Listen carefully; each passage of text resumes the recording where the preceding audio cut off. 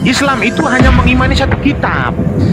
Kami itu mengimani seluruh kitab para nabi. Jadi ketika argumentasi kami itu kami mengangkat dari sebuah kitab para nabi, seharusnya tidak boleh dibatasi karena kami mengimani seluruh kitab para nabi. Tapi pertanyaannya bukan ngambang kayak warna kuning, pertanyaannya Enggak, hukum maksudnya Taurat. begini loh, ketika Bang Handi itu bertanya di Taurat, kami menjawab dari kitab para nabi yang lain, itu bisa. Orang minta di Taurat kok, mana di perintah Tidak ada Taurat itu? keadilan. Contoh begini, contoh teman-teman muslim ya. Ketika teman-teman muslim ini ketika mau menyerang itu menggunakan melalui kitab Paulus, semua itu nggak bisa. ada serang menyerang, langsung aja. Ada nggak di kitab Taurat Musa itu bahwa Taurat Musa untuk seluruh umat manusia gitu loh? Kita itu bicara sportif dulu. Teman-teman muslim kalau mau menyerang, nggak usah melebar, Mei, langsung aja. Kitab-kitabnya Paulus, kitab-kitab semua itu mereka nggak usah bawa Paulus, nggak usah bawa. Mau menjelaskan itu dibataskan. Kami nggak ada bawa Paulus. Coba bentar, berhenti dulu. Coba saya kembalikan ke Bang Erik. Bang Erik Bang Erik coba diulang pertanyaannya apa? Coba. Oke. Tadi sesuai data di Al-Quran, kenapa kami tidak mengklaim bahwasanya Taurat itu untuk seluruh umat manusia? Al-Quran sudah menjelaskan bahwasanya Allah pernah mewahyukan atau memfirmankan kepada Nabi Musa alaihissalam, yaitu berupa hukum Taurat. Di mana hukum-hukum ini hanya diperuntukkan kepada kalangan Bani Israel. Nah, siapa kalangan Bani Israel? Keturunannya Nabi Yakub alaihissalam. Tadi sudah saya bacakan, Bismillahirrahmanirrahim. Wa iz qala Musa liqaumihi ya qaumi zkuru ni'matallahi 'alaikum ij'ala fikum anbiya wa ja'alakum muluka wa atakum ma lam yu'ti ahadam minal alamin. Ya, itu di Al-Maidah 20 bahwasanya nikmat-nikmat yang sudah diberikan oleh Allah itu hanya terkhusus kepada Bani Israel. Jadi kita umat muslim tidak mengklaim bahwasanya itu adalah ketentuan yang diberikan oleh Allah kepada Nabi Musa alaihissalam, tidak untuk kepada kami, melainkan Al-Quran lah yang terkhusus kepada kami umat muslim. Itu hanya informasi diberikan kepada Allah. Pertanyaannya Bang Erik Kemimi, pertanyaannya langsung kepada Nabi Musa alaihissalam. Silakan. Mana datanya dalam Bible bahwasanya Taurat ini untuk? Oke, saya akan jawab. Jadi begini, sebelum saya menjawab, harapan saya kepada Bang Handi itu jangan membatasi ketika orang Kristen itu menjelaskan dari berbagai macam sudut pandang kitab para nabi. Itu tidak boleh ya. Jadi ketidakadilan teman-teman ya, Bang Erik, kalau mau sholat nanti Bang Juma juga masuk. Apakah hukum Taurat itu untuk seluruh umat manusia atau untuk Bani Israel saja? Lanjut Mei, habis ini ke Bang Juma. Lanjut. Oke, saya lanjutkan ya. Bang Juma sudah hadir ya, mantap. Ini memang lawan saya sudah hadir pada malam hari ini. Memang ini yang saya tunggu-tunggu kesempatan malam ini. Saya lanjutkan. Jadi begini ya. Saya ingin menjelaskan kelompok-kelompok. Pakai pampers. Oke, saya akan menjelaskan kelompok-kelompok hukum-hukum yang ada di dalam kitabnya Musa dulu, Taurat dulu ya. Jadi kelompok-kelompok hukum di dalam kitabnya Musa itu berbicara ada 3 golongan. Nah, 2 golongan ini secara seremonial dan lahiriah ini itu terkonfirmasi di dalam Mazmur Daud 147 bahwasan hukum itu tidak berkenan kepada bangsa lain. Contoh seperti sunat, itu tidak akan diberikan kepada bangsa lain. Makanan haram, itu bagian daripada lahiriah. Jadi hukum itu sudah dipastikan tidak akan diberikan kepada bangsa lain. Tetapi hukum universal itu yang terkonfirmasi di dalam Keluaran 20, contoh, jangan membunuh, jangan berzina, jangan bersaksi dusta, jangan mengingini istri sesamamu. Itu tidak masuk dalam kategori hukum seremonial dan lahiriah. Hukum itu bentar dulu Bang. Sahabat kok dilewati? Iya sahabat, nanti abang akan pertanyakan. Nanti saya akan jelaskan apa kata Yesus tentang sahabat nanti. Tapi jangan dipotong dulu. Nah, saya lanjutkan ya. Nah, hukum yang berbau universal ini memang sudah dipersiapkan Tuhan itu untuk kepada segala bangsa. Kenapa dia harus mempersiapkan hukum ini kepada segala bangsa? Karena dia sudah berjanji kepada Abraham bahwasan olehmu seluruh kaum di muka bumi akan mendapatkan berkat.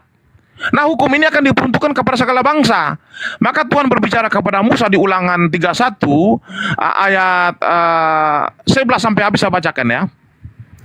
Apabila seluruh orang Israel datang menghadap di hadiran Tuhan Allahmu di tempat yang akan dipilihnya, maka haruslah engkau membacakan hukum Taurat ini di depan seluruh orang Israel. Seluruh bangsa itu berkumpul, laki-laki, perempuan dan anak-anak, dan orang asing yang diam di dalam tempatmu, supaya mereka Nah, jadi di sini Tuhan itu memperbolehkan hukum Taurat itu dibacakan kepada orang asing. Paham ya? Orang asing itu siapa? Orang asing itu adalah bangsa-bangsa yang pada zaman itu tidak pernah mengenal Tuhan. Siapakah orang itu? Ya nenek moyang kami. Nah, ketika murid-murid Yesus adalah orang-orang Yahudi, mereka membacakan Taurat kepada nenek moyang kami adalah orang Goim, maka mereka berhak untuk mendengarkannya. Dan mereka mewariskan kepada kami. Kami wajib untuk mendengarkan hukum Taurat. Walaupun kami tidak menjalankannya. Nah, itu yang paling tepat untuk dijelaskan. Lawan saya sudah masuk, maka habislah dia malam ini. Oke. Oke, makasih. Silakan Bang Juma, Silakan Bang Juma, topiknya. dilanjut. Ya, izin, kita kan waktunya mau sholat nih, waktu Indonesia Barat nih. Barat. Ya, Oke, jadi Bang Juma sekarang- udah sholat. Menurut Meme hukum Taurat itu untuk seluruh umat manusia, Bang Juma. Silakan. Oke, sekarang 1, timur sama 2, timur 3. kita Tarik bermain. nafas, buang nafas. Enggak. 1, 2, 3, bangun. Tanya Bang Juma dulu topiknya masih sama atau mau ganti? Entar dulu, Mbak, lu diam dulu. Itu Bang Juma udah bangun. Tanya Bang gitu Juma loh. dulu, dia masih mau betah dengan topik yang ini atau memang mau bermain? Iya, dengan topik yang lain? Mei, ini saya udah nanya. Ini bahasa Indonesia loh. Bang Juma, hukum Taurat katanya untuk seluruh umat manusia. Silakan.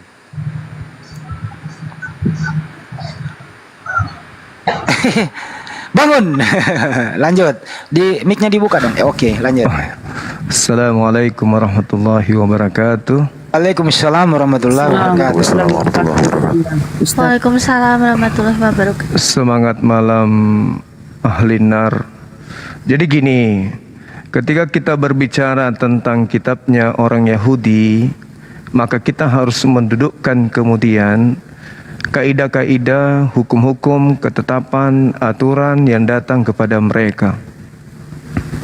Al-Quranul Karim jelas menjelaskan di dalam surah Al-A'raf, Allah Subhanahu wa taala mengatakan, "Wa katabna lahu fil alwah min kulli syai'." Bagaimana kemudian aturan itu datang kepada Nabi Musa alaihissalam. Allah minta kepada Nabi Musa agar ketetapan-ketetapannya ini diteguhkan, dikokohkan kepada Bani Israel umatnya. Begitu juga di dalam Ulangan 6, satu perikop Anda baca, perintah kemudian yang datang kepada Nabi Musa alaihissalam agar Nabi Musa menyerukan Shema Israel, Adonai Eloheinu, Adonai Ahad. Ketika mereka kemudian mentauhidkan Adonai, mentauhidkan Hasem, maka kedudukan mereka kemudian adalah harus kemudian meneguhkan hati mereka, keturunan mereka, anak mereka, cucu-cucu mereka, dimanapun mereka berada, seperti apapun keadaan mereka, untuk terus menjalankan hukum Taurat itu. Yeremia 33, 31, data 31 sampai 36, itu kita sudah di luar kepala itu. Bagaimana kemudian Tuhan menjanjikan suatu hukum baru, perjanjian baru, yaitu Tuhan memasukkan hukum Taurat itu ke dalam batin setiap Bani Israel. Bahkan kalau saudara Meme jelas membaca dan menelaah dengan kritis apa yang tertuang di dalam Yohanes 11 nomor 49, nomor 50 dan 51, jelas sekali di sana ini adalah satu hal yang sangat berbanding terbalik. Yesus kemudian diajarkan mati untuk menebus bangsa Israel, bukan bangsa yang lain. Oke, itu pun menebusnya bukan dari dosa, tapi menebus dari penjajahan Romawi. Catat itu. Nah, Al-Quran mengatakan hukum Taurat itu datang kepada Bani Israel, hanya untuk Bani Israel. Kitabnya Bani Israel menerangkan hukum Taurat itu juga hanya untuk Bani Israel. Di dalam Ulangan 33 nomor 4, hukum-hukum yang datang kepada Bani Yakub hanya mengikat milik kepunyaan Yakub. Kedua, Mazmur 147 sangat jelas diterangkan bahwasanya hukum-hukum yang datang kepada Yakub, ketetapan-ketetapan yang datang kepada Israel, tidak Tuhan berikan kepada bangsa lain. Ya, karena itu keliru besar ketika kemudian Vatikan menggunakan kitabnya orang Yahudi sebagai landasan bertuhan kepada manusia bernama Yesus. Nah, ini harus saudara pahami dulu. Dari mana benang merahnya? Kenapa Vatikan menggunakan kitabnya agama Yahudi? Silakan.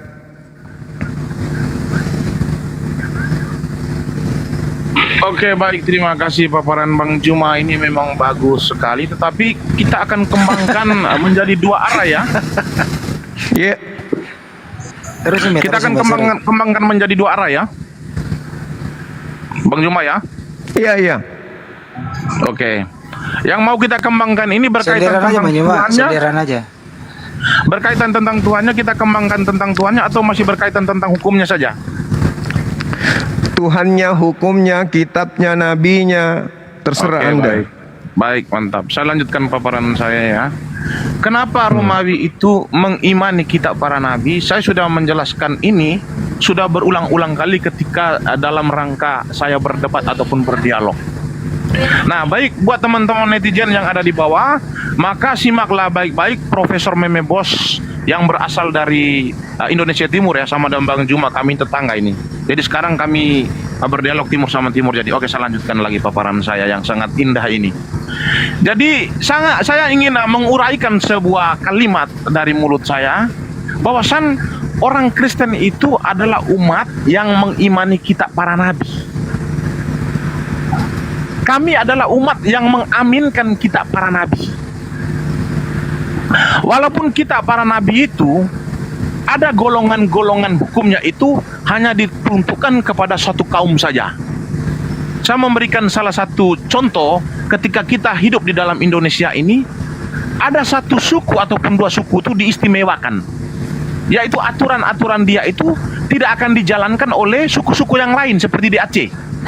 Di Aceh itu menjalankan syariat Islam, berarti dia itu diistimewakan oleh negara. Nah, sama juga seperti ada di dalam Alkitab itu, hukum-hukum berkaitan tentang seremonial dan lahiriah. Apa seremonial, apa lahiriah? Seremonial itu tata cara ibadah. Contoh, Tuhan memerintahkan bangsa Israel bahwasan cara berdoa kalian itu menyembelih hewan atau gini-gini, itu disebut seremonial. Lalu lahiriah itu apa? Lahiriah itu hukum-hukum berkaitan tentang sunat ataupun makanan-makanan haram. Nah, kategori dua hukum ini memang ini dipersembahkan hanya kepada Bani Israel, dan memang ini hanya dispesialkan sama seperti bangsa Indonesia mengspesialkan salah satu suku, itu orang Aceh. Nah, harapan saya itu netizen-netizen yang ada di bawah itu harus benar-benar mencerna apa yang dipaparkan oleh Profesor Meme Bos ini. Baik, saya lanjutkan lagi. Saya hanya mengungkapkan sebuah kata-kata dari mulut saya, bahwasan orang Kristen itu adalah umat yang mengimani kitab para nabi dan mengaminkan. Kata aminkan di sini artinya kami itu mengiyakan ketika Tuhan itu pernah berbicara dengan para nabi, ketika Tuhan itu pernah menurunkan hukum-hukumnya kepada para nabi, ketika Tuhan itu menceritakan peristiwa penciptaan seluruh alam semesta. Itu yang harus kami aminkan. Jadi kalau ada umat yang mengklaim bahwasan dia menyembah kepada Tuhannya para nabi, tetapi dia menyangkal tentang kitabnya para nabi, dia menyangkal ketika Tuhan mengklaim kepada para nabi bahwasan dia adalah pencipta alam semesta, maka saya pastikan orang tersebut tidaklah menyembah kepada Tuhannya para nabi, tetapi Tuhannya dia itu adalah Tuhan yang menyamar seperti serigala berbulu domba. Dan umatnya juga itu adalah umat yang menyamar seperti serigala berbulu domba. Jadi orang Kristen itu wajib harus mengimani kitab para nabi dan harus mengaminkan. Apa arti kata amin di sini? Aminkan itu harus membenarkan bahwasan narasi sebelum kedatangan Yesus itu Tuhan sudah pernah melakukan pembicaraan kepada nabi-nabi sebelumnya. Itu yang harus kami aminkan dan harus kami imani. Jadi kami tidak pernah menyangkal kepada kitab para nabi, kami tidak pernah menolak kepada kitab para nabi.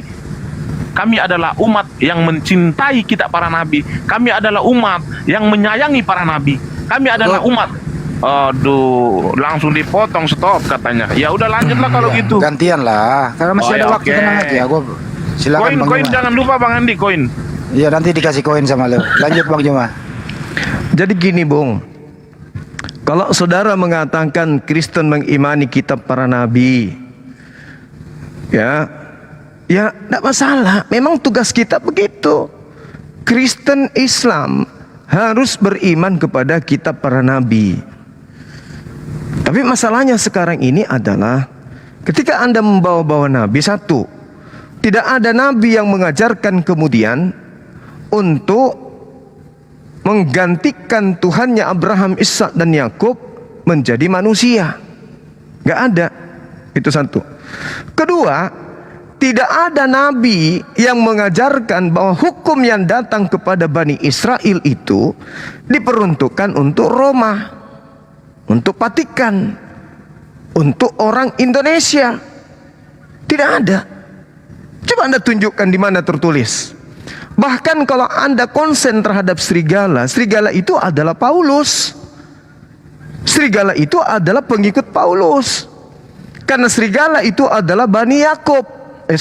Domba itu Bani Yakub. Di luar Bani Yakub itu adalah serigala. Kenapa bisa dikatakan serigala? Karena mereka nyamar seperti domba. Makanya mereka disebut serigala.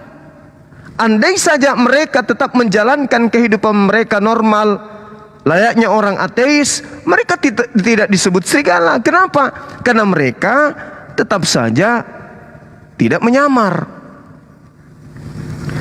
Nah, sedangkan yang dimaksud serigala nyamar domba adalah non-Israel yang menyamar seperti Israel. Nah, itu siapa? Kristen. Kristen bukan Yahudi, tapi ngaku sebagai Yahudi. Kenapa? Karena ada beberapa perangkat yang ada pada Kristen. Pertama, kitabnya Kristen mengambil kitabnya Yahudi. Tuhannya Kristen mengambil dari Yahudi. Itu jelas itu. Jadi tidak bisa dipungkiri, sementara Tuhan dan juga kitab ini adalah dua hal yang menjadikan Kristen itu bisa menjual agama kemana-mana.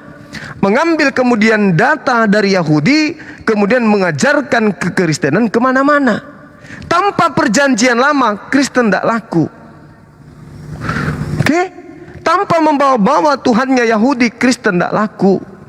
Tanpa membawa-bawa nabi yang datang ke Yahudi, Kristen tidak laku. Apasnya kemudian adalah Kristen tidak memiliki kapling. Pada saat nabi-nabi Yahudi datang mengajarkan kepada Bani Israel, Kristen tidak ada di situ. Orang-orang Yahudi mengajarkan agamanya hanya agama kekeluargaan. Hanya ke-12. Ini berapa ini? Hanya ke-12 suku Bani Israel. Al-Quran juga menarasikan itu. Di dalam surah Al-Ma'idah jelas sekali. Dalam surah As-Saf juga diterangkan. Wa is qala Musa liqaumihi ya qaumi lima tu'sunani wa qad ta'lamuna anni rasulullahi ilaikum. Yang terakhir datang kepada mereka juga berkata, wa is qala Isa bin Maryam ya bani Israel inni rasulullahi ilaikum musaddiqan lima baina yadayhi minat Taurah wa mubasysyiran bi rasuli ya'ti min ba'di ismuhu Ahmad falamma ja'ahum bil bayyinati qalu hadza sihrun mubin. Musa, Yesus, Isa mengakui mereka hanya untuk Bani Israel. Ayo, mana kitab yang diturunkan kemudian Allah kepada Bani Israel yang menerangkan bahwa kitab-kitab itu, ajaran itu kemudian dihususkan kepada Roma? Mana? Enggak ada. Sedangkan kitab dan hukum-hukum ketetapan yang datang kepada Bani Israel berlaku hanya untuk Bani Israel. Jadi kesimpulan saya, Kristen itu adalah ajaran serigala, nyamar domba. Artinya ajaran non-Yahudi yang ngaku-ngaku Yahudi. Seperti itu. Cakaruk do Indonesia. Lanjut. Oke, baik, terima kasih. Apa berarti Jolo? Apa saya harus nunggu dipersilakan oleh moderator atau Silakan. memang? Lanjut Oke, aja. baik. Ini paparan Bang Juma ini sangat bagus sekali, tetapi memang maaf karena hari ini memang saya sudah terlalu lama beristirahat, jadi stamina saya ini bagus. Mungkin dialog kita ini akan panjang karena memang apa? Karena memang sudah saya persiapkan stamina saya ya. Oke, saya lanjutkan lagi. Jadi saya memetik sebuah kalimat yang diungkapkan oleh Bang Juma ini. Beliau mengatakan bahwasan ketergantungan orang Kristen ini terhadap Tuhannya orang Yahudi. Saya katakan kepada Bang Juma bahwasan perkataan Bang Juma itu saya aminkan dan saya mengatakan itu 100%. Orang Kristen itu sudah pasti dia harus ketergantungan kepada Tuhannya para nabi. Jadi saya memberikan analogi. Ya, memang harus ditepuk tangan, harus memberikan satu penghormatan kepada Meme Bos dengan bertepuk tangan. Oke, saya lanjutkan. Orang Kristen itu kenapa dia harus ketergantungan kepada para nabi? Kenapa orang Kristen harus ketergantungan kepada kitab para nabi? Kenapa orang Kristen harus ketergantungan kepada Tuhannya para nabi? Karena Tuhannya para nabi itu, dia berbicara kepada nabi itu secara estafet.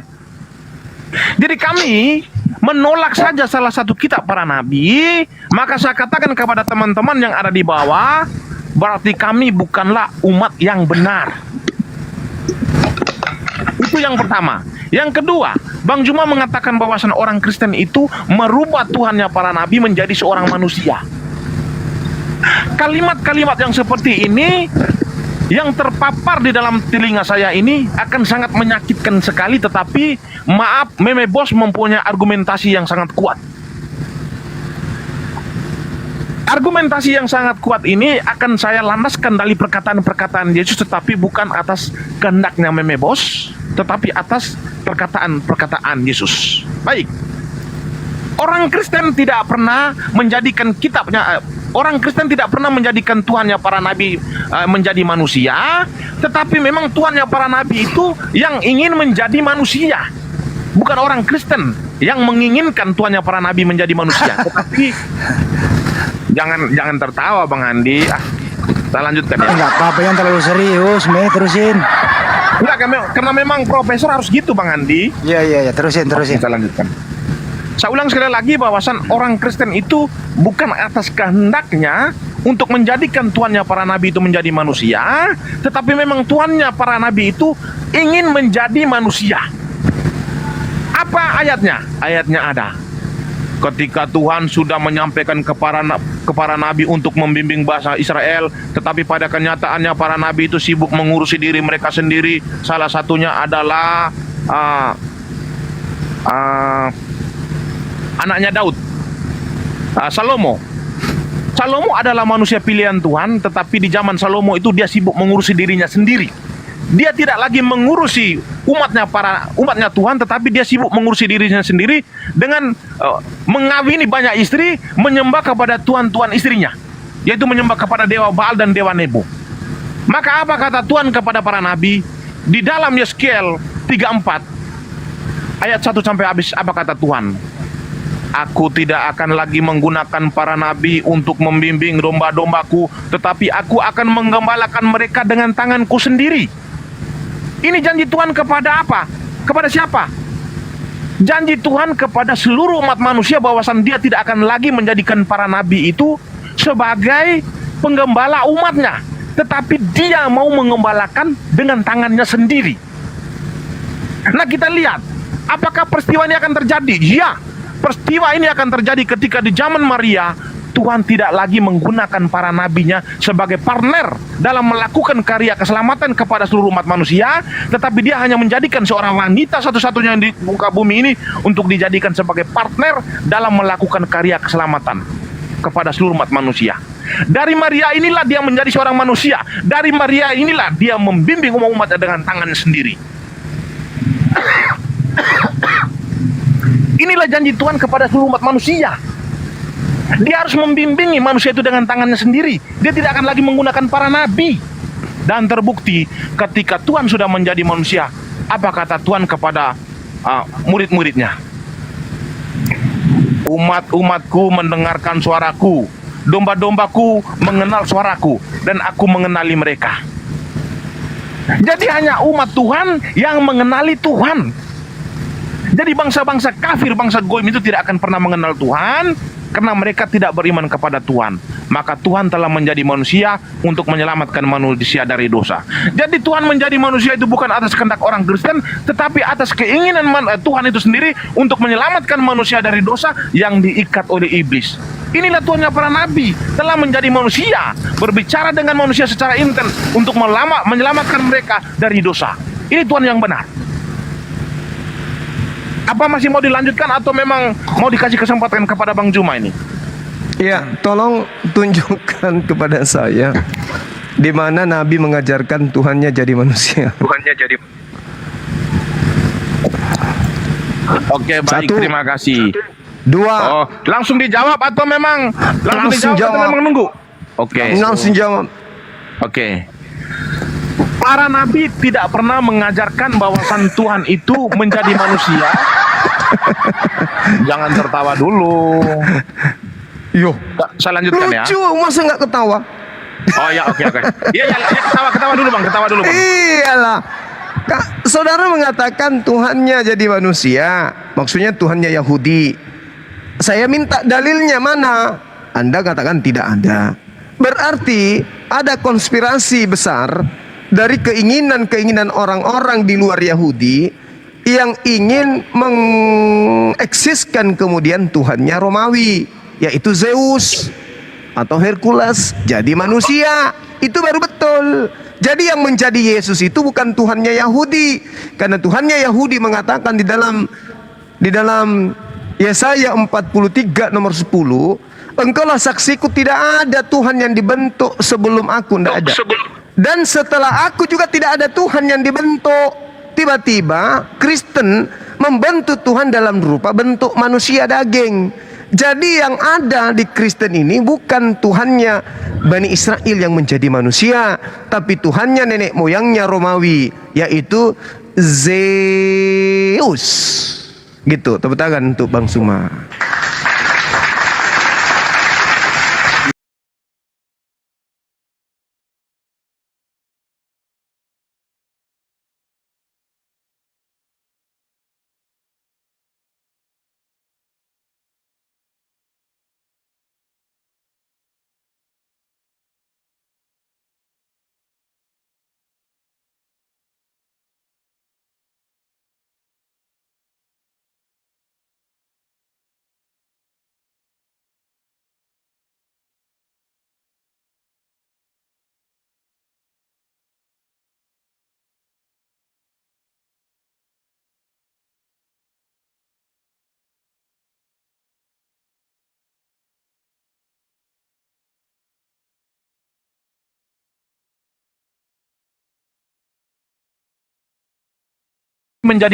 Berinkarnasi menjadi api. Lalu kapan Tuhan ini akan berinkarnasi menjadi manusia? Apakah kita harus mengetahuinya? Tidak. Di Yesaya 55 ayat 8 sampai 9, apa kata Tuhan kepada Yesaya? Sebab rancanganku bukanlah rancanganmu dan jalanku bukan jalanku. Artinya rancangan Tuhan itu tidak akan dapat terdeteksi oleh manusia. Kapan saja Tuhan ingin menjadi manusia, manusia tidak akan bisa mendeteksi Tuhan bahwasan kapan dia harus menjadi manusia. Buktinya ketika di zaman Musa, dia menjadi awan ataupun api, apakah manusia sudah bisa dapat mendeteksinya? Tidak. Tetapi Tuhan memberikan satu kejutan ketika di zaman Musa untuk membuktikan kebenaran kepada Bani Israel bahwasan dia adalah Tuhan yang benar. Dia menunjukkan satu pembuktian kepada mereka dengan menjadi awan ataupun api. Maka sebuah rahasia yang ada di dalam diri Tuhan ini tidak akan bisa dijangkau oleh manusia. Kalau manusia sudah bisa menjangkau rancangan Tuhan, kalau manusia sudah bisa menjangkau rencana Tuhan, maka saya katakan manusia tersebut saya harus menyembah dia sebagai Tuhan. Tetapi tidak, manusia tidak akan bisa menjangkau rencana Tuhan. Maka ketika di zaman Bunda Maria, apa kata Yesus? Aku telah turun dari langit. Ini adalah salah satu bentuk pembuktian bahwasan Yesus adalah Tuhan yang telah menjadi manusia dengan mengatakan aku telah turun dari langit. Tidak ada seorang nabi, tidak ada seorang manusia yang bisa turun dari langit kecuali Tuhan dan malaikat. Tetapi ketika Yesus dalam keadaan sebagai manusia, dia mengatakan aku telah turun dari langit. Salah satu pembuktian bahwasan dia adalah Tuhan. Dia tidak pernah menyamakan dirinya dengan malaikat, tetapi dia hanya mengatakan bahwasan jikalau engkau melihat aku, engkau telah melihat Bapakku. Perkataanku bukan berasal dari diriku sendiri, tetapi Bapa yang diam di dalam aku, dia adalah melakukan pekerjaannya. Ini adalah salah satu bentuk. Jangan tertawa dulu, enggak. Ini enggak enak jadinya. Bang Handi moderator, hantam dulu orang itu. Silent dulu, hanya Bang Juma sama Meme bos sama moderator ya. Dalil. Dalil diminta dalil. Oke, dalilnya sudah saya katakan tadi ketika dalam keadaan sebagai manusia. Apa kata Yesus di Yohanes 6 ayat 37 sampai 38, 39 dari 35? Apa kata Yesus? Aku telah turun dari surga. Kalau sudah dikatakan turun dari surga, berarti dia adalah Tuhan yang telah menjadi manusia. Karena ketika dalam keadaan sebagai manusia, Yesus tidak pernah menyamakan dirinya dengan malaikat, tetapi dia hanya menyamakan dirinya dengan sosok Tuhan yang ada di dalam kitab para nabi. Apa katanya? Jikalau kamu tidak percaya bahwasan aku adalah dia, kamu akan mati dalam dosamu. Ini kata Yesus kepada Bani Israel. Untuk membuktikan bahwasan dia adalah Tuhan dengan mengatakan dia turun dari langit, itu sudah cukup bagi manusia bahwasan dia adalah Tuhan yang telah menjadi manusia. Amin, haleluya. Semoga Tuhan Yesus memberkati Anda semua. Semoga pencerahan dari Profesor Meme Bos ini akan menyadarkan kalian pada malam hari ini. Silakan Bang Juma hantam. Aduh Bang, kalau Anda mengatakan Yohanes 6 itu sebagai dasar kemudian sebagai pijakan mempertuhankan Yesus, di dalam Yohanes 8:42 Yesus mengatakan, aku datang bukan atas kehendakku sendiri. Berarti yang turun ini adalah makhluk yang disuruh turun, bukan atas kehendaknya, tapi atas kehendak pribadi lain. Jadi yang datang ke atas muka bumi bernama Yesus itu bukan Tuhan. Itu dulu pahami. Andai saja Yesus itu adalah Tuhan, maka Yesus akan mengatakan, aku datang atas kehendakku. Karena yang maha berkehendak adalah Tuhan. Yang turun adalah Yesus. Kalau dia mengatakan, aku datang menjadi manusia atas kehendakku sendiri, berarti dialah sang Tuhan itu. Tapi sangat disayangkan, Yesus mengatakan, aku datang bukan atas kehendakku. Dari situ aja kita sudah final. Yesus datang dari langit katanya, Yesus dari surga katanya. Tetapi ketika sampai ke bumi, dia mengatakan aku datang bukan atas kehendakku. Berarti dia suruhan. Saya mau tanya pada saudara Meme, ketika Yesus mengaku dalam Yohanes 8:42, aku datang bukan atas kehendakku sendiri, apakah yang datang ini adalah yang maha berkehendak? Jawab. Tuh. 2, 3. Oke, baik. Terima kasih paparan Bang Juma ini sangat bagus. Bukan sekali. paparan, pertanyaan. Apakah yang datang ini adalah yang maha berkehendak? Syukran. Vers. Oke, baik. Saya akan paparkan pertanyaan Bang Juma ini memang sangat bagus sekali ya. Beliau bertanya kepada saya, boleh nggak sambil tiduran? oh, boleh. Sambil ini buka musik, Bang. Oke, saya lanjutkan ya. Jadi kalau berbicara tentang Yesus, artinya berbicara tentang misteri ilahi. Berbicara tentang Yesus, artinya berbicara tentang alam maha hadir.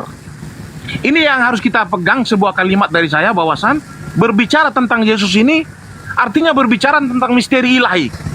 Berbicara tentang Yesus, artinya berbicara tentang alam maha hadir. Ayat di mana alam maha hadir? Ketika Yesaya berkata bahwasan ketika aku melihat wajahku ke barat, engkau ada di barat. Ketika aku menghadapkan wajahku ke langit, engkau ada di langit. Di situ ayat berbicara bahwasan Allah itu maha hadir. Nah, sekarang kita berbicara tentang apakah yang hadir ini adalah yang maha berkehendak? Oke, baik. Apakah yang hadir di bumi ini adalah maha berkehendak? Adalah Yes. dia yang maha berkehendak. Baik. Yesus berkata begini, perkataanku ini bukan berasal dari diriku sendiri, tetapi dia yang... Jangan tertawa dulu karena profesor sedang menjelaskan. Ini seorang guru yang lagi memaparkan kepada netizen. Jadi Ingat. Pertanyaan saya, Bung. Ketika Yesus mengatakan aku datang bukan atas kehendakku sendiri, Tuhan itu maha berkehendak.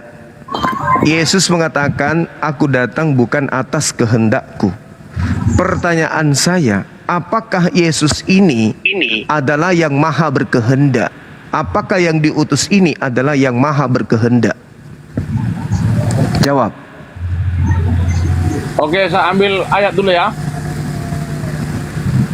Ya, baik. Pertanyaan Bang Juma ini, apakah Yesus ini maha berkehendak atau yang mengutus dia ini yang maha segala kehendak ya? Itu yang dipertanyakan ya. Ya, Bang Juma ya. Apakah yang datang diutus itu adalah dia yang maha berkehendak itu sendiri? Oke, baik, saya akan jawab. Jadi kalau kita berbicara tentang Yesus, artinya kita berbicara tentang firman Allah. Berbicara tentang Yesus, ya oke, sabar dulu ya, sabar dulu. Nanti saya akan jelaskan secara detail, karena profesor itu harus membutuhkan waktu 1 menit, 2 menit. Oke, saya lanjutkan ya. Oke, Profesor kamu linglung. oke. Pertanyaan saya sederhana loh. Teman-temanku di YouTube juga tertawa-tertawa itu. Orang-orang di YouTube pada tertawa. Oke, saya lanjutkan ya. Oke. Berbicara tentang Yesus artinya berbicara tentang firman Allah yang menjadi manusia. Berbicara tentang Yesus artinya berbicara tentang Allah Tritunggal. Nah, di dalam kekristenan itu mengkonfirmasikan bahwasan Tuhan kami itu esa, tetapi mempunyai 3 pribadi. Nah, Yesus ini apakah Bapa itu sendiri? Yesus ini ternyata dia bukanlah Bapa itu sendiri, tetapi dia adalah firman Bapa yang satu hakikat dengan Bapa itu sendiri. Jadi Yesus itu turun ke bumi itu bukan atas kehendak dia sendiri, tetapi kehendak Bapaknya untuk mengutus dia ke bumi untuk melakukan karya keselamatan kepada seluruh umat manusia. Karena dia adalah firman Bapa turun untuk menyelamatkan manusia, seperti yang terkonfirmasi di dalam Yesaya 55 ayat 11. Firmanku kembali kepadaku, dia tidak dengan sia-sia, dia melakukan sesuai dengan apa yang ku kehendaki. Artinya di zaman Yesaya itu, bentar Bang Juma. Artinya di zaman Yesaya itu Yesaya berapa? Yesaya 55 ayat 11. Iya, tahu. Saya lanjutkan ya. Nah, sekarang apakah yang datang ini adalah dia yang berfirman di Yesaya 55:11 itu? Benar. Dia. Bukan yang datang menjadi Yesus itu adalah. Oke, saya lanjutkan. Dulu. Dia atau bukan? Ya, mohon sabar, saya lanjutkan dulu paparan saya. Dia atau bukan? Yang berbicara dengan Yesaya, yang berbicara dengan Musa, yang berbicara dengan para nabi itu adalah firman-Nya yang diutus Yang oleh saya Bapa. tanya, apakah Yesus adalah Yesus yang berkata di Yesaya 55 nomor 11? Apakah itu Iya. perkataan Yesus? Yang berbicara dengan Musa, firman, yang berbicara dengan Yesaya, yang berbicara dengan para nabi sebelumnya itu, firman itu telah menjadi manusia yang disebut dengan Yesus. Pak Prof, yang saya tanya, Yesaya 55 nomor 11. Segala firman yang keluar dari mulutku tidak akan kembali bukan segala. Firmanku yang kuutus kembali kepadaku tidak dengan sia-sia. Bukan Baca segala baik-baik firman dulu. Baca dulu baik-baik. Oke, Firman baik. yang keluar dari mulutku tidak akan kembali kepadaku dengan sia-sia sebelum terjadi apa yang aku perintahkan kepadanya. Dia Betul? melakukan sesuai dengan apa yang aku kehendaki. Itu narasi yang benar. Oke. Berarti di situ ada yang maha berkehendak. Benar. Betul? Benar. Nah, sekarang Yesus dalam Yohanes 8:42, aku datang bukan atas kehendakku sendiri. Oke, saya lanjutkan ya. Itu jangan dilanjutkan aja, dilanjutkan. Apakah dia yang maha berkehendak yang berkata di dalam Yesaya itu adalah Yesus yang adalah Tuhan Anda yang mengatakan aku datang bukan atas kehendakku? Dia pribadi yang sama atau pribadi yang berbeda? Jawab. Pribadi yang sama.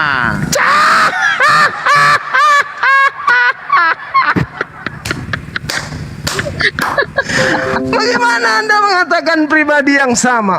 Yang satu memerintahkan firman keluar dari mulutnya dan firman itu tidak akan kembali dengan sia-sia. Yang satu mengatakan aku datang bukan atas kehendakku sendiri. Anda mengatakan satu. Gimana ceritanya nih? Oke, baik. Profesor kok kayak gini? Saya akan jawab. Saya akan menjelaskan secara detail, tapi jangan dipotong ya. Tunggu dulu. Anda sehat kan malam ini? Sehat sekali karena saya memang siapkan stamina saya untuk berdialog dengan Bang Juma pada malam hari ini. Dengarkan. Ketika Yesus mengatakan, aku datang bukan atas kehendakku. Lalu atas kehendak siapa? Baik, atas kehendak Bapa. Nanti saya akan jelaskan secara detail. Izinkan waktu dulu ya. Apakah Yesus dan Bapa adalah sama? Sama, satu. Oke, saya jelaskan dulu ya. Salah. Bagaimana ceritanya? Pribadi yang sama. Oke, Yesus saya jelaskan mengatakan, aku datang bukan atas kehendakku. Aku Iya. datang bukan atas kehendakku, tapi atas kehendaknya. Kenapa Anda mengatakan sama? Oke, baik, saya akan jelaskan dulu secara detail tapi kasih waktu, oke? Oke, baik, terima kasih atas waktu yang sudah diberikan oleh Bang Juma kepada saya. Jadi begini ya, Tuhan kami itu Tuhan yang sangat maha kuasa. Kemahakuasaan dia itu sangat luar biasa, kedahsyatannya dia itu sangat luar biasa. Maka dia berbicara di dalam 2 Tawarik 6 ayat 18. Tetapi benarkah Allah hendak diam bersama dengan manusia di atas bumi? Sesungguhnya langit, bahkan langit yang mengatasi segala langit pun tidak dapat memuat engkau, terlebih dari rumah yang kudirikan ini. Artinya, Bapa yang kami sembah sebagai YHWH itu tidak akan mungkin turun ke bumi. Jikalau memang dia turun ke bumi, maka bumi ini akan hancur lebur. Lalu bagaimana cara YHWH ini berbicara dengan para nabi sebelum kedatangan Yesus? Ternyata Tuhan itu kalau mau berbicara dengan para nabi itu dia mengutus firman-Nya turun ke bumi, memancarkan cahayanya itu dari surga turun ke bumi untuk berbicara dengan para nabinya. Jadi dia melalui perantaranya itu firman-Nya ini untuk berbicara dengan para nabinya. Maka di dalam Yesaya 55 ayat 11, apa kata Tuhan kepada Yesaya? Firman-Ku kembali kepadaku tidak dengan sia-sia, dia melakukan sesuai dengan apa yang Ku kehendaki. Artinya, sang firman yang turun berbicara dengan para nabi mulai dari Musa, Yesaya, Yeskiel itu adalah sosok yang diutus oleh Bapaknya. Maka dia melakukan sesuai dengan apa yang dikehendaki. Bentar. Maka dia melakukan sesuai dengan apa yang dikehendaki oleh Bapaknya. Maka ketika Yesus mengatakan, aku diutus oleh Bapaknya, itu benar. Aku diutus oleh Bapaknya. Bukan. Apa yang dipertanyakan Bang Juma tadi? Aku diutus oleh bapaknya anak-anak. Aduh Me, panjang lebar saudara Prof menjelaskan. Anda ingin berkelit, tapi nggak bisa. Yesus datang mengatakan, aku datang bukan atas kehendakku. Kenapa demikian? Sebab Yesus itu dikagetkan. Kok tiba-tiba aku ada di dunia? Ini yang menciptakan saya siapa? Ini yang mengutus saya kok siapa ya? Kok tiba-tiba saya lahir ada di Yerusalem, dibesarkan sama seorang wanita bernama Maria. Yesus kaget. Dia tidak pernah sadar kalau kelak dia akan diciptakan, diutus, menyampaikan risalah kepada Bani Israel. Makanya dia mengatakan, aku datang bukan atas kehendakku. Nah, ketika Anda mencoba mengambil data Yesaya 55 nomor 11, firman yang keluar dari mulut Tuhan tidak akan kembali sebelum melakukan apa yang diperintahkan. Jadilah terang. Firman itu tidak keluar dengan sia-sia, terang jadi. Jadilah malam, firman itu tidak sia-sia, jadi malam. Jadilah bumi, firman itu keluar tidak jadi sia-sia, jadi bumi. Jadilah hamil, lahirkanlah seorang manusia bernama Yesus. Hamil, lahir, tidak sia-sia. Jadi kedudukan daripada Yesus tiba-tiba saja diciptakan. Mazmur 33 nomor 9. Tuhan memberi perintah, Maria hamil yo, hamil. Lahirkan seorang manusia, lahirkan seorang manusia. Itu Mazmur 33 nomor 9. Makanya Yesus mengatakan, aku datang bukan atas kehendakku. Kedatangannya bukan atas kehendaknya. Perkataanku bukan dari diriku sendiri. Yohanes 12 nomor 49. Pekerjaannya, mukjizatnya bukan dari dirinya sendiri, tetapi dari Tuhan yang mengutus dirinya. Yohanes 5 nomor 30. Apalagi? Yohanes 8, 16, 17, 18, 19. Aku menghakimi bukan dari diriku sendiri. Penghakimanku karena aku bersama dengan Bapa yang telah mengutus. Tidak ada daya Yesus itu. Dia datang bukan atas kehendaknya, berarti dia bukan Tuhan. Dia hanya utusan Tuhan. Di dalam Kisah Para Rasul 2 nomor 22, orang Israel harus tahu bahwa Yesus dari Nazaret adalah manusia yang ditentukan oleh Allah untuk Tuhan melakukan mujizat dan tanda-tanda melalui perantaraan Yesus. Jadi Yesus ini bukan Tuhan, dia utusan Tuhan, dia alat Tuhan, dia kurirnya Tuhan, dia pesuruhnya Tuhan, dia hambanya Tuhan yang diberi bekal berupa senjata mujizat agar supaya Tuhan bisa melakukan mujizat di tengah-tengah Bani Israel melalui perantaraan Yesus. Yesus bukan Tuhan, tetapi dia kemudian menjadi Tuhan di Kristen. Kristen pertama kali itu dipatikan atas apa yang diajarkan Paulus di Antioquia, mengambil kitabnya orang Yahudi yang hanya untuk orang Yahudi, lalu dijadikan kitab itu batal, lalu kemudian menjual konsep dogma doktrin perjanjian baru. Jadi Yesus itu bukan Tuhan. Di dalam kitabnya orang Yahudi yang kita lihat tadi, Tuhan tidak pernah membentuk dirinya menjadi makhluk. Yesus dibentuk menjadi daging, berarti dia bukan Tuhannya Bani Israel. Kalaupun dipaksakan menjadi Tuhan, maka Tuhan yang dimaksud di sini bukan Tuhannya Bani Israel, tetapi Tuhannya Romawi, Tuhannya Yunani, yaitu Zeus. Pahami itu. Oke, terima kasih. Beri tepuk tangan kepada Bang Juma dulu, maka aku akan menjelaskan konsep Thank you, ritual. Bang. Ya. Wow, barakallah. Jazakallah khair. Luar biasa, Mimi Bos dapat kucing. Lanjut. Yehuda Oke, yang baik. hadir tadi itu, Yehuda, singa kecil. Oke. Artinya menjelaskan Yesus artinya kita berbicara tentang Tritunggal dulu ya. Jadi di dalam 2 Tawarik tadi sudah sangat dijelaskan bahwasan Tuhan kami yang kami sebut sebagai Bapa yang namanya adalah Yahweh itu tidak akan mungkin turun ke bumi, karena memang bumi tidak akan bisa menampung dia, karena memang langit yang mengatasi segala langit juga tidak akan bisa menampung dia. Apa alasannya? Karena kedahsyatannya. Lalu bagaimana cara Tuhan itu untuk berbicara dengan para nabi? Apakah dia harus teriak dari atas? Tidak. Ternyata Tuhan ini mempunyai 3 pribadi, yaitu Bapa itu mengutus firman-Nya itu turun ke bumi untuk berbicara dengan para nabi. Contoh seperti di zaman Musa. Tuhan itu mengutus firman-Nya turun ke bumi itu, berbicara dengan nabi itu, firman ini bisa berteofani menjadi awan ataupun api. Jadi yang berteofani menjadi awan ataupun api ini bukan Bapa, tetapi firman-Nya. Nah, selanjutnya itu sang firman itu turun ke bumi itu atas kehendak Bapaknya. Jadi Bapaknya itu mau memerintahkan firman ini turun ke bumi untuk berbicara dengan para nabi, bukan Musa saja tetapi seluruh para nabi. Jadi yang berbicara dengan para nabi, yang menjadi perantara antara nabi dengan Bapa itu adalah firman-Nya. Jadi firman Bapa ini adalah satu. Nah, kita analogikan kepada matahari. Nah, sekarang kita lanjut ke analogi matahari ya. Karena konsep Tritunggal itu memang harus dianalogikan dengan matahari. Supaya apa? Supaya gampang untuk dicerna. Karena memang Meme Bos sedang menjelaskan teologisnya. Saya lanjutkan ya. Tuhannya Kristen itu Tuhan esa tetapi mempunyai 3 pribadi. Jadi Bapa dan Yesus itu adalah satu. Dinda Ali. Matahari. Jangan dipotong dulu, siapa yang jangan dipotong. Jadi Ya sorry. Pertanyaan saya kok kemana-mana jawabannya, Bang. iya nanti saya akan jawab, gampang. Saya akan jawab.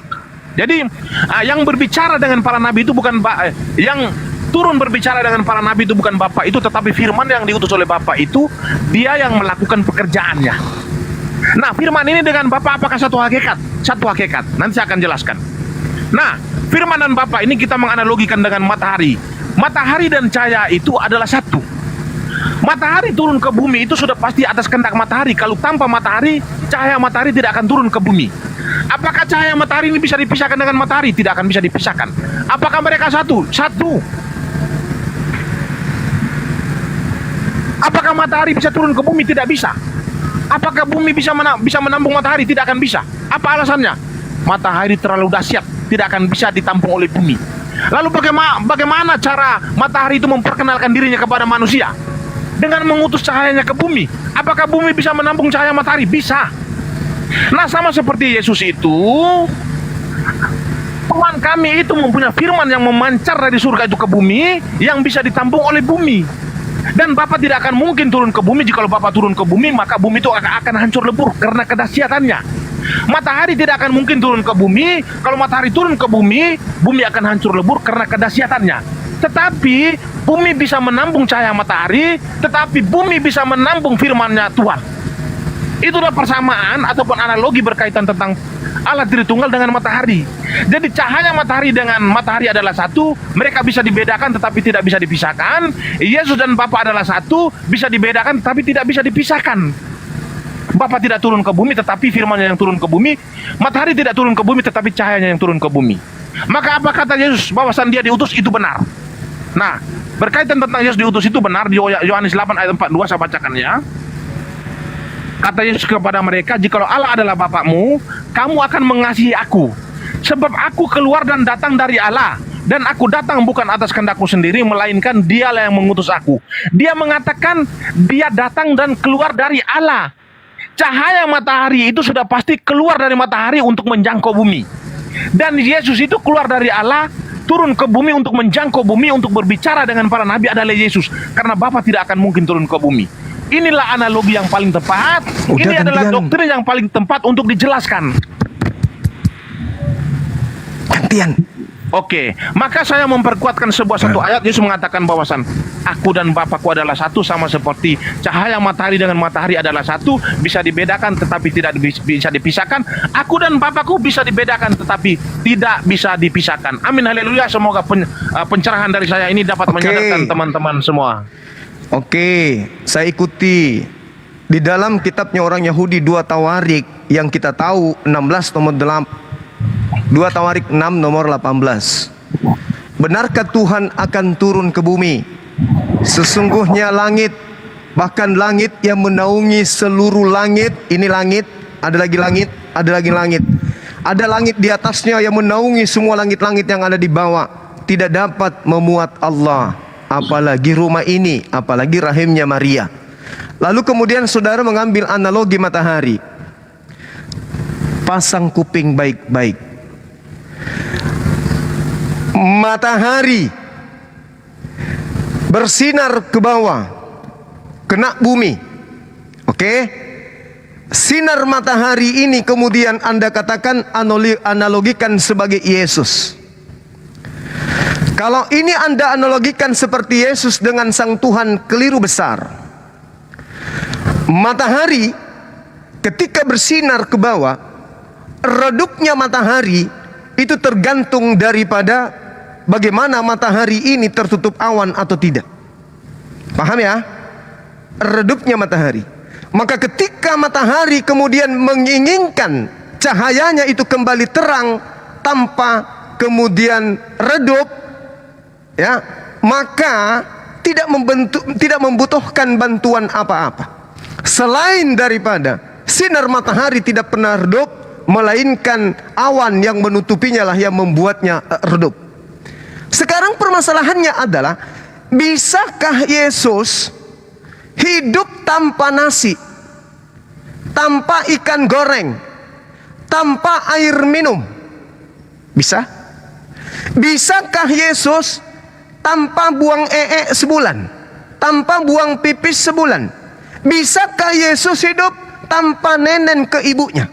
Matahari, mau dia bersinar ataupun tidak, sinar matahari tidak berpengaruh apa-apa. Dan apabila dia redup, sinar matahari tidak butuh dicas oleh benda lain. Sinar matahari apabila dia redup tidak membutuhkan oksigen atau bantuan sinar matahari yang lain. Oh, matahari lagi redup, kita cas yuk. Enggak.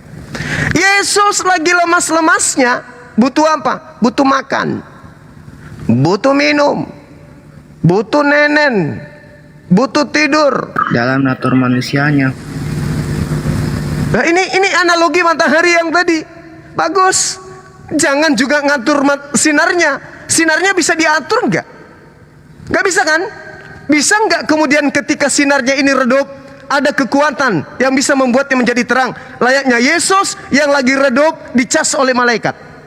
Jadi analogi Anda keliru, sangat-sangat keliru, tidak bisa dijadikan sebagai analogi. Saya minta jangan Anda ulangi analogi itu, kasihan. Nah, sekarang permasalahannya adalah ketika Yesus yang adalah manusia Anda jadikan sebagai Tuhan, di mana Anda bisa berpijak? Kitabnya para nabi, nabi-nabi itu sendiri tidak pernah kemudian mengajarkan Tuhannya bisa menjadi manusia. Ingat tadi 2 Raja-Raja 6 nomor 18.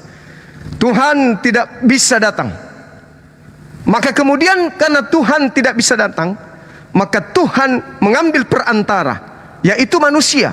Mereka disebut nabi, mereka disebut rasul. Dialah perantara daripada Tuhan.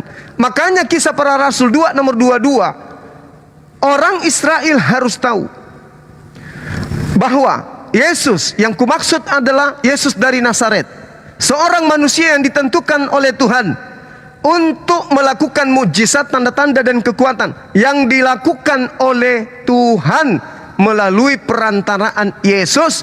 Makanya Yesus mengatakan, aku datang bukan atas kehendakku. Kalau bukan atas kehendakku, berarti atas kehendak yang lain.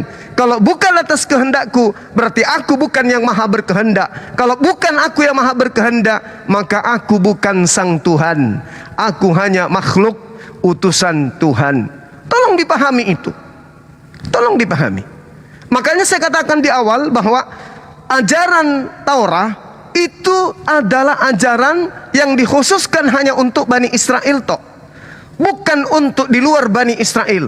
Karena kapan keluar dari Bani Israel, maka ajaran itu berubah secara frontal 380 derajat. Dan terbukti betul.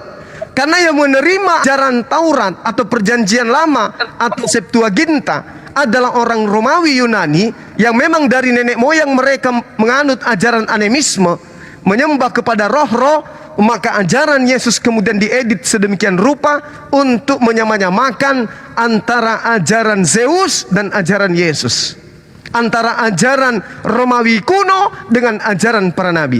Itu dicampur menjadi satu, sehingga yang tadinya Elohim yang tidak bisa membuat dirinya menjadi makhluk, seketika begitu maju jatuh di meja patikan berubah menjadi Tuhan. Ingat, ketuhanan Yesus nanti setelah konsili Nikea di tahun 325 Masehi, barulah kemudian Yesus didudukkan masuk menjadi Tuhan di antara 3 Tuhan. Itu konsep dari mana? Romawi Yunani. Itu yang Anda harus pahami. Kecuali Saudara Mei, kalau Anda bisa membuktikan bahwa para nabi Bani Israel mengajarkan kepada kaumnya, yaitu Bani Yakub, bahwa Tuhan pencipta langit dan bumi itu bisa nusul menjadi makhluk, baru Anda bisa dibenarkan. Itu pun cuma sedikit. Silakan. Oke, baik, terima kasih atas paparan Bang Juma, ini sangat bagus sekali. Tetapi kita akan lihat perkembangan ke depannya ini, apakah beliau masih bisa memimpin atau tidak. Baik, saya akan lanjutkan paparan saya ya. Saya sudah menganalogikan sebuah matahari dengan Tuhan itu, saya rasa itu sudah sangat tepat. Tetapi bukan berarti saya menyamakan Tuhan dengan matahari, tetapi ini hanyalah sebuah analogi untuk menyadarkan teman-teman itu supaya bisa memahami Tritunggal yang disembah oleh orang Kristen. Jadi Tuhan kami itu kenapa dia harus mempunyai 3 pribadi? Karena pribadi yang lain itu untuk membuktikan kemahakuasaan dia itu kepada manusia. Lalu Bang Juma menyinggung tentang Yesus dalam keadaan sebagai manusia. Ia nenen kepada ibunya, ia berak, ia kencing. Saya sudah menjelaskan dari kemarin bahwasan firman Allah itu ketika dia berinkarnasi menjadi manusia itu di dalam Filipi 2 ayat 8. Dan dalam keadaan sebagai manusia, ia telah merendahkan dirinya dan taat sampai mati, bahkan sampai mati di kayu salib. Apakah ada Tuhan yang lain berani untuk merendahkan diri, rela untuk menyelamatkan manusia? Saya katakan kepada Anda bahwasan Tuhan yang lain itu adalah Tuhan yang paling egois.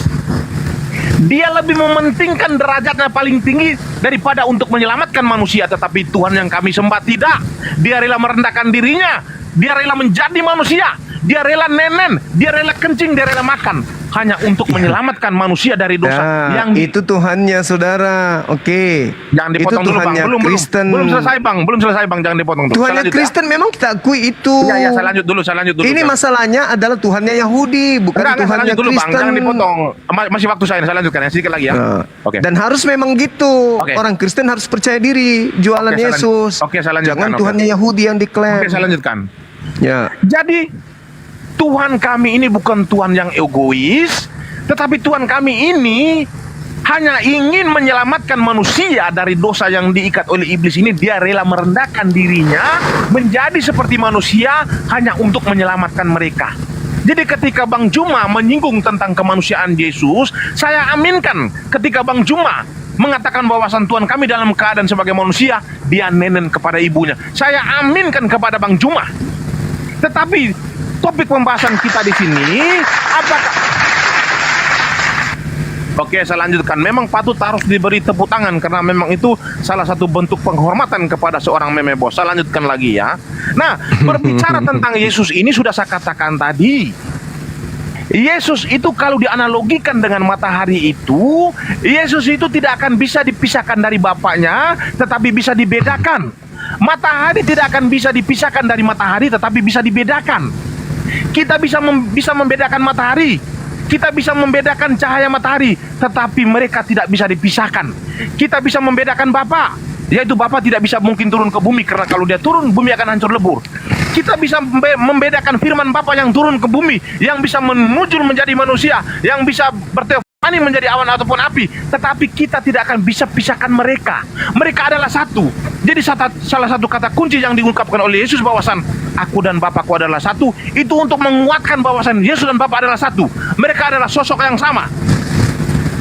Jadi kalau berbicara tentang Tuhan para satu nabi, berkehendak, satu tidak maha berkehendak. Bagaimana Anda bisa mengatakan itu satu? Oke, saya lanjutkan lagi paparan saya.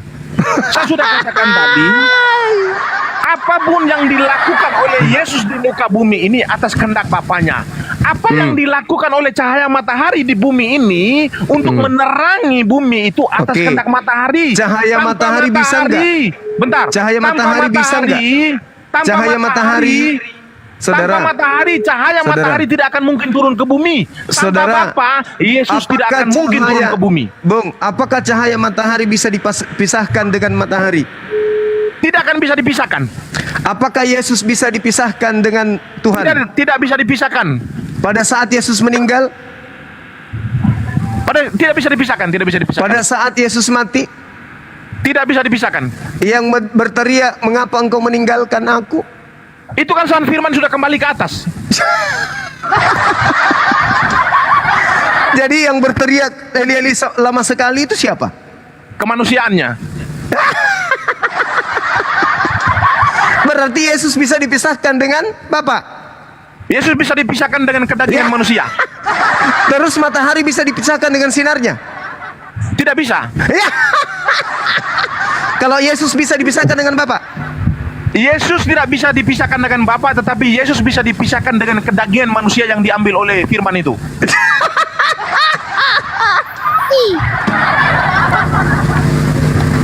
Anda lucu. Anda lucu. Matahari sinar tidak bisa dipisahkan. Ketika menjelaskan siapa dengan Yesus itu hebat. Bisa dipisahkan. Eli, kenapa lama sekali? Itu kan Yesus yang mengatakan itu katanya. Oke, baik, saya ingin bertanya kepada Bang Juma satu soal saja karena berkaitan tentang siapa Yesus. Saya sudah menjelaskan secara detail bahwasannya Yesus dan Bapa itu tidak bisa dipisahkan tetapi bisa dibedakan. Nah, sekarang saya akan bertanya sekitar 4-5 ayat. Bang Juma siap-siap untuk menjawab. Setuju ya? Oke, silakan. Tapi yang pasti Anda sudah mengakui bahwa Yesus tadi itu bisa dipisahkan dengan Bapa dan matahari tidak bisa dipisahkan dengan cahaya. Betul?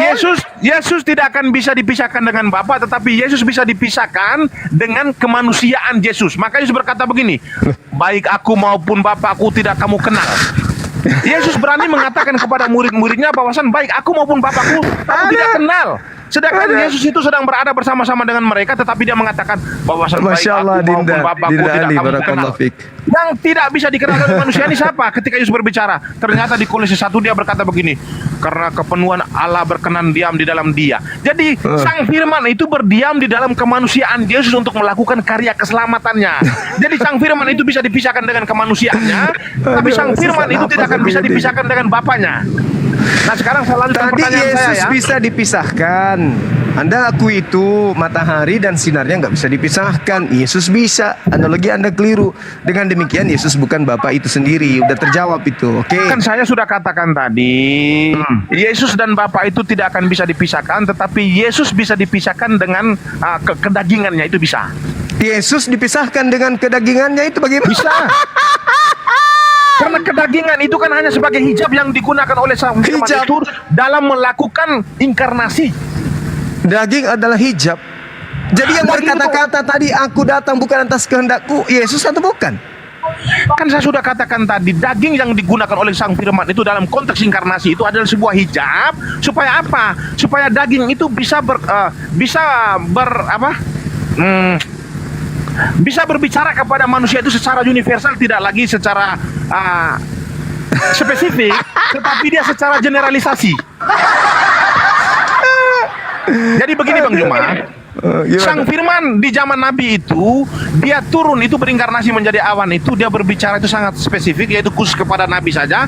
Tetapi di zaman Maria sang firman itu berinkarnasi menjadi manusia itu mengambil daging itu untuk apa? Mengambil daging ini supaya apa? Supaya dia bisa berbicara secara intens itu secara generalisasi. Itulah fungsi Tuhan itu mengambil daging. Paham? Terus yang daging ini Tuhan atau bukan? Bukan loh, Tuhan kan hakikat adalah roh. Dijelaskan oleh Yesus begini. Kolose 2 nomor 9, daging ini juga adalah Tuhan. Bukan. Kolose 2 nomor 9, Anda baca. Oke, baik kita baca. Orang-orang di YouTube tertawa semua. Meme kamu lucu.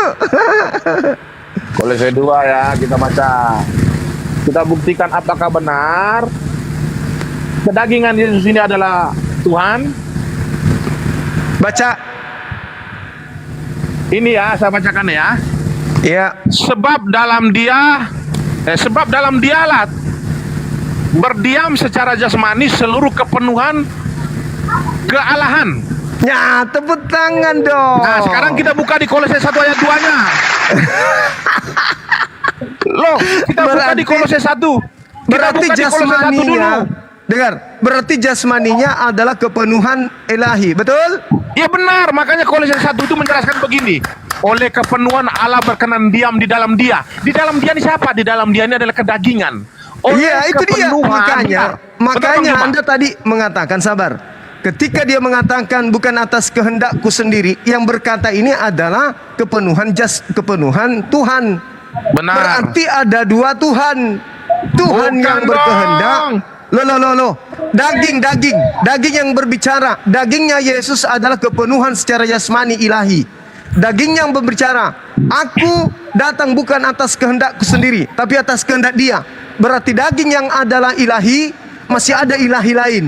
Tepuk tangan. Oke, saya lanjutkan ya. Ya. Jadi begini.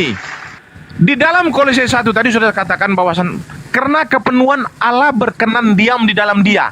Berkenan diam di dalam dia ini siapa? Di dalam kemanusiaan Yesus. Maka Yesus berkata begini, baik aku maupun Bapakku tidak kamu kenal. Karena yang berdiam ada berapa di dalam di situ? Yesus itu. Ada berapa di situ? Ada berapa? Iya, bentar dulu Bang Juma, bentar, sabar. Baik Bapak maupun aku tidak kau kenal, ada berapa? Baik aku maupun Bapak tidak kamu kenal. Bapak Ada itu berapa? berada di surga tidak kamu kenal. Aku yang berkenan diam di dalam kemanusiaan Yesus ini tidak kamu kenal. Berarti ada dua Tuhan. Bukan dua Tuhan. Bapa dan firman-Nya adalah satu, matahari dan cahaya adalah satu. Itu paham ya? Jadi Yesus Iya, berkata, baik aku maupun Bapakku tidak kamu kenal. Oke. Bapa yang di surga itu tidak kamu Kalau kenal. Tuhan- Aku yang diam di dalam kemanusiaan Yesus ini tidak kamu kenal. Maka Kolose 1 menjelaskan, oleh kepenuhan Allah berkenan diam di dalam dia. Selesai, Nggak nggak ada bisa. lagi. Dengarkan Apa yang saya. dipersoalkan lagi di sini nggak ada. Anda coba buka Filipi 2. Bacakan saya nomor 6, nomor 7, nomor 8. Tolong. Filipi berapa? 2. Oke, aku ikutin aja apa yang Bang Juma mau. Tapi Oh, maksud saya iya. bertanya kapan ini ya? Ini kan profesor lagi diuji sama saya. Oke, jangan. Oh, nggak bisa. Profesor nggak bisa diuji, kelasnya tinggi. Itulah faktanya sekarang. Ayat berapa? Nomor 678. Oke, kita baca 678 ya. Ya. Kita baca 678. Baik, kita baca ya. Hendaklah kamu dalam hidupmu bersama menaruh pikiran dan perasaan yang terdapat juga dalam Kristus Yesus, yang walaupun dalam rupa Allah tidak menganggap kesetaraan dengan Allah itu sebagai milik yang harus dipertahankan. Benar, saya sudah katakan tadi itu benar. Ayat ini tidak ada salah. Terus melainkan. Lanjut, melainkan. Saya sudah jelaskan bahwa ayat ini benar, tidak ada yang salah. Baca dulu. Ulang ya. Iya. Yesus itu yang walaupun dalam rupa Allah, dengar ya. Yesus itu yang walaupun dalam rupa Allah tidak menganggap kesetaraan dengan Allah itu sebagai milik yang harus dipertahankan, melainkan telah mengosongkan dirinya sendiri dan mengambil rupa seorang hamba dan menjadi sama seperti manusia. Ini sudah benar apa yang dikatakan ayat ini. Tuhan itu mengambil rupa seorang hamba untuk diam di dalam hamba tersebut, untuk berbicara dengan manusia secara intens, seperti dikatakan oleh Kolose 1 tadi, bahwa karena kepenuhan Allah berkenan diam di dalam dia. Di dalam dia ini siapa? Itu kemanusiaan Yesus. Sudah selesai, nggak ada lagi. Ini habis. Dengarkan saya. Berarti jasadnya Yesus adalah Tuhan itu sendiri kan? Saya sudah katakan tadi, jasadnya Yesus itu adalah hijab yang digunakan Tuhan untuk apa? Untuk bisa berbicara dengan manusia itu secara generalisasi supaya intens. Dia mengosongkan diri lalu mengambil rupa manusia. Betul? Betul. Berarti yang manusia ini ilahi atau bukan? Kan saya sudah katakan manusia itu hanyalah hijab yang gunakan Tuhan. Gak ada hijab-hijab. Dia mengambil rupa manusia. Tuhan, rupa manusia itu kan perubahan wujud yang dilakukan oleh Tuhan. Tuhan mengambil wujud manusia, betul? Sekarang saya ingin katakan kepada Bang Juma, Tuhan itu berubah wujud menjadi manusia, tetapi untuk berarti yang manusia ini tuh, berarti yang manusia ini Tuhan atau bukan? Tuhan itu berubah wujud menjadi manusia, tetapi untuk menghidupkan kedagingan tersebut itu adalah Tuhan. Tuhan itu sendiri yang menghidupkan kedagingan itu. Yang menjadi daging ini Tuhan atau bukan? Bukan. Dagingnya itu bukan Tuhan. Dengarkan saya. 30 detik. Pada mulanya adalah firman, firman itu bersama-sama dengan Theos, firman itu adalah Theos. Yohanes 1:14, Theos itu telah menjadi daging. Oke. Tuhan telah menjadi daging. Sekarang saya komparasikan biar saudara-saudara yang sini menjadi paham, daging, tunggu. Yang menjadi daging ini apa? Theos atau bukan? Oke, sekarang saya tanya kepada Bang Juma. Yang menjadi daging ini Theos atau bukan? Tuhan telah menjadi daging itu sudah benar. Firman itu telah menjadi daging itu sudah benar. Berarti ketika Tuhan mengatakan, aku datang bukan atas kehendakku sendiri, berarti ada lagi Tuhan lain, betul? Oke, enggak, bukan. Saya sudah katakan tadi bahwasan firman dengan Bapa itu adalah satu, sama seperti matahari yang tidak bisa dipisahkan tetapi bisa dibedakan. Saya lanjutkan dulu paparan saya ya. Tuhan sudah menjadi daging. Ketika dia menjadi daging, Tuhan yang jadi daging mengatakan, aku datang bukan atas kehendakku. Berarti masih ada yang lebih maha berkehendak, betul? Di situ dikatakan bukan Bapa yang menjadi daging, tetapi kan firman dikatakan di situ. Hai. Pada mulanya adalah firman, firman itu bersama-sama dengan Bapa, dan firman itu adalah Bapa, firman itu adalah Bapa, Bapa itu adalah firman, firman itu adalah Bapa, Bapa itu adalah firman. 1 Yohanes 14, Bapa yang adalah firman, firman yang adalah Bapa itu telah menjadi daging. Betul? Betul. Nah, berarti yang menjadi daging ini adalah Bapa. Betul? Yang menjadi daging itu adalah firman, bukan Bapak. Saya jelaskan dulu secara detail. Harapan saya itu tolong disabar dulu ya. Sabar. Saya jelaskan ya. Baik begini ya. Oke, saya jelaskan. Yukhadi'una Allah walladzina amanu wa ma yakhda'una illa anfusahum wa ma yash'urun. Engkau ingin menipu kami, tapi sesungguhnya engkau cuma penipu dirimu sendiri. Tadi katanya baik. Saya berusaha untuk menipu, tetapi saya hanya di sini. Firman itu bersama-sama dengan Bapa. Dan firman itu adalah Bapa. Bapa itu telah menjadi daging. Filipi 2, 6, 7, 8. Kolose 2, 9. Jasadnya Yesus adalah kepenuhan ilahi. Jasad, badan yang ada keteknya. Nah itu yang menjadi ilahi, itu dia itu, dagingnya itu. Iya. Nah sekarang jadi Bang Juma, Yesus mengatakan, aku datang bukan atas kehendakku sendiri. Berarti masih ada Tuhan lain di atas. Betul? Oke, baik, saya jelaskan. Betul? Saya kan sudah katakan betul? tadi. Bentar, Betul? Bang Juma. Bentar, saya jelaskan dulu. Bilang saya aja kan betul. sudah katakan. Tidak betul. Saya lanjutkan. Oke, saya lanjutkan ya. Ya Allah ya Karim, begitu susahnya kebenaran ini diajarkan kepada Anda. La haula wala quwata illa billah. Summum bukmun umyum fahum la yarjiun. Masya Allah. Sepertinya diskusi ini bahasa Indonesianya nggak nyambung nih Meme nih. Oke, saya lanjutkan dulu ya. Enggak, Bang Andi tidak boleh Aku buka memihak. masker dulu ya, capek aku, Mas. Sebagai moderator itu sportif. Saya lanjutkan dulu paparan saya supaya Anda paham. Saya lanjutkan ya.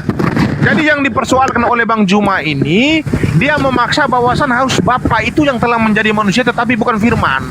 Dia mengutip sebuah ayat dari Yohanes 1 ayat 1 itu, dia memastikan Bapa itu hakikatnya adalah firman. Bukan. Bapa itu adalah hakikatnya adalah roh tetapi memiliki firman.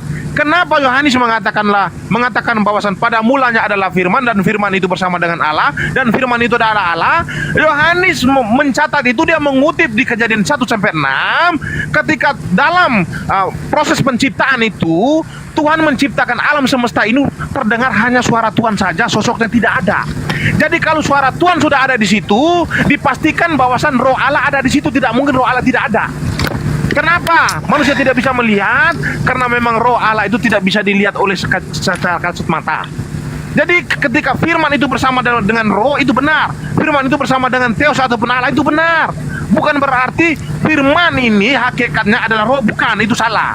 Jadi yang telah menjadi manusia ini adalah firman, bukan roh Allah ataupun bukan Bapa itu sendiri. Maka Yesus mempertegas Yohanes 6 bahwasan aku telah keluar dari Allah. Untuk menjadi apa? Untuk menjadi manusia. Keluar.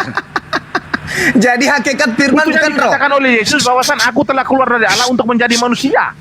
Berarti hakikat firman bukan roh. Hakikat firman bukan roh, itu benar. Hakikat Bapa adalah Roh. berarti hakikatnya Yesus dan hakikatnya Bapa beda. Firman itu berada di dalam Nggak roh. jawab dia. Loh, kan saya sudah katakan tadi, firman itu bersama dengan roh dan firman itu diam di dalam roh tersebut. Maka Iya. Yesus berkata, aku dan Saya Bapakku adalah tanya, satu. Aku telah keluar dari Allah. Aku keluar Hakikat dari Bapa itu, Yesus, bahwasan firman hakikat itu keluar dari Yesus dalam itu, roh tersebut. hakikat Yesus itu adalah firman. Hakikat firman bukan roh. Hakikat Benar. Bapa adalah roh. Bukan. Berarti hakikat Yesus Benar. dan hakikat Bapa beda. Betul? Jawab. Iya benar, hakikatnya beda, tetapi mereka adalah satu. Loh, kok beda bisa satu? Rabbil alamin. Kan saya boleh bicara nggak sebentar? Stop dulu yang lain, stop dulu. Saya boleh bicara sebentar? Maliki yaumiddin. Tolong yang lain standby. Iyyaka na'budu wa iyyaka nasta'in. Ihdinas siratal mustaqim. Siratal ladzina an'amta 'alaihim ghairil maghdubi 'alaihim waladdallin. Kenapa kami minta pertolongan? Minta kepada Allah untuk kami berlindung kepada kesesatan orang yang zalim. Ini dia. Anda mengakui Yesus hakikatnya tidak sehakikat dengan Sang Tuhan Bapa. Berarti dengan Anda mempertuhankan Yesus yang hakikatnya bukan Tuhan, maka benarlah Al-Quran, Anda menyekutukan pencipta langit dan bumi dengan hakikat manusia. Terima kasih. Oke, Anda telah baik, jujur saya dengan akan jawab. baik. Taruh Masya Mei, Allah. Saya akan jawab. Mei, kalau izin Mei. Izin Mei ya, saya kan baru ngomong lagi nih, gini Mei. Antara Bapak dan Yesus itu yang mana yang Tuhan Mei? Baik, saya akan jelaskan secara detail, tetapi harus sportif, tidak boleh memotong. Setuju ya? Nanti dijawab aja dulu pertanyaan saya satu doang nih Mas. Ingat, Aduh. hakikat maksudku Yesus begini, tidak sama dengan dialog hakikat yang- Bapa. Itu Iya. Bang Andi. Silakan. Dialog yang ideal itu Silakan, adalah Bang Andi. menghargai lawan dialog kita Iya untuk izin menjelaskan. dulu Mei, Setuju? saya kan baru ngomong setengah menit saya Mei. Tadi Anda mengatakan Oke. hakikat Bapa dengan hakikat Yesus itu berbeda. Nah di antara kedua hakikat yang berbeda ini, yang manakah yang Tuhan pencipta alam semesta? A. Bapa, B. Yesus. Silakan. Oke, saya akan jawab. Saya akan jawab ya. Saya sudah katakan kepada kalian dari tadi bahwasan Yesus itu bukanlah Bapa yang menjadi manusia, tetapi Yesus itu dijelaskan di dalam Yohanes 1 ayat 14, firman yang menjadi manusia bukan Bapa. Dan Yohanes 1 ayat 1 itu tidak berbicara tentang firman itu hakikatnya adalah roh, bukan.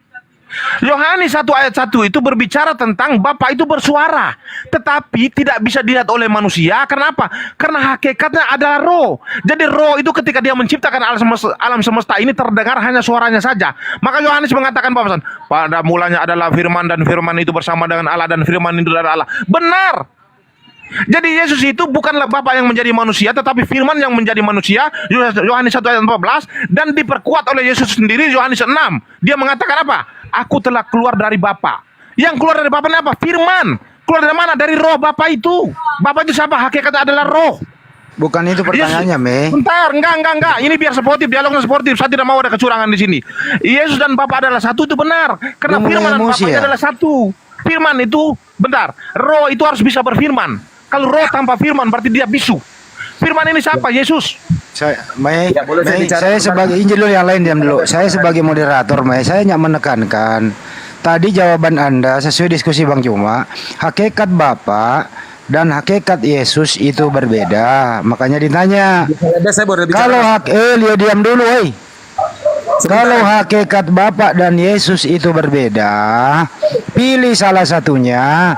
Yang mana kedua hakikat ini antara Bapa dan Yesus, Tuhan pencipta alam semesta. A. Yesus, B. Bapa. Silakan. Coba ulang lagi. Enak ini. Coba Ya, diulang ya. Bisa lebes. Ya, diam dulu kau. Apa ini satu ini kok? Suara gue nggak marah-marah. Diam dulu sebentar, sabar ya. Sebelum saya, kalau masih ngeyel diturunkan. Dengarkan dulu lah. Kesel kau nanti turunin aku. Ya, diam dulu. Oke? Ya. Tadi Meme menjawab pertanyaannya Bang Juma. Hakikat Bapa dan hakikat Yesus itu berbeda. Ditanya ulang tadi. Kalau kedua hakikat ini berbeda, yang manakah Tuhan pencipta alam semesta? A. Yesus, B. Bapa, C. keduanya. Silakan. Oke, sekarang saya jelaskan secara detail ya. Saya mengatakan begini, bahwasan Yesus itu hakikatnya adalah firman, Bapa itu adalah roh hakikatnya. Tetapi hakikat firman ini diam di dalam roh tersebut, sama seperti cahaya matahari dan matahari. Matahari dan cahaya itu berbeda, tetapi mereka adalah satu. Paham ya? Hakikat matahari dengan hakikat cahaya matahari itu berbeda-beda. Tetapi Jadi Anda mereka ini menjawab, satu. Bentar. jadi Anda menjawab C. Keduanya Bentar. pencipta. Bentar. Hakikat matahari dengan hakikat cahaya matahari itu mereka itu berbeda-beda hakikat, tetapi mereka adalah satu yang tidak bisa dipisahkan. Sama seperti Yesus, dia adalah firman Allah, Bapa adalah roh, tetapi firman Allah ini diam di dalam roh tersebut. Paham ya? Ya, jadi Anda yang menjawab menjadi C ya. manusia ini bukan Jadi Anda roh menjawab Bapa. C. Keduanya mencipta alam semesta. Enggak, saya sudah katakan tadi bahwasan itu jawabannya, tidak ada lagi dipersoalkan lagi di sini, enggak ada. Bang Juma Apalagi? direspon lagi Bang Juma. Kok dia nggak menjawab, giliran Bang Juma lagi. Nah, sekarang Saudara, gantian saya bertanya, ya, gantian saya bertanya kapan Tolong ini? lagi standby dulu, Bang Juma lagi ngerespon dong. Saudara melakukan Enggak, kesalahan kan saya, fatal dari tadi dengan kan kalian ada yang mengatakan bertanya, kapan saya bertanyanya? hakikat Belum, dari nih, tunggu cahaya dulu, nih, belum matahari kelar. dan matahari berarti itu tidak mau berbeda. ditanyain ini berarti ini. Itu adalah kesalahan fatal yang Anda lakukan. Ketika Anda mengatakan hakikat cahaya matahari dan matahari sendiri itu berbeda. Cahaya hakikatnya apa? Iya, cahaya hakikatnya adalah cahaya. Matahari. Matahari? Matahari adalah matahari. Matahari itu adalah atom. Loh, matahari itu adalah atom. Memang ini. Udah. Silakan yang Matahari lain. adalah atom, bro. Matahari itu adalah atom. Udah istirahat dulu, Saudara Meme. Ada teman yang dari Oten. Ya, saya mau nanya dulu. Andi Selebes, boleh nanya nggak nih saya? Ya, topiknya tadi tahu topiknya Bang? Iya, maksudnya gini, lo gue jadiin saksi. Kan tadi ada hakikat firman, ada hakikat Allah, betul nggak? Iya. Ya. Nah, sekarang gue mau nanya, dengan siapa tadi berdebatnya? Dengan Pak Misteri ya? Iya. Nah, Anda Tritunggal nggak sih? Enggak, Ya. Bukan Tritunggal? bukan. Habis apa? Oh, ini Pak Samuel. Lu Bro Samuel. Bukan Samuel, saya bukan Samuel. Oh, ya udah lah. Lu bukan Samuel, tetap gue anggap lu Samuel. Ya udah Bro, terusin Bro. Jadi saya bingung kalau Tritunggal kan satu hakikat, hakikatnya Allah. Nah ini sekarang ada hakikat firman, saya jadi bingung nih. Iya, iya. Brother. Waduh. Habis Tritunggal ini kalau Samuel datang nih. Bro, masa saya mau dia pas Nah, muslim ini nih, bukan bro. Samuel mana? Enggak, saya bukan mau belain seseorang atau siapapun, enggak. Saya cuma kebingungan aja. Nanti saya juga nanya Juma, nggak masalah gitu loh. Habis lu Mei kalau ada Wanes masuk. Enggak, ini kan waktu saya untuk bertanya nih, kapan kira-kira ini? Enggak, lu tanggapi dulu Samuel itu lu. Enggak. Kalau sama Samuel itu enggak masuk. Saya ingin bertanya sama kalian. Ini gantian kita bertanya, boleh kan? Takut dia sama lu, Bro. Alis dulu, nggak apa-apa. Terus Sam, Ini lu masih dalam takut dia sama seputaran lu? Yesus. Saya tidak beralih ke Al-Quran, tetapi masih dalam seputaran Yesus. Setuju nggak? Jadi yang antara Yesus dan Bapa itu beda ya, Mei? Bukan bang, itu sudah saya jawab semua. Sekarang gantian saya bertanya, boleh Ada nggak? satu hakikat, hukumnya begitu, nggak boleh beda. Lanjut. Ya udahlah Mei, lu nggak jelas Mei. Silakan lah Mei. Ya udah, karena nggak ada yang mau diskusi sama aku turun aja ya. Selamat malam. Jangan, sini aja Damian. Nggak ada ibadah. Itu ada Samuel Demian kalau lu mau. Itu ada Samuel. Enggak ada yang mau samamu Demian karena kamu oten tapi kamu Gini, bro, aku Andi nyembah Celebes. Yahweh gitu. Bro Andi Celebes, sebentar dengar ya. Gue Iya, iya. turun karena gue menghormati mandatori yang melarang gue untuk masuk dulu ke sini gitu. Bro Andi Celebes tau lah yang melarang saya siapa. Tahu nggak? Siapa? Yang ya tanya aja lah urusannya sama si siapa tuh namanya, sama si siapa Julius tuh, apa Julius tuh gitu. Oke. Ya udah Enggak, teman-teman. begini, soalnya kalau lu masuk Tritunggal pada kepanasan itu aja sih intinya. Ya udah, kan sekarang begini penjelasan dia tadi ada Sang Firman, ada segala macam, itu kan Tritunggal. Nah, saya cuman bingung. Karena Tritunggal itu hukumnya harus satu hakikat, yaitu Allah. Nah, ini ada hakikat Firman lagi, saya jadi bingung lagi. Makanya saya tanya, dia Tritunggal atau apa gitu. Lanjut. Udah kita dua aja Samuel, kalau begitu Tritunggal versus ini aja, oneness. Ya udah terusin dulu itu topiknya, lanjut berdua. Nggak usah bro. Nggak Lu usah. diam dulu Demian, lu diam dulu. Lu diam. Sama Muslim aja. Kenapa lu takut sama Wandes? Udah. Kenapa? Kalau mau begini, saya nggak mau lah lawan sama misteri lah. Kalau mau ajak Haleluya suruh ke sini atau psikotes lah, saya tantang mereka. Psikotes sama Haleluya tuh. Kalau ini ya, kalau mereka berani suruh mereka ke sini. Karena kan tadi pagi dia nyerang-nyerang saya baik-baik, tiba-tiba diserang, kan nggak enak dong. Gitu. Gak apa-apa, saya cuma nanya, bukan mau debat sebenarnya, saya cuma nanya doang. Ya udah kan sekarang kan kamu Kristen, saya Tritunggal, kamu oneness. Udah, ayo oneness Kristen. Oneness versus Tritunggal, ayo. Apa yang mau ditanya? Ya tentang siapa Yesus? Yesus. Siapa Yesus menurutmu? Menurut ajaranmu itu siapa Yesus? Bentar dulu nih, boleh nggak nih Bunda Rahma nih? Saya persilakan boleh. Boleh ya, oke. Yesus berkata, akulah dia. Aku yang bertemu dengan Abraham. Anak manusia Tuhan atas hari Sabat. Anak manusia akan turun dalam awan-awan, kemuliaannya di langit. Yang dikatakan di Keluaran 34 ayat 5 dan 6. Yang turun dari langit itu Yehova. Makanya imam besar itu merobekkan bajunya dan tidak perlu lagi saksi, salibkan dia. Gimana? Iya, maksud saya itu Yesus itu siapa? Yesus itu siapa? Dia nabi, dia Tuhan itu sendiri yang menjadi manusia, ataukah dia Bapa itu sendiri yang menjadi manusia? Saya tanya. Ya, Yesus itu Bapa itu sendiri yang jadi manusia. Berarti kamu meyakini bahwa Yesus itu Bapa yang menjadi manusia. Di dalam 2 Tawarik 6:18 itu kan langit yang mengatasi segala langit pun tidak akan bisa menampung Bapa itu. Kenapa kamu mengatakan bahwa Yesus adalah roh Bapa itu yang menjadi manusia? Yang ngomong di Tawarik siapa yang ngomong? Ya udah, berarti kau tidak meyakini kitab Tawarik. Sebentar, yang ngomong siapa? Tuhan apa manusia yang ngomong? Coba Oke, baca. sekarang kau tidak meyakini yang dicatat oleh Samuel. Yang ngomong siapa? Iya, sekarang saya tanya sama kamu, yang mencatat kitab Tawarik itu siapa? Kau tidak meyakini dia? Sebentar. Yang ngomong di Tawarik siapa?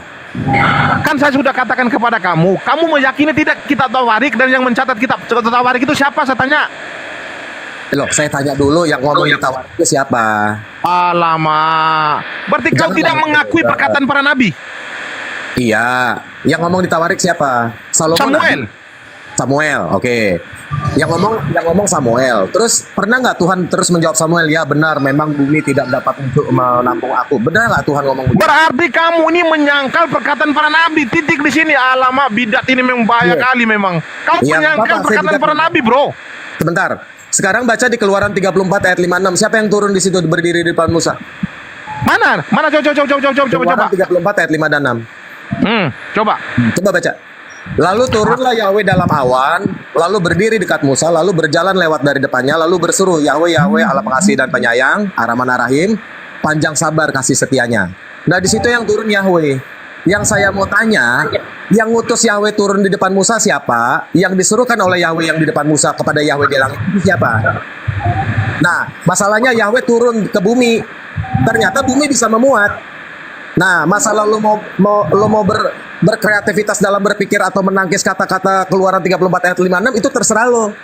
Itu daya keterampilan lo berpikir, tapi gue nggak mau merubah ayat firman Tuhan. Gitu ya. Oke. Nah, Sekarang kamu mempersoalkan tentang yang berbicara dengan Musa itu, apakah Bapak itu sendiri? Kamu tahu tidak di dalam kitab Samuel mengatakan bahwasan Tuhan itu berbicara dengan para nabi itu, dia menjadikan firman-Nya itu menjadi perantara antara dia dengan para nabi, bahkan firman-Nya ini bisa berubah wujud menjadi manusia. Betul. Oke, sekarang yang betul atau tidak? Saya tanya sama kamu. Kamu dengarkah apa yang dikatakan oleh Rasul Paulus pada zaman nenek moyang kita itu dulu? Tuhan berbicara dengan para nabi itu menggunakan berbagai macam cara, bro. Bentar, kan Tuhan berbicara melalui perantaraan para nabinya, setuju? Melalui perantara firman-Nya. Firman itu bisa berinkarnasi menjadi manusia. Mana ayatnya melalui perantaraan firman-Nya? Oke, saya akan ambil ayatnya. Silakan kau paparkan. Mana Kau ini ternyata bidat datang memasuk di sini melawan Tuhan sama saya kau. Nggak usah teriak, santai lah kau. Saya kirim paus nanti, tenang aja. Mana melalui perantaraan firman-Nya mana coba? Cari data dia dulu, cari data. Aku mau cari poin di Indomaret, tadi udah dapat poinnya. Ntar gue tolongin, gue bantuin bareng sama gue ke Indo, Indomaret. Aturan ntar lain kali jangan sebut nama gue, ntar gue ganti akun dulu. Iya udah, nggak apa-apa lah, terlanjur udah tahu, udah terusin dulu.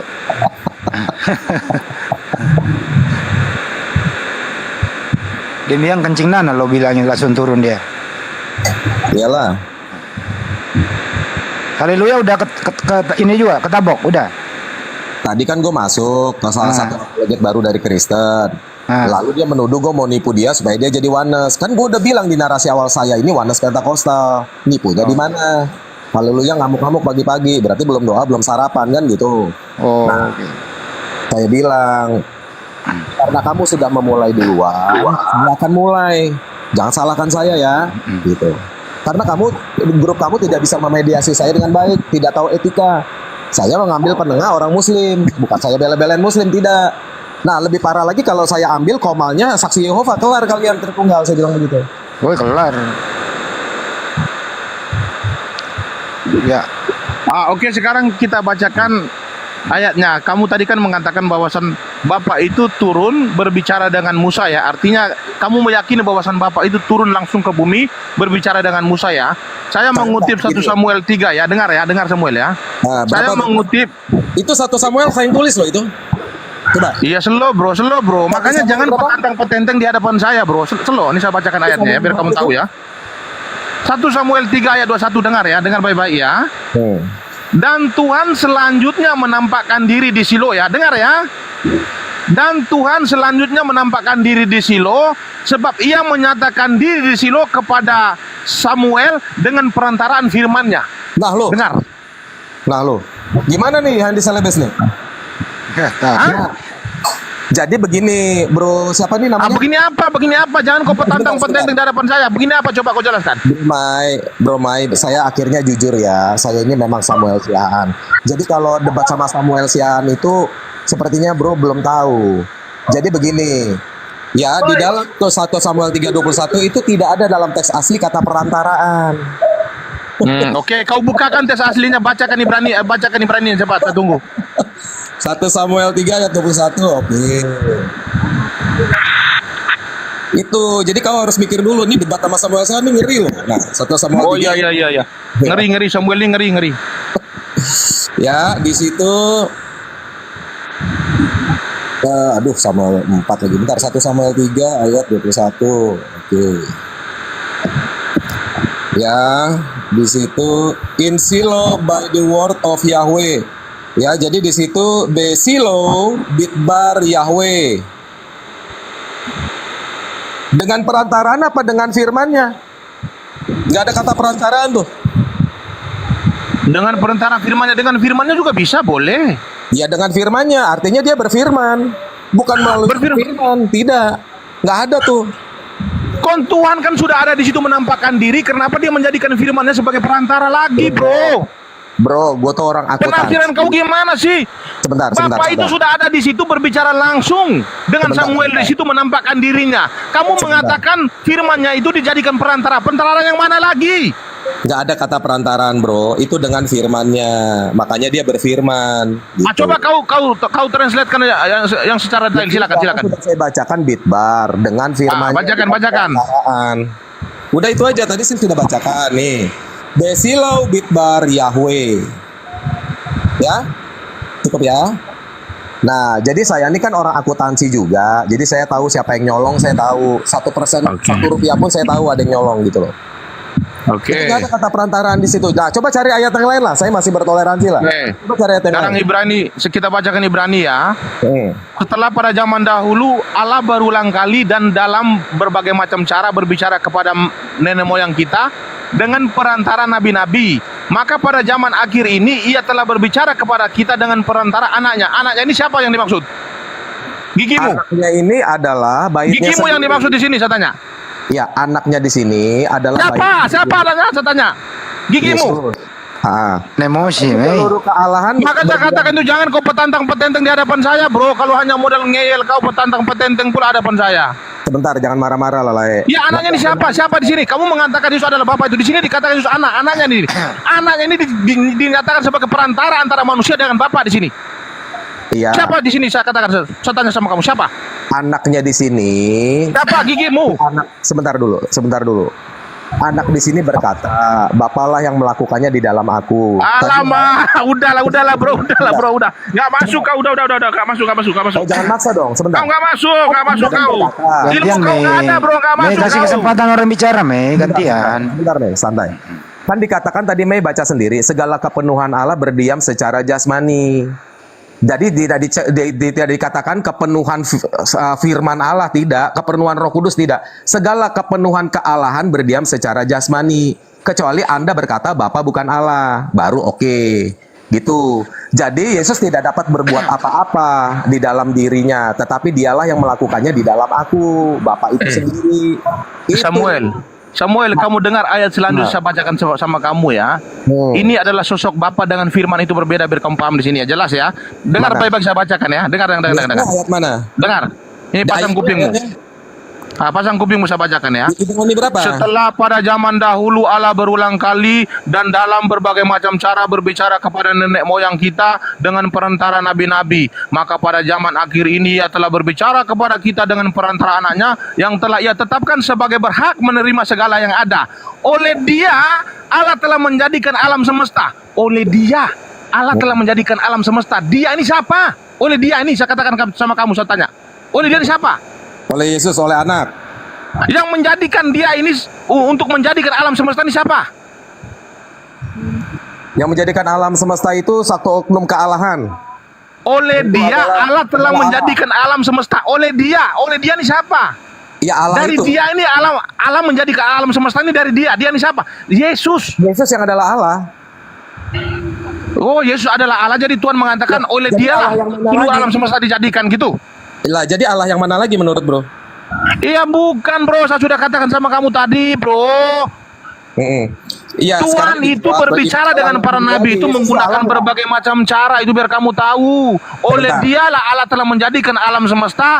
Ia adalah cahaya Allah, kemuliaan Allah dan gambar wujud Allah dan menopang segala yang ada dengan firman-Nya. Yang ada penuh kekuasaan. Dan setelah ia selesai mengadakan penyucian dosa, ia duduk di sebelah kanan yang maha besar, di tempat yang maha tinggi, jauh lebih tinggi daripada malaikat-malaikat, sama seperti nama yang dikaruniakan kepadanya jauh lebih indah daripada nama mereka. Oke. Jadi begini, di dalam begini gimana? Iya, di dalam Ibrani 1 ayat 2 itu juga nggak ada kata perantaraan, bro. Saya akhirnya dengan sedih mengatakan itu. Kamu tahu nggak di Yohanes 6 apa kata Yesus? Aku telah keluar dari Allah. Apa maksud dia keluar dari Allah? Sekarang begini. Sekarang gimana? Aku nanya. Yesus mengatakan dia keluar dari Bapaknya. Apa yang dimaksud dia keluar dari Bapak ini? Keluar dari Allah apa keluar dari Bapa? Coba ayatnya baca yang benar coba. Kamu tahu nggak apa kata Yesus? Baik aku maupun Bapakku tidak kamu kenal. Dia mengatakan dua sosok di sini. Iya. Baik aku maupun Bapakku tidak kamu kenal, bro. Dia tidak mengatakan bahwasan baik aku tidak kamu kenal, dan dia tidak pernah mengatakan bahwasan baik Bapak tidak kamu kenal, tetapi dia mengatakan baik aku maupun Bapakku tidak kamu kenal. Udah bicaranya. Ini masih kau melawan juga di sini. Udah bicaranya. Udah, makanya saya katakan jangan kau petantang-petenteng di hadapan saya. Nggak usah. Hah? Berarti takut? Enggak, bukan takut. Ya udah, Lain saya kali ngomong jangan dulu, petantang-petenteng di hadapan saya, mengerti ya? Petentang-petenteng, yang petentang-petenteng Anda yang ngomongin dengan saya kan ngomongnya nggak petentang-petenteng. Saya santai kok dari tadi. Oke, boleh saya bicara apa masih mau bicara, Le? Ya silakan. Lain kali jangan nyerobot gitu ya, nanti ku serang kau habis-habisan nanti. Lo kalau mau nyerang habis-habis pun bisa.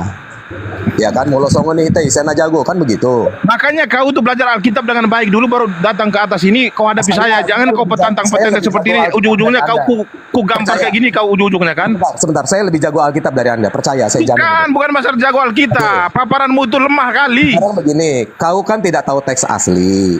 Udah kau bacakan teks asli lah, kau ngibuli kami pun nggak apa-apa, silakan lah. Ya, Ibrani 1 ayat 2 tidak ada kata perantaraan. Terus kau mau pakai ayat yang mana lagi? Saya kasih waktu. Udah kau terjemahkan aja sesuka hatimu lah, kami dengar di sini lah. Ya jangan gitu dong. Kalau ada tertangkap basah merubah kita, ya akuilah. Kan teks aslinya nggak ngomong begitu. Kok ketawa? Bukan bro, di dalam 2 Tawarik tadi saja kau sudah mengingkari bahwasan itu bukan perkataan Tuhan tetapi perkataan Samuel. Lalu kau mengingkari perkataan Samuel, itu tidak benar. Ini kan sudah salah. Kau ngapain saya berdialog dengan kamu yang tidak mengakui dan tidak mengamini perkataan para nabi untuk apa bro? Sekarang begini. Sekarang apa? Udah, nggak masuk kau nggak. Jadi takut. Kau nggak masuk kategori pendebat bro. Sekarang begini, Yahweh turun dalam awan tuh gimana? Muat buminya? Terus gimana? Kok ketawa? Oke, Keluaran 33 ayat 11 bunyinya begini. Lalu Yehova berbicara kepada Musa berhadapan muka seperti berbicara kepada temannya. Itu muat tuh Yahweh. Gimana? Berarti kamu mengatakan bahwasan kontradiksi? Enggak, saya nggak bilang kontradiksi.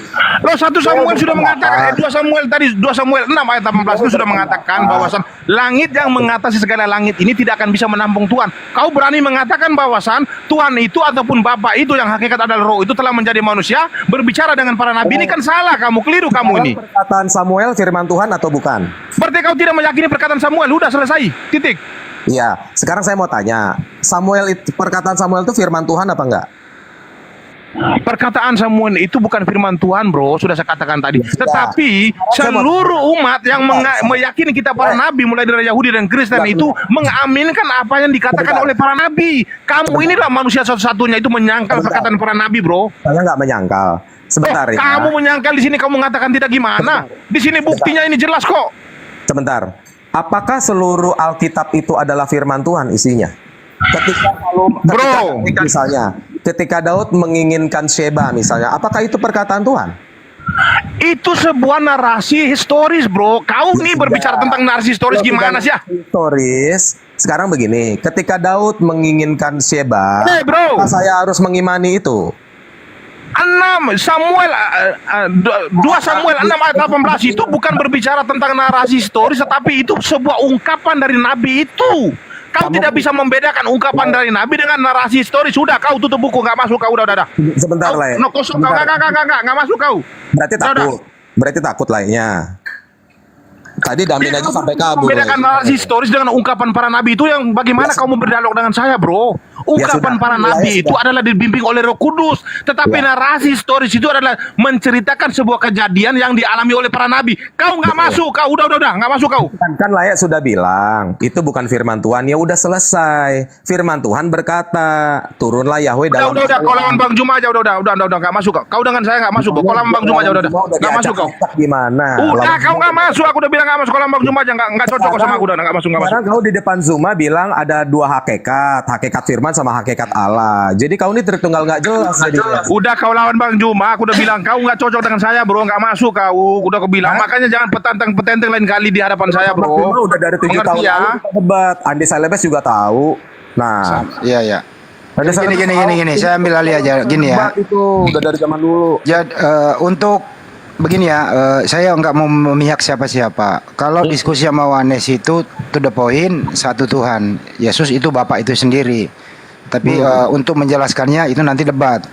Tapi kalau untuk Meme, Yesus dan Bapak itu beda, tapi Tuhannya satu. Disuruh memilih bingung kan itu sih intinya di sini sih. Bapak dan Yesus itu. Kita ada sebuah kunci di sini Bang Andi. Yesus mengatakan dia telah keluar dari Allah ini Apa maksud dia keluar dari Bapa ini? Apa maksudnya? Ini kau jelaskan Enggak, semua. bukan sama itu, saya. bukan itu topiknya. Bukan, Jadi Kak, jelaskan. kalau kita Muslim itu menilai kalau oneness itu lebih mudah dicerna, Tuhannya satu karena Bapak Yesus itu satu. Begini Andi Selebes, Iya. begini. Iya. Orang Oneness tidak pernah memaknai isi Alkitab. Dia cuma baca ayat aja, dikasih ayatnya, baca teks asli, udah begitu aja, nggak nafsir-nafsir. Nah sekarang nih tadi ada narasi nih dari Sima ini, Yesus dan Bapa itu sama menurut Yohanes 10 ayat 30. Sekarang dia bertentangan dengan Tritunggal. Kan diskreti non separatif, diskreti kan berbeda. Kok lo bilang sama sekarang Bapa sama Yesus, kan aneh. Sekarang lo bilang ada dua hakikat, Firman sama Allah. Padahal Tritunggal bilang satu hakikat. Terus sekarang lo bilang Yesus sama Bapa sama. Yohanes 10 Oke, ayat 30. sekarang saya tanya sama kamu. Kita uraikan Di dalam Yohanes 1 ayat 1 itu. Sebentar dong, Le. Sebentar, Le. Enggak, kita uraikan Yohanes 1 ayat 1, kita uraikan. Sekarang. Sebentar. Sabar, Le. Kan Le bilang tadi Yesus dan aku adalah satu, aku dan Bapa satu. Padahal di Tritunggal itu diskreti berbeda. Saya jadi bingung ini, padahal saya udah mau masuk Tritunggal, saya jadi ragu jadinya. Loh, Yesus dan Bapa adalah satu, cahaya matahari dengan matahari satu nggak saya tanya? Wah, itu kan analoginya Sabelius. Oh, ini saya sudah katakan sama kamu dari tadi, kamu dengar ya. Saya menganalogikan matahari itu supaya bisa dicerna sama kamu yang wanes ini. Paham? Cahaya matahari dengan matahari itu tidak bisa dipisahkan, tetapi bisa dibedakan. Yesus dan Bapa itu, bro, dengar. Yesus dan Bapa itu bisa kamu bedakan, tapi tidak bisa dipisahkan. Paham? Aku mau bilang sama. Maka Yesus mengatakan aku dan Bapakku adalah satu. Kenapa Yesus mengatakan aku telah keluar dari Bapakku? Tadi kamu bilang sama.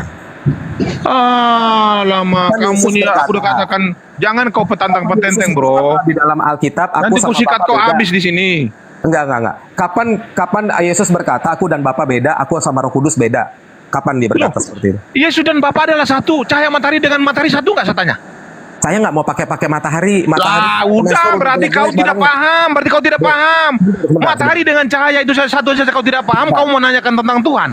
Gimana sih lu?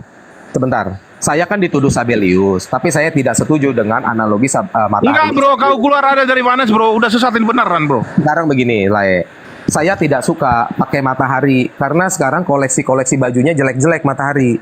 Nah, jadi sekarang begini, kita pakai ayat Alkitab aja. Berarti kau mau nyudutkan matahari ini berarti? Iya. Nggak boleh gitu, bro. Nggak boleh. Itu perusahaan, bro. Nanti kau kena hukum kau. Bukan. Saya nggak mau pakai analogi matahari. Karena itu analoginya Sabelius. Lah kau kan sendiri aliran Tertullianus, kok pakai analogi Sabelius? Gitu. Ini teman-teman Muslim biar belajar nih debat. Bro, analogi itu bukan berarti harus Sabelius, bukan, bro. Analogi itu supaya apa? Supaya ketika kita berdialog itu kita memberikan sebuah cernaan kepada mereka itu supaya apa? Supaya mereka itu menangkap dengan baik. Oke. Tetapi kalau kamu tidak menangkap dengan baik tentang apa yang saya cernakan ini, berarti sudah memang kamu memang benar-benar udah kacau. Saya setuju. Kita harus memberikan pencerahan kepada Muslim supaya mereka bisa mencerna dengan baik. Tetapi Tetapi kalau kamu memberikan pencerahan kepada mereka Yesus adalah Bapa sendiri, kamu salah ini ya. Sebentar. Yesus sama Bapa salah. Oke, salah nggak apa-apa. Sekarang kan Tritunggal yang benar. Ya benar Tritunggal dong. Kamu harus akui Tritunggal itu benar. Kamu nggak boleh sembarangan berbicara Yesus adalah Bapa. Sebentar. Kan kamu bilang yang Tritunggal benar, tapi tadi kamu bilang kamu bukan Tritunggal. Saya bingung. Lalu kamu bilang kamu memberikan pencerahan kepada Muslim supaya bisa mencerna apa itu Tritunggal. Ternyata Tritunggalmu juga nggak bisa kamu cerna. Bilanglah ada dua hakikat, bilanglah dia sama, padahal diskresi. Saya curiga nih, gitu. Firman dengan kamu itu kan curiga saya. Curiganya apa, bro? Nggak ada yang dicurigai di sini, bro. Tritunggalnya pakai matahari, aliran Sabelius dipakai. Begini, bisa nggak saya netralkan nih? Saya yang bertanya, mungkin Boleh, teman yang bisa menilai ya, gini ya. Bro, biar enak bro, pakai sahabat. Oke. Ini kan Yohanes 5:30. Aku dan Bapa adalah satu, aku dan Bapa adalah sama ya. Oke ya. Ini kita deal dulu di sini. Saya mau bertanya kepada kedua nih narasumber nih. Ya. Kalau Yesus dan Bapa adalah sama, adalah satu, yang manakah yang mencipta alam semesta? A. Yesus, B. Bapa, C. keduanya. Saya jawab dulu ya. Ya. Karena dia satu dan sama, maka tidak ada yang manakah. Jadi Bapa adalah anak gitu. Lanjut. Oke, baik. Kalau Meme yang manakah antara Bapa dan Yesus? Silakan. Oke. Di Kolose tadi kan sudah sangat dijelaskan yang menjadikan alam semesta ini Bapa melalui perantara firman-Nya. Firman-Nya ini siapa? Disebut dengan Yesus. Paham? Jadi untuk menerangi bumi ini, Tuhan menjadikan cahaya itu sebagai perantara. Oke, cukup. Pertanyaan kedua. Yang manakah yang disembah Kristen? A. Bapa itu sendiri, Yesus itu sendiri. C. Keduanya. Silakan. Nah, kalau saya jawab, karena Bapa dan Anak itu adalah sama, maka tidak ada yang manakah. Ya. Lanjut. Sekarang Kalau saya menjawab, karena cahaya matahari dengan matahari adalah sama, dua-duanya satu, ya sama saja. Berarti Bapak dan Yesus adalah oneness dong lu. berarti oneness dong. Kok mana gimana sih? Cahaya matahari dengan matahari adalah satu, Yesus dan Bapaknya adalah satu. Lo mau ngelecehin si ini nih, si Andi Celebes nih mau di apa? Lu oneness Mei, kalau jawaban lu gitu Mulai oneness. curang kalian kan, mulai curang ini. Bukan. Cahaya matahari dan matahari adalah satu. Cahaya matahari dan matahari bisa dibedakan, tetapi tidak bisa dipisahkan, sama seperti Yesus, bro. Ya, oke. Yang mengatakan Bapa dan Anak itu sama tuh cuma oneness. Trinitas mengatakan diskresi, Anak bukanlah Bapa. Anda ini maunya kemana sih? Ke oneness apa ke Tritunggal? Tadi ditanya Bang Andi Celebes itu, menyembah kepada Yesus dengan menyembah kepada Bapa itu sama atau tidak? Saya mengatakan sama saja. Ya oneness itu. Oh Oneness. enggak, siapa bilang oneness? Ya. Gimana sih, jelasin. Enggak ada. Tapi katanya Yesus berdoa kepada Bapa, Bapa bukanlah Anak. Yesus sujud kepada Bapa, Bapa bukanlah Anak. Ini kamu nih Tritunggal gak jelas nih. Yesus berdoa gimana? Coba kamu jelaskan. Coba. Yesus berdoa gimana? Bentar, saya tanya dulu, kamu belajar dari Sofiatul apa dari siapa? Bukan saya, ini profesor langsung. Saya ini profesornya. Profesornya ya? Buset. Ngeri juga, kalau Kanda profesor saya mundur aja deh. Nah, maka itu jangan petantang-petenteng di hadapan saya, bro. Masalahnya profesor nggak tahu tes asli, repot juga nih. Enggak, makanya itu jangan petantang-petenteng di sini. Kalau kau tidak berani menghadapi profesor, jangan petantang-petenteng. Ya aku berani deh, jadi berani deh, soalnya nggak tahu teks asli, jadi menurut gua Atau ya. gini nih, saya ambil pertanyaan satu nih. Ya. Kalau Tuhannya Kristen itu satu, siapakah nama Tuhan Kristen itu? Silakan. Nah, ini perlu nih, bagus ini, mantap ini. Ah, silakan Samuel. Bidat silakan. Oke, Wah, semua gampang jawabnya itu. saya pakai ayat aja ya. Ya. Nah, contohnya Matius 28 ayat 19. Baptislah dalam satu nama, milik Bapa, milik Anak, milik Roh Kudus. Kenapa satu nama? Di situ pakai kata onoma singular, bukan onomata. Bunyinya begini. Baptis santos to onoma, to patros, to kai to huyos, kai to hagios numatos. Nah, terus Yohanes 17 ayat 11-12. Namamu yang telah engkau berikan kepadaku. Yohanes 34 ayat 5. Kalau nggak salah ya. Aku datang atas nama Bapakku, kamu menolak aku. Jikalau ada orang lain datang atas namanya sendiri, kamu menerima dia. Nah, jadi tidak mungkin nama Yesus namanya sendiri. Nah, nama Yesus adalah nama Bapaknya. Itu aja jawaban saya. Berarti nama Yesus itu proper name daripada Sang Pencipta. Ya. Lalu di Keluaran 3 ayat 14-16 itu Tuhan menyatakan dirinya kepada Musa bahwasan aku adalah Yahweh, Tuhannya Abraham, Tuhannya Ishak, Tuhannya Yakob, Tuhannya nenek moyangmu, dan itulah sebutan dulu, Mei. Lu nggak jawab dulu pertanyaannya moderator nih. Sebentar. Mei. Jelasan itu nggak apa-apa. Saya jelaskan nggak apa-apa. Bentar dulu, saya baca belum habis, jangan kau potong dulu Samuel. Oke. Kamu mengatakan tadi bahwasan proper name daripada Sang Pencipta itu adalah Yesus, tetapi kamu tidak tahu bahwasan nama Yesus itu munculnya itu ketika di zaman malaikat menyampaikan kabar baik kepada Maria. Arti daripada Yesus itu artinya Tuhan menyelamatkan. Tetapi di dalam Kristen Tritunggal itu tidak mengimani bahwasan proper name daripada Sang Pencipta itu adalah Yesua. Tetapi Kristen Tritunggal itu mengimani bahwasan proper name daripada Sang Pencipta itu, karena kami menjadikan kitab suci para nabi sebagai landasan iman kami, maka kami berdiri di dalam kitab Musa, yaitu Keluaran 3 ayat 14-16. Tuhan mengatakan kepada Musa begini, akulah Yahweh, Tuhannya Abraham, Tuhannya Ishak, Tuhannya Yakob, Tuhannya nenek moyangmu, dan itulah sebutanku untuk selama-lamanya. Dengar, itulah sebutanku untuk selama-lamanya. Oke, sebentar ya, saya jawab ya. Sebentar apa saya tanya, sebentar apa? Ya, kok takut? Kamu mutar-mutar di sini? Takut. Takut pula. Jangan kamu mutar-mutar ya. Iya. Keluaran 6 ayat 3 ya. Aku telah menampakkan diri Berarti dia sudah melihat nih, ya. Aku telah menampakkan diri kepada Abraham, Ishak dan Yakub sebagai Allah yang Maha Kuasa atau El Shaddai, ya. Tetapi dengan namaku Yahweh, aku belum menyatakan diri. Jadi artinya dengan nama apa dia menyatakan dirinya? Hei, dengan namaku Yahweh di Keluaran 6 itu dia belum menyatakan namanya kepada Abraham, Ishak dan Yakub. Dia menyatakan namanya itu di zaman Musa. Makanya kau belajar harus benar-benar, jangan kau ngarang-ngarang di sini. Kau ini benar-benar. Aku pikir kau ini ilmunya bagus, rupanya di sini hanya ngarang. Kau udah enggak masuk, enggak masuk. Aku takut dibantah. Kau Sebentar. enggak masuk. Sebentar, Aku udah bilang dari tadi kalau ilmu enggak ada tuh enggak usah kau petantang-petantang di hadapan saya. Tuhan itu mengatakan begini ya. Aku belum menyebutkan namanya itu, namaku itu kepada para nabi sebelum kedatangan Musa, bro. Jangan kau ngarang sama aku di sini, bro. Sama yang lain kau ngarang-ngarang sama aku nggak usah, bro. Kok maksa sih saya mau ngarang-ngarang kau nih padahal dari tadi aku pikir ilmunya. Kau pada ngibul-ngibulin Tritunggal dari dulu kayak gini kerjaanmu ya. Sebentar. Jangan marah-marah lah. Bukan sebentar kau ngibuli, kau berusaha untuk menghibur. Untung saya ini pintar, makanya saya langsung hantam kau nih. Kau mau ngibulin kau nih, berusaha untuk menghibuli nih berarti nih. Sebentar lah, saya mau tanya. Jadi ketahuan kali mau bohongnya alama, kawan. Jadi Yahweh baru menyatakan namanya kepada Musa, nama Yahweh itu. Yahweh itu, nama Yahweh itu di Keluaran di Kejadian 4 itu di zaman di zaman Adam dengan Hawa itu namanya sudah disebut. Tetapi Tuhan itu menyatakan namanya itu. Dengar, saya ajari kau di sini biar kau belajar. Dengar. Kan kamu bilang baru disebutkan. Saya ajari kau di sini biar kau dengar. Kau nggak ada ilmu kau di sini. Dengar, saya ajari kau. Kau nggak usah kau petantang-petantang di hadapan saya, bro. Saya ajari kau di sini, bro. Kau sama Kristen Tritunggal yang lain kau mau sosokan sama saya, jangan usah. Saya ajarin kau di sini, kau usah. Dengar saya jalan sama kau. Saya profesor, dengar. Saya ajarin kau ya. Sebentar apa? Sebentar kau mau ngibulin orang Tritunggal, kau mau bohong orang Tritunggal kok sebentar apa? Sabar dulu. Sebentar ya. Kejadian 4 ayat 26. Lahirlah seorang anak laki-laki bagi Set juga dan Udah bro, aku mau turun, udah malas aku kau berusaha untuk ngibul kayak malas aku, enggak. Kau mau nipu kau nih, malas aku. Aku enggak nipu, aku baca ayat. Ya. Enggak, kau jalan sama Tritunggal yang lain, naikkan Tritunggal yang lain. Ini enggak masuk, ini mau ngibulin orang kok, ini malas aku. Jangan. Ya masa nu kalah jangan kalah main pribadi dong. Ambil alih Pak Bang Handi, mungkin meme udah enggak ini.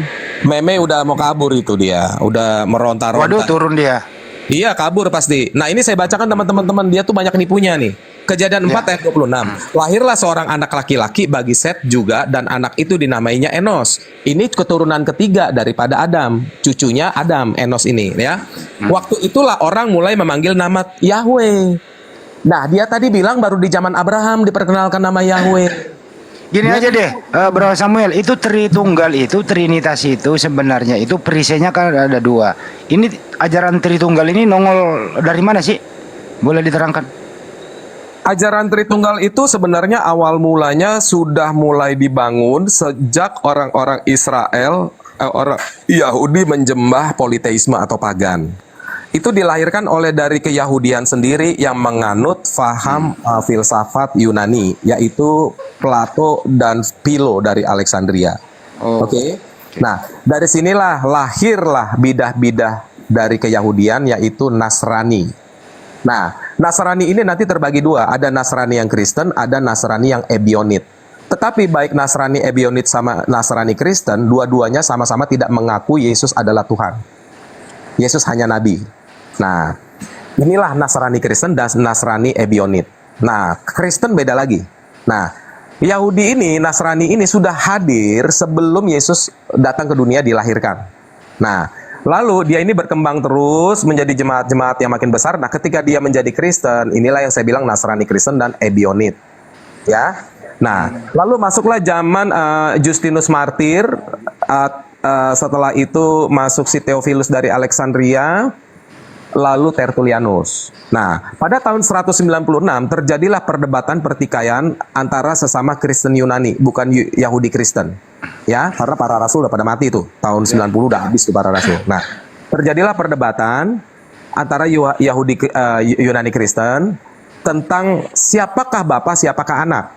Nah, pertentangan ini terjadi dari 3 pandangan, yaitu Unitarian, Triteisme, sama Triados atau Tritunggal. Nah, karena terjadi keributan seperti ini, datanglah seorang pengacara yang namanya Tertullianus, yang lahir dari orang tua pagan, yang berasal dari Tunisia, yang dulu disebut Kartago, ya. Nah, sekarang ini Tunisia. Lalu dia adalah seorang ahli hukum dan dia menjadi penengah. Untuk menengahi ini, dia membuat suatu formula yang bisa menyatukan ketiga pandangan. Jadi rumusan Trinitas ini itu tidak bisa berdiri baku menjadi satu pandangan, bro. Jadi pemikiran Trinitas ini adalah untuk menyatukan ketiga pandangan dari Unitarian, Triteisme, sama Triados. Nah, maka dia mengeluarkan suatu formula yang bunyinya seperti ini. Una substantia, tres persone, discresi non separate. Satu substansi, tiga pribadi, berbeda namun tak terpisahkan. Nah, aturan mainnya begini. Una substansia, kata substansianya diganti dulu maknanya sama Tertullianus. Bukan menjadi bahan atau materi, tetapi arti substansia di situ adalah hak milik. Oke? Sampai sini udah ngerti ya? Hak milik. Nah, lalu pribadi, persona, itu singularnya persona, pluralnya persone. Nah, personanya, per persona itu artinya satu pribadi itu adalah satu pihak dalam satu perkara. Maka Bapa, Putra, Roh Kudus, tiga pihak dalam tiga perkara. Nah, peraturan mainnya, pihak pertama hanya mengerjakan perkaranya sendiri. Pihak pertama tidak boleh mengerjakan perkara pihak kedua dan ketiga. Begitu pula sebaliknya. Contoh, Bapa sebagai sumber. Nah, Bapa tidak boleh mengerjakan perkara pihak kedua anak, yaitu sebagai juru selamat. Nah, begitu juga dengan anak sebagai juru selamat tidak boleh mengerjakan perkara Roh Kudus pihak ketiga, yang adalah menyertai manusia sampai akhir zaman. Nah, ini semua di luar dari Alkitab. Tidak ada ayatnya. Nah, terus diskresi, berbeda. Jadi kalau ada Tritunggal yang mengatakan Bapa itu adalah Yesus sama, itu berarti udah nggak betul tuh.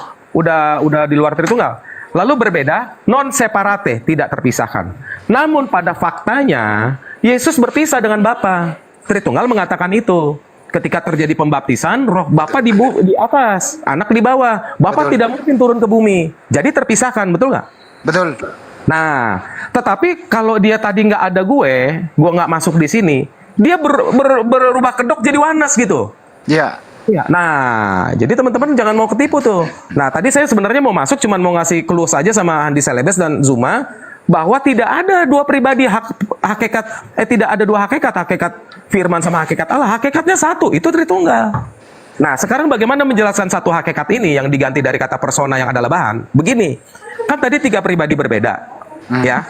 Nah, Sebentar Bang. Nah, Kalau bagi saya sih semuanya, keduanya membingungkan. Biarin dulu Bunda Rama, biar kita tahu gitu ya. itu dulu. Ya, Lanjut. Nah, Jangan terlalu lama Bang ya, nanti gurundaku tidur, Ustadku Mau tidur. selesai jangan ini. terlalu lama. Udah mau selesai dia. Nah, jadi lalu satu hak milik dari kata substansi ini jadi hak milik. Artinya begini, Bapa yang bukan anak memiliki kepemilikan sebagai Allah. Anak juga sebagai Allah, Roh Kudus juga sebagai Allah. Gitu, hak milik. Nah, Kalau ini bom sama, Tritunggal juga bom ya. iya, sama. Nah, Assalamualaikum Bang Adi. Kalau Wanas coba jelasin singkat bro. Kalau Wanas gimana? Silakan bro. sini begini, simpel aja. Kan di dalam perjanjian lama, kita tutup nih Alkitab perjanjian baru. Saya nggak pakai perjanjian baru, dan jangan teman-teman mengatakan bahwa Yesus ini Yahweh. Untuk sementara. Nah, di perjanjian lama tuh begini, Yehova Elohim yang satu-satunya dalam pekerjaan bentuk singular, Beresit bara Elohim, ya semuanya bentuk singular. Dia itu melakukan pekerjaannya banyak, bukan cuma satu, kayak Tritunggal itu bukan. Jadi Bapa itu, ya Elohim itu, Yesus itu, pekerjaannya banyak. Dia sebagai pencipta, dia sebagai yang berfirman, dia sebagai penebus, dia sebagai juru selamat, dia sebagai hakim, dia sebagai anak yang diutus, dia sebagai korban sebagai juru selamat, dia sebagai raja segala raja, dia sebagai imam yang membawa darahnya sendiri. Itu harus dikerjakan oleh satu Yehova saja. Jadi yang jelas ini Bro Samuel, intinya adalah Tritunggal itu bukan ajaran para nabi, betul? Bukan pelajaran marah. Tapi satu bro pertanyaan Ya, saya baik. bro. Satu aja boleh nggak bro? Boleh. Mau dua boleh. Kalau memang konsep itu yang benar dan konsep itu yang dikenali oleh para rasul atau para murid, pertanyaannya kenapa tidak ada satu murid pun yang pernah memanggil Yesus Bapa? Oke. Kalau kita lihat di dalam perjanjian baru, justru malah Yohanes menyatakan di dalam Yohanes 8 ayat 27 kalau nggak salah, mereka tidak mengerti bahwa Yesus berkata-kata tentang Bapa. Ketika Yesus berkata, "Akulah Dia." Lalu orang Yahudi berdebat, "Siapakah kamu?" Nah, lalu Yesus bilang, "Dia yang mengutus aku." Lalu Yohanes menjawab, mereka tidak mengerti Yesus berkata-kata tentang Bapa. Lalu 1 Petrus 1:17 mengatakan apa? Ya, 1 Petrus 1:17 kita buka. Oke. Intinya belum dikenali ya bro ya, intinya ya. Kita sapa dulu Alkitab.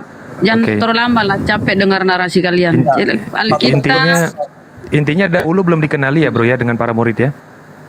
Alkitab, sebentar, Trinitas setelah naik ke apa surga Oneness? Alkitab, Ya. Trinitas apa Oneness? Enggak, tadi tertarik waktu ada siapa Mei itu ya. Bentar bro, Kan dikelarin Tritunggal dulu ya. versi Izin ya, saya kelarin cuma 3 menit, habis itu saya turun. Lebih rame gitu. 3 menit habis itu saya turun. Bang Habis Neplos itu saya belum turun. dapat poinnya. Ya, Ya. Saya 3 menit aja, nggak lama-lama, nggak sampai 30 menit. Silakan Bang, silakan. Gimana bro? Tadi intinya poinnya adalah para murid belum memahami apa maksud Yesus ya mengatakan bahwa dia dan Bapa adalah satu, begitu ya bro ya? Iya, jadi setelah bangkit baru dia Intinya dikasih begitu tahu ya? sama Yesus. Oke, Ah, baik. Ini satu lagi nih, satu ayat. Lalu aja ya. satu Habis itu saja bro, kelar saya. satu lagi. Oke, siap-siap, lanjut bro. Nih, Coba, 1 bro. Petrus 1:17. Apa kata Petrus? Dan jika kamu menyebutnya Bapa, yaitu Dia yang tanpa memandang Ya. muka menghakimi semua orang menurut perbuatannya. Jadi Oke. Petrus bilang Yesus itu harus disebut Bapa. Baik bro.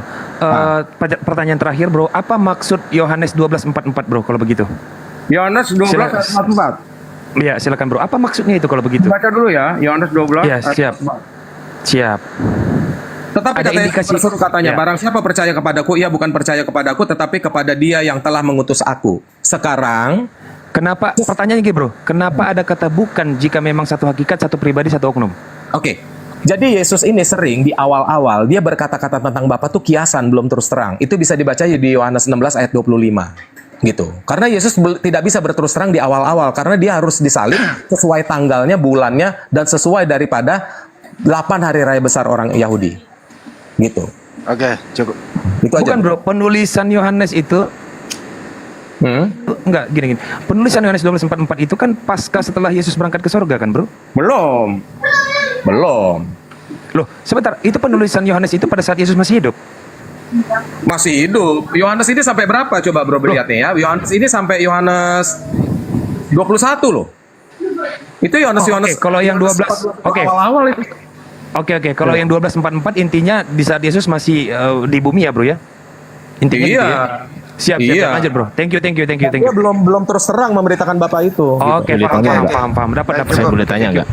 Saya dari Jadi tadi gini ya diem bro, nih. sebentar. Bro Samuel, saya pernah dengarkan Herdi bahwa Tritunggal itu bidat sesat. Betul atau tidak? Ya kalau bro tanya saya dengan nggak enak juga saya bilang iya gitu. Oke, baik, makasih. Cukup ya. Sekarang bidah itu kan bahasa Arab. Bid'ah. Ini saya udah ngobrol sama si siapa tuh? Yitzhak kan. Bid'ah itu artinya inovatif. Merubah atau memodifikasi yang sudah ada. Itu arti bid'ah. Ngerti ya? Jadi Tritunggal itu memodifikasi apa yang sudah ada. Oke. Itu aja. Artinya Kalau saya nggak modifikasi, saya pakai ayat selesai udah. artinya sesat menurut Anda Tritunggal itu ya? Iya, kalau menurut saya ini subjektif aja dulu ya. Tetapi selama saya pantang dibuktikan ayatnya, ternyata semua modifikasi. Kayak kata perantaraan ditambah, gitu. Padahal nggak ada, kan gitu. Oke, baik. Thank you brother. Ya, sama-sama. Bro, Oke. boleh tanya nggak? Iya, silakan bro. Ini Pak Samuel yang pernah diskusi sama saya itu ya? Samuel Siahan, ya. Iya. Oh, iya. Aku nggak mau debat sih Pak Samuel, cuman pengen tahu aja Pak Samuel. Nah, kira-kira Matius itu nulis Matius bukan? Iya, betul. Nah, tahun berapa pertama kali Matius menulis? Matius itu diduga tahun 40. Diduga ya, tahun 40. 40, oke. Menulisnya tahun 40 ya? Mulai Oke. menulisnya tahun 40. Meninggalnya tahun berapa Matius? Sekitar tahun 60. 60. Padahal papirusnya papirus tertua Matius berapa, Bro? Wah, P berapa itu? P57 apa P berapa? Coba dilihat. Ntar ya. Ini aku ada datanya. Tahu saya kalau Matius itu sudah tidak ada data primernya, mungkin cuma P37, Bro. P37 260 Masehi. Berapa? 260 Masehi. Oh, itu berarti salinan dua. Salinan. Ya. Berarti kira-kira menurut Bro ini ada nggak apa namanya, kalau di dalam kita kan sanad nih, ada nggak orang-orang yang menyambung langsung, katakanlah ya Matius menulis dari Yesus. Nah, Matius ini yang menyalin siapa? Kan umat Kristen percaya bahwasanya penulis-penulis dari Injil-Injil ini kan diilhami Roh Kudus, betul ya, Bro? Iya. Nah, pertanyaannya, siapakah yang menyalin dari Matius? Yang menyalin Matius itu saya tidak tahu. Nah, Yang itu. Matius cukai, Matius pemungut cukai. Ya, terputus kan berarti ya, Bro ya? Iya, Matius memang pemungut cukai itu. Enggak, maksud saya setelah tulisan dari Matius itu yang ada papirusnya itu yang katanya antum tadi salinan yang 260 Masehi itu. Nah, berarti setelah Matius itu ada yang menyalin kan begitu? Ya. Nah, pertanyaan saya, yang menyalin Matius itu bisa dipercaya nggak orangnya? Oke. Penyalinan dulu kan belum ada mesin cetak, Bro. Jadi Iya, betul. disalin dengan cara manuskrip atau tulisan tangan, manuskrip. Nah, Betul. Terakhir bro, terakhir boleh nggak bro? Dari 12 murid Yesus, siapa yang menyadari persembunyian Bapa? Karena Yesus belum berterus terang. Jadi begini. Karena Bapa belum berterus terang, sehingga ya itu konotasinya adalah dia bersembunyi di balik pernyataannya karena memang dia belum waktunya untuk berterus terang. Dari 12 murid, siapa yang menyadari itu? Tahu semua, Bro. Mereka menyadari. Jadi begini. Lalu Ketika Yesus kenapa? bangkit, Nah, lalu penjelasannya nggak? Oke. Apa? Kalau nggak butuh penjelasannya, saya nggak usah jelasin. Kalau butuh saya Jelasin jelasin. bro, jelasin. Oke. Jadi ketika Yesus bangkit, ternyata murid-murid juga belum kenal Yesus siapa itu. Makanya Yesus berkata, betapa lambannya hatimu sehingga tidak percaya, tidak mengerti apa yang telah dikatakan para nabi tentang aku. Akhirnya Yesus menjelaskan ulang sebelum naik ke surga itu. Lalu akhirnya Yesus membuat mujizat, yaitu lalu Yesus membuka pikiran mereka sehingga mereka mengerti kitab suci. Jadi begitu. Oke, dipersingkat dulu ya, soalnya ini jatahnya Bang Juma sebentar lagi di sana, giliran mati lampu daerah dia gitu ya. Oke. Ya. Ya sudah. Oke. Berarti sudah ini. Ya, Bang Neplos udah bagaimana? Apa ada tambahan Bang Neplos, Bang Ardi? Udah dicukupkan. Nanti Bang Nepos saya lah untuk tanya-tanya. Saya konfirmasi 1 menit boleh nggak? 1 menit boleh. aja. Boleh. Ya 1 menit ya. Kalau nanti lebih tolong diingatkan Bang Andi ya. Nggak usah terusin aja. Saya konfirmasi kepada teman saya ini, Pak Samuel ini, karena beliau diskusinya baik, saya juga menghargai beliau. Jadi Pak Samuel, jadi penyalin kitab Matius itu yang notabene menyalin dalam papirus 37 ya, P37 yang tahun 260 Masehi itu berarti no name ya. No name, tidak diketahui. No name. Ketika itu banyak orangnya. Ya betul. Ketika itu no name berarti tidak dapat dipercayai ya, karena no name nggak tahu siapa, maka kita nggak tahu juga bagaimana dia karena nggak tahu dia itu siapa kan gitu. Betul. Iya, no name. Nah, oke.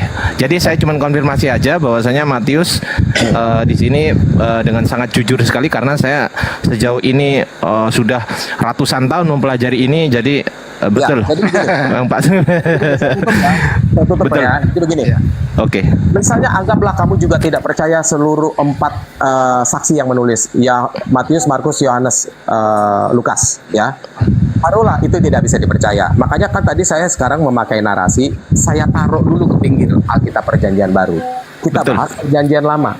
Nah, jadi di Perjanjian Lama, data Masoretik, data Pesita, data dari Khabat dan Sefaria itu menyatakan hal yang sama tentang Mesias.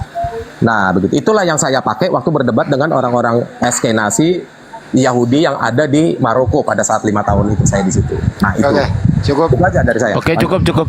Saya cukup. Terima kasih ya Pak Samuel ya. Yuk. Thank you. Yuk lanjut Bang Andi. Turun ya. Ya, kalau Bro, ya oke, makasih Bro. Kalau Bro Samuel ditanya itu jujur apa adanya gitu loh. Beda sama yang lainnya Pak Ardian, saya kalau ditanya ya muter bulat gitu ya. Muter-muter. Jadi nggak Bagus ya. Ya, oke. Makanya kalau saya masuk ke room kapan hari itu ada Pak Samuel, saya nggak mau tanya dia, tanya yang lain. Lanjut. Iya. Baik. Saya ke Oke brother, mau turun silakan, mau mendengarkan antara Bang Juma nanti bernarasi kemudian Alkitab kebenaran yang menanggapi gitu ya. Ya, Bang saya Juma- cuma menghormati dari orang yang menyuruh itu. Bro, tahulah orangnya. Tanya sama si siapa tuh namanya, si Julius lah gitu. Oke. Iya. Oke, Baik. lanjut. Baik, thank you brother. Bang Juma masih monitor Bang Juma? Masih Paman. Iya. Ada narasi silakan ditanggapi yang tadi diskusinya. Paman. Habis ini nanti Alkitab kebenaran yang menanggapi. Terserah Bang Juma mau ke yang Onesnya, mau ke Terintungalnya. Iya, Silakan. dua-duanya. Ya, silakan. Ya baik. Pertama-tama saudara Samuel ini adalah teman lama saya betul dari sejak grup WA ya. Kita masih VN waktu itu. Beliau termasuk, kalau saya menilai dulu ya, termasuk kelas keras beliau itu ya, penghujat kelas kerap juga, kelas keras dulu waktu pertama kenal sama beliau. sampai kita ngotot-ngototan, saling blokir, buka blokir dan seterusnya ya. Ngancam-mengancam, itu yang terjadi pada saat itu. Beliau kurasa yang paling ngotot dan yang paling kencang memperjuangkan keyakinannya pada saat itu. Tapi kalau nggak salah waktu itu beliau belum Oneness. Betul, masih iya. Trinitas. Iya, masih Trinitas. Ya alhamdulillah berjalannya waktu beliau ya sudah berubah, tidak lagi kemudian seperti biasa ya, mungkin memiliki strategi baru bisa jadi, dan ya kita tidak bisa kemudian seuzon.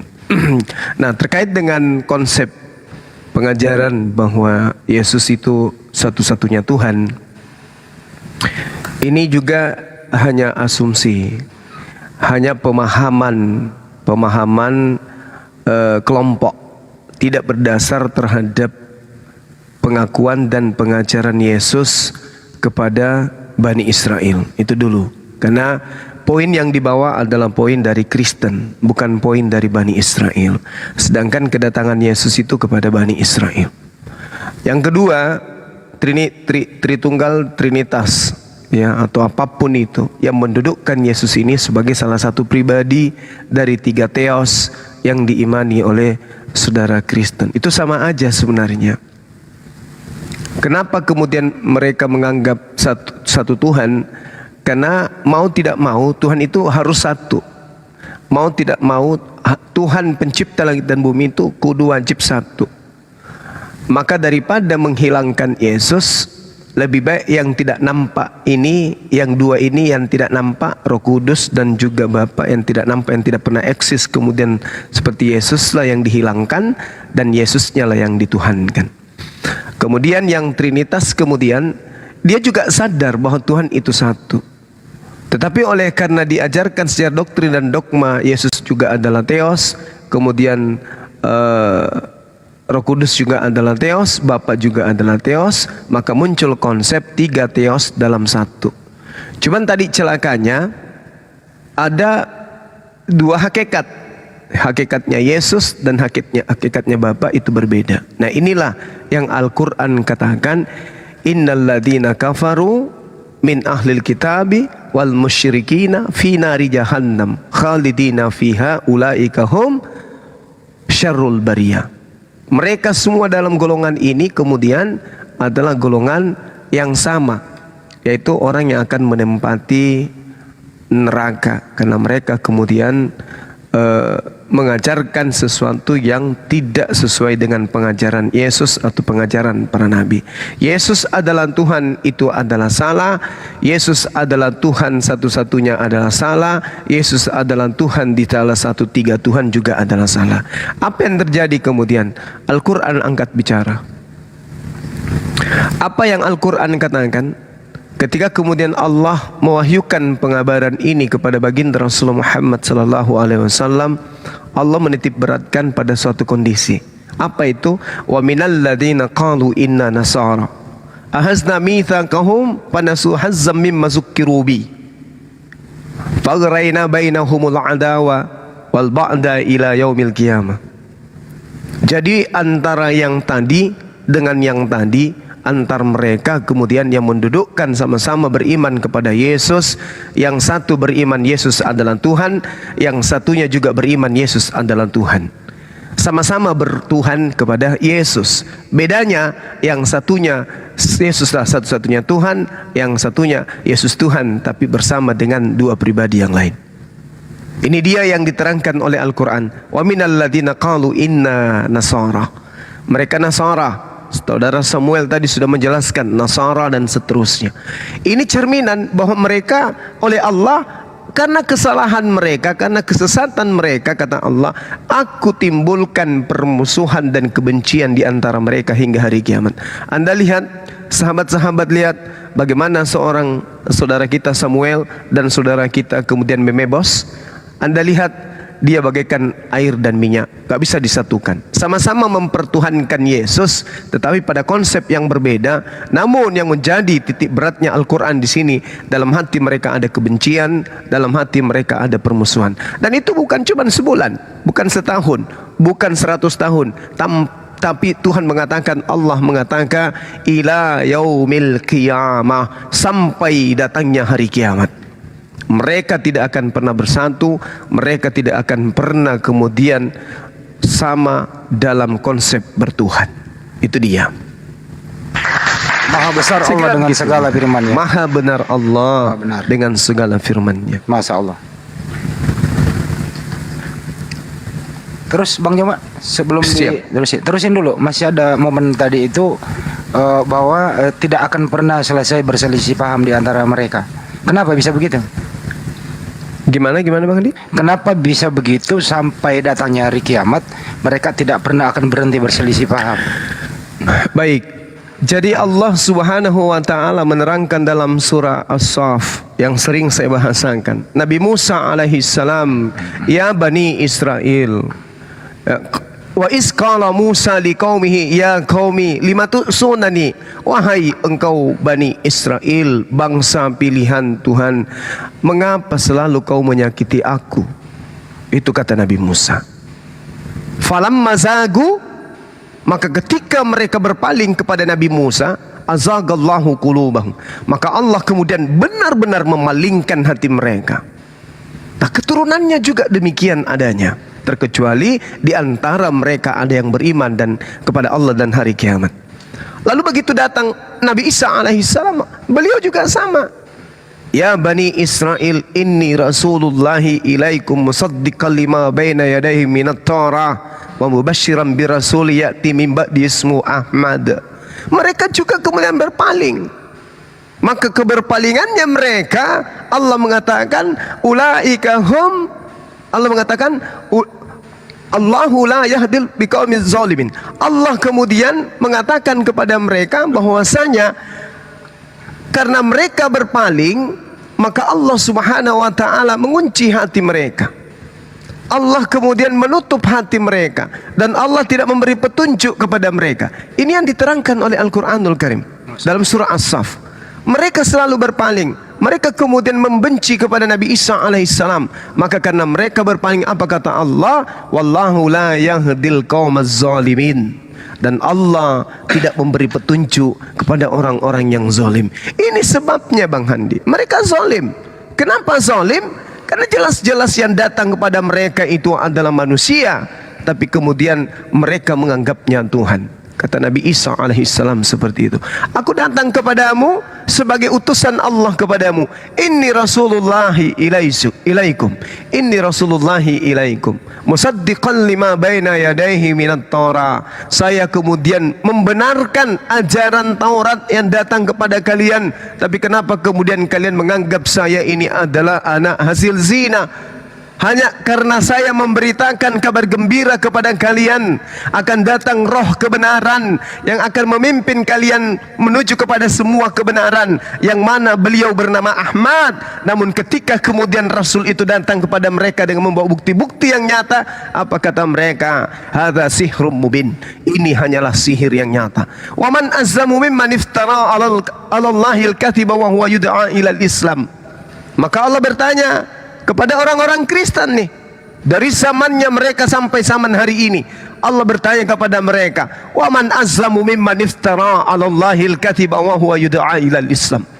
Siapakah yang paling zalim, yang lebih zalim daripada orang-orang yang mengada-adakan kebohongan terhadap Allah, yang mengatakan Allah itu adalah Yesus, yang mengatakan Yesus itu adalah Allah, padahal mereka sudah datang Islam kepada mereka, padahal mereka sudah diajak kepada Islam, padahal Islam sudah sampai kepada mereka. Dan Allah kemudian menyatakan apa? Wallahu la yahdil qaumaz zalim. Orang-orang yang telah datang Islam kepada mereka, tapi mereka masih tetap aja melakukan kebohongan-kebohongan tentang Allah, apa kata Allah?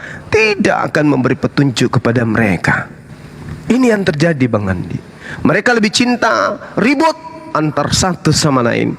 Mereka lebih suka kemudian bermusuhan antar satu sama lain. Sedangkan Islam datang mengelilingi mereka dari belakang, dari muka, dari kiri, dari kanan, dari bawah, dari atas. Tapi mereka tetap menutup hati. Maka Allah mengatakan, wallahu la yahdil qaumaz zalim. Tidak diberi petunjuk. Setelah datang kepada mereka kebenaran, mereka melakukan kebohongan-kebohongan, maka Allah menutup petunjuk itu pada mereka. Demikian. Bisa bicara Bang Handi. Iya. Habis ini Anda selesai Bang Juma dulu poinnya, baru Anda. Saya kasih waktu kok. Oke. Jadi begini. Kalau kita komparasi Ini pernyataan bicara siapa ya? logika. Oh, logika. Mana? Oh ya, silakan. Kalau kita komparasi Anda sebentar, Anda Kristen ya? Iya, betul. Tritunggal Wanes, Bang. Wanes, lanjut. Kalau kita komparasi pernyataan Bang Juma mengenai hal tentang kalimat yang diungkapkan berdasarkan Al-Quran lalu menuduh ada perbedaan atau permusuhan tentang hal Tritunggal dan Wanes sebagai dasar untuk menyatakan Subhanallah, Maha benar kuasa firman-Nya, kan begitu ya? Maha suci. Maha suci. Iya. Kalau boleh saya katakan, kutipan ini kan tentu datang setelah kisah Kristen ada. Pernyataan ini jelas setelah Kristen ada. Sudah benarlah jikalau mereka menilai kekristenan seperti itu ada. Jadi itu bukan karena firman Allah, tetapi itu adalah penilaian. Sebab apa? Kristen duluan ada, Islam mengomentari. Nah, tetapi kalau saya komparasi pernyataan Alkitab yang ada di dalam Yohanes pasal 1 Yohanes 2 ayat 22, ini baru firman Tuhan. Karena kenapa? Dia berbentuk future. 500 tahun sebelum dia dinyatakanlah bahwa siapakah pendusta itu? Bukankah dia yang menyangkal bahwa Yesus adalah Kristus? Dia itu adalah antikristus yang dia menyangkal baik Bapa maupun Anak. Islam sudah digenapi di dalam firman kami 1 Yohanes 2 ayat 22. Maha benar firman-Nya Yesus. Maha benar firman Yesus. Karena 500 sebelum Islam datang, itu sudah dikasih tahu. Islamlah sekarang penyangkal-penyangkal Yesus, Islamlah sekarang penyangkal-penyangkal Bapa. Ya. Jadi ini jadi pelajaran sahabat kalian. Kalau kalian masih tetap menyangkal, berarti penggenapan ini akan terjadi kepada Islam sebagai penyangkal Yesus adalah Kristus dan penyangkal Bapa maupun Anak. Biarin dulu, ada Bang Juma yang jawab nanti. Nah, jadi begini. Oleh karena itu, yang kedua, jika Juma hanya melihat dari situ karena Wanes dan Tritunggal, tetapi bagaimana kalau saya katakan juga Islam dengan Islam yang lain? Bukankah kalian juga menunjukkan seringkali dengan sifat jahat dengan yang lain, kalian juga berbenturan? Lalu apakah kami katakan Maha benar firman Allah, Maha suci gitu? Enggak lah ya. Itu biasalah perbedaan itu kalau kita sebenarnya sebagai orang apologet. Tetapi firman Tuhan yang 500 tahun sebelum Islam itu sudah dikatakan di dalam 1 Yohanes 2 ayat 22. Siapakah antikristu? Ya, yang menolak Yesus dan yang menolak Bapa dan yang menolak Anak. Jelas ya? Jadi kalau menggenapi ini ya kepada kalian kalau tetap masih kalian menolaknya. Sekian, terima kasih. Oke, terima kasih. Silakan Bang Juma ditangkap. Iya, baik. Jadi kedatangan Al-Quran itu memang sebagai batu penghalang atau batu sandungan bagi kitab-kitab terdahulu. Bayangkan saja kalau Al-Quran itu tidak ada atau Islam itu tidak ada, maka antikristus ini akan merajalela mengajarkan keturunan Adam untuk kemudian menolak pencipta langit dan bumi dan juga menolak utusan pencipta langit dan bumi. Mari kita lihat, ketika kemudian Tuhan mengajarkan dirinya di dalam kitabnya orang Israel, karena Islam dan Kristen harus berbicara dengan sudut pandang yang sama terkait agama yang berasal dari langit, harus merujuk ke sana. Tuhan datang memperkenalkan dirinya kepada Bani Israel, akulah Tuhan, akulah Allah yang maha tinggi, yang maha suci. Tuhan yang mengklaim dirinya di dalam kitabnya orang Yahudi, Yesaya 57 nomor 15, akulah Allah, innani anallah, inni subhanahu wa ta'ala. Ini kita bisa lihat di dalam Yesaya 57 nomor 15. Begitu juga yang ada diterangkan di dalam Yesaya 5 nomor 6. Inni Rabbus samawati wal ard. Saya inilah Tuhan pencipta langit dan bumi, alam semesta, yang maha tinggi dan lagi maha suci. Ini artinya apa? Apakah umat Islam menolak ini? Tidak. Apa buktinya umat Islam mengukuhkan data-data ini tentang terkait hakikat Tuhan yang datang kepada Bani Israel? Tuhan yang datang kepada Bani Israel menerangkan dirinya bahwa akulah Allah yang datang kepada Abraham, Ishak dan Yakub, yang sekarang datang kepada baginda Rasulullah Muhammad SAW. Berarti sembahan kita satu, sama. Hakikatnya maha tinggi, maha suci. Apakah dirubah kemudian oleh umat Islam? Tidak. Kami tidak menolak itu. Sekarang mari kita lihat teman Kristen. Ketika Yesus mengatakan hidup kekal itu adalah mereka mengenal Engkau satu-satunya, apakah Kristen menolak atau menerima bahwa hanya ada satu Tuhan, yaitu yang mengutus Yesus? Mereka menolak. Mereka menolak dengan mengatakan Yesus juga adalah Tuhan itu sendiri, sehingga muncul konsep Tritunggal. Mereka menolak. Padahal ketika mereka beriman dan berakal dan beriman, ketika Tuhan menyatakan dirinya maha suci, maka itu berarti mustahil Tuhan itu menjadi manusia. Kenapa? Karena maha suci. Manusia tidak maha suci. Apa buktinya? Mari kita tengok Yesus. Yesus kalau tidak cebok seminggu, seminggu tidak cebok seminggu, bisakah dia disebut sebagai maha suci? Gak bisa. Itu aja. Konyolnya itu di situ. Berarti menolak daripada Tuhannya Bani Israel adalah Kristen. Sekarang, apakah ketika Yesus datang kepada Bani Israel, hidup kekal itu adalah mereka mengenal aku yang engkau utus? Umat Islam menolak enggak itu? Tidak. Dua konsep, menolak Bapa, menolak Yesus, sama-samanya tidak terjadi pada Islam, tapi terjadi kepada Kristen. Menolak tidak Kristen itu ketika dikatakan Yesus itu hanya utusan. Menolak. Dia akan mengatakan Yesus itu utusan, maksudnya dia adalah Tuhan itu sendiri. Menolak mereka itu mentah-mentah. Maka antikristus itu adalah mereka yang meninggalkan Yerusalem, keluar dari Yerusalem, mengajarkan Yesus itu bukan manusia, tetapi mereka mencoba melakukan apa itu? Planos, penipuan, penyesatan, pembohongan, dengan mengatakan bahwasanya Yesus itu betul manusia. Tetapi tidak sampai di situ.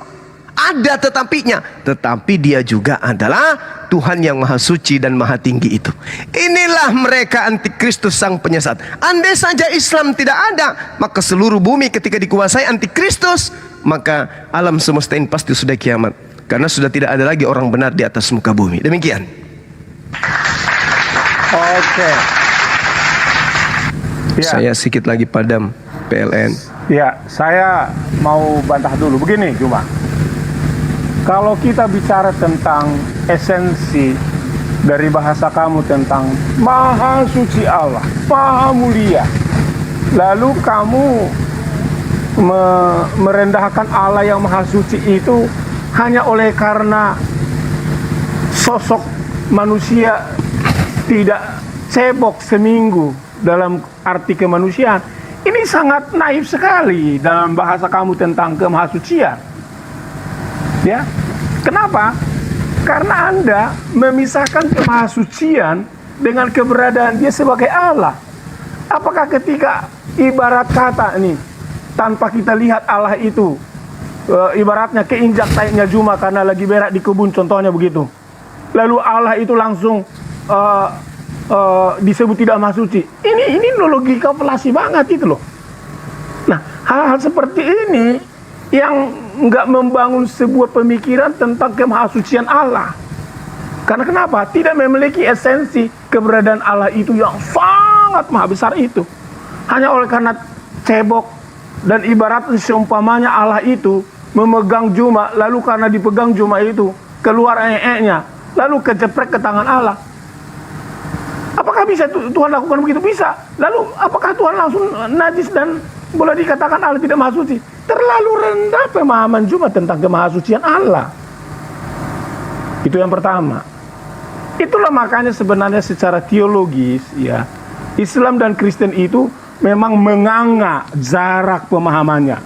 Nganganya itu di mana? Ngablak besar luar biasa. Karena kenapa?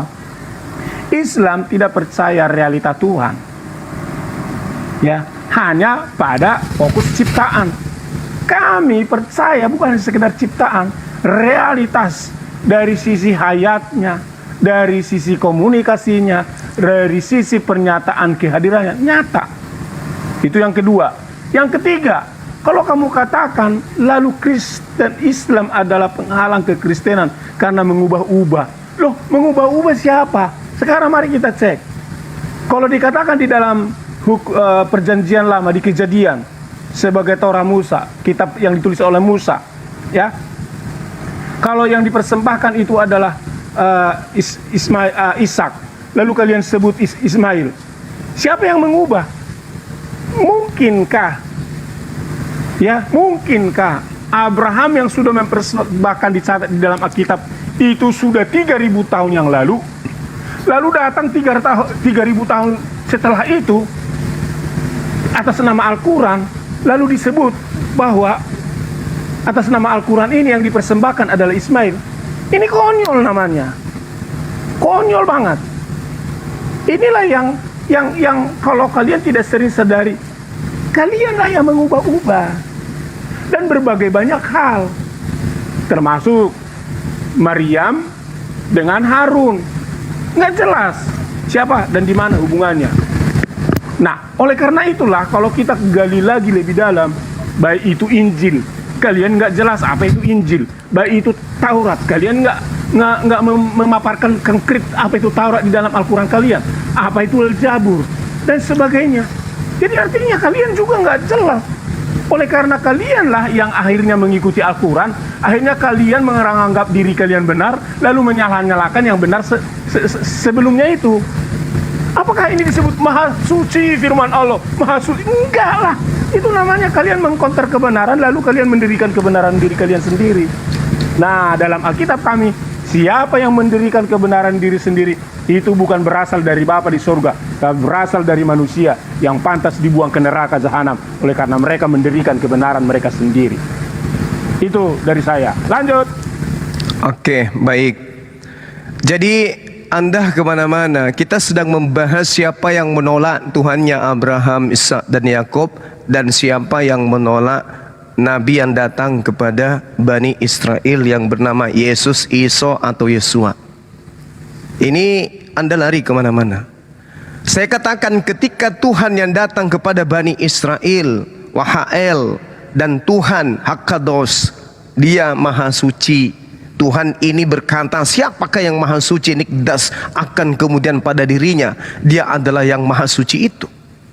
Tuhan menerangkan itu. Akulah Allah yang Maha Suci, Maha Tinggi. Anda menolak enggak itu? Oh, tidak menolak Bang Suma. Lalu Yesus ini siapa? Yesus ini Tuhan. Nah, katanya Maha Suci.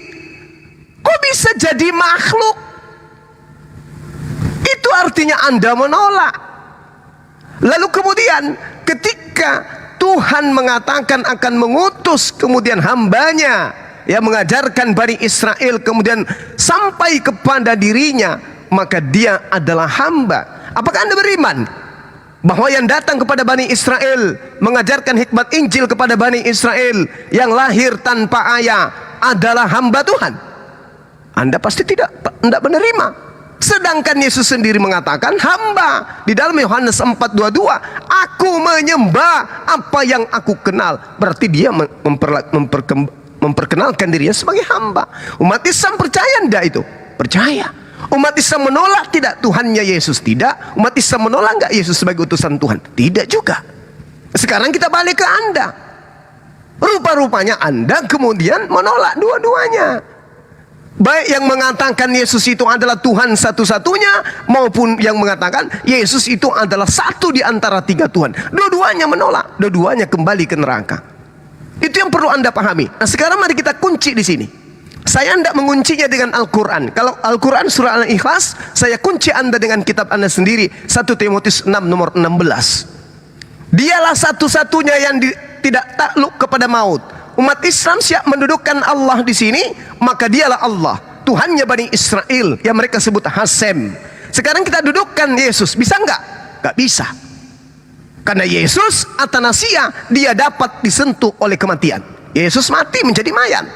Tapi Anda kemudian mendudukkan itu kepada Yesus, maka Anda menolak Bapa dan juga menolak Yesus. Bersemayam dalam terang yang tak terhampiri. Yes, Allah Subhanahu wa taala disebutkan maha tinggi karena dia tidak bisa tersentuh dan tak bisa terhampiri oleh makhluk.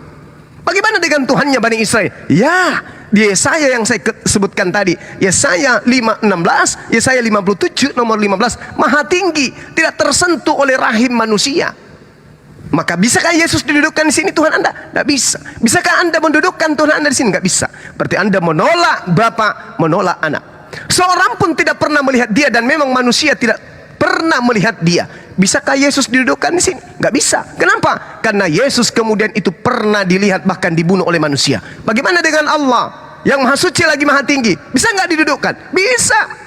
Tuhan yang datang di dalam Yesaya 53 nomor 15, Yesaya 5 nomor 16, maha suci maha tinggi. Tidak seorang pun pernah melihat dia dan memang manusia tidak dapat melihatnya. Kenapa? Karena dia maha suci, karena dia maha tinggi. Oleh karena itu, kalau kemudian Anda mengatakan bahwa siapa yang menolak Bapa adalah umat Islam, siapa yang menolak Anak adalah umat Islam, Anda keliru. Yang menolak Bapa Tuhan yang Abraham, Ishak dan Yakub, dan yang menolak kemudian Isa yang datang kepada Bani Israel hanya sebagai rasul utusan kepada Bani Israel, itu adalah Anda. Maka jelas yang menolak Bapa dan menolak Anak adalah antikristus yang bernama Kristen, apapun sektenya, semuanya kena. Demikian.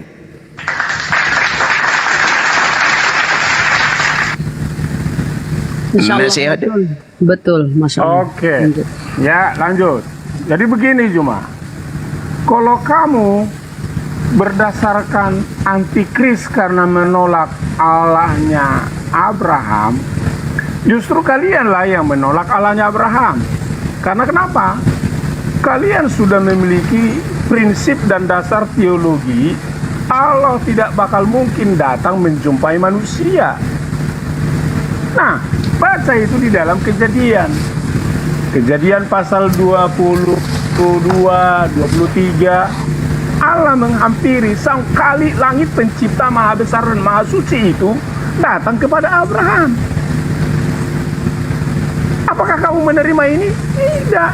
Islam sudah jelas teologi kealahannya, ya, prinsip-prinsip teologi tentang ke Allah Subhanahu wa Ta'ala-nya, bahwa mereka tidak percaya sang Allah itu datang kepada manusia, karena Allah itu maha segalanya, maha besar.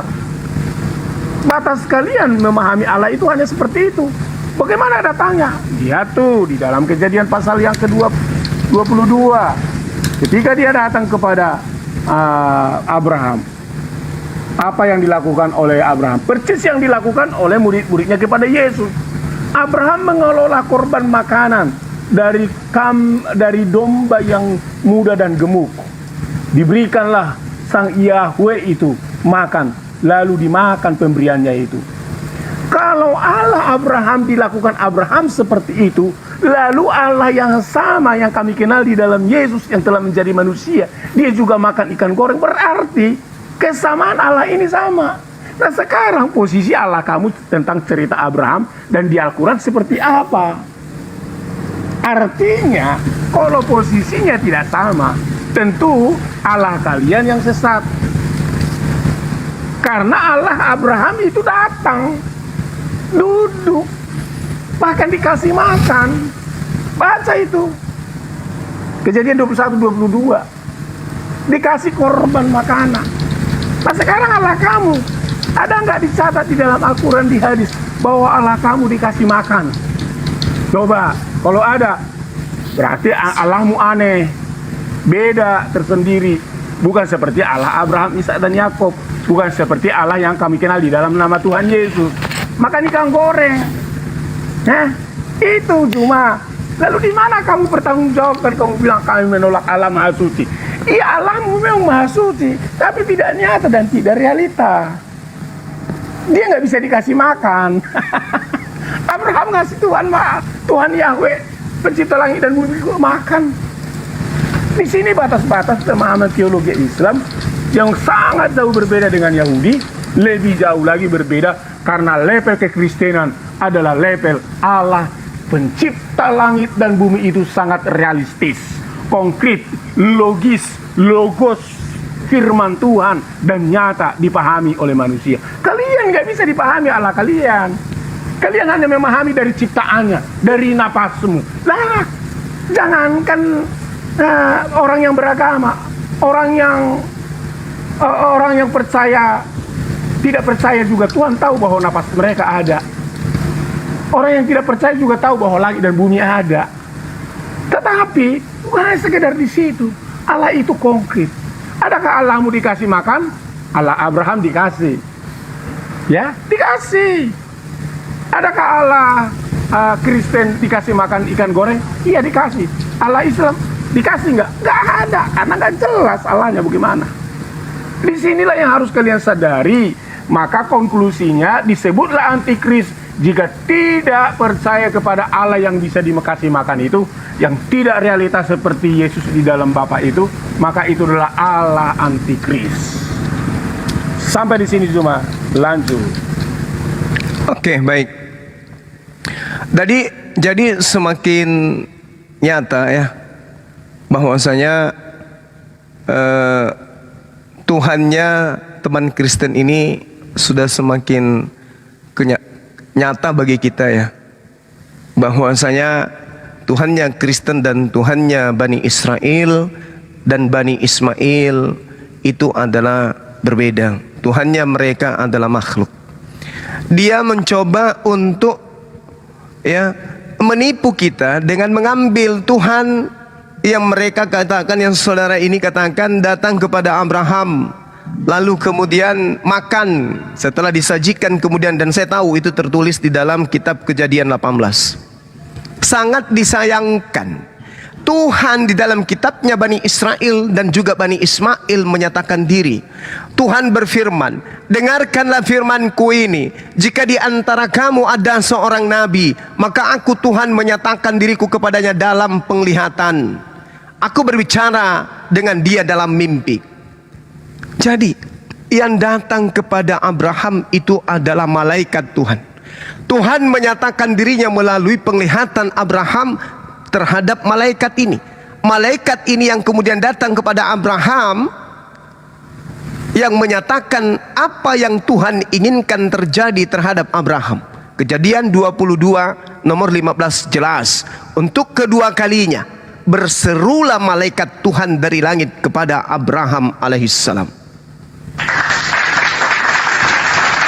Itu yang perlu Anda pahami. Kemudian Al-Quranul Karim juga menjelaskan dengan jelas apa yang terjadi terhadap Abraham atau Ibrahim alaihissalam. Wa qala inni zahibun ila rabbi sayahdin. Bukan berarti Nabi Ibrahim sedang bercakap-cakap langsung tanpa perantara kepada Allah. Sesungguhnya aku pergi menghadap kepada Allah. Dia Allah memberi aku petunjuk kepadaku, dan dia akan memberikan petunjuk kepadaku. Rabbi habli minas salihin. Ya Allah, ya Tuhanku, anugerahkanlah kepadaku seorang anak termasuk anak yang saleh.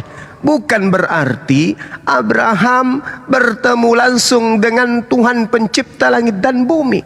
Tetapi Abraham alaihissalam kemudian itu jelas menerima pernyataan Tuhan ketika Tuhan menyatakan diri kepadanya melalui perantara. Makanya Al-Quran mengatakan, wa kathalika auhayna ilaika ruhan min amrina ma kunta tadri mal kitab walal iman walakin ja'alnahu nuran nahdi bih man nasha'u min ibadina.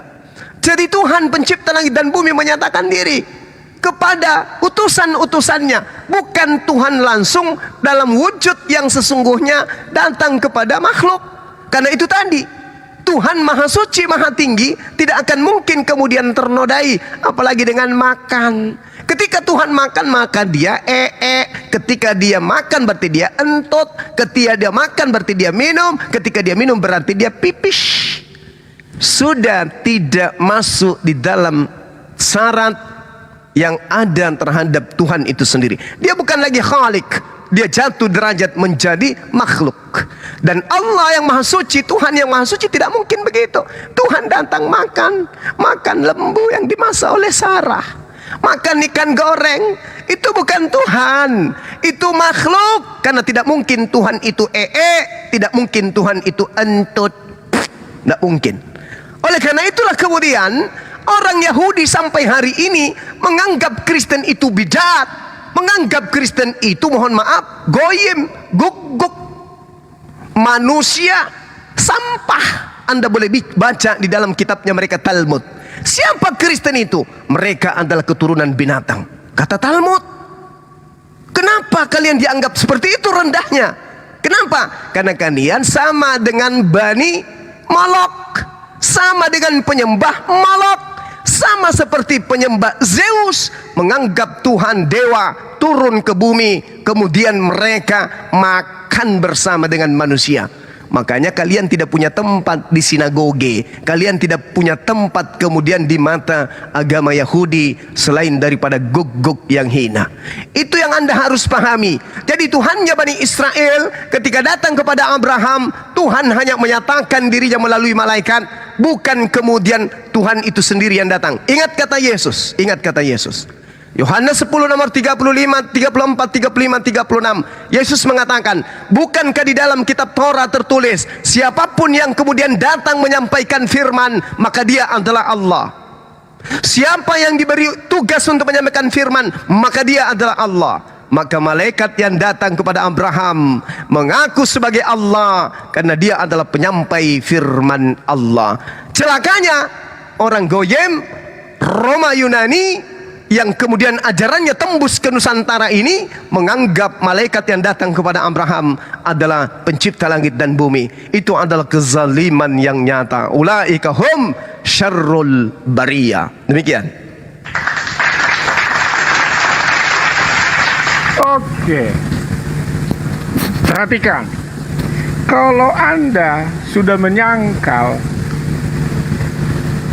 hal apa yang Allah Tuhan Elohim nyatakan kepada Abraham, berarti sudah terang-terang Anda sangat berbeda dengan Allahnya orang Israel, orang Yahudi. Jadi kalian jangan lagi nyempil-nyempil di situ. Kenapa?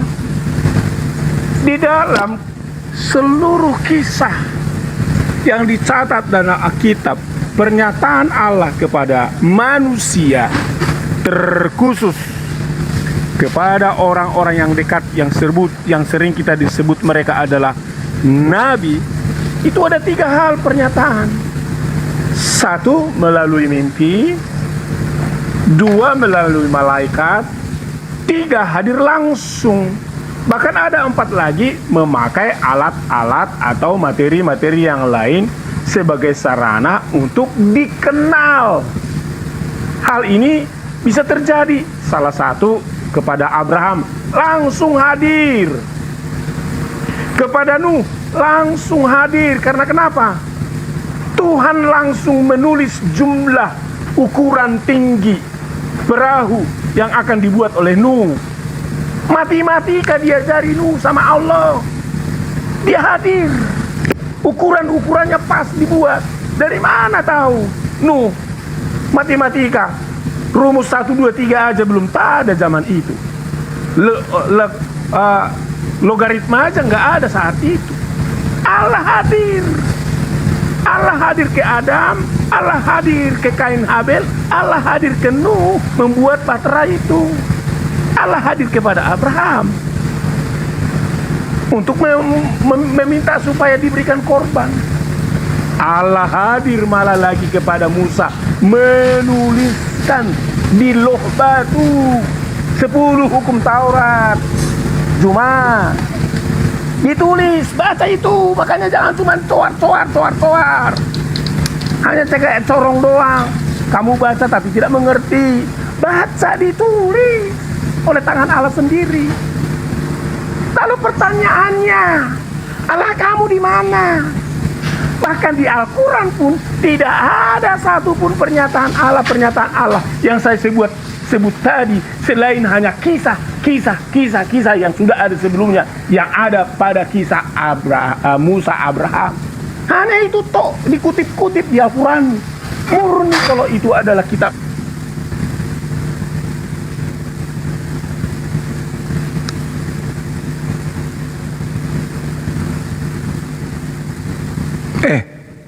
Mulutmu terkunci, Bung. Mulutmu buka.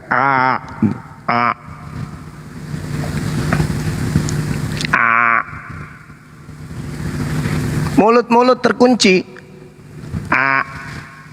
Jadi kalau Allahmu itu adalah Allah yang seperti Allahnya Abraham dan Yakub, nah, bagaimana kamu sebut kamu sama-sama seperti Allahnya orang Israel? Ini kok Allah melulu di bawah-bawah ya? Ya, karena memang kami sedang membahas. Theos, harusnya Theos atau Yahweh.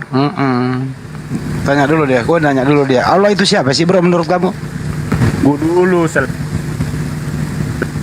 doang. Nah, Enggak, ini saya sedikit doang sama saya. Allah itu siapa? Lanjut. Apalagi? Udah. Allah itu siapa? Nah, kalau Allah kalian saya tidak tahu.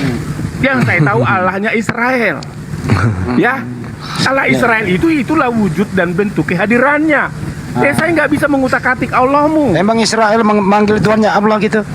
Lah, kalau dicatat di dalam bahasa Indonesia kami tuliskan seperti itu. Tapi kalau emang Israel berbahasa Indonesia? Kalau dicatat di dalam bahasa Ibrani, tunggu dulu. Emang Israel berbahasa Indonesia? Jangan goncang selebes, tenang, santai.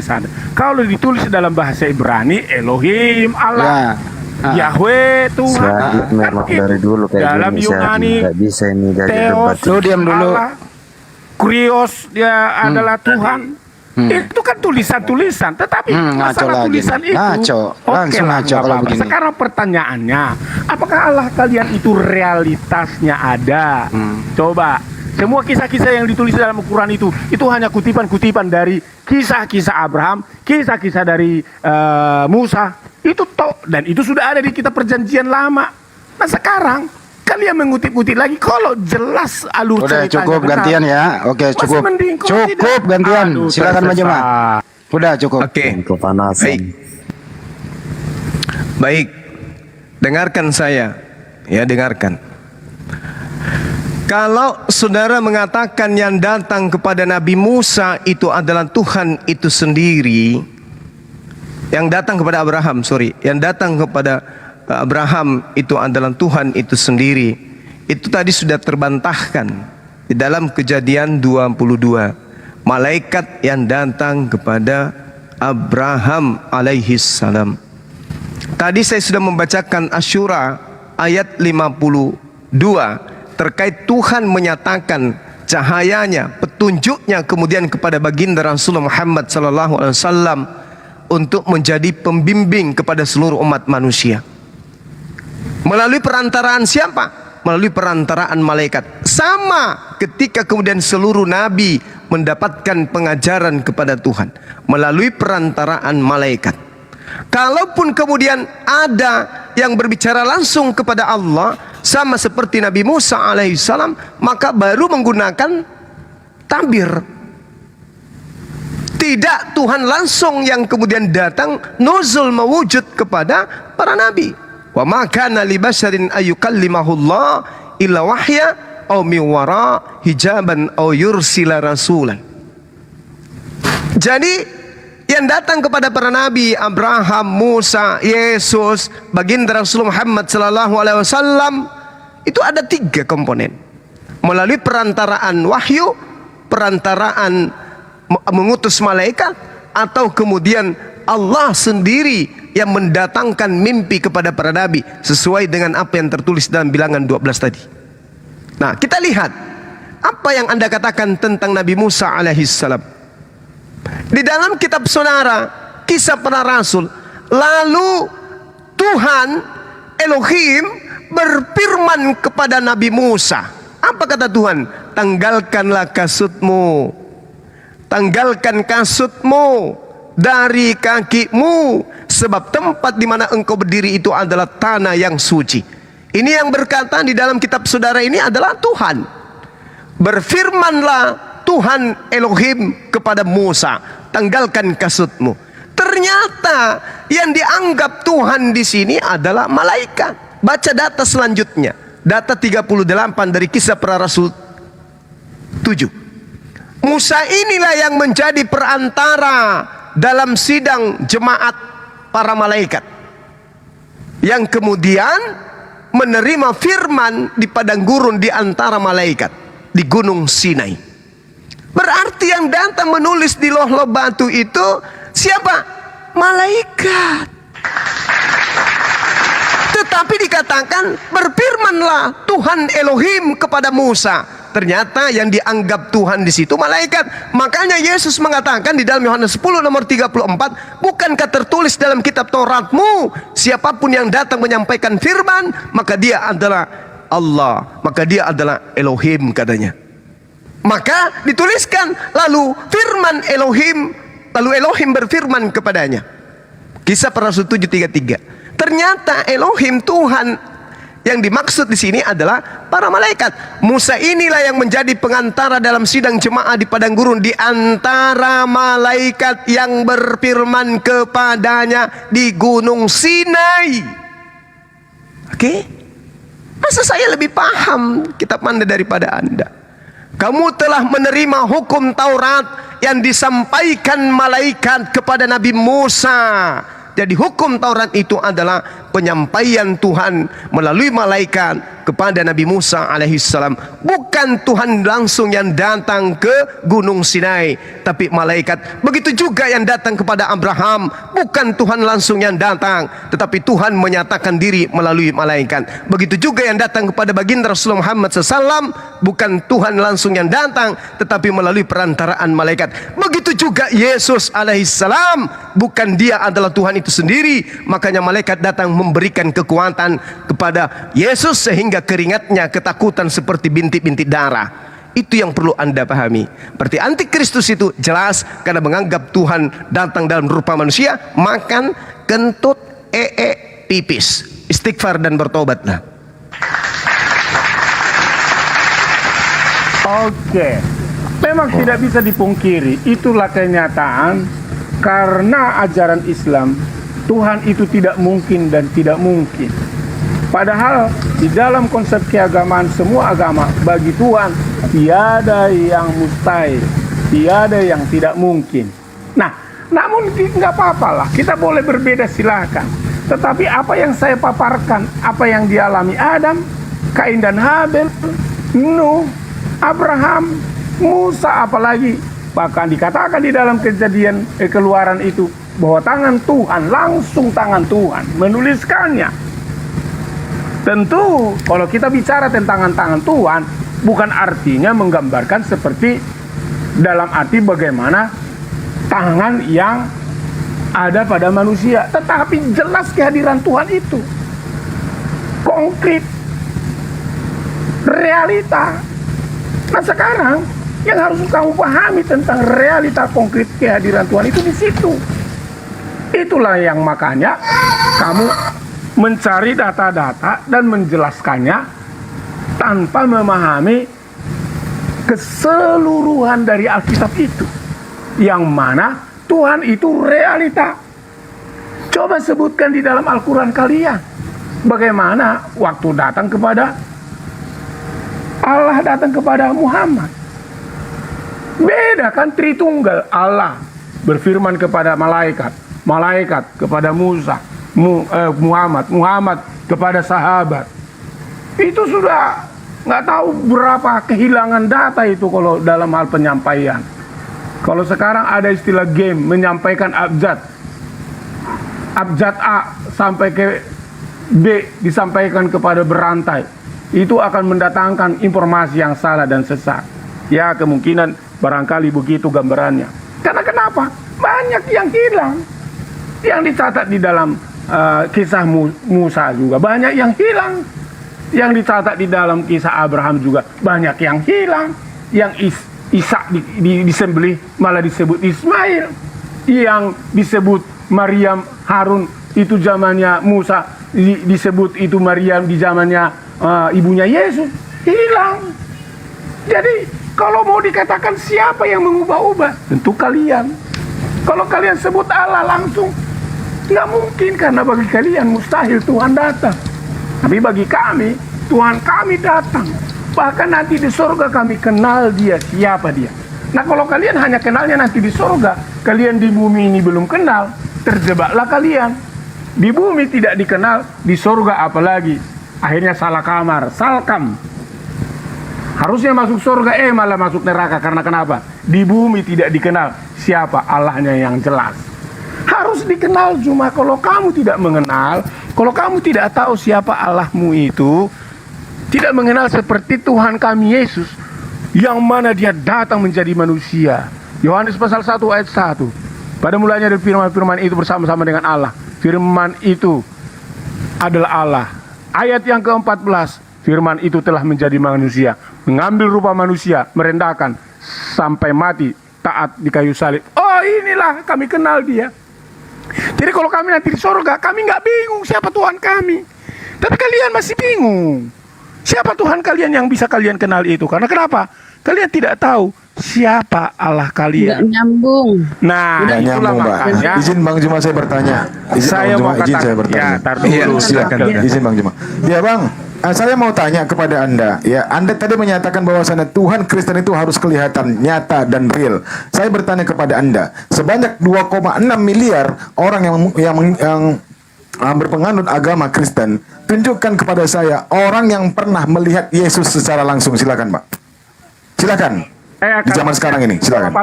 Coba sebutkan 1,5 miliar orang Islam. Coba sebutkan siapa malaikat yang dari Islam yang bisa pernah mendengar suara malaikat seperti datang kepada Muhammad. Coba sebutkan. Tidak bisa. Ya, Itu mereka gaib, mereka goib, Pak. Mereka goib, tidak kelihatan. Yang saya bilang kan malaikat Mereka datang kepada goib. Muhammad. Dengar Iya, dulu. mereka goib, Pak. Goib. Pertanyaan saya, Anda tadi Tanya apa? Saksi. Enggak. Tanya saksi. Anda tadi ngotot bahwasanya Tuhan Kristen itu kelihatan. Tunjukkan kepada saya siapa orang yang pernah melihat Saya Tuhan tahu Yesus kamu di dunia nyata sekarang ini. Silakan, Saya Pak. tahu Silakan. kamu itu udah Silakan. hadir. Nah, sekarang kamu Pada saat- mengatakan iya. begini, karena kalau tidak ada 2,5 miliar orang Kristen di dunia tidak melihat Allah nyata langsung, kamu kan klaim bahwa Allahnya orang Kristen nggak nyata. Sama, saya tanya sama kamu, coba sebutkan jikalau Ditanya kok bertanya lagi. Apa jika cara malaikat bicara kepada Muhammad, coba sebut. Anda tadi Pak menyatakan bahwasanya Tuhan Kristen saya- ini kelihatan Pak di dunia nyata. Saya minta datanya.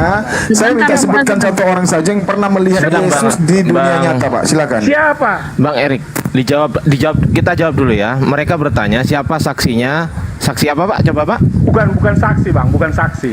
Loh, tadi katanya saksi. Bukan, kan siapa ini, si selawat ini bilang bahwa kalau Tuhan real, makanya dengar dong pertanyaannya. Enggak, Kalau pertanyaan Tuhan Anda apa? nyata- Langsung aja, pertanyaan Anda apa? Dia bertanya tadi, kalau Tuhanmu nyata, orang Kristen kan ada 2,5 miliar di dunia. Coba sebutkan siapa dari 2,5 miliar ini yang melihat Allahnya nyata. Itu kan maksud pertanyaan dia. Saya tanya lagi, kalau Muhammad mendengar Ya malaikat dijawab. Saya Coba ikuti Anda sebutkan dari tadi Pak. Saya siapa mendengarkan Anda dari orang tadi. Islam yang Anda memaksakan mendengar Yesus suara itu malaikat kelihatan, dari Tuhan itu 1,5 kelihatan. miliar Tunjukkan kepada saya satu orang aja dari 2,6 miliar orang Kristen ini pernah melihat Yesus secara nyata. Silakan Pak. Sama. Coba sebutkan Islam 1,5 miliar, satu ada di mana malaikat sudah bicara sama Islam. Coba sebutkan. Kenapa Anda bertanya kepada saya? Lah, karena Anda pertanyaan tadi itu menyatakan konyol. bahwasanya Tuhan Anda real, Karena pernah pertanyaan- muncul ke dunia, pernah kelihatan ke di dunia terhadap orang-orang Kristen yang mengimani Yesus sebagai Tuhan. Tunjukkan kepada saya wujudnya seperti apa Yesus itu bentuknya. Atau saya open cam, saya buka melalui dari Google, saya lihat, saya cari gambarnya Yesus yang ada di Google tuh. Anda bisa pilih yang mana Pak pernah Di sini datang. kita bukan masalah tunjuk menunjukkan. Kita percaya kita masing-masing. Kamu percaya Al-Quranmu masing-masing. Bagaimana Ya cerita udah. dari kitab dan Al-Quran Makanya, Pak, masing-masing jangan sok-sokan ini, paten. Kami Jangan sok-sokan, percaya Bapak. bahwa Silakan, Allah Bang kami Zuma, nyata. lanjut, Bang. Jadi Oke, pertanyaan baik. udah aku jawab ya, jangan tanya Gini, lagi ya.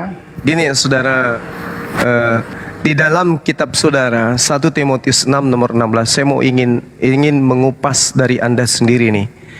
Seorang pun tidak pernah melihat dia, dan memang manusia tidak dapat melihat dia. Baginya lah hormat dan kuasa yang kekal. Ini siapa ini, Pak? Ini siapa? Jawab. Ya siapa? Ya, Anda lah yang harus menjawab. Ini siapa? Dialah Yesus yang sudah naik ke surga itu. Yesus tidak pernah dilihat. Loh, sebelumnya nggak dilihat kan sampai sekarang. Saya ulang lagi. Seorang pun tidak pernah melihat dia. Ya. Yesus tidak pernah dilihat. Ya sekarang nggak dilihat lagi. Bukan sekarang, seorang pun tidak pernah. Tidak pernah. Ya. Apakah ada manusia yang pernah melihat Yesus? Kata tidak pernah itu bentuk pasten. Ya. Kata Sekarang saya tanya. Seorang pun tidak pernah melihat dia. Tidak pernah melihat. Dengar. Baik dulu, sekarang maupun selama-lamanya. Tidak ada seorang pun yang pernah melihat dia. Ini siapa? Nggak pernah disebut dahulu sampai selama-lamanya. Ini siapa? Ya. Tidak pernah itu menunjukkan bahwa waktunya sudah lewat. Memang seorang pun tidak pernah. Seorang pun tidak pernah melihat dia, dan memang manusia tidak dapat melihat dia. Ini siapa? Sekarang ini siapa? Di dalam Yohanes pasal yang ke saya tidak tanya itu, jawab aja. Ini siapa? Kamu melihat ini siapa? Yesus. Ya. Siapa yang pernah melihat Yesus duduk di sebelah kanan Bapa? Murid-murid Yesus. Apakah dia tidak pernah dilihat atau pernah dilihat? Sebelumnya tidak dilihat. Kapan? Pada saat dia di surga dilihat atau tidak? Sebelum lahir ke dunia dia tidak dilihat. Setelah dia terangkat ke surga bisa dilihat atau tidak? Tidak. Lalu kenapa mengatakan dia duduk di sebelah kanan Bapa di surga? Karena Yesus pergi, dia yang melihat. Kan dia yang akan pergi, bukan muridnya. Lalu yang dia lihat, yang Lukas lihat duduk di sebelah kanan Bapa di surga itu apa? Ya kemuliaan. Mulai jurus begitu, menurut iblis. Loh, iya. Sekarang saya ulang lagi ya. Seorang pun tidak pernah melihat dia. Apakah Yesus tidak ada seorang pun yang pernah melihat dia? Makanya kan sebelumnya. Tidak ada kata sebelum di sini. Ada. Itu mana? Kata tidak pernah itu berarti masa lalu yang belum pernah. Tidak pernah. Dasar penipu. Bukan, itu Anda sedang menipu diri Anda sendiri. Jangan pernah Anda berharap bisa menipu umat Islam. Yukhadi'una Allah walladzina amanu wa ma yakhda'una illa anfusahum wa ma yash'urun. Seorang pun tidak pernah melihat dia, dan memang manusia tidak dapat melihat dia. Faktanya, ketika dia datang kedua kalinya, siapa yang dilihat sebagai anak manusia? Jawab. Tetapi ketika engkau melihat aku, kata Yesus, maka kamu melihat dia. Yang datang kedua kalinya, kedua kalinya itu bisa dilihat atau tidak bisa dilihat? Iya, bisa dilihat lah. Ya.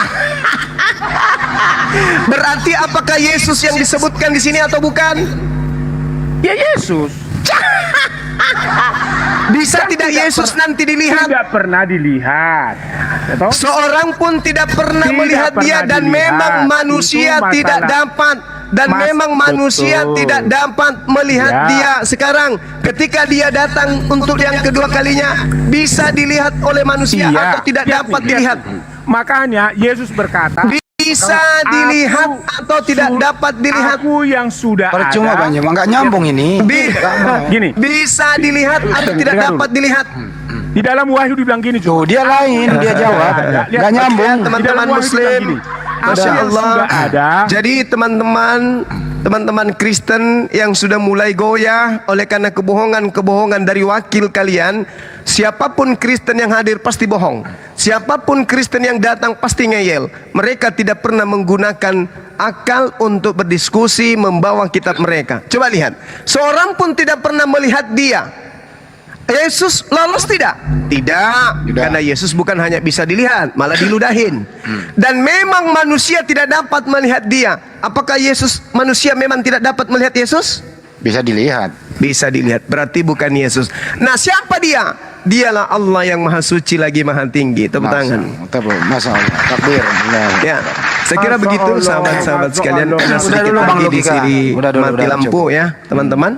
Ya, silakan diambil alih. Salam tauhid, salam satu Tuhan, jayalah Islamku, jayalah NKRI ku. Assalamualaikum warahmatullahi wabarakatuh.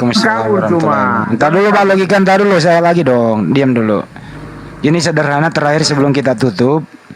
Bang logika, di surga itu Yesus punya fisik atau tidak, Bang?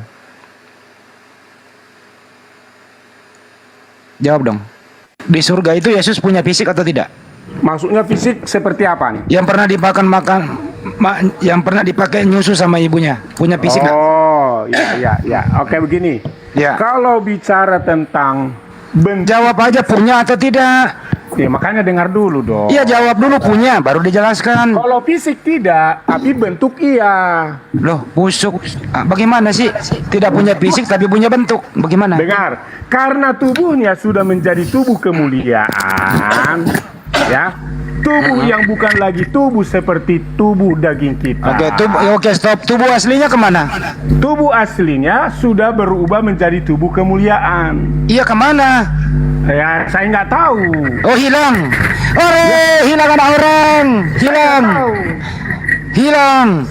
Bukankah waktu dia terangkat ke surga, ya, habis makan ikan goreng itu, habis makan ikan bakar, banyak saksi melihat dia terangkat sama tubuhnya. Kemana tubuhnya sekarang? Subhanallah, Allah itu kemana tubuhnya sekarang? Saya tanya. Tubuh asli Bunda Maria, anaknya Bunda Maria itu kemana?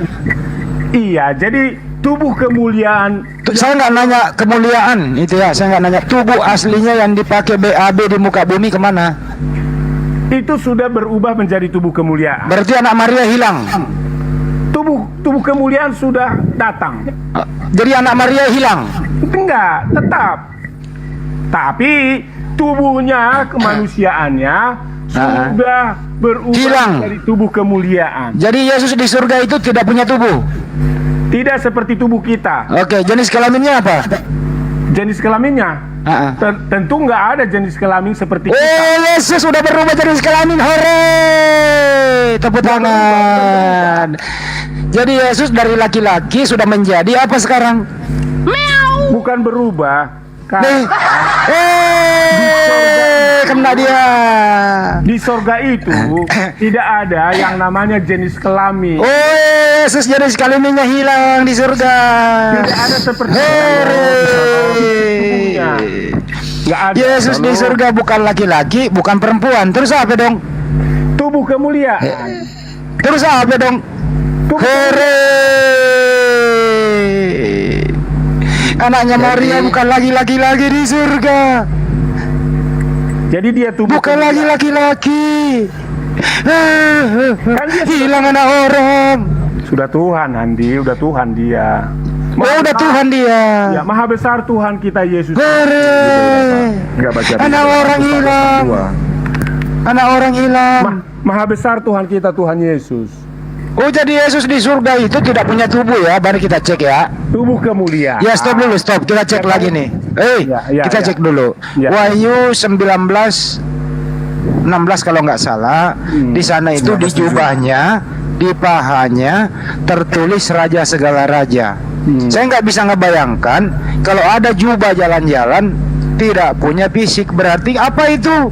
Jubah jalan-jalan nggak ada orangnya. Jubah itu dalam konteks bahasa metafor lagi. Kalau ada tato di paha bagaimana itu? Kalau ada tato di paha? Tato itu untuk menuliskan. Ada tato di paha tapi nggak ada fisik. Bahasa untuk dicatatkan. Ya, ada tato di paha tapi nggak ada fisik. Artinya gini, kalau tato itu sebenarnya itu artinya kualitas permanen pencatatan yang tidak bisa salah. Oke, Itu namanya tato. stop dulu ya. Nggak bisa Bagaimana asli. stop dulu. Bagaimana Yohanes di Pulau Patmos bisa melihat Yesus di pahanya ada tato, di jubahnya tertulis raja segala raja, Iya. sedangkan Yesus itu tidak punya fisik. Bagaimana Yohanes bisa melihatnya? Coba. Jadi begini, kalau Yohanes itu, kalau kamu baca Wahyu pasal 1, Yohanes mendapat kasih karunia wahyu dari Tuhan Yesus, ya. Saya nggak Jadi- nanya itu. Iya, maksudnya Yohanes menulis. Kan kata kamu bagaimana? Nah, dengerin dulu. Yohanes menulis di surga itu di pahanya ada tato. Iya. Bagaimana mungkin dia bisa melihat pahanya ada tato sedangkan Yesus tidak punya fisik di surga? Ini bagaimana ceritanya? Oke. Salam Pak Logika, izin Pak Logika. Ini selebes ini selalu semua diukur dengan logika. Allahnya saja tidak jelas baru. Lu diam dulu, jangan kepanasan. Lah Saya iya. cuma nanya enteng lo. Allahmu itu tidak apa jelas. kau Kamu naik, selalu kau jawab. ukur dengan logika. Di surga itu menurut logika logikamu Yesus itu, tidak otakmu itu punya tidak sampai. jenis kelamin. Allahmu itu mana? Coba jelasin. Ini Allahmu itu kepanasan ada ini nggak? kepanasan ini kan panasan. Itu semua tidak jawab saya tadi itu. Allahmu mana? Allahmu mana? Jelas Menurut ya? Bapak Selalu logika diukur dengan logikanya, pada logikanya ini itu. Yesus di surga itu tidak punya fisik. Yesus di surga itu bukan Iya, laki-laki. justru itu logikamu Jadi tidak bagaimana sampai, ceritanya Selebes. di bumi dia Selebes. laki-laki, Sampai kenapa di mana dia di logikamu, surga Selebes? berhenti menjadi laki-laki gitu loh. Selebes, coba Sekarang Allahmu itu perbedaannya mana? tadi Coba jelas jelasin kok. Allahmu seperti Jadi apa? fisiknya anak Bunda Allahmu Maria, itu maha anaknya wujud. Bunda Maria yang pernah Allahmu itu disusui maha di muka wujud. Mana bumi buktinya? sudah hilang. Jadi anaknya Bunda Maria itu sekarang menurut Pak Logika hilang, fisiknya udah hilang. Di surga itu Yesus tidak punya fisik, hanya roh saja. Sudah Bang Andi, sudah. Ya sudah. Nggak mungkin roh itu punya tato, nggak mungkin. Nggak mungkin. Sekarang ya? saya dengan Ya. saudara Sen Kim. Ya, silakan. Bung, mari kita ulas tentang wujud Tuhan. Di dalam kitabnya orang Yahudi, ya, saya ingin tahu dari Anda punya otak atau Anda punya otak pasti ya, tapi berfungsi atau tidak, mari kita lihat. Kalau untuk Tuhan Tunggu. terbatas. Sabar. Sama otaknya Mr. Suma tidak akan pernah sampai menelat. Oke, saudara. Anda tenang, duduk yang cantik ya. Kalau dengan saya itu duduk yang cantik. Apalagi kalau Anda mencoba untuk bawa akal, saya menguasai untuk materi-materi seperti itu. Oke? Sekarang kita lihat Yeremia 10 nomor 6. Tidak ada yang sama seperti Tuhan. Engkau Allahmu maha besar. itu bahasa Arab atau batu. Bang, sabar. Dulu saya, lu kok Sabar, diskusi Bang, kok nggak sabar. ada etikanya sih? Sabar ya Bang ya, sabar. Saya tahu bahwa batunya Tuhan Anda itu kecil, hanya sebesar batu cincin. Memang dua batunya, tapi kecil. Nah, sedangkan Apa batu dengar. itu tapi daripada Sabar, Blackstone. Abang. Itu sabar. lato-lato. Kalau Anda ingin saling hujat, Bang, jangan di sini, jangan ajarin kami Itu kan hujat. kamu punya itu kan? Jangan ajarin kami menghujat. Kita diskusi santai aja. Cuma oke? lato-lato namanya. Itu selalu mengukur dengan logika. Ketika disuruh buktikan Allahnya tidak jelas. Sekarang mari kita buktikan Berhenti Allah berlogika itu. tentang Tuhan. Sekarang mari kita buktikan secara logika Tuhan itu. Oke, kawan, santai ya. Di dalam Yeremia 10 nomor 6, tidak ada yang seperti Engkau ya Tuhan. Engkau Saya maha jangan besar. di-mute ya. Ya makanya kalau saya ngomong diam dulu, jangan sampai saya tampar Anda pakai sepatu. Karena begini, udah turunin Bunda Rama, turunin bukan emosi aja Bang Juma. Dengarkan anjing. Kau Turunin itu Bunda masuk Rama, di sini. turunin dia. Anjing, dengarkan. Turunin. Dengarkan saya anjing. Jangan terpancing, anjing, turunin. Ya babi, udah turun Bang Juma. laknatullah, dengarkan. Saya Jangan udah terpancing. sopan-sopan sama kau. Udah turun. Ya. Selama kau tidak bisa merubah kemudian biji sakarnya Yesus jadi Tuhan, kau jangan menghujat. Tidak bisa biji sakarnya Yesus jadi Tuhan, tidak bisa. Selamanya akan menjadi biji sakar. Hanya ada satu. Ketika Anda menghilangkan biji sakarnya Yesus di surga, maka Yesus menjadi manusia yang cacat. Paham kau? Orang sopan diajak baik-baik bicara. Ini yang saya mau kasih kau, Tuhannya Bani Israel. Tuhannya Bani Israel diceritakan oleh yang mempunyai kitab, bahwa Tuhan itu tidak serupa dengan apapun. Tidak ada yang sama seperti Tuhannya Bani Israel. Lalu tolong tunjukkan ke saya seperti apa wujud Tuhannya Bani Israel ini kalau tidak serupa dengan apapun. Kalau Anda sudah bisa menunjukkan wujud Tuhannya Bani Israel yang tidak serupa dengan apapun ini, baru saya bisa menunjukkan wujud Tuhan saya. Karena Tuhan saya pun mengatakan hal yang sama, laisa kamitslihi syai'. Makanya tadi saya mencoba untuk menakar kemampuan saudara Kristen Anda di dalam 1 Timotius 6 nomor 16. Tidak ada yang dapat melihat dan tidak akan pernah ada yang bisa melihat. Nah ini di dalam kitabnya Yeremia 10 nomor 6. Tuhan pencipta langit dan bumi yang maha besar lagi maha tinggi itu tidak serupa dengan apapun. Lalu bagaimana Anda bisa menggambarkan wujudnya?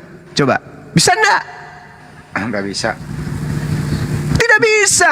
Anda mengatakan wujudnya seperti manusia. Loh, tidak serupa dengan manusia, Bung.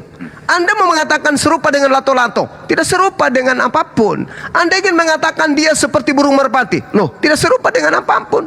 Jadi tidak bisa digambarkan. Makanya di 1 Timotius itu tidak cocok dengan Tuhan Anda. Seorang pun tidak pernah melihat dia, dan memang manusia tidak dapat melihat dia.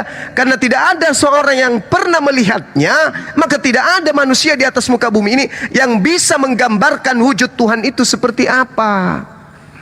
Begitu, jangan kau naik-naik di sini menghujat. Ya, jangan. Selama kalian tidak bisa menjelaskan Yesus itu bukan manusia, jangan pernah Anda naik di sini menghujat. Silakan, diambil alih kembali. Ya, setuju sekali. Tadi itu ada pertanyaan, tunjukkan alam itu ada. Dia sendiri nggak pernah mungkin sehat pikirannya kalau yang dia sembah itu roh. Satu biji pun orang Kristen di muka bumi ini tidak pernah melihat roh.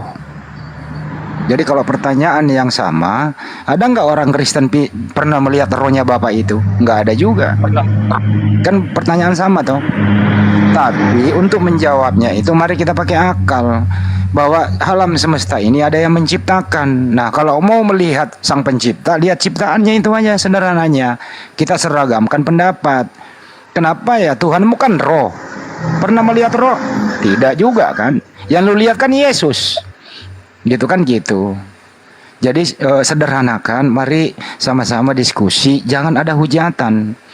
Kalau pertanyaan kami tadi itu sederhana. Yesus itu anak Maria, pernah beraktivitas di bumi, naik ke surga. Kita tanya, apakah di surga itu dia masih laki-laki, anaknya Maria punya fisik? Jawabannya tidak, dia sudah roh. Kenapa jadi emosi? Dinaikkan di surga gitu loh. Kenapa mesti jadi emosi hujat gitu? Banyuma udah menerangkan tadi itu. Tuhan itu tidak pernah berubah. Gitu loh, tidak pernah ada yang melihat. Yohanes 5:37 juga itu tidak ada yang bisa melihat. Yesus sudah ngomong loh. Kenapa lagi kalau Yesus sudah mengatakan rupanya pun suaranya pun tidak bisa kau dengar, kenapa lagi kau tanya tunjukkan wujudnya? Nah, yang gila siapa? Ini yang gila siapa? Kami kalau diskusi nggak pernah bertanya kepada Anda, tunjukkan Bapaknya Yesus di surga. Itu kan pertanyaan konyol karena nggak masuk akal tuh pertanyaan. Karena nggak ada orang bisa menunjukkan roh itu. Gitu loh. Jadi kalau bertanya itu jadi pikir-pikir dulu lah, jangan ada kebencian dalam bertanya. Karena kick balik nanti malu Anda itu. Ya, kita kembalikan ke topik nih. Siapa yang mau bicara teman Kristen? Sendal jepit, silakan. Atau Alkitab kebenaran, silakan. Alkitab dulu dari tadi beliau ini Alkitab. Ya, silakan, Bang. Alkitab. Ya, oke. Nah, ini Bang tadi sebenarnya tadi saya masuk waktu ada siapa? Mei sama siapa ya yang Wanes itu? Samuel. Ya, tadinya saya mau menanggapi yang Wanes, saya dari Unitarian soalnya. Oh, Masya Allah. Tadi kan ada unit Tritunggal versus Wanes. Mungkin saya pikir kalau ada masuk Unitarian ramai gitu. Kalau Unitarian itu paling dibidatkan oleh Tritunggal sama Wanes. Anda bidat bro, sesat Anda itu. Ya, tapi saya paling dekat dengan Islam sebetulnya. Setuju. Karena Anda tidak menuhankan Yesus, ya betul ya.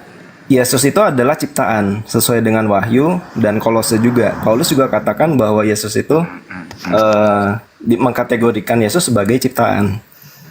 Betul. Setuju. Cuman posisi Unitarian bedanya dengan Islam, kalau Islam kan Yesus hanya manusia biasa.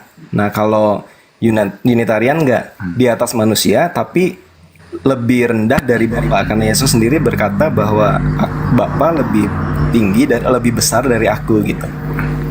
Nggak, paling signifikan perbedaannya itu. Aku jawab dulu nih. Ya lu mau lawan Unitarian ya, oke, yang Iya, lain jam. iya. Unitarian lawan Tritunggal Oneness, silakan. Oke.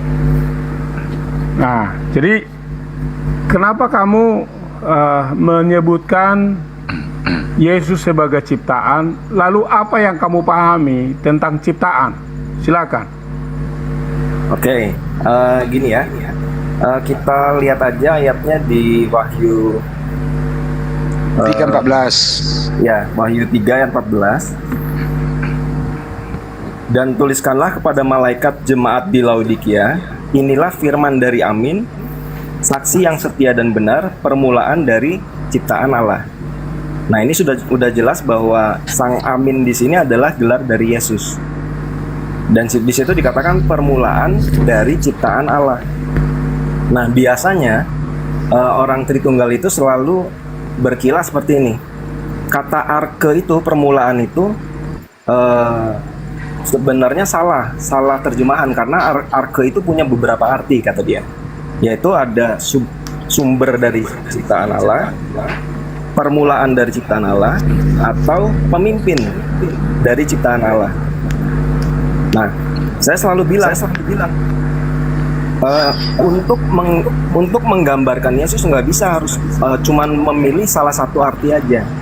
Nah, Yesus itu adalah kepenuhan dari ketiga arti arke di ayat ini, yaitu Yesus itu adalah permulaan dari ciptaan Allah, sumber dari ciptaan Allah, dan pemimpin dari ciptaan Allah.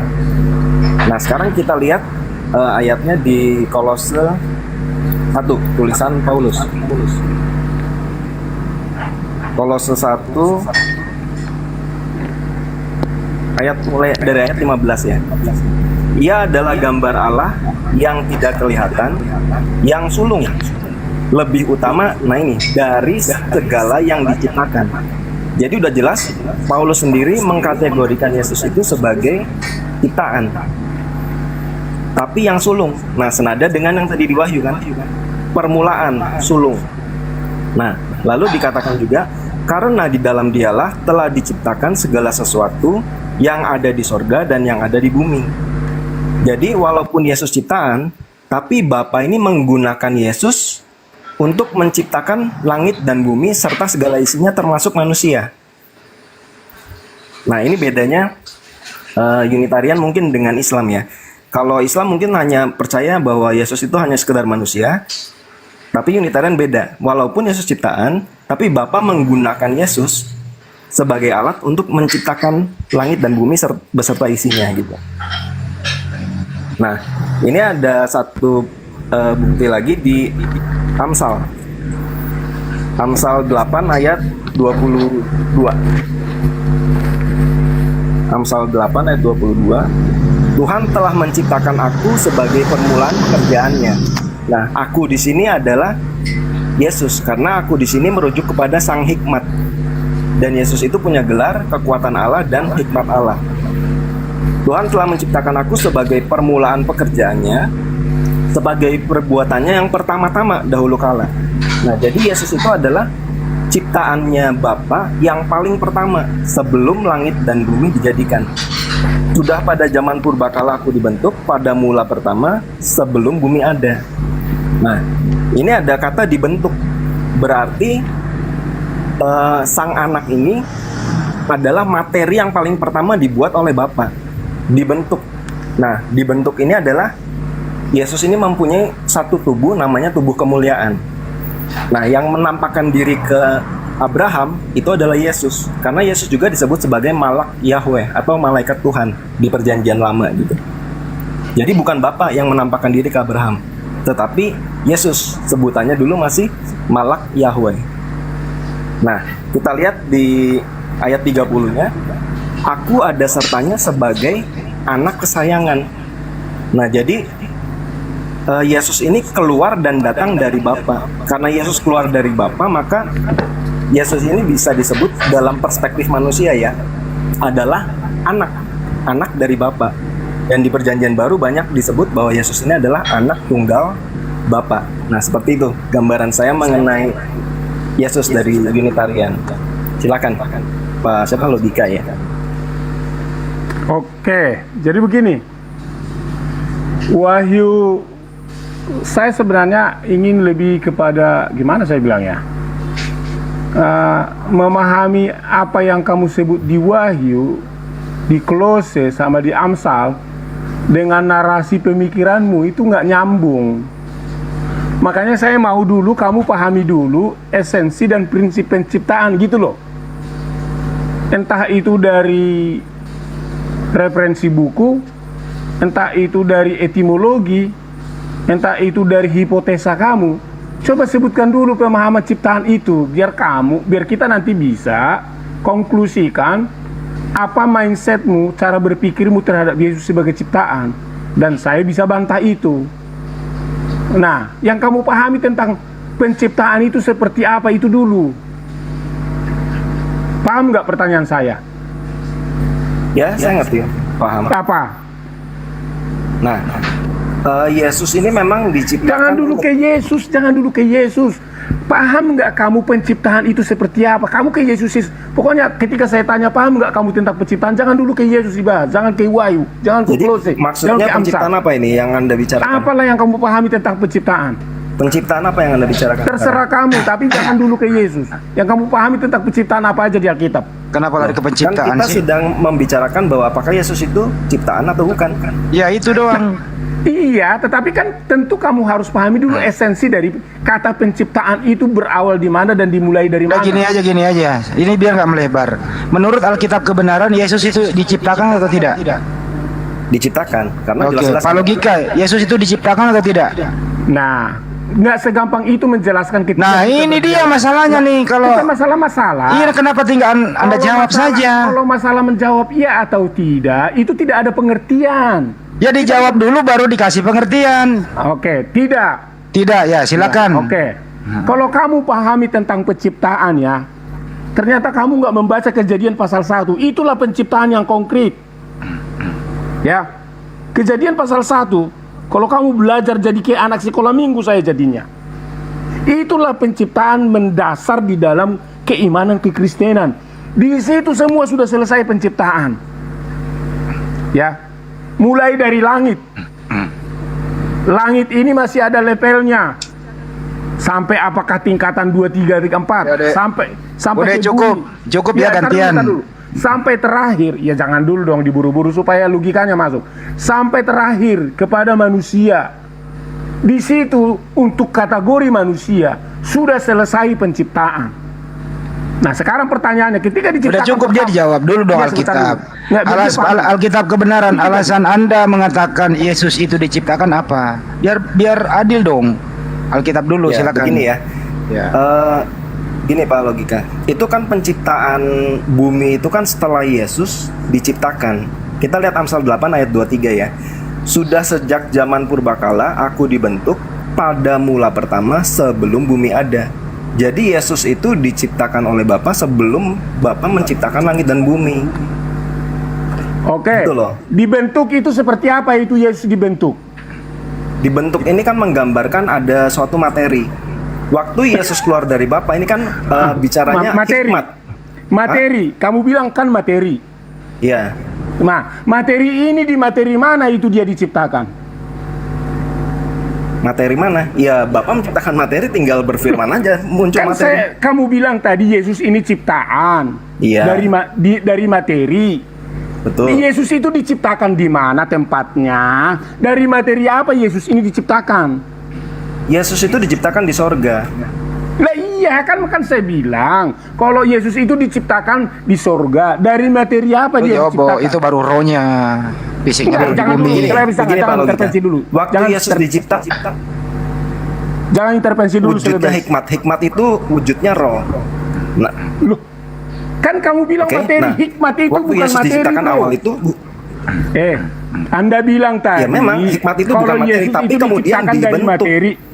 Tar dulu, kamu bilang tadi Yesus itu Ya diciptakan dicabut di surga. materinya, udah dicabut Taruh, materinya. taruh. Jangan dikejar lah, sesama Kristen loh kejar-kejaran Bukan, sih. karena memang saya rasional dan logis. Saya mengejar apa yang menjadi pemahaman orang. Saya kejar sampai ke lubang semut pun saya kejar. Sekarang kamu bilang jangan salah bicara kamu sama saya ya, karena saya kritis orangnya. Kalau kamu bilang Yesus diciptakan dari materi, materi apakah di surga? Ada nggak materi di surga? Dia udah cabut, dia bilang roh. Makanya jangan salah kamu bicara. Ya udah dicabut Oke. roh. Ya, Materinya kamu ada di bumi coba, nanti kamu setelah coba, dilahirkan. kamu coba. Udah dijawab tadi Begini, Ya. Yesus itu pertama keluar dari Bapa. Yesus berkata, aku keluar dan datang dari Allah. Toh. Nah, waktu Yesus keluar dari Bapa itu wujudnya roh, hikmat, roh. Tapi kemudian Yesus dibentuk, makanya Yesus punya tubuh kemuliaan. Waktu Oke, Adam dan Hawa tar dulu berbuat dosa, dikit. mendengar langkah kaki. Hikmat atau roh? Ya hikmat itu kan wujudnya roh. Hikmat itu tidak berwujud. Iya, hikmat atau roh? Yesus itu wujudnya roh. Enggak, saya tanya. Saya ulang lagi sekali lagi ya. Saya moderator ini udah cukup untuk penciptaan ini. Sekarang kedua dengerin dulu. Ini stop dulu, saya moderatorin. Biar orang nggak bosan dengarnya. Dengarkan dulu. Pak Logika izin dulu lah. Saya kan moderator dari tadi. Pak Kitab Kebenaran. Kenapa Anda mengatakan Yesus itu bukan Tuhan? Kenapa? Alasannya apa? Bukan ke situ, bukan tuh. Enggak, iya ini dua topik tadi. Itu masalah penciptaan udah, diciptakan udah. Jangan stay di situ dong. Diciptakan dari mana dia belum? Ya udah cukup di situ sekarang.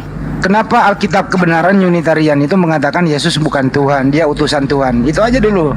Lanjut. Ya, pertama karena memang Yesus sendiri berkata, aku utusan dan Bapa lebih besar dari aku. Dan jelas bahwa Yesus kan diciptakan oleh Bapa. Jadi ya memang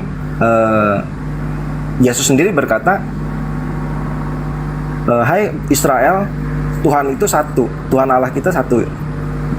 Ya itu si Bapa gitu loh. Bukan Yesus nggak pernah mengatakan bahwa dirinya adalah Tuhan gitu. Tunggu dulu. Ya, sekarang Pak Logika, kenapa Anda mengatakan Yesus itu Tuhan? Pakai data silakan. Karena Yesus menyebut dia satu dengan Bapa. Ya, satu dengan Bapa. Pada mulanya adalah firman, firman itu bersama-sama dengan Allah. Artinya dia satu. Dan firman itu menjadi manusia. Satu. Ketika kamu melihat aku, kamu melihat Bapa. Satu. Jika kamu percaya kepada aku, bukan hanya sekedar percaya kepada aku, tetapi kamu percaya kepada Bapa. Satu. Oke, cukup. Apa yang kukerjakan, itulah pekerjaan Bapa. Satu. Nah, di mana lagi? Coba. Oke. Jadi satu memakai Yohanes 10:30, satu memakai Ulangan 64 dan Markus 12:9. Tabrakan nih Bible nih. Silakan Alkitab Kebenaran. Nah, begini ya.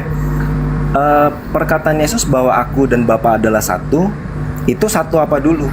Karena di ayat yang lain juga Yesus berkata bahwa aku di dalam Bapa dan Bapa di dalam aku. Nah, waktu Yesus dibaptis kan Roh Allah turun dalam wujud burung merpati ke dalam Yesus. Nah, itu yang dimaksud aku dan Bapa satu, bahwa Yesus itu dijadikan bait Allah yang hidup. Jadi Allah itu berdiam di dalam diri Yesus. Bukan berarti Yesus itu adalah Allah. Lebih bagus kamu bahas dari bahasa original teksnya. Jangan ngadi-ngadi kebaptisan. Masa Original kamu bilang teksnya apa itu? Nah, makanya di situ yang kamu harus bahas. Ketika disebut aku dan Bapa satu, Bapa di dalam aku dan aku di dalam Bapa, itu sudah jelas konkretnya bahwa Yesus ini adalah keberadaan Allah yang nyata jadi fisik manusia. Itu yang harus dipahami. Jangan lari-lari kamu ke baptisan. Belum lagi tadi saya sudah bilang, jika kamu percaya kepada aku, lihat nih, kamu percaya kepada saya, bukan hanya percaya kepada aku, berarti percaya kepada Allah. Artinya kepercayaan kamu kepada Allah itu sama dengan percaya kepada Yesus. Levelnya harus yang dipercaya itu sama. Kalau kamu baca lagi di dalam Yohanes pasal 13 kalau nggak salah itu, seperti hamba dan tuan tidak berbeda, demikianlah yang mengutus dengan diutus tidak berbeda. Izin sedikit ke ya, Pak sedikit Logi. lagi. Tar sedikit. Sedikit. Artinya Berarti hakikat Allah itu dengan Yesus sama. logika. Bentar Pak Logike. Berarti yang dilahirkan Bunda Maria, yang disusui, yang disalib, dibunuh itu adalah Allah. Lanjut. Jadi hakikat dia satu, supaya kamu tahu. Tuh kan? Jadi ketika kamu melihat Bapa, itu kamu lihat Yesus. Coba saya kasih data satu ya, berdua ya, dibahas ya. Yohanes 17:3 pemahamannya Alkitab kebenaran bagaimana? Yohanes 17:3, silakan. Yohanes 17. Ya, inilah hidup yang kekal itu. Bahwa mereka mengenal Engkau satu-satunya Allah yang benar dan mengenal Yesus yang telah Engkau utus. Bagaimana pemahaman Anda? Ya, satu-satunya Allah yang benar itu kan Bapa, dan mengenal Yesus yang telah Engkau utus. Ya, karena Yesus memang diutus oleh Bapa gitu. Oke, mantap.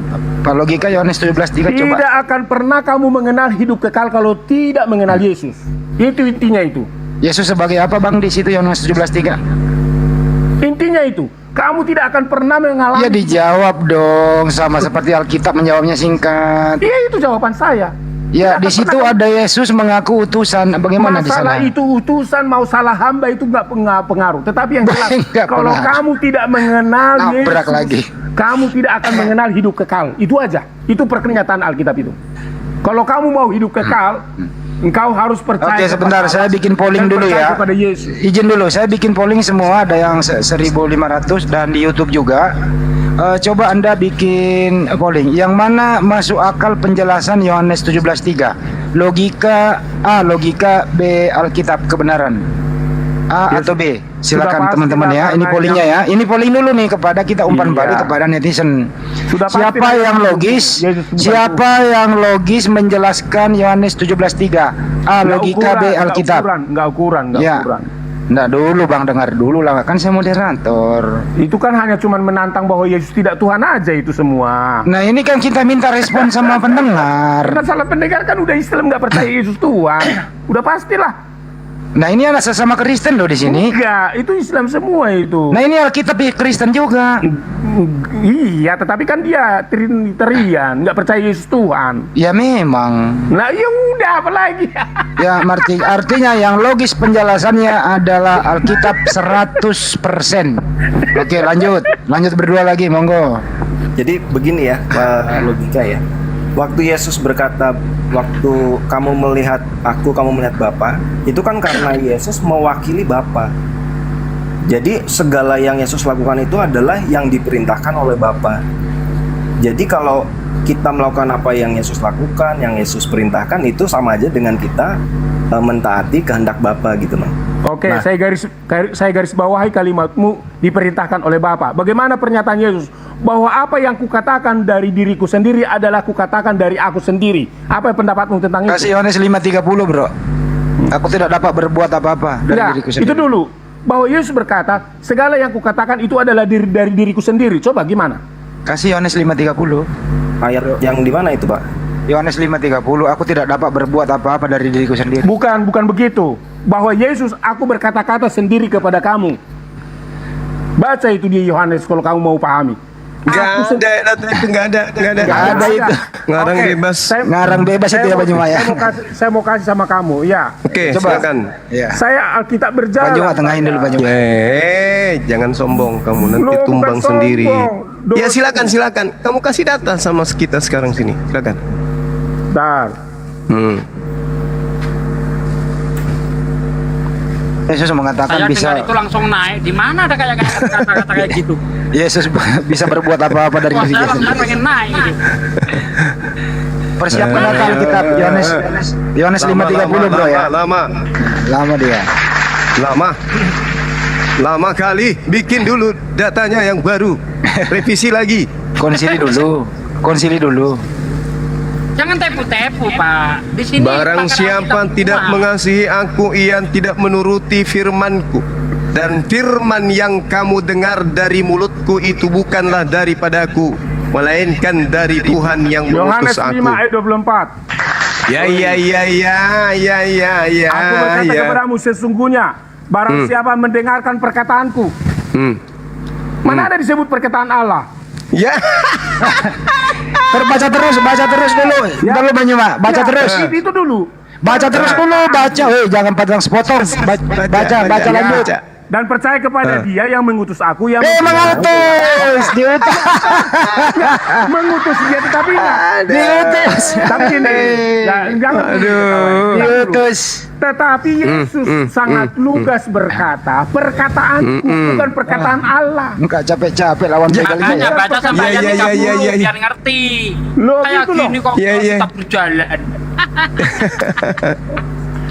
Enam ayat 60. Lihat nih, 6 ayat 60. Perkataan Yesus ini sangat keras. Enggak perkataan Allah, perkataan Yesus. 6 ayat 61. Mau nipu nih. Adakah perkataanku itu menggoncang imanmu? Kalau begini caranya Kristen bisa habis ini. Artinya perkataan Yesus sendiri, bukan perkataan Allah. Nipu nih. Oke, sekarang saya bantah. 6 ayat 63. Aduh. Roh yang memberi hidup, daging sama sekali tidak berguna. Perkataan-perkataan yang kukatakan, kata Yesus kepadamu, adalah roh dan hidup. Oke, stop. Gantian Pak Logika ya. Ini giliran Bang Juma lagi. Gantian ya. Goncang kamu kan? Ya. Gantian saya Wali. Ya. Saya Wali. Tolong yang lain standby dulu. Ya. Oke, Bang Juma silakan. Oke, baik. Yohanes 8:26. Banyak yang harus aku Yesus katakan, akan tetapi Tuhan yang mengutus aku adalah benar, dan apa yang kau dengar, apa yang aku dengar daripadanya, itulah yang kukatakan kepada dunia. 1. 2. Yohanes 8:40. Tetapi yang kamu kerjakan adalah berusaha membunuh aku. Aku seorang yang mengatakan kebenaran kepadamu, yaitu kebenaran yang kukatakan adalah yang kudengar dari Tuhan. Pekerjaan yang demikian tidak dikerjakan oleh Abraham. 3. Yohanes 14:24.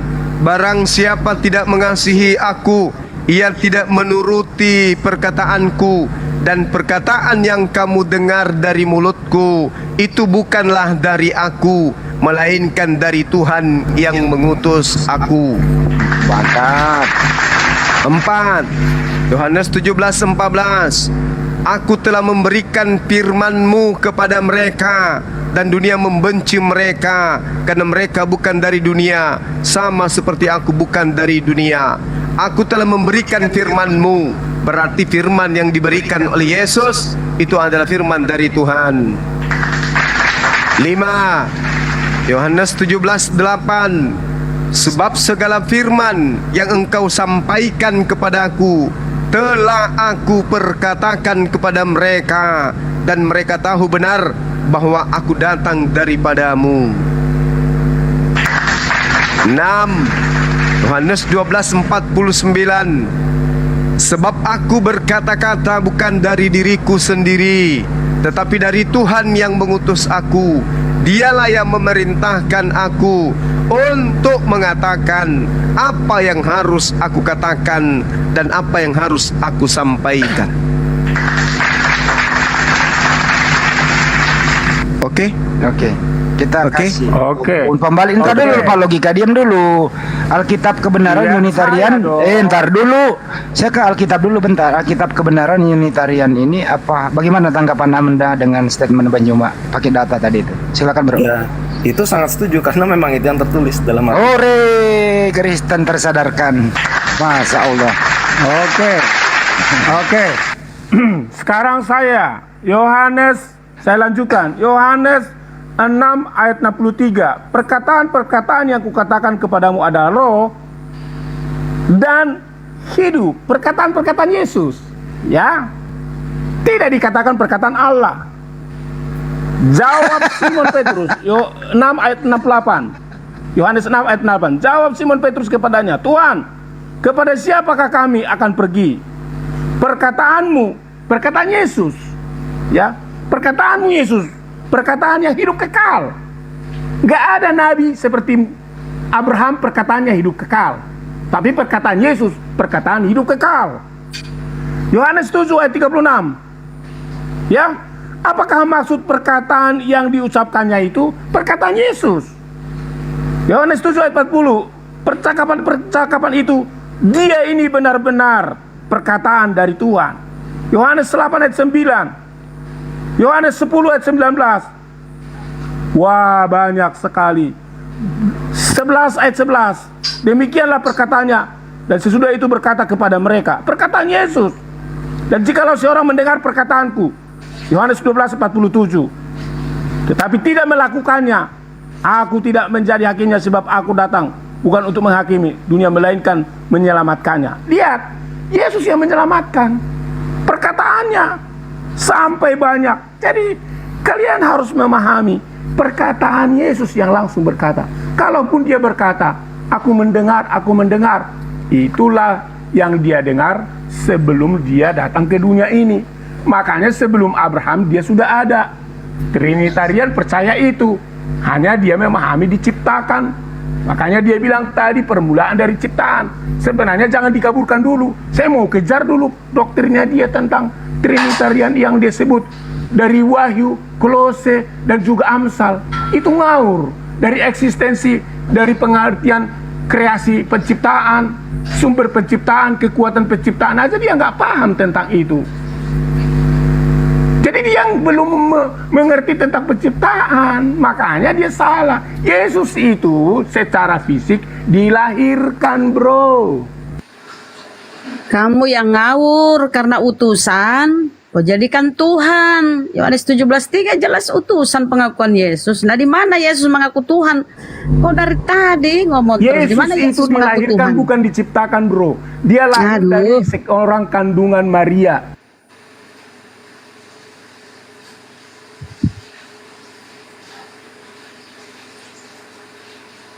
Supaya Anda paham.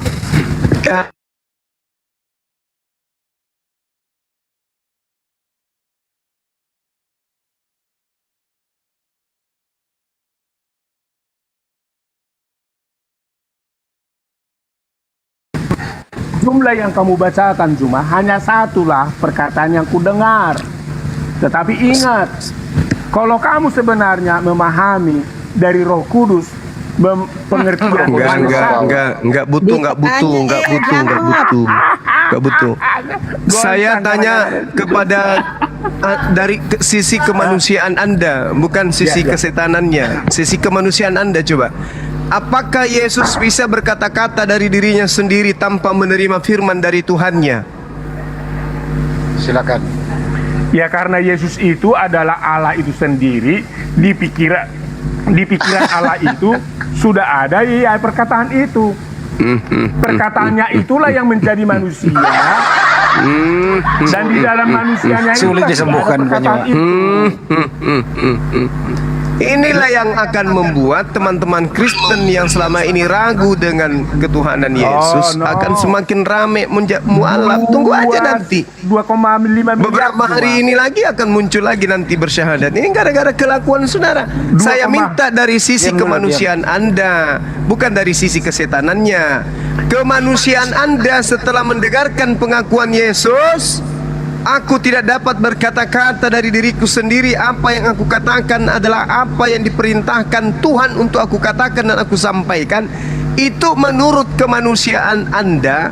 Bisakah Yesus berkata-kata selain daripada apa yang diperintahkan oleh Tuhan untuk ia katakan kepada Bani Israel? Jawab. Ingat dari sisi kemanusiaan. Silakan. Bukan dari Roh Kudusan. Ini hotel kemudian makan anjing nih. Sebentar bang, jangan, tolong.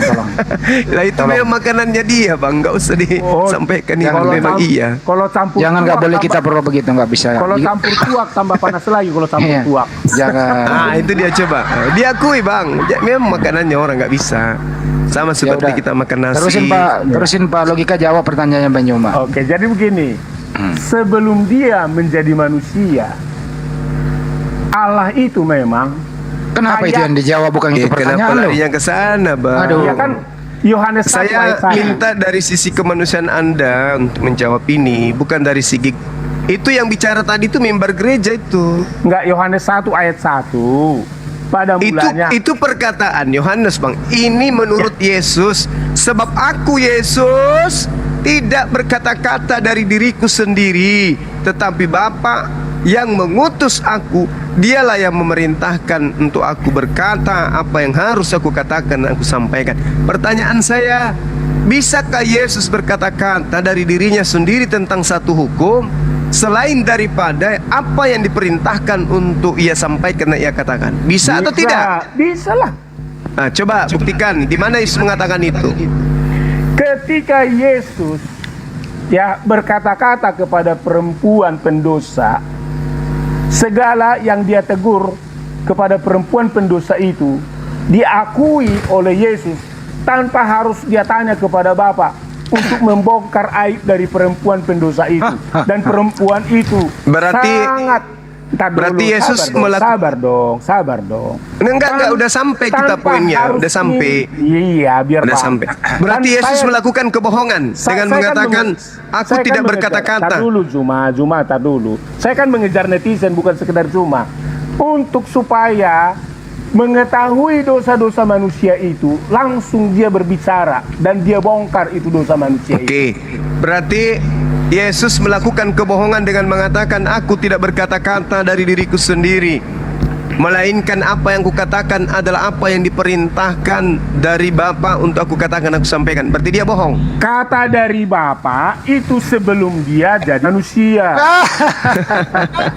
Loh, sekarang begini. Tambah lagi sekali lagi. Saya kasih contoh. Kalau kalian punya nabi, malaikat bicara di Gua Hira. Malaikat bicara di Gua Hira. Bagaimana kalian bisa membuktikan bahwa Allah berbicara di Gua Hira? Malaikat bisa bicara di Gua Hira.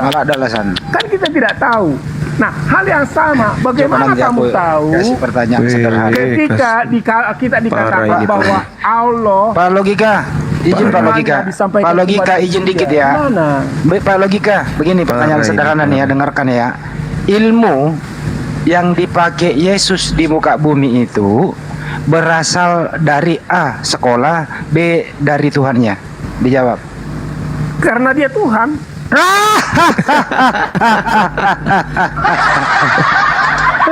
Kan Yesus Tuhan Allah. Waduh, parah. Dia melupakan Yohanes 17:8 maksudnya apa, Bang? Yohanes 7:8 ya kan dia bahwa Allah sama Yesus tidak. Coba baca dulu Yohanes 17:8. Baca coba. Oke, saya buka dulu ya. Iya, buka dulu, Bang. Coba. Bang Juma tanggapin nanti, Bang. Jadi mati lampu Bang Hendi. Udah lewat sejam Bang Hendi. Enggak apa-apa, dikit lagi lah Yohanes 17:8 lah. Udahlah, capek. Aku juga capek juga ya. Enggak, terakhir Yohanes Bang Hendi tadi pengumuman PLN Padam itu jam berapa Bang Hendi? Yang saya kirim. Saya belum jam 9 kan? Iya, tapi alhamdulillah lewat kan. Enggak jadi dia. Berarti mundur mungkin. Mundur ya. Berarti Yesus mendengar firman dari dirinya sendiri ya. Itu melasa. Enggak, gini aja dulu. Pak, mana Pak? Bro, coba mana orangnya sih? Udah pergi ya? Itu ada. Ya, Yohanes 17:8 coba dibaca, Bro. Dulu baru Anda jelaskan pakai kemanusiaan. Coba. Yohanes 17:8 baru Anda menjawab pakai kemanusiaan, jangan pakai roh. Yohanes 17:8 coba baca dulu. Anda kan tadi mengatakan dia Tuhan sendiri, jadi nggak perlu dapat firman. Coba baca. Atau saya bacakan ya, lu nggak punya Bible kayaknya tuh. Yesus berkata nih, sebab segala firman yang engkau sampaikan kepadaku telah aku sampaikan kepada mereka dan mereka menerimanya. Jadi Yesus ini menerima firman dan menyampaikan firman. Artinya Yesus mendapat ilmu itu bukan dari sekolah, tapi dari Tuhan yang mengutus dia. Artinya Yesus tidak dapat berbuat apa-apa. Semua yang dia katakan bersumber dari Bapa yang mengutus dia. Bagaimana? Ilmunya dari mana Yesus ini? Dari Bapaknya atau dia sekolah? Silakan. Dari sorga. Dia dari Bapak dong, dari Tuhannya kalau begitu ya. Dari sorga, dia dari sorga turun, dari sorga. Oh jadi dari surga komplit masuk firman itu melalui kandungan, kemudian Yesus dari bayi langsung pinter. Kan dia firman jadi manusia. Ya dari bayi langsung pinter gitu. Enggak, dia kan di Yohanes dari bayi langsung pinter. Aduh. Dia firman jadi manusia. Iya silakan tanya. Nah gini Pak, kalau Yesus itu sendiri adalah YHWH, kenapa waktu Yesus ditanya kapan hari terakhir, kok Yesus jawab nggak tahu, hanya Bapa yang tahu. Lalu yang kedua, waktu Yesus berdoa di Taman Getsemani, Yesus berdoa, Bapa kalau bisa cawan ini lalu daripadaku, tapi bukan kehendakku yang jadi, melainkan kehendakmu. Kan udah jelas tuh ada dua kehendak. Kenapa kalau satu orang, satu pribadi, kok bisa kehendaknya berbeda? Pertanyaan, ada dua pertanyaan, saya perjelas pertanyaannya. Kenapa kalau Yesus Tuhan, kenapa nggak tahu hari kiamat? Kalau Yesus Tuhan, kenapa dia berdoa? Silakan. Oke. Kehendak bukan berdoa. Berdoa. Ya berdoa maksudnya, biarlah kehendakmu yang jadi, bukan kehendakku. Iya tuh. Ada dua kehendak. Ada dua kehendak. Iya. Itu yang dikasih tahu. Kalau Oke. pribadinya sama, kenapa ini bisa selebes ini menyamping-nyampingkan pertanyaan orang aja nih. Ya memang dia berdoa atau di situ bro? Iya tapi yang ditanya kehendak bukan berdoa. Iya berdoa namanya itu. Ya bukan kehendak. Ya terus Ya, kenapa Yesus nggak tahu hari kiamat itu dulu? Jadi begini, kalau Yesus memberitahukan bahwa dia tidak tahu pasti lucu nih, pasti lucu hari kiamat disebut di situ berkaitan dengan jam pasti lucu dan nih. waktu, ya hari dan waktu. Waktu itu berarti berkaitan dengan jam. Pasti lucu nih. Hari itu berkaitan dengan day di tempat. Lucu maka nih. tentu dia akan bertolak belakang dengan jam dan hari manusia di dunia. Lucu kan? Lucu jawabannya. Iya. Iya. Itu alasan pokoknya. Lucu. Karena kalau contohnya gini, logikanya di situ. Kalau Yesus berkata hari sesuai dengan hari Israel, maka orang Indonesia akan protes. Itu hari Lucu, Israel, kan? bro. Lucu kan?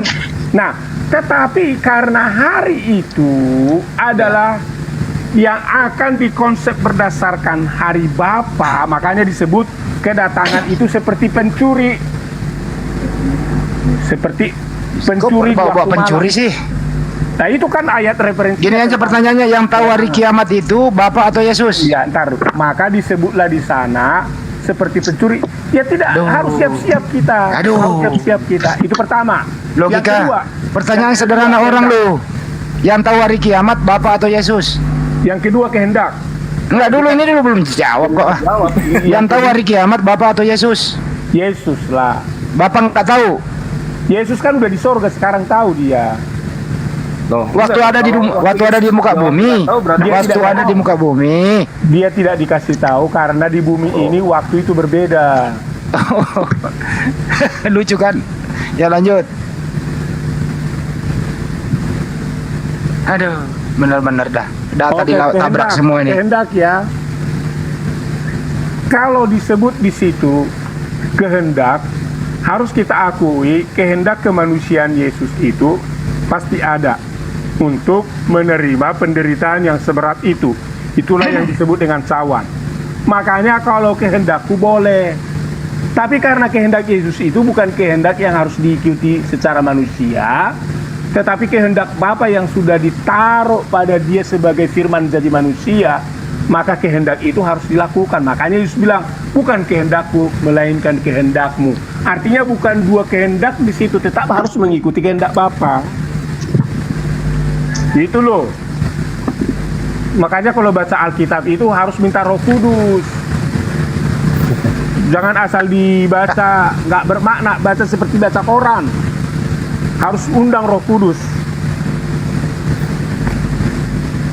Kalian kan nggak dapatkan jawaban-jawaban seperti ini dari logika kalau nggak berdasarkan Roh Kudus. Roh Kuduslah yang memberikan itu kepada kami. Tapi biarpun Roh Kudus, ada ayat referensinya, bukan asal-asalan gitu loh. Lanjut. Ya, kalau menurut saya sih terlalu ribet ya Lebay. jawabannya. Kalau kehendakku dan kehendakmu ya itu sudah jelas. Ada dua pribadi yang berbeda. Lalu Yesus katakan anak tidak tahu, hanya Bapa yang tahu. Kalau misalnya Yesus jawab tidak tahu ya berarti Yesus berbohong dong. Kalau misalnya tahu ya tinggal dijawab aja langsung gitu. Kalau misalnya hanya Bapa yang tahu ya berarti memang berbeda antara Bapa dengan Yesus, bukan pribadi yang sama gitu ya. Mantap Unitarian. Tepuk tangan Unitarian. Itulah logika yang belum dipenuhi Roh Kudus. Karena begini, setelah Yesus naik ke surga, dia akan tahu hari itu. Sebab harinya adalah penentuan dari surga, bukan dari bumi. Akal-akalan cocokologi. Ya, enggak, itu Yesus kan dari surga, bukan dari bumi. Boleh masuk, boleh. Ya udahlah, kasihan Itu cuma. Pak, logika agama itu kurang tepat itu. Iya. Silakan Pak Rosi Simon. Ya, begini Pak ya. Ya.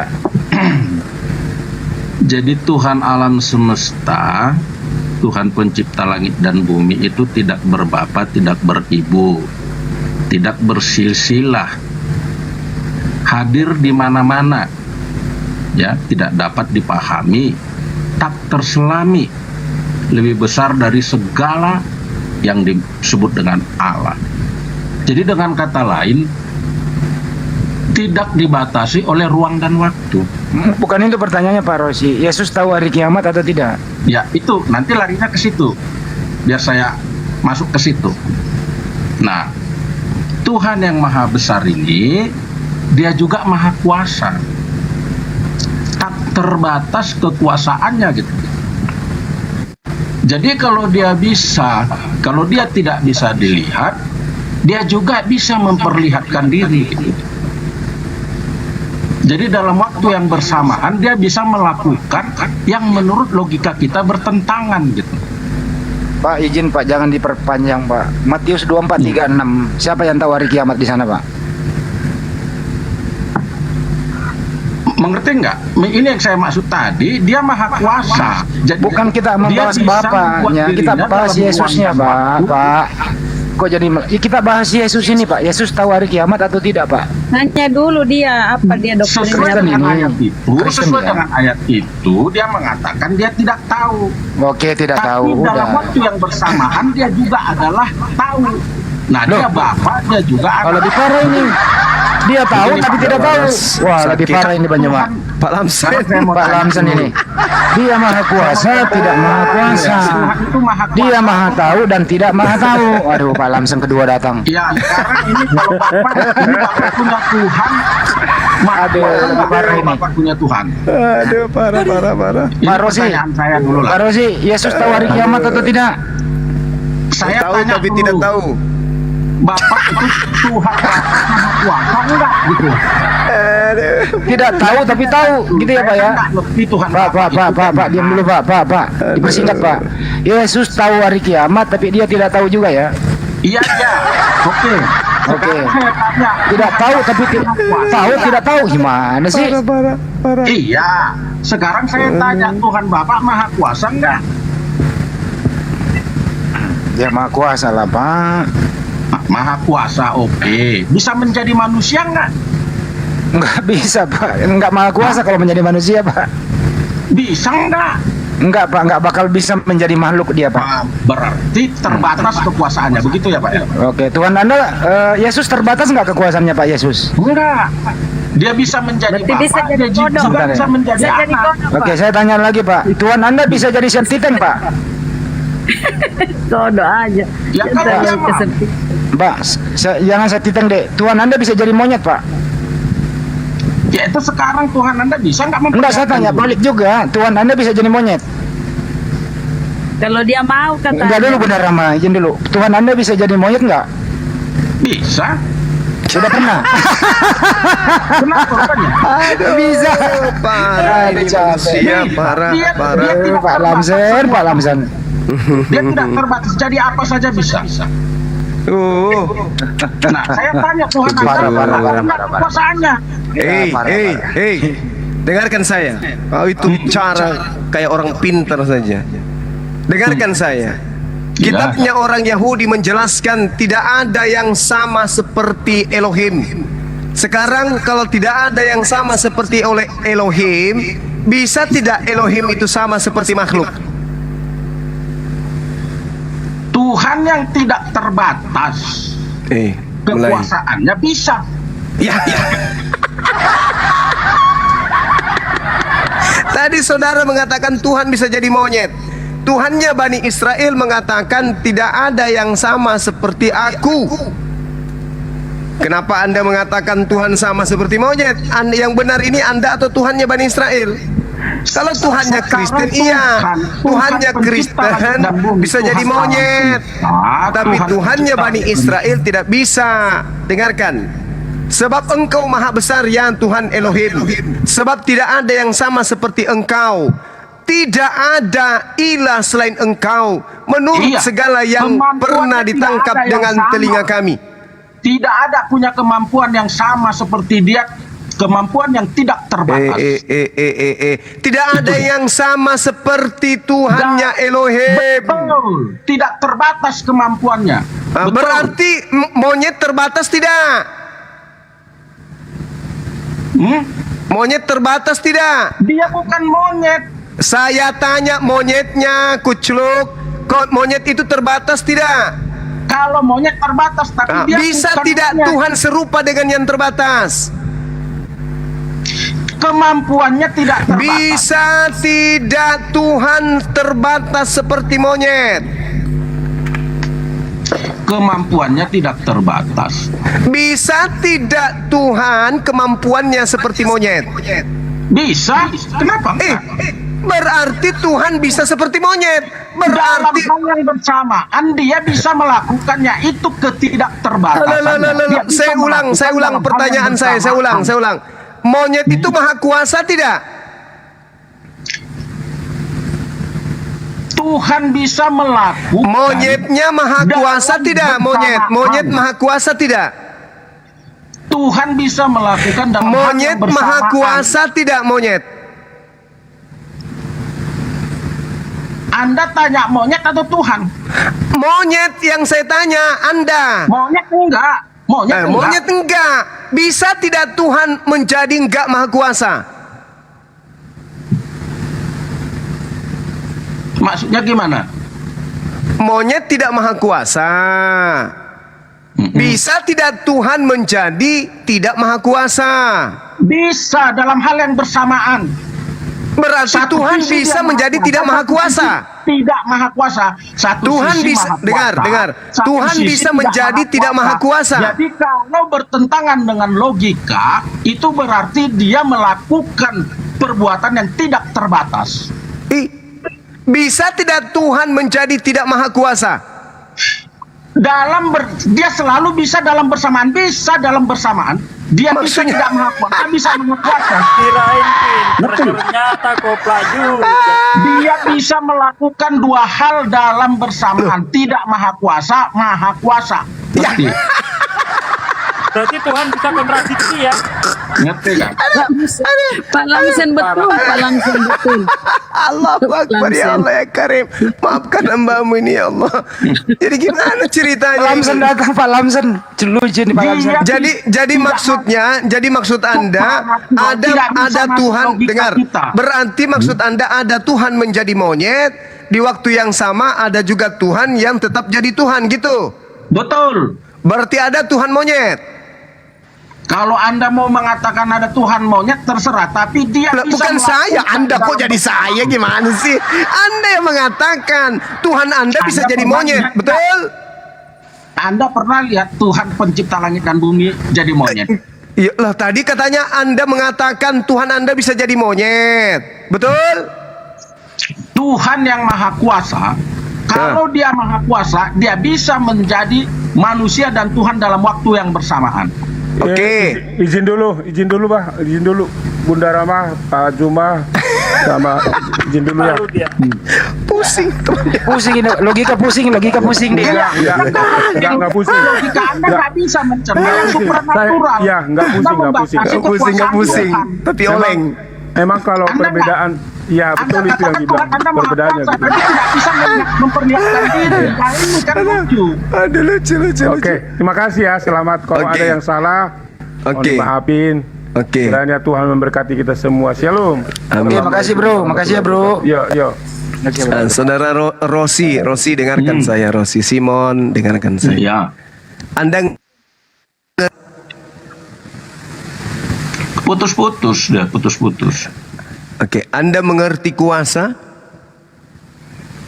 Mengerti kemampuan. Maha kuasa sama enggak dengan kuasa? Tidak sama. Oh, tidak sama. Kalau Tuhan maha kuasa, bisa tidak dia tidak maha kuasa?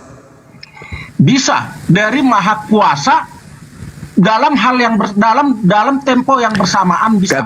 Katanya tadi maha. Itu ketika dia membuat dirinya tidak maha kuasa, itu artinya maha kuasa. Itulah kemahakuasaan itu. Jadi maksud saudara, ketika dia bisa sekaligus, itu maha kuasa. Kalau maha kuasa itu berarti dia bisa apa saja, bisa sekaligus, tidak terbatas.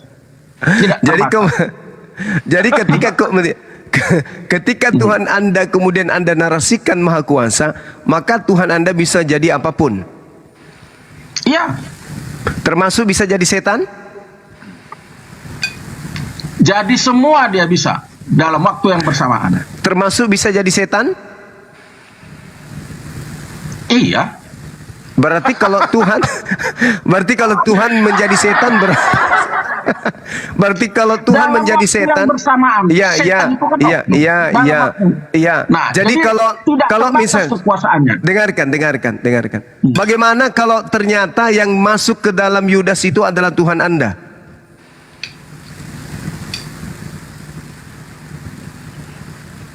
Yang masuk ke dalam Yudas adalah Tuhan Anda. Waktu Yudas berkhianat. Itu kan bagaimana kalau tidak? Kalau bagaimana? Jangan bagaimana. Bagaimana kalau yang masuk sebenarnya ke Yudas itu adalah Tuhan Anda, yaitu iblis? Kan Anda mengatakan Tuhan Anda bisa berubah menjadi setan. Nah, bagaimana kalau ternyata Tuhan Anda yang masuk ke dalam Yudas? Bisa enggak? Bagaimana itu belum tentu. Ya, sekarang saya tanya Tuhan Anda maha kuasa enggak gitu? Iya, Tuhan Anda maha kuasa jadi setan, kata Anda. Nah, supaya kemudian Yudas berkhianat, Tuhan Anda kemudian menjadi setan, merasuki Yudas, bisa enggak? Pusing. Itu kan andai kan. Andai kan. Sekarang saya tanya Tuhan Anda maha kuasa enggak gitu. Saya tanya Tuhan Anda maha kuasa enggak. Jika Tuhan Anda maha kuasa, maka Tuhan Anda yang melakukan itu. Ya kan? Tuhan Anda maha kuasa enggak? Ternyata maha kuasa itu bisa jadi iblis juga. Jangan mengolah angin jadi Tuhan gitu. Jangan mengolah angin jadi Tuhan. Angin jangan diolah jadi Tuhan. Allahu Akbar. Masya Allah. Kita bilang Tuhan maha kuasa, tapi yang kita olah angin jadi Tuhan gitu. Itu jadi Tuhan Anda itu menurut Anda karena dia maha kuasa, dia tidak bisa kemudian menjadikan sesuatu bisa menjadi sesuatu yang diharapkan selain dia dengar saya Bang. Tidak terbatas, dia juga bisa membuat dirinya tidak setan, tidak berdosa karena dia tidak punya kemampuan tidak terbatas. Begini Bang, gini. Ketika Tuhan Anda menjadi setan, apa tuh? Gitu. Ini yang saya dapatkan, mengolah angin jadi Tuhan. Ini yang repot. Ya, sekarang ketika Tuhan Anda menjadi setan, apa tujuannya? Dia nggak pernah jadi setan, nggak pernah. Loh, kenapa Anda bisa mengatakan tidak pernah? Berarti tidak maha kuasa dong. Berarti tidak maha kuasa dong. Bukan tidak maha kuasa. Anda tahu. Terjawab.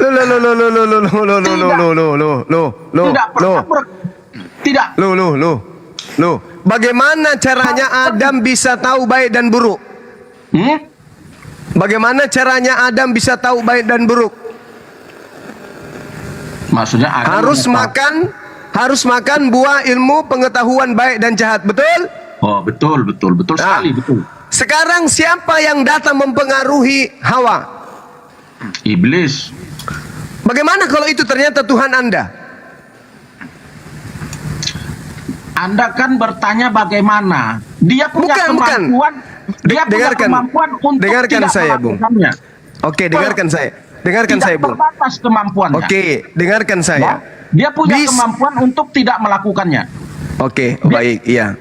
Oke, saya terima itu. Sekarang gini, ketika Adam hendak dicipta, tujuannya untuk berkuasa segala hal di atas muka bumi, dia harus menjadi pemimpin, betul?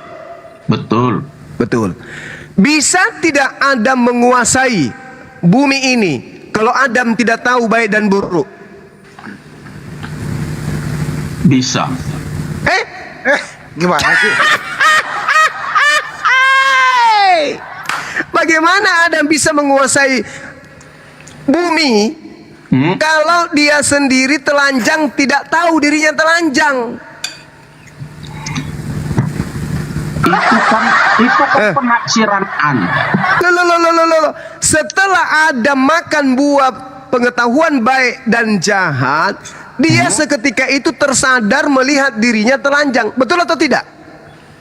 Iya, karena hilang kemuliaan Allah. Jadi hilang. Jadi pakaiannya hilang. Karena dia tidak punya pakaian yang terbuat dari material. Baik, sekarang monyet tidak pernah pakai celana itu karena kemuliaan Allah ada pada dirinya atau karena memang dia itu tidak tahu baik dan buruk?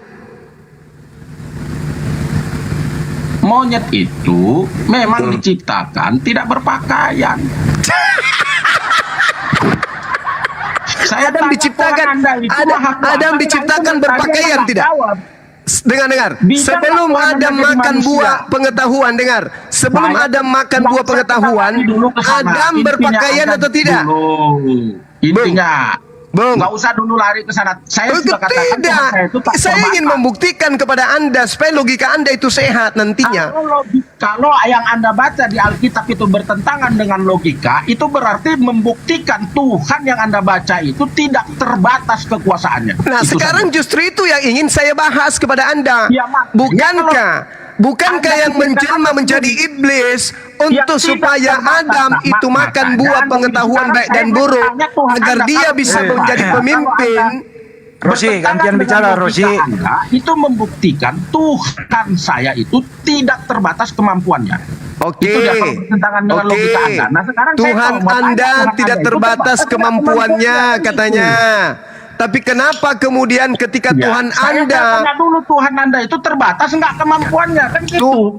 Tuhan saya tidak terbatas kemampuannya, jelas dia maha kuasa. Bisa jadi monyet? Nggak bisa. Lah, terbatas toh? Oh tidak. Kalau dia menjadi monyet, dengar. Untuk jadi monyet tidak bisa. Kalau dia menjadi monyet, berarti dia tidak maha kuasa lagi karena sudah menjadi monyet. Terbatas. Untuk jadi monyet terbatas kemampuan, kan begitu? Oh Allah, kalau ada Tuhan maha kuasa Anda fitnah menjadi monyet, yang menjadi monyet itu bukan Tuhan, kuclok, tapi makhluknya. Sekarang dia punya kemampuan enggak seperti yang Anda katakan tadi itu, punya kemampuan dia enggak? Tuhan maha kuasa menciptakan apapun dan segala yang diciptakan itu bukan dirinya, tetapi makhluk, kuclok. Bisa enggak dia merubah dirinya? Tidak bisa, kuclok. Menjadi seperti ciptaannya, bisa enggak? Tidak bisa. Terbatas kemampuannya untuk merubah karena dia maha kuasa, makanya dia tidak bisa menjadi makhluk. Cukup dia menciptakan. Kalau dia menginginkan juru selamat dari monyet, dia ciptakan monyet. Kalau dia menginginkan juru selamat kepada manusia, dia menciptakan manusia. Bukan dia menciptakan dirinya, kucluk. Iya, makanya dia terbatas kemampuannya, kan begitu. Loh, gimana ceritanya? Tuh, dengarkan saya. Oke, baik. Oke, baik. Dengarkan saya ya. dengarkan. Saya dengar, saya tahu. Oke, Ini sekarang baik. saya balik. Oke. Seperti apa yang Anda katakan tadi, Baik. itu saya balik ke Anda Baik. gitu. Kenapa Anda mengatakan bahwa Tuhan itu bisa menjadi manusia? Apa sebabnya? Oh, kalau Anda mau tanya apa sebabnya, Iya. itu dia sebabnya dia menjadi manusia, dia Iya. ingin menyelamatkan manusia karena Oke. manusia ini sebenarnya anaknya. Oke. Baik, saya ikuti kegilaan Anda. Oke. Bisa tidak Tuhan menciptakan manusia sebagai juru selamat?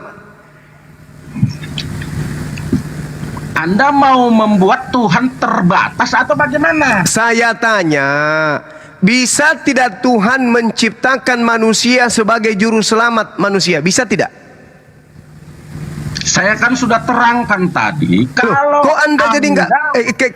Kenapa Anda tidak bisa jawab? Berarti kenapa Anda tidak bisa jawab? Tuhan tidak terbatas. Kenapa Anda tidak bisa jawab? Saya jawab tanya, dulu itu, bisa jawab. tidak Tuhan yang Maha Kuasa menciptakan manusia untuk menyelamatkan manusia? Bisa tidak? Bisa. Bisa. Bagus. Oke, bisa ya? Bisa. Bisa tidak Tuhan membuat Maria hamil tanpa suami? Bisa. Bisa tidak Tuhan menciptakan manusia tanpa ayah? Bisa. Bisa tidak Yesus tercipta tanpa ayah? Bisa, karena dirinya sendiri. Udah selesai. Udah. Berarti Yesus itu adalah ciptaan sebagai juru selamat kepada Bani Israel. Betul atau tidak? Dia bisa, Tuhan bisa membatasi dirinya dalam ruang dan waktu. Ngaco lagi di sini. Bukan, jangan ke situ. Jangan ke situ. Kemampuannya. Dengarkan. Yesus mengatakan, Aku datang bukan atas kehendakku sendiri. Berarti yang datang sebagai manusia itu bukan Tuhan, bukan yang maha berkehendak. Nah sekarang pertanyaannya, apapun yang Anda baca, jika bertentangan dengan logika Anda, berarti itu membuktikan Tuhan tak terbatas. apakah Tuhan mampu menciptakan Yesus tanpa ayah? Apapun yang Anda baca, yang bertentangan dengan logika itu membuktikan Tuhan tak terbatas. Oke, bisa tidak Tuhan menciptakan manusia tanpa ayah, tanpa ibu?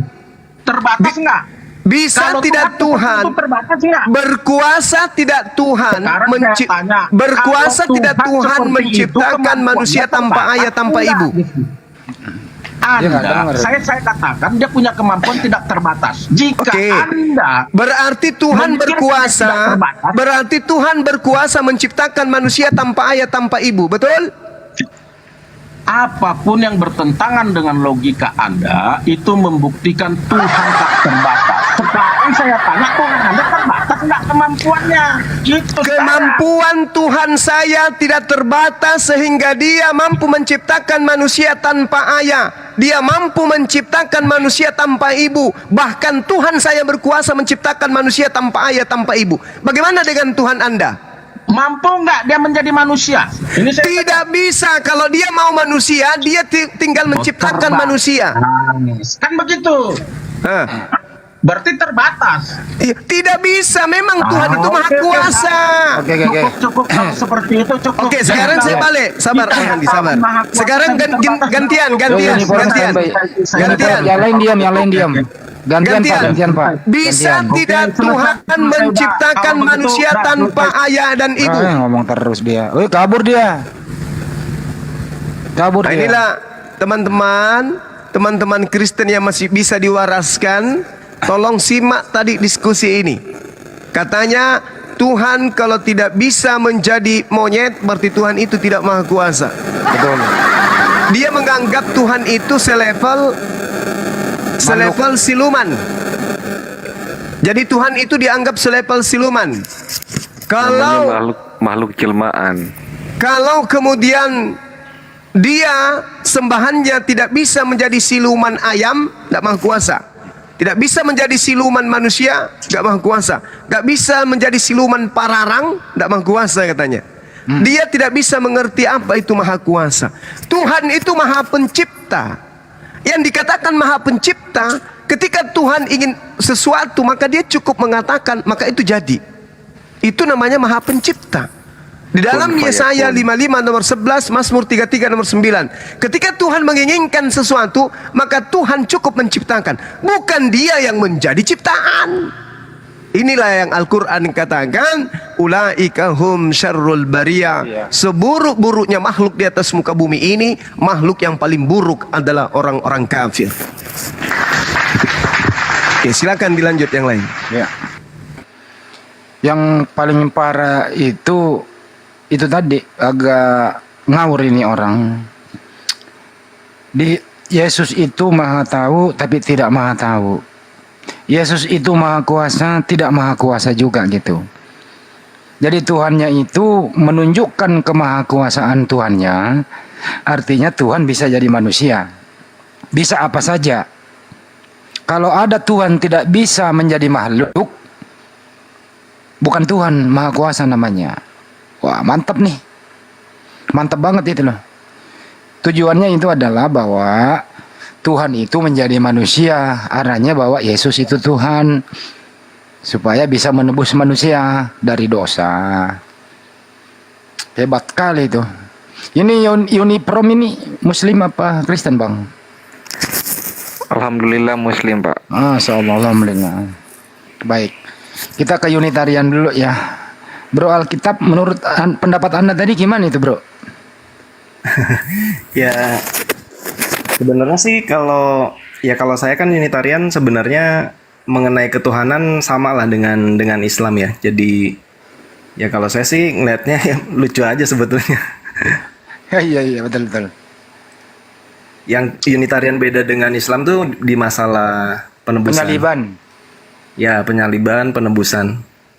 Kalau Unitarian sama dengan Trinitarian sama Oneness ya mungkin sama ya, masalah penebusan. Itu aja. Ya. Ya mudah-mudahan Bro, siapa sih namanya panggilannya? Alkitab Kebenaran. Bisa panggil siapa, Bang? Panggil Joe aja. Iya, panggil. Oke, Joe. Iya. Ya mudah-mudahan Joe lebih baik ke depannya, konsep ketuhanan Anda udah baik. Kita udah sepakat bahwa anaknya Bunda Maria itu adalah utusan Tuhan, ciptaan Tuhan. Tinggal dipoles saja bahwa kami Islam tuh tidak ada yang namanya mengimani ada anak Maria utusan Tuhan itu diberlakukan tidak adil di tiang salib. Nah, kalau ini Anda poles terus logging gitu bahwa kalau ingin mengakui diri berdosa tinggal minta langsung aja kepada Tuhan yang mengutus Yesus, nggak perlu pakai perantara anak orang dikorbankan. Itu aja dulu. Mudah-mudahan kedepannya lebih baik, Jo. Ya, maksudnya kalau mau bahas masalah itu memang panjang sih, karena kejadiannya kan dari awal mula Adam Hawa jatuh ke dalam dosa gitu. Jadi ini sampai jam berapa sih diskusinya? Ya nggak apa-apa sih. Pak De Sugi mau masuk ke edukasi dikit di Jo ini, Pak De. Pak De, oke. Yang lain, ya tinggal ini kan saudara kita nih Unitarian nih, konsep ketuhannya udah kelar. Yesus utusan, tinggal bagaimana bro ini ya.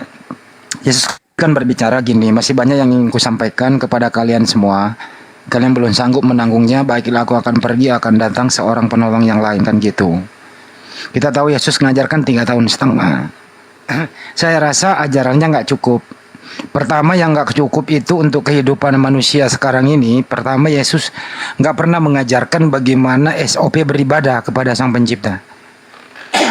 Begitu ya bro, nggak ada SOP-nya Yesus bagaimana cara beribadah ya. Betul ya?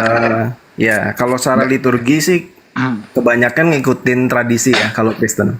Ya itu dia, artinya Anda juga lain, SSJ juga lain, Katolik juga lain, kemudian Protestan juga lain. Karena memang nggak ada SOP-nya toh, betul? Ya.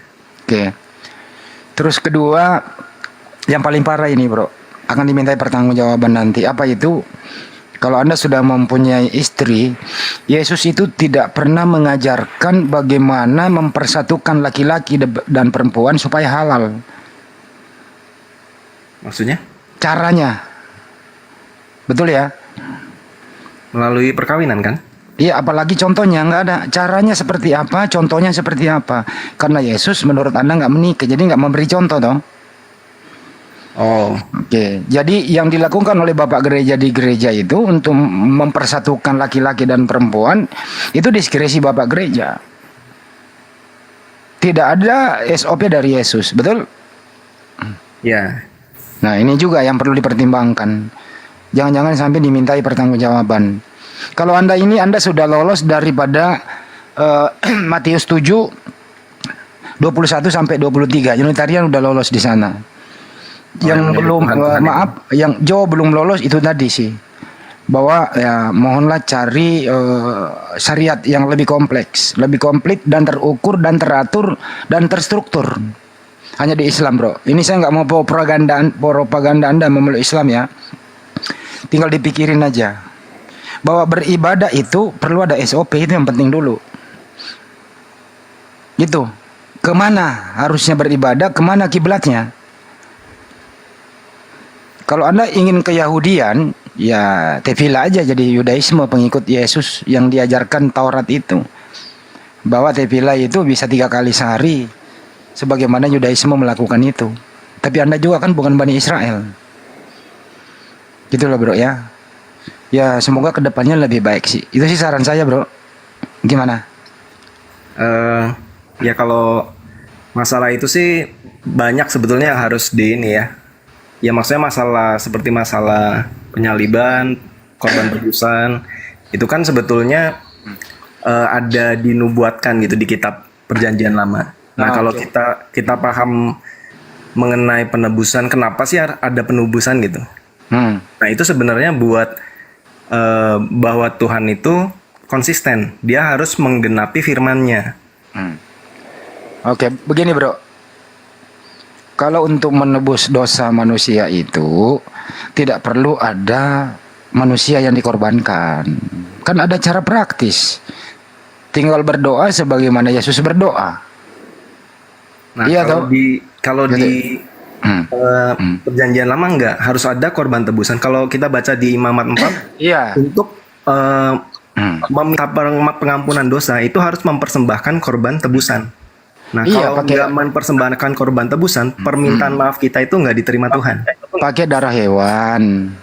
Nah ya. Buktinya dengerin dulu. Buktinya Yudaisme sekarang ini jarang pakai itu. Dia tinggal ke tembok ratapan, minta doa langsung kok. Ya, itu karena mereka sudah tidak mentaati. Oke, baik. Kalau memang darah domba, darah binatang bisa, kenapa menurut keyakinan Anda itu kenapa harus diganti menjadi darah manusia? Karena kan aneh juga. Karena darah domba itu tidak setara dengan nyawa manusia. Kan waktu Tuhan kan udah bilang ke Adam dan Hawa, kalau kamu makan buah pengetahuan ini, kamu akan mati. Oke. Nah, itu kematian itu, kutuk kematian itu yang harus digenapi oleh Yesus. Oke. Gitu loh. Nah, waktu Adam dan Hawa jatuh ke dalam dosa, tapi dia kan nggak langsung mati kan? Karena Tuhan mau memberi kesempatan si Adam dan Hawa ini untuk bertobat. Tapi ya bro, tapi kematian itu harus digenapi. Makanya ada nyawa korban, nyawa hewan korban yang menggantikan nyawa manusia gitu. Oh, ini saya kasih satu data. Mudah-mudahan Anda bisa introspeksi diri lah sebagai orang yang berakal. Di dalam hukum Tuhan, hukum Musa dan seterusnya itu, baik orang yang tidak beragama maupun orang yang beragama, itu kalau ada aturan dilarang membunuh, apalagi membunuh orang yang tidak bersalah, pasti semua seia sekata. Ya, setuju sampai sini? Ya. Setuju sampai sini, baik. Itu berlaku sepanjang masa itu aturan, baik di kitab suci manapun, tanpa orang beragama juga. Ada Ulangan 20:13 dan banyak sekali perintah di dalam kitab Taurat Musa itu dilarang membunuh. Jelas. Ya, nah, betul. Kita lihat iman Anda berdiri di atas pelanggaran itu.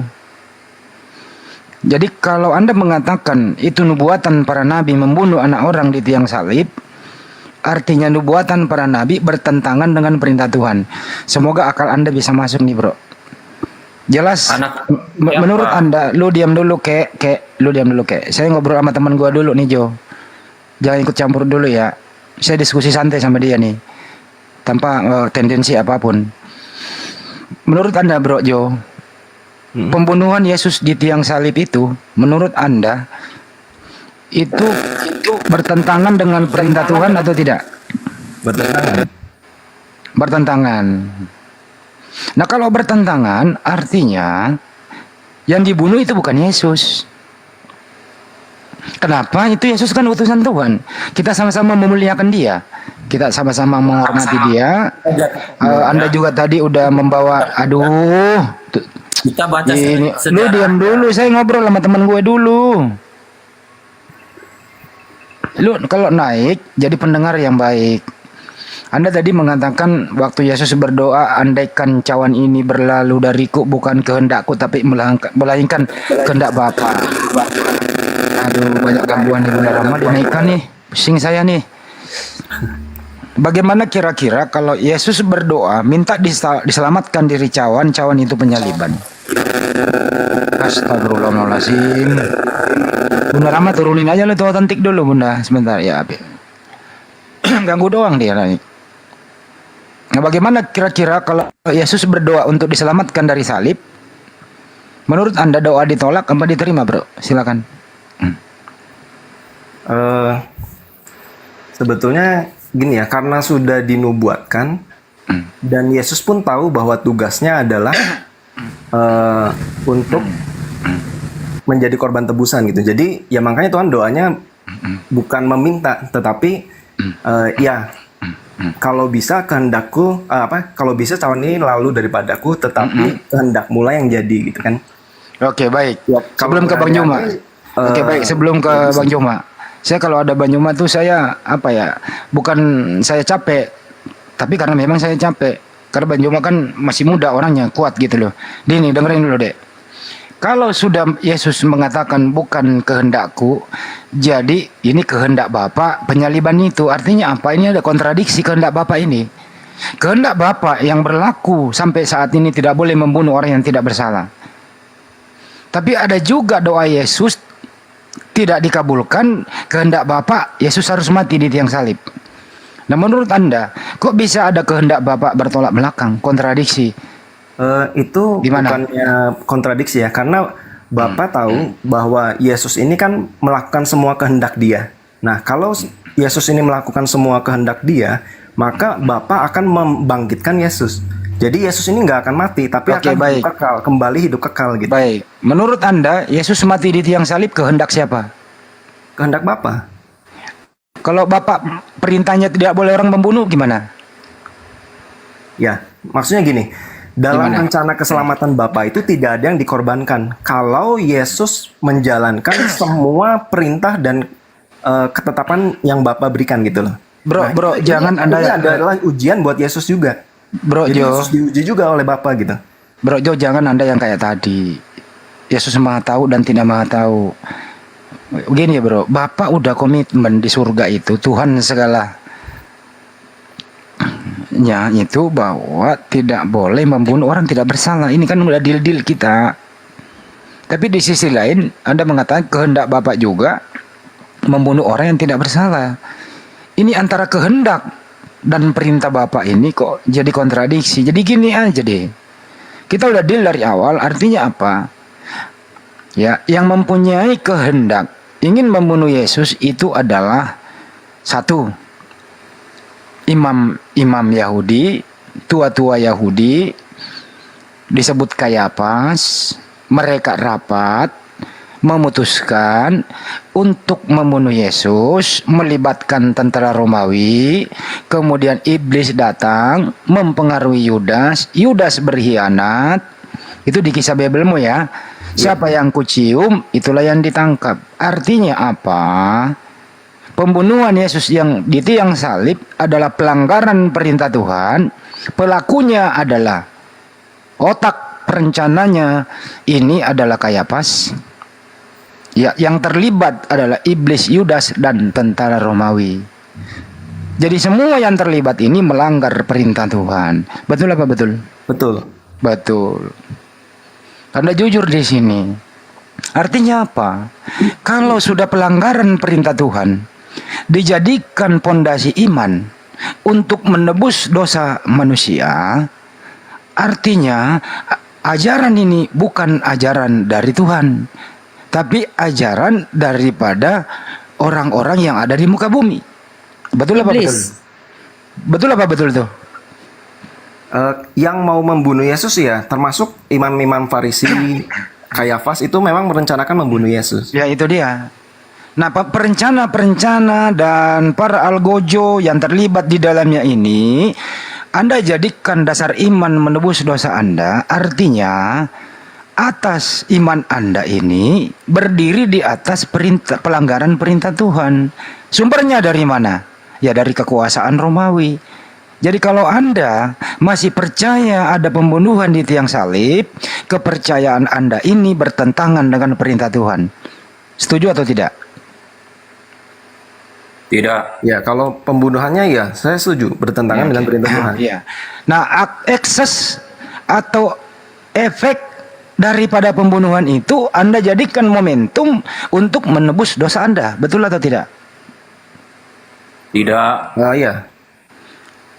Iya dong. Anda yang tidak ini, kamu itu nggak sekolah. Diam dulu, ini bahasa Indonesia loh.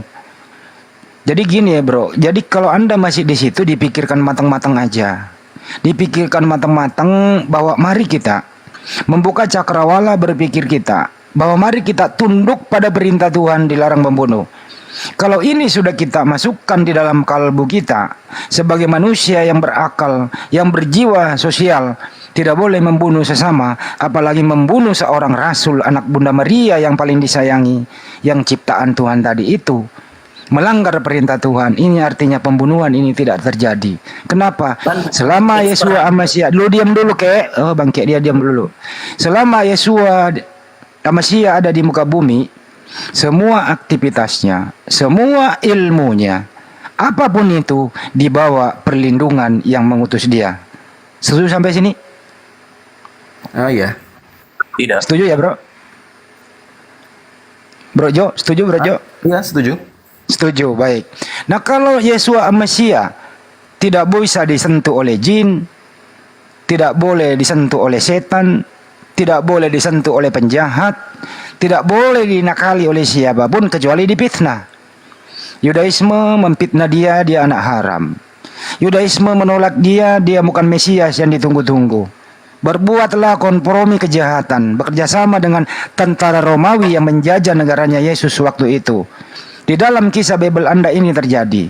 Tapi menurut kepercayaan orang yang berakal, orang yang waras, ini tidak mungkin Yesua Amasya utusan Tuhan disentuh oleh penjahat. Apalagi dihianati, ditombak lambungnya, dipermalukan, diludahi, digamparin di tiang salib. Telanjang pula lagi. Ini bukan Yesua Amasya yang ada di tiang salib. Ini orang lain. Memangnya mari kita pakai akal sehat kita, bahwa saya yakin kalau masih ada sedikit akal sehat, mari kita hilangkan fitnahan-fitnahan, tuduhan-tuduhan Yudaisme yang kurang ajar ini, bahwa Yesus itu anak pesina yang harus dibunuh. Mudah-mudahan Bro Jo bisa keluar dari kemelut ini. Saya rasa Anda masih waras. Tanggapan Jo? Ya, maksud saya gini ya. Jadi Yesus kan memang ciptaan. Nah, semua yang ciptaan Allah itu harus diuji. Nah, bukan masalah apakah Bapak melanggar perintahnya sendiri, enggak. Tapi Allah ini mau tahu kesetiaan Yesus ini sampai di mana gitu loh. Karena Yesus ini kan, kenapa Yesus yang harus bertanggung jawab? Karena Yesus itu yang menjadi pemimpin. Di Wahyu kan arke. Yesus itu adalah pemimpin, sumber, dan permulaan dari ciptaan Tuhan gitu. Oke, baik. Nah, jadi akibat kesalahan manusia ini, karena pemimpinnya adalah Yesus, Yesus ini yang harus bertanggung jawab. Jadi seperti kayak kita misalnya punya tim marketing nih, nggak mencapai nih target penjualan, yang diminta tanggung jawab itu kan leadernya, pemimpinnya, nggak mungkin kita nyalain buah kita gitu lah. Oke, baik Jo. Nah, baik Jo, saya libatkan Bang Nyuma. Bang Nyuma, silakan Bang Nyuma, ini adik kita harus diluruskan nih. Bang Nyuma atau Pak Dek? Pak Dek, masuk silakan akhi. Pak Dek, dari tadi Saya juga dari tadi kan, aku dari siang tadi. Sama juga. Tapi ini disadarkan dulu lah Bang Nyuma bahwa baik. masih fokus itu. Iya, baik. Jadi gini saudaraku, Anda mendudukkan Yesus itu sebagai orang yang dipilih Tuhan, kemudian sebagai jalan kebenaran dan hidup. Tetapi tolong direnungkan lagi di dalam petua-petua Yesus, khususnya di dalam Matius 19, ketika Yesus itu kemudian ditanyai oleh seseorang, "Guru, perbuatan apakah yang baik yang harus saya lakukan agar aku bisa masuk ke dalam surga?" Yesus kemudian mengatakan, "Jangan kamu membunuh." Itu salah satunya. Jangan membunuh. Ini dari perspektif Yesus. Kemudian dari Tuhan yang Anda akui sebagai Tuhan, Dia mengatakan bahwasanya jangan engkau membunuh orang yang tidak bersalah, jangan kau membunuh orang yang benar, sebab aku Tuhan tidak akan membenarkan kemudian orang yang bersalah. Saya ingin tanya kepada saudara, kalau Yesus itu sebagai penebus, dosa orang yang mensinahi ibunya, apa betul ditanggung oleh Yesus? Dosa orang yang menzinahi ibu Yesus? Iya. Ada yang menzinahi ibu Yesus. Yang mensinahi ibu kandungnya sendiri, apakah Yesus tanggung? Enggak. Menebus dosa ini maksudnya mengampuni dosa ya? Enggak, kan menurut saudara, kematian Yesus di atas tiang salib itu kan untuk nebus dosa, betul? Ya, menebus dosa. Oke. Orang Yahudi ketika melakukan dosa, misalnya dia berzina, menyetubuhi saudaranya sendiri misalnya, atau memperkosa seorang wanita, cara tebusnya adalah dengan mengorbankan domba atau lembu, betul? Ya, lalu meminta ampun kan? Oke, nah sekarang pertanyaan yang sama, apakah Kristen seperti Anda ketika ada orang yang percaya kepada penebusan, percaya kepada Yesus, maka dosanya ketika beliau memperkosa wanita itu bisa terhapuskan dengan menjadikan Yesus sebagai korban? Dosanya itu akan dihapuskan kalau dia mengimani korban tebusan itu dan dia meminta ampun kepada Tuhan. Jadi, penebusan itu syarat supaya dosa-dosa kita, permohonan dosa kita tuh diampuni sama Tuhan gitu loh. Berarti ditanggung sama Yesus kan? Bukan ditanggung Berarti sama itu sesajennya Gurunda, persyaratannya itu kemudian syarat, tetap ya, syarat. diampun. Jadi kan Yesus itu syarat Yesus supaya itu bisa diampuni. Yesus itu terkutuk karena apa? Yesus itu sebenarnya bukan Yesus terkutuk, tapi Yesus itu menerima kutuk kematian yang diterima Hawa dan Adam seharusnya waktu di Taman Eden. Bagaimana dengan dalil Galatia 3 nomor 13? Sebab terkutuklah orang yang mati di atas tiang salib. Siapa yang terkutuk di situ? Nah, itu harus dilihat dari pertama ya. Kristus telah menebus kita dari ketika tidak mengorbankan dengan jalan menjadi kutuk karena kita. Loh, ini Bang Juma sama Jo. Sebenarnya dengan jalan menjadi kutuk kan? Iya, yang jadi karena dosa-dosa kita kan? Ya, berarti semua dosa-dosa kan? kutukan itu sudah ditebus. Cerdaskan kalau Anda masih ngoceh lagi saya turunkan ya.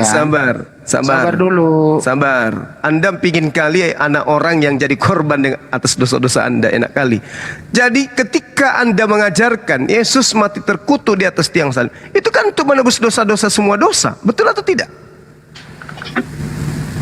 Iya, untuk menebus dosa yang diperbuat manusia gitu. Iya, itu dia makanya aku bilang. Jadi orang lain yang membunuh, orang yang menganiaya, orang yang menganiaya kedua orang tuanya, mensinahi orang tuanya, membunuh orang tuanya, membacok adiknya, membacok kakaknya, dan seterusnya, semua ditanggung oleh Yesus. Betul? Nah, Bukan itu berarti salah kalau pemahamannya. itu seenaknya saja membacok orang. Bukan dosanya. Kenapa sih Anda ini? Jadi yang Yesus terima itu adalah kutuk kematian. Kutuk kematian yang difirmankan Tuhan di kematian manusia. Diam dulu. Belum tentu kalau saya hadapi Anda bisa ngomong. Tunggu dulu, Bro. Ini, Bang. Tunggu Waktu dulu, di Taman saudaraku. Eden kan, Tunggu Adam dulu. dan Hawa itu kalau makan buah pengetahuan akan mati. Nah, itu yang ditebus. Enggak, itu kan harusnya kan mati Adam dan Hawa, tapi Tuhan masih memberikan kesempatan buat mereka untuk bertobat. Nah, tapi firman Tuhan itu harus digenapi bahwa harus ada kematian. Jadi harus ada hewan korban tebusan kalau dulu ya. Hewan korban tebusan harus ada nyawa ganti nyawa gitu loh. Ya. Terus kenapa bisa berubah? Oke. Nah, cuman kan kenapa masalahnya bisa berubah? Nyawa hewan menjadi itu tidak sebanding dengan nyawa manusia. Jadi harus ada nyawa manusia yang kata siapa? Sesungguhnya yang harus dikorbankan. Iya, kata siapa? Kata siapa? Ya, itu di Yesaya 53. Kalau di Yesaya 53 ada di situ sebagai penebus, maka orang-orang Yahudi, imam-imam kepala, mahkamah-mahkamah agama tidak perlu melakukan kesaksian-kesaksian palsu untuk membunuh Yesus. Betul? Nah, ini kita harus tahu kenapa orang Yahudi seperti itu, Bang. Karena mereka itu di pikiran mereka Mesias itu adalah orang yang kuat yang akan membebaskan mereka dari semua penjajahan gitu loh. Nah, waktu mereka lihat ayat di Yesaya 53 ini, mereka nggak melihat ini sebagai sang Mesias mereka. Nah, waktu Yesus datang apalagi? Yesus terus datang, siapa yang ngajarin saudara? Orangnya. Siapa yang ngajarin saudara? Kalau orang Yahudi tidak ngerti Yesaya. Loh, kan Yesus sendiri waktu ke muridnya bilang, Yesus membuka pikiran mereka sehingga mereka memahami kitab suci. Jadi nggak semua orang Yahudi juga memahami nubuatan ini secara benar gitu loh. Nah, terus kenapa kemudian Kayafas bernubuat? Ya, Kayafas itu kan karena dia ketakutan kalau orang Yahudi nanti akan dibantai orang Roma karena Yesus mengaku sebagai raja gitu loh. Iya, justru karena itu. Justru karena dia mengaku sebagai raja, lalu kemudian ketika Bani Israel ini paham tentang Yesaya, kenapa harus membuat kedengkian? Kenapa harus ada kesaksian palsu?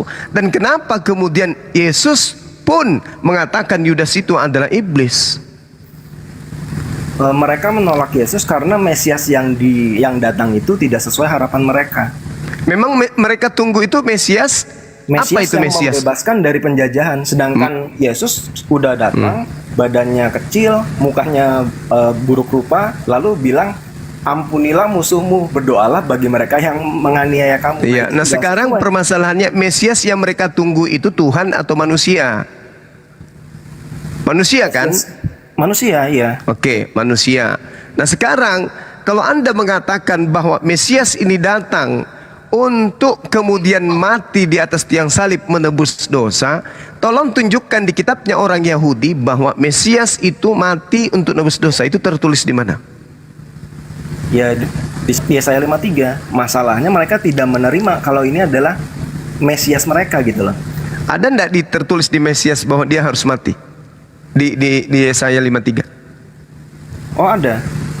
Di ayat berapa, nomor berapa? Nomor ayat 9. Orang menempatkan kuburnya di antara orang-orang fasik dan dalam matinya ia ada di antara penjahat-penjahat sekalipun ia tidak berbuat kekerasan dan tipu tidak ada dalam mulutnya. Oke. Nah, ayat itu terjemahan yang sebenarnya seperti apa sih di situ? Terjemahan yang sebenarnya? Iya, di data nomor 9 itu. Maksudnya yang benar di bahasa aslinya. Iya, di original teksnya ketika diterjemahkan ke dalam bahasa Indonesia yang benar, apakah sudah tepat seperti itu terjemahannya? Ya, itu yang kita imani. Ya, harusnya udah tepat sih menurut saya. Tapi di situ kata asir, bukan penjahat, tapi orang kaya. Dan kuburnya berada di tengah-tengah orang kaya, bukan orang jahat. Oh, kalau misalnya di antara orang kaya ya betul juga, karena kuburan itu kuburan saudara Yesus itu kan yang membantu membawa salib. Yang kaya atau penjahat ini? Ya, kalau misalnya ini salah terjemahan di antara orang kaya ya betul juga. Karena kuburan itu memang kuburan tempat orang-orang kaya. Oke, baik. Nah, sekarang kalau dikatakan bahwasanya Mesias itu datang, kecemburuan daripada orang-orang Yahudi itu karena melihat pengaruh Yesus, betul? Kecemburuan orang Yahudi, Imam Farisi ya? Iya, orang Yahudi, mahkamah agama, ahli kitab. Sebenarnya kebencian mereka itu karena Yesus banyak mengkonfrontir mereka ya. Ya, banyak memperlihatkan mukjizat, betul? Ya, termasuk salah satunya banyak mukjizat. Nah, kalau kemudian mereka melihat mukjizat yang terjadi pada diri Yesus itu adalah indikasi kemesiasan dia, kenapa kemudian tidak berpola sesuai dengan keinginan Anda? Dan kenapa pula Yesus tidak mengajarkan kepada mereka bahwa akulah kemudian Mesias yang kalian tunggu-tunggu, yang harus mati demi dosa kalian? Kalau kenapa itu Yesus sudah bilang di mana Yesus 8, mengatakan itu? Kan waktu Yohanes 7 ada orang-orang sedang memperdebatkan ya, apakah dia ini Mesias yang dijanjikan. Nah, dia di Yohanes 8 Yesus bilang, kalau kamu tidak percaya bahwa akulah dia, maka kamu akan mati dalam dosa-dosamu. Nah, terus? Yaitu berarti kan sudah ketemu kan? Yesus sudah mengatakan bahwa dia Mesias. Tapi masalahnya Yahudi, Imam Farisi ini nggak percaya gitu loh. Kan udah ketemu. Orang Farisi harusnya mengatakan kalau begitu berarti kamu sudah siap mati. Yesus akan menjawab, ya, saya sudah siap. Harusnya begitu kan? Kenapa mesti harus ada iblis terlibat? Kalau memang itu betul nubuat, kenapa Kayafas harus bernubuat lagi? Kenapa kemudian harus ada kedengkian? Kenapa harus ada kesaksian palsu? Kalau ternyata rabi-rabi Yahudi, orang-orang Farisi bertanya, apakah engkau Mesias itu? Dan Yesus sudah mengatakan, ya, akulah Mesias itu. Terus kenapa tidak klopkan aja sesuai dengan doktrin Anda? Kenapa harus ada tipu-tipu, ada iblis, ada dengki, ada kemudian kesaksian-kesaksian palsu? Kenapa? Nah, dan kenapa harus melanggar perintah Tuhan? Imam Farisi ya, orang Yahudinya itu loh. Jadi mereka ini banyak melakukan pelanggaran sebetulnya. Kayak waktu Yesus marah gereja dijadikan pasar. Itu kan kalau dari tradisi ortodoks itu mereka itu banyak kayak memperjualbelikan apa ya? Misalnya domba ini layak apa tidak gitu. Nah, itu diuangkan. Jadi mempersulit orang untuk mempersembahkan korban tebusan gitu. Nah, ini yang diganggu oleh Yesus. Jadi mereka nih istilahnya periuk nasinya mereka nih diganggu sama Yesus gitu. Wah, nanti gue nggak bisa makan nih. Makanya mereka nafsunya itu udah nafsu duniawi. Makanya mereka mau membunuh Yesus. Walaupun Yesus banyak melakukan mujizat, mereka tuduh, wah ini pasti dari iblis nih ininya. Oh, enggak ada tuduhan kayak gitu. Jangan Anda karang bebas. Enggak. Ada. Di mana? Ada ya, mereka menuduh Yesus kuasanya dari Beelzebul atau apa ya, saya lupa. Sebentar saya cari. Nah, sekarang kalau doktrin Anda ini benar, tolong bisa enggak tunjukkan dalilnya ayat perintah pembunuhan itu? Ya, tadi yang di Yesaya 53 itu, Bang. Bukan perintah membunuh. Ini sekarang perintah membunuhnya selayaknya kemudian di dalam Yeremia 1 nomor 2. Apabila Bani Israel ingin penebusan dosa, maka hendaklah mereka mempersembahkan hewan kurban, yaitu kambing, domba, sapi, lembu. Mana manusia? Hewan kurban itu di Imamat 4. Ya, Imamat 1 maksud saya. Coba Anda tunjukkan di mana itu tertulis bahwasanya ketika mereka hendak mempersembahkan di Imamat 1 nomor 2, ketika orang Israel hendak mempersembahkan persembahan kepada Elohim, wajib mereka mempersembahkan persembahan hewan ternak. Di mana tertulis bahwa persembahannya itu wajib manusia? Oh, persembahannya wajib manusia. Iya, di mana? Kalau di imamat itu kan masih apa ya? Istilahnya bayangan gitu. Korban tebusannya ini masih hewan. Tuhan masih memberikan semacam kelonggaran lah. Iya, bahwa yang boleh, saya tanya, di mana Tuhan memerintahkan mempersembahkan anak manusia? Yang Yesaya 53 itu, Bang. Yesaya 53 itu bukan mempersembahkan kurban itu. Ini lihat ayat 10 ya. Tapi Tuhan berkehendak meremukkan dia dengan kesakitan apabila ia menyerahkan dirinya sebagai korban penebus salah. Terus di mana dia pernah keturunannya umurnya akan lanjut. Nah, waktu dia menyerahkan dirinya sebagai korban, umurnya akan lanjut. Maksudnya di atasnya kan tadi meninggal tuh, dikubur. Umurnya lanjut berarti dibangkitkan gitu loh. Dan kehendak Tuhan terus akan keturunannya? Keturunannya? Keturunannya. Terus dia melihat keturunannya enggak? Ya, kan manusia ini Yesus itu kan sumber penciptaan. Bapa membuat Yesus menjadi sumber penciptaan. Jadi kita semua ini adalah bisa dibilang anak-anaknya Yesus gitu loh. Waduh. Kita ini kan Bapa menciptakan Yesus. Yesus adalah anak Allah. Nah, kita diciptakan melalui Yesus. Jadi kita ini bisa dibilang keturunannya Yesus gitu. Itu Anda mengatakan kita ini diciptakan melalui Yesus, itu Anda sadar? Ada itu di Kolose. Iya, Kolose berarti kan bukan ajaran Paulus, bukan ajaran Yesus. Kan harus ajaran Yesus yang menjadi sandaran. Nah, sekarang ketika Tuhan mengatakan Imamat 1, berbicaralah kepada orang Israel, katakanlah kepada mereka, apabila seorang di antaramu hendak mempersembahkan persembahan kepada Tuhan Elohim, haruslah persembahanmu yang kamu persembahkan itu ternak. Ini untuk orang Israel. Nah, di mana orang Israel pernah mempersembahkan kemudian manusia?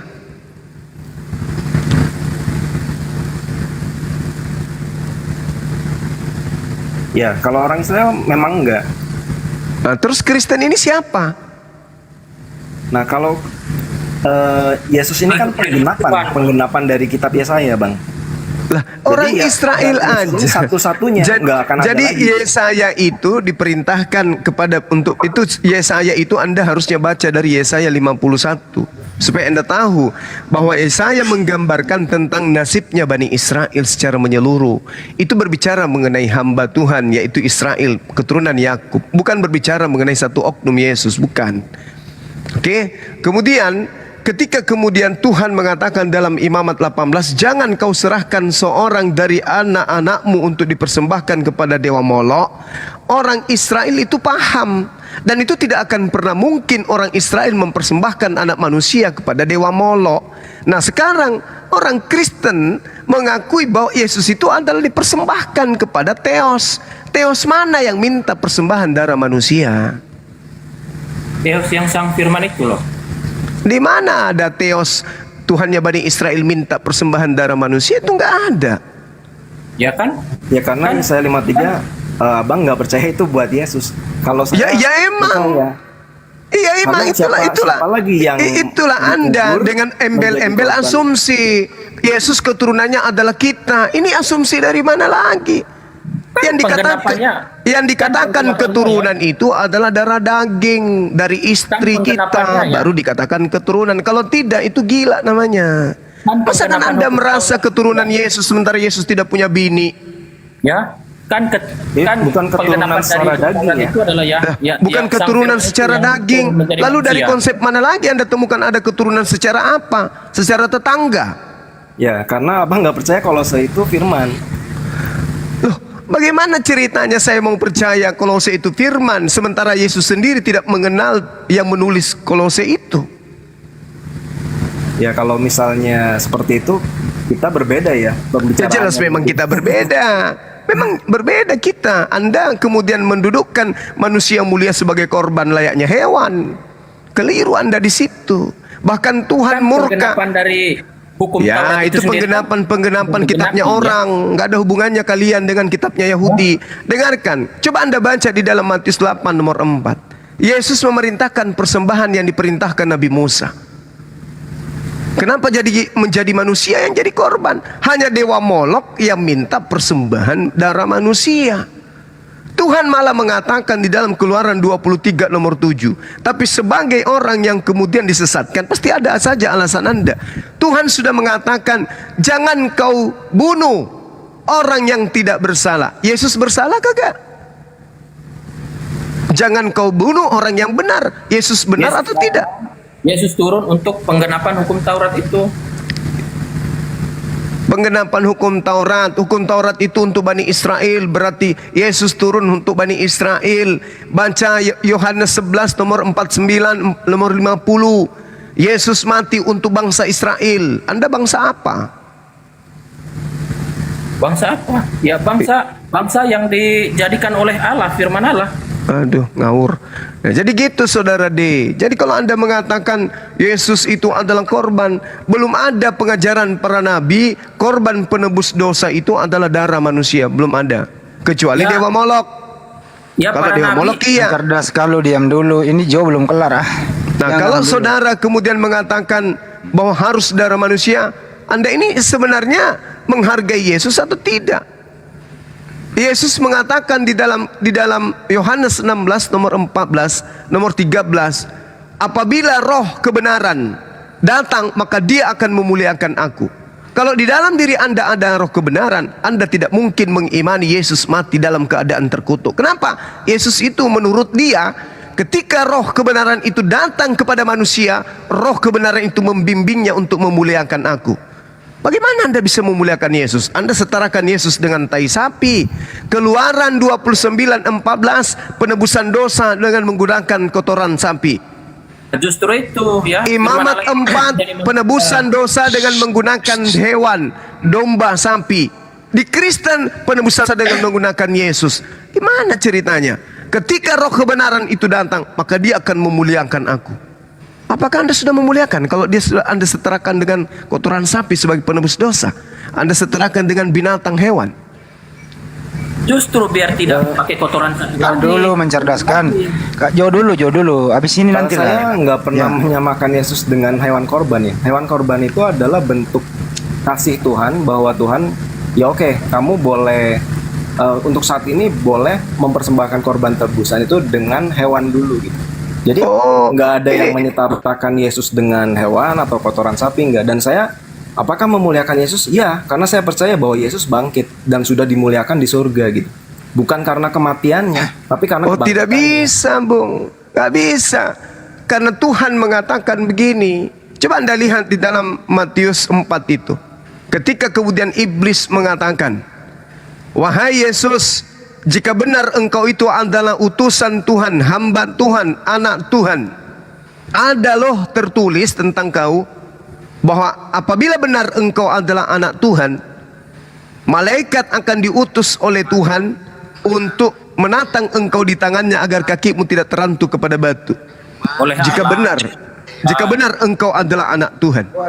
Karena ada tertulis tentang engkau. Bukan anak Tuhan. Alhamdulillah kalau sudah didaftarkan Abah sehat selalu ya Pak. Itu coba. Matius 4 menjelaskan itu. Wahai Yesus, buanglah dirimu dari sini ke bawah, sebab ada tertulis, jika benar engkau adalah anak Tuhan, maka Tuhan akan mengirim malaikat agar kakimu tidak terantuk kepada batu. Dibilangin anak Allah, bukan anak Tuhan. Aduh. Anak Allah nenekmu, kiper. Dari mana kau curi kata Allah? Nggak ada kata Allah di Bibelmu, bro. Udahlah, diam dulu kau. Umat penghujat. Ada tuh. Lu diam dulu. Lu nanti berhadapan sama gua. Biar banyak Allah edukasi itu dulu. Tuhan. Allah itu nama Tuhan di dalam ajaran agama Islam. Jangan kau bawa-bawa. Udah kau mirip anak setan juga kau nyesat. Diam dulu, jangan. Maksudnya ayat ini lu kalau masih cerewet saya turunkan ya. Belum paham saya. Iya kan begini saudaraku, di dalam Matius 4, iblis itu kan Anda tahu sendiri, iblis itu banyak mengetahui rahasia Tuhan. Kenapa? Karena mereka itu tadinya adalah malaikat yang suci yang taat kepada Tuhan. Kan gitu. Iya kan? Berarti malaikat ini mengetahui rahasia-rahasia gaib yang manusia nggak tahu. Maka ketika kemudian dia datang, Yesus memproklamirkan dirinya bahwa dia adalah anak Tuhan, maka iblis datang mencobainya. Kata iblis kepada Yesus, jika engkau anak Tuhan, Aduh. Ini kalau kau sehat, ini menghujat kitab kau ini kepada Tuhan kami umat Islam. Sebenarnya untungnya kami itu rahmat untuk semesta alam. Kalau tidak sudah kutebas leher kau. Ini kau menghujat, benarkah engkau adalah anak Allah? Apa pula? Apa pula nenekmu kiper, makanya kau jangan kebanyakan coli, otakmu nggak berfungsi. Bunda Rama, dari tadi saya beri peringatan ini ya, turunin. Nggak waras. Ini penghinaan kepada Islam ini. Tidak ada kata Allah itu di gereja, nggak ada. Dari Bible itu nggak ada. Nggak ada. Di sini sebenarnya adalah anak Theos. Kalau di Indonesia kan anak Tuhan. Kok larinya ke Allah? Ini Allah ini. Supaya identitas Allah itu dihilangkan, kalian baca Allah. Dasar pencuri, nggak tahu diri, udah dikasih kemudahan masih juga ngotot. Jadi di situ diterangkan, jika engkau adalah anak Theos atau anak Tuhan, jatuhkan dirimu ke bawah. Sebab ada tertulis mengenai engkau, Tuhan akan memerintahkan malaikat-malaikatnya dan mereka akan menatang engkau di tangannya supaya kakimu jangan terantu kepada batu. Ini kita teliti. Di mana tertulis ini? Kalau ini betul tentang Yesus, maka kita temukan di dalam Mazmur 91. Mari kita lihat di Mazmur 91 apa yang dikatakan Tuhan tentang Yesus. Kan ada pengakuannya Yesus bahwa tertulis di dalam kitab Mazmur tentang aku. Nah, kita lihat apa yang tertulis. Orang yang duduk dalam lindungan yang maha tinggi. Ini Yesus ini yang sedang diceritakan. Dan bermalam dalam naungan yang maha kuasa. Ini Yesus. Akan berkata kepada Tuhan, Tuhan tempat perlindunganku. Coba Anda lihat. Sepanjang Yesus hidup, dia selalu minta perlindungan kepada Bapa. Ya Bapa, ya Bapa, ya Bapa, ya Bapa. Akan berkata kepada Tuhan, tempat perlindunganku dan kubu pertahananku, ilahku yang kupercayai. Sungguh dialah yang akan melepaskan engkau dari jerat perangkap burung, dari penyakit sampar yang busuk. Dengan kepaknya ia akan melindungi engkau. Di bawah sayapnya engkau akan berlindung. Kesetiaannya adalah perisai dan pagar tembok. Engkau tidak usah takut terhadap kedahsyatan malam, terhadap panah yang terbang di waktu siang, terhadap penyakit sampar yang berjalan dalam gelap, terhadap penyakit menular yang mengamuk di waktu petang. Walau 1000 orang rebah di sisimu dan 10.000 di sebelah kananmu, tetapi ia tidak akan menimpamu. Engkau hanya menonton dengan matamu sendiri dan melihat pembalasan terhadap orang fasik. Ini coba kita lihat. Engkau, kalau Yesus itu adalah anak Tuhan atau hamba Tuhan atau kekasih Tuhan, maka kita bisa mentafsirkan Yesus hanya menonton dengan matanya ketika kemudian Tuhan melakukan pembalasan kepada orang yang fasik. Sebab Tuhan adalah tempat perlindunganmu yang maha tinggi. Telah kau buat tempat perteduhanmu. Malapetaka tidak akan menimpa engkau, dan tulah tidak akan mendekat kepada kemahmu. Sebab malaikat-malaikatnya akan diperintahkannya kepadamu untuk menjaga engkau di jalanmu. Mereka akan menatang engkau di atas tangannya supaya kakimu jangan terantuk kepada batu. Ini tadi yang iblis katakan. Wahai Yesus, jika engkau betul adalah anak Tuhan, dalam hal ini adalah hamba Tuhan, kekasih Tuhan, orang yang saleh, orang yang intim kepada Tuhan, maka Tuhan akan menjadi perlindunganmu. Penyakit sampar tidak akan menyentuhmu, ular tedung tidak akan menyakitimu, penyakit menular tidak akan menyentuhmu. Sebab Tuhan adalah tempat perlindunganmu yang maha tinggi.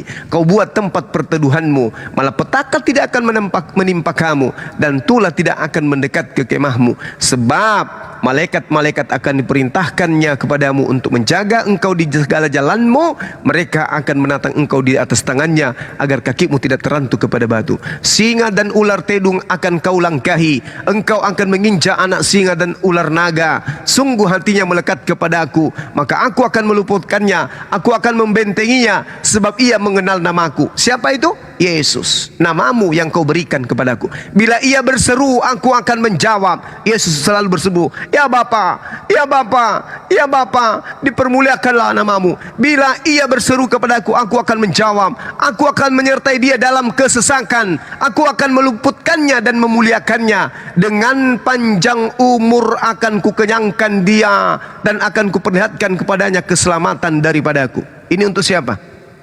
Untuk Yesus. Jadi bagaimana mungkin kemudian orang-orang kafir, orang-orang fasik, pembohong-pembohong, iblis termasuk, bisa mencelakai Yesus, sementara dia adalah anak Tuhan, kekasih Tuhan, hamba Tuhan, anak yang soleh, anak yang intim. Dia adalah muslim yang taat. Bagaimana mungkin kemudian Tuhan membiarkan? Makanya di dalam Matius 4 nomor 6, iblis datang mencobai Yesus. Wahai Yesus yang hebat, yang membangkitkan orang mati, yang membuat orang buta melihat, yang membuat orang lumpuh berjalan, aku ingin menguji engkau. Jika benar engkau adalah anak Tuhan, engkau utusan Tuhan, engkau Mesias, maka coba kamu buktikan, loncat ke bawah dari bumbungan bait suci ke bawah. Bisa enggak? Karena ada tertulis tentang engkau. Kalau ada tertulis tentang engkau, bahwa Tuhan akan mengirim malaikat untuk menatang engkau di tangannya agar kakimu tidak terantuk kepada batu, maka betullah apa yang tertulis di dalam Mazmur 91 tentang Yesus. Dia tidak akan mendapatkan musibah, jatuh, ditimpa kemudian, atau apapun itu yang terjadi. Tidak akan. Apalagi menjadi tumbal.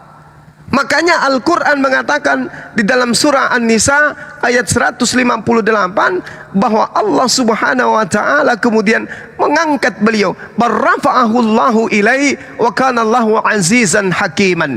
Tetapi Allah telah mengangkat Isa ke hadiratnya. Allah maha perkasa, maha bijaksana. Allah kemudian menyelamatkan nabinya yang terkasih. Menyelamatkan. Lalu Anda coba baca apa yang tertulis di dalam Amsal 21 nomor 18. Kita lihat di sana, terekam dengan sangat jelas bagaimana kemudian Tuhan menggantikan apa yang terjadi terhadap Yesus dan terhadap yang menggantikan. Orang fasik dipakai oleh Tuhan sebagai tebusan bagi orang yang benar, dan pengkhianat sebagai pengganti orang yang jujur. Ini kitabnya orang Yahudi yang mengatakan itu. Sorry, Amsal berapa, Bang? Amsal 21 nomor 18. Ini jelas ini. Jadi Yesus itu tidak mungkin dibunuh. Yesus itu diselamatkan oleh Allah. Yesus itu adalah manusia yang kemudian Allah katakan terkemuka di dunia dan akhirat. Tidaklah mungkin kemudian orang yang terkemuka pilihan Tuhan menjadi tumbal bagi orang-orang pendosa. Tak mungkin. Saudara lihat kemudian bagaimana Romawi, penyembah-penyembah dewa Zeus, penyembah-penyembah kemudian Molok, penyembah matahari, masakan dosa-dosanya diterima, dihapuskan dengan menjadikan Yesus sebagai tumbal. Coba Anda lihat di dalam Roma 14 nomor 9, surat yang ditulis oleh Paulus kepada orang Roma, pemakan babi, orang tidak bersunat, penyembah dewa-dewa, penyembah roh-roh. Dikatakan oleh Paulus kepada mereka, wahai orang Roma, apabila mulutmu berkata Yesus itu adalah Tuhan, maka engkau diselamatkan. Enak kali. Enak kali. Mereka goyim, mereka tidak pernah menyembah Tuhan. Kemudian begitu dia percaya Yesus adalah Tuhan, kemudian diselamatkan karena dia mati di atas tiang salib. Apa betul seperti itu? Di dalam Roma 10 nomor 9, jika engkau berkata dengan mulutmu bahwa Yesus itu adalah Tuhan, maka engkau diselamatkan. Kemudian Roma 14 nomor 9, untuk itulah Yesus mati, supaya dia dibangkitkan agar dia menjadi Tuhan bagi kita. Enak kali. Bukan masalah ini benar atau tidaknya, tetapi Tuhan akan membalaskan. Dia katakan dalam Keluaran 23:7, aku Tuhan tidak membenarkan orang yang bersalah, sebab aku Tuhan tidak akan pernah menerima orang yang bersalah. Kok orang bersalah ditebus dengan menggunakan orang yang jujur, sementara Tuhan mengatakan orang fasik dipakai sebagai tebusan bagi orang yang benar. Sekarang pertanyaannya, apakah Yesus itu orang benar? Orang benar. Dan pengkhianat sebagai ganti orang jujur. Apakah Yudas ini ada pengkhianat? Pengkhianat. Mari kita buktikan. Kita buktikan sederhana sekali, Bung. Ini terakhir dari saya. Ketika Yesus dikatakan Yesus melepaskan jubahnya, tertulis di dalam kitab saudara di Yohanes 13 nomor 4. Lalu bangunlah Yesus dan menanggalkan jubahnya. Dia mengambil sehelai kain lenan dan mengikatkan pada pinggangnya. Coba Anda lihat tragedi yang terjadi pada Markus 14. Apa yang terjadi di sana ketika kemudian Yesus ditangkap? Ada oknum yang ditangkap kemudian yang dikatakan sebagai Yesus. Ada seorang pemuda pada saat orang yang dikatakan Yesus ditangkap, ada seorang pemuda yang menggunakan kain lenan yang menutupi badannya kemudian mengikuti dia dari belakang. Lalu melepaskan kain lenan tersebut, lalu lari dengan telanjang. Kain lenan dilepaskan, lalu orang itu lari, tidak dapat ditangkap oleh prajurit. Pertanyaan saya, siapa yang kemudian menggunakan kain lenan tadi?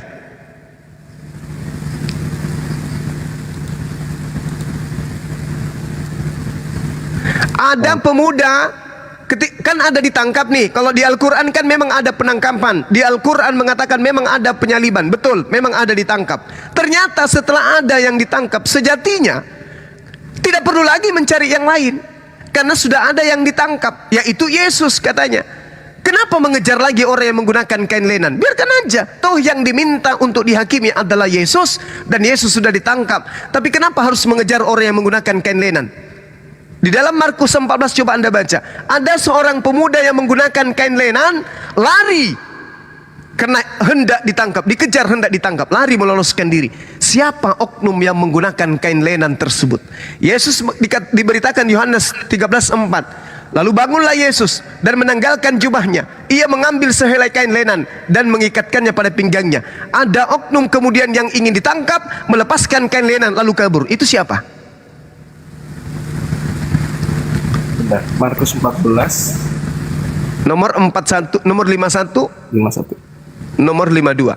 Ingat, nomor 50-nya semua murid Yesus lari meninggalkan Yesus. Catat itu, Bung. Semua murid Yesus lari meninggalkan Yesus. Ketika penangkapan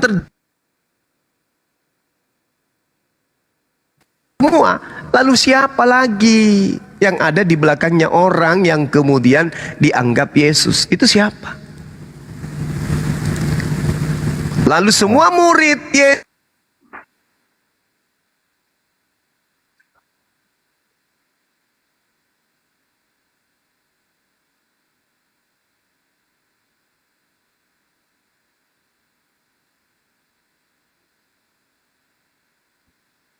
sudah lari murid ini. Tapi ada lagi yang mengikuti dari belakang dengan menggunakan kain lenan. Ini siapa? Siapa yang tadinya menggunakan kain lenan? Kalau ada selain Yesus, saya berhenti menjadi apologet. Hanya Yesus yang diberitakan di dalam Yohanes 13 nomor 4 yang menggunakan kain lenan. Maka benarlah apa kata Allah. Allah mengangkat, menyelamatkan Nabi Isa alaihissalam dengan diangkat ke langit.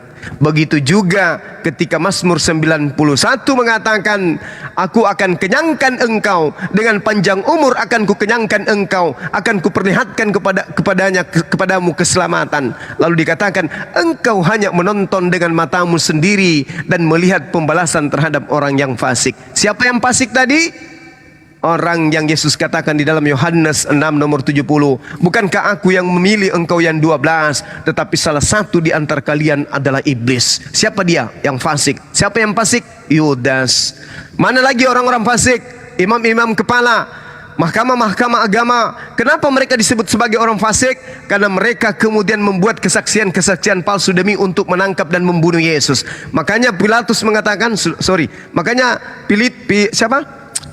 Pilatus mengatakan bahwasanya mereka melakukan penangkapan dan pembunuhan terhadap Yesus karena dengki. Bisa kita lihat dalam Matius 27 nomor 18. Pilatus berkata, memang saya mengetahui bahwa mereka menyerahkan Yesus karena mereka dengki kepada Yesus. Apa mungkin orang-orang dengki ini diselamatkan? Apa mungkin orang-orang yang kerasukan setan dengan membuat kesaksian palsu ini diselamatkan? Dengan mengorbankan orang yang jujur, dengan mengorbankan orang yang benar. Itu tidak mungkin. Tuhan itu maha adil. Tuhan itu maha adil. Oleh karena itulah kemudian kami Islam sangat memuliakan beliau. Satu-satunya agama yang kemudian memuliakan beliau dengan menghindarkan beliau dari sikap yang terkutuk, karena dia diselamatkan oleh Allah, diangkat ke langit. Begitu juga Mazmur 91. Engkau hanya menonton dengan matamu sendiri, melihat pembalasan terhadap orang-orang fasik. Itu, silakan. Ya, cukup panjang nih saya menanggapinya. Silakan. Ya, begini. Jadi memang itu sudah digenapi ya. Maksudnya Tuhan akan melindungi Yesus dari penyakit sampar, dari musibah. Kan itu dari lahir Yesus memang dikejar-kejar untuk dibunuh gitu. Lalu waktu Yesus melakukan mujizat, menyembuhkan orang kusta, penyakit-penyakit, itu Yesus sama sekali tidak kena penyakit. Jadi Tuhan memang melindungi gitu. Tapi saya juga nggak bisa nggak bisa menutup mata bahwa ada firman Tuhan bahwa Tuhan juga menetapkan Sang Mesias ini akan menjadi korban penebus salah gitu maksudnya. Nah. Jadi ya kembali lagi mengenai masalah penebusan dosa ini. Kalau yang yang tadi Lenan ada orang muda itu kan sebenarnya nggak bisa dijadikan patokan bahwa orang ini yang diserupakan gitu maksudnya. Kan dia hanya berupaya menutupi Yesus dengan kain lenan itu gitu. Nah tapi kemudian karena dikejar oleh tentara Romawi, dia kabur melarikan diri karena takut ditangkap. Nah kalau ditanya siapa ya saya nggak tahu karena memang tidak dijelaskan di Alkitab gitu. Oke. Tadi kita lihat di Mazmur 91 dikatakan begini. Engkau akan senantiasa meminta perlindungan kepadaku. Karena itulah kemudian singa dan ular tedung akan kau langkahi dan engkau akan menginjak, sebab engkau senantiasa berdoa. Berdoa dan memohon. Kamu menjadikan aku sebagai batu perisai, sebagai perlindungan dan pagar tembok untuk kemudian melindungi. Nah, Yesus ini dikatakan bahwasanya dia senantiasa berdoa terkait dengan penyaliban. Di dalam Ibrani 5 nomor 7 pun diterangkan dengan jelas. Dalam hidupnya sebagai manusia, Yesus mempersembahkan doa dan permohonan dan ratap tangis dan keluhan kepada Sang Tuhan atau Dia, Tuhan yang sanggup menyelamatkannya dari kematian. Dan karena kesalehannya, coba, berarti dia benar kan? Dia anak Tuhan kan? Dalam arti kata hamba yang soleh. Iya. Iya. Dan karena ketaatannya, kesalehannya, doanya telah didengarkan. Yesus berdoa untuk diselamatkan dari maut. Maka doanya dikabulkan. Dalam hidupnya sebagai manusia, ia telah mempersembahkan doa dan permohonan dengan ratap tangis dan keluhan kepada Dia yang sanggup menyelamatkannya dari maut. Dan karena kesalehannya, Dia telah didengarkan. Alhamdulillah. Doanya didengarkan. Makanya kalau kita melihat secara telaah kritis, Bung, di dalam Lukas 22 misalnya nomor 16, Yesus berjanji tidak akan makan roti Paskah. Tidak akan pernah lagi, kata Yesus, saya tidak akan makan roti Paskah lagi kecuali nanti di kerajaan Allah. Nah, ternyata di dalam Lukas 24 nomor 30, waktu bangkit Yesus makan roti. Roti apa yang dimakan? Roti Paskah. Setelah dia bangkit kemudian. Artinya ini yang bangkit ini siapa? Jangan-jangan ini hanya bangkit dari pingsan sebagai pengganti Karena Yesus dalam Lukas 22 berjanji tidak akan makan roti lagi. Itu yang pertama.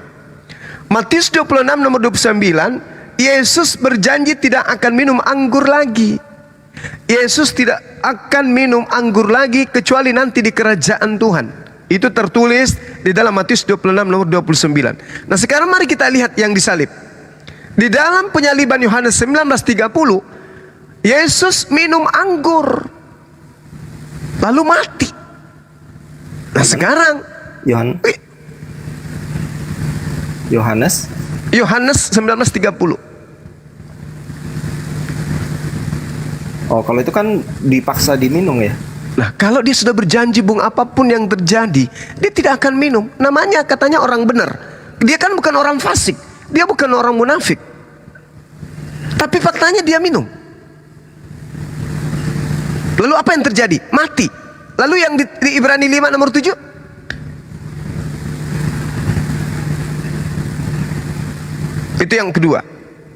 Kemudian kalau kita melihat di dalam Amsal 11 nomor 8, orang benar diselamatkan dari kesukaran, lalu orang fasik menggantikannya. Coba Anda baca.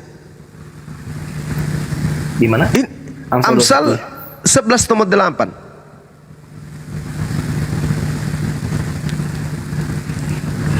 Amsal 11 nomor 8. Siap. Semoga saya tidak keliru. Silakan Anda baca di sana. Orang benar diselamatkan dari kesukaran, lalu orang fasik menggantikannya. Oh. Yes. Inilah yang Al-Quran katakan. Mereka mengatakan membunuh dan menyalibnya, padahal mereka sesungguhnya tidak membunuhnya, melainkan orang yang dibunuh itu adalah orang yang diserupakan seakan-akan dia adalah Nabi Isa alaihissalam. Allah mengatakan itu dengan jelas.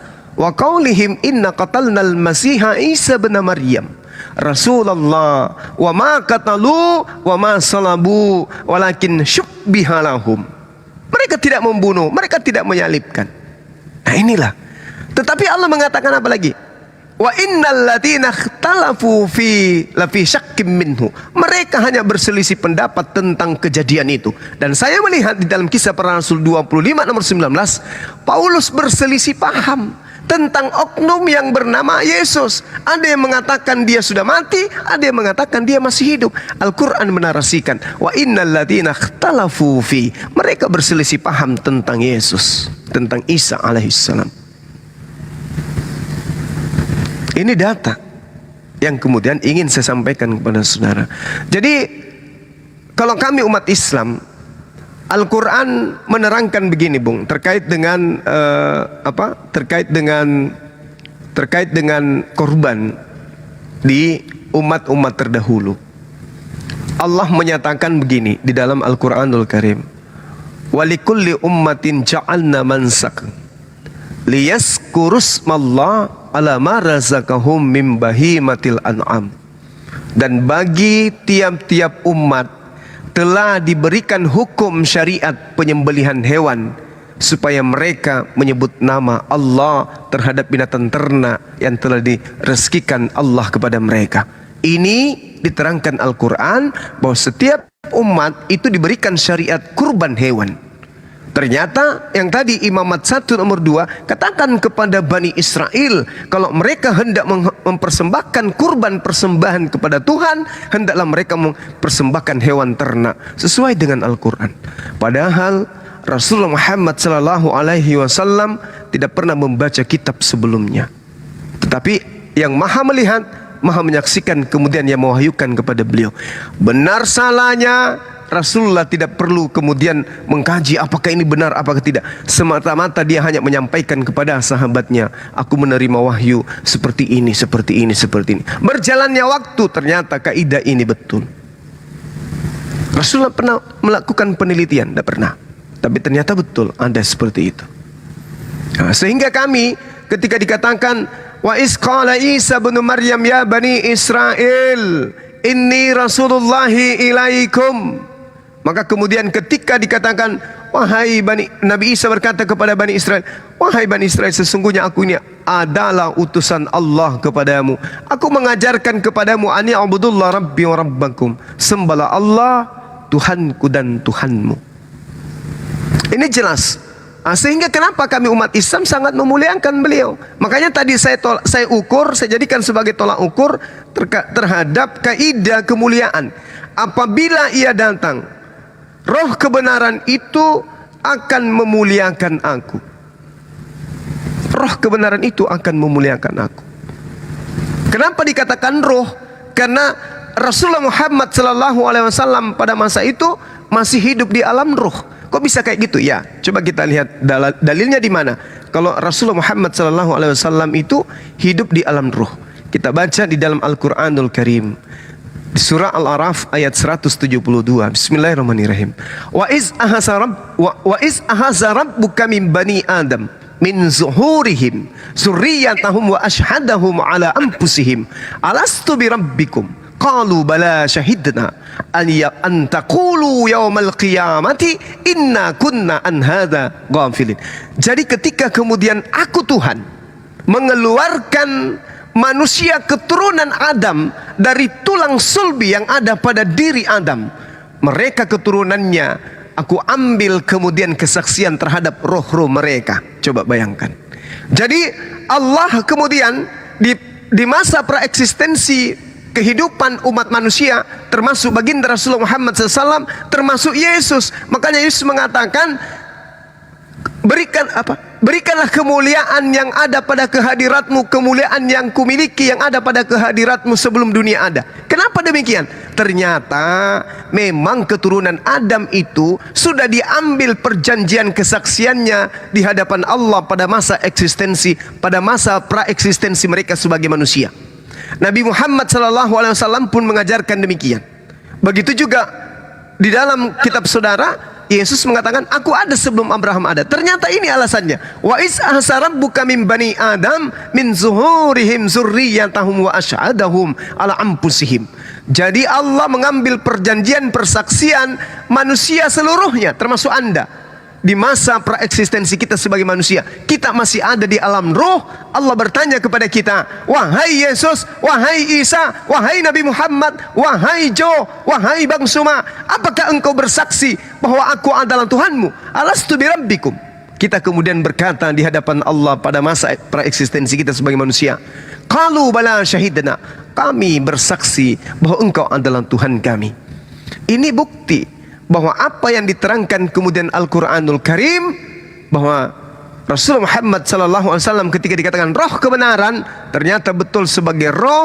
Dia memang pada masa itu, karena dia belum diutus sebagai manusia, masih ada di alam roh. Kebenaran yang dimaksud di sini adalah Al-Quranul Karim, yang kemudian mengajarkan manusia kepada seluruh kebenaran. Ingat, Yesus pernah berkata begini dalam kitab saudara, di dalam Matius 5 nomor 20, jika hidup keberagamaanmu tidak lebih baik dari ahli Taurat, maka engkau tidak akan masuk ke dalam kerajaan langit. Artinya Yesus ketika berkata, masih banyak yang ingin aku ajarkan kepadamu, tapi kamu baru mampu untuk melakukannya, maka apabila ia datang, yaitu roh kebenaran, maka dialah yang akan membimbing kamu ke dalam setiap kebenaran, keadilan, penginsapan dunia akan dosa. Berarti yang datang setelah Nabi Isa atau Yesus itu terangkat adalah roh kebenaran yang akan membimbing manusia ke dalam setiap kebenaran yang terkait dengan hukum-hukum, keadilan dan pengisapan dosa, di mana kebenaran dan keadilan serta pengisapan dosa itu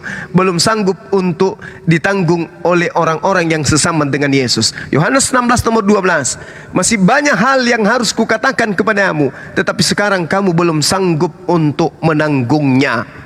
Berarti ada ajaran berat, ada ajaran ribet, ada ajaran syarat, ada ajaran aturan yang lebih komplit yang kemudian belum diajarkan oleh Yesus, karena pada masa itu manusia Bani Israel belum sanggup untuk menanggungnya. Tetapi apabila roh kebenaran itu datang, dialah yang akan memimpin kamu kepada ajaran yang belum kuajarkan itu. Sekarang apa ajaran itu? Apa hukum itu? Itulah dia yang diajarkan kemudian oleh baginda Rasulullah Muhammad sallallahu alaihi wasallam. Sekarang mari kita lihat di mana baginda Rasulullah Muhammad sallallahu alaihi wasallam dikatakan sebagai roh kebenaran.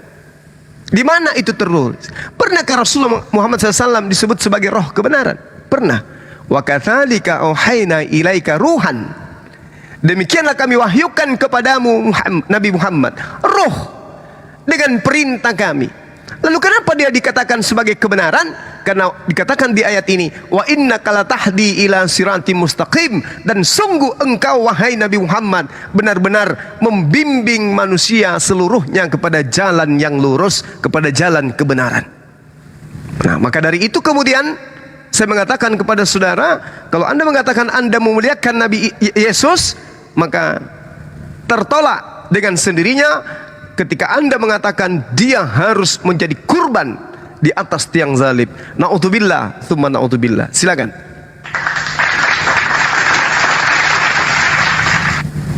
Ya, yang menarik yang saya mau pelajari lebih dalam tuh yang tadi ya, yang di Amsal yang mengenai 11:8 orang fasik sebagai ganti orang benar. Nah itu saya mau coba pelajari dulu.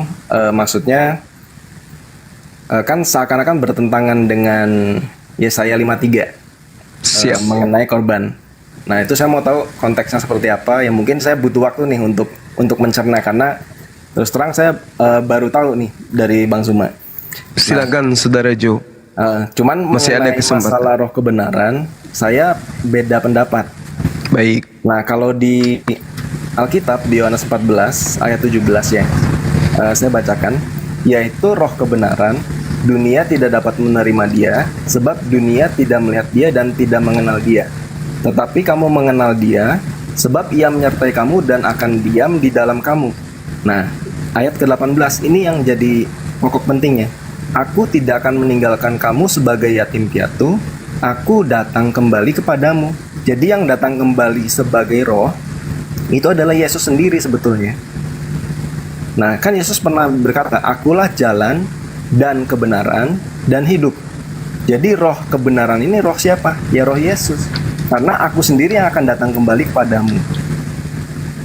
Nah, jadi kalau itu Bang Suma bilang merujuk kepada Muhammad, ya itu karena di Al-Quran mungkin dikatakan seperti itu. Tapi dalam konteks Yohanes 14 ini, yang datang kembali sebagai roh dalam wujud roh yaitu Yesus. Nah itu. Baik. Boleh saya bicara sedikit? Boleh. Oke, baik. Saudaraku, kita mulai dari Yohanes 14 yang Anda bawa. Mundur satu data di nomor 16-nya. Aku akan minta kepada Bapa. Apakah betul Anda mengatakan bahwa roh yang dimaksud itu adalah Yesus itu sendiri? Ya, penolong yang lainnya. Aku akan minta kepada Bapa agar Bapa memberikan kepadamu seorang penolong lain. Minta kepada Bapa agar Bapa mengutus penolong lain. Bukan aku. Penguatnya ada di mana? Ada di Yohanes nomor 16. Tertulis apa di sana? Mari kita lihat. Apa yang dikatakan kemudian oleh Yesus? Tetapi karena aku mengatakan hal itu kepadamu, sebab itu hatimu bersukacita. Namun benar yang kau katakan itu, yang aku katakan itu kepadamu, adalah lebih berguna bagi kamu jika aku pergi. Aku pergi, sebab jikalau aku tidak pergi, penghibur itu tidak akan datang kepadamu. Tetapi jikalau aku pergi, aku akan mengutus dia kepadamu. Dan kalau ia datang, ia akan menginsapkan dunia akan dosa, kebenaran dan penghakiman. Akan dosa karena mereka tidak percaya kepadaku. Akan kebenaran karena aku pergi kepada Bapa dan kamu tidak melihat aku lagi. Akan penghakiman karena penguasa dunia ini telah dihukum. Masih banyak hal yang harus kukatakan kepadamu, tapi sekarang kamu belum dapat menanggungnya. Tetapi apabila ia datang, yaitu roh kebenaran, ia akan memimpin kamu ke dalam seluruh kebenaran. Sebab ia tidak akan berkata-kata dari dirinya sendiri, tetapi segala sesuatu yang didengarnya itulah yang dikatakannya. Dan ia akan memberitakan hal-hal yang akan terjadi di masa akan datang. Satu hal yang ingin saya katakan kepada saudara. Ketika Yesus mengatakan, sebab ia tidak akan berkata-kata dari dirinya sendiri, tetapi segala sesuatu yang didengarnya itulah yang akan dikatakannya.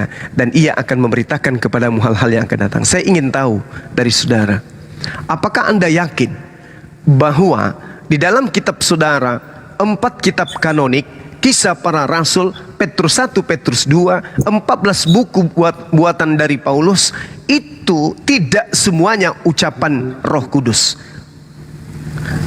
tidak semua ucapan Yesus. Yang ucapan Yesus hanya tinta merah. Betul? Oh, maksudnya ucapan Yesus secara langsung. Iya. Betul ya? Iya. Ya, selain daripada tinta merah itu adalah kata pengantar. Betul? Iya. Oke. Yesus mengatakan dia tidak akan berkata-kata dari dirinya sendiri. Masya Allah. Adindaku barakallah fik. Subhanallah.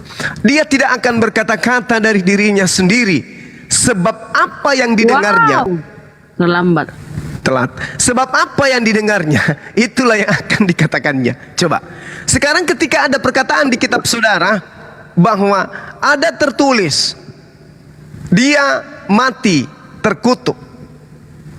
Apakah itu adalah perkataan yang didengarkan Paulus dari roh kebenaran, atau itu adalah tulisan Paulus sendiri?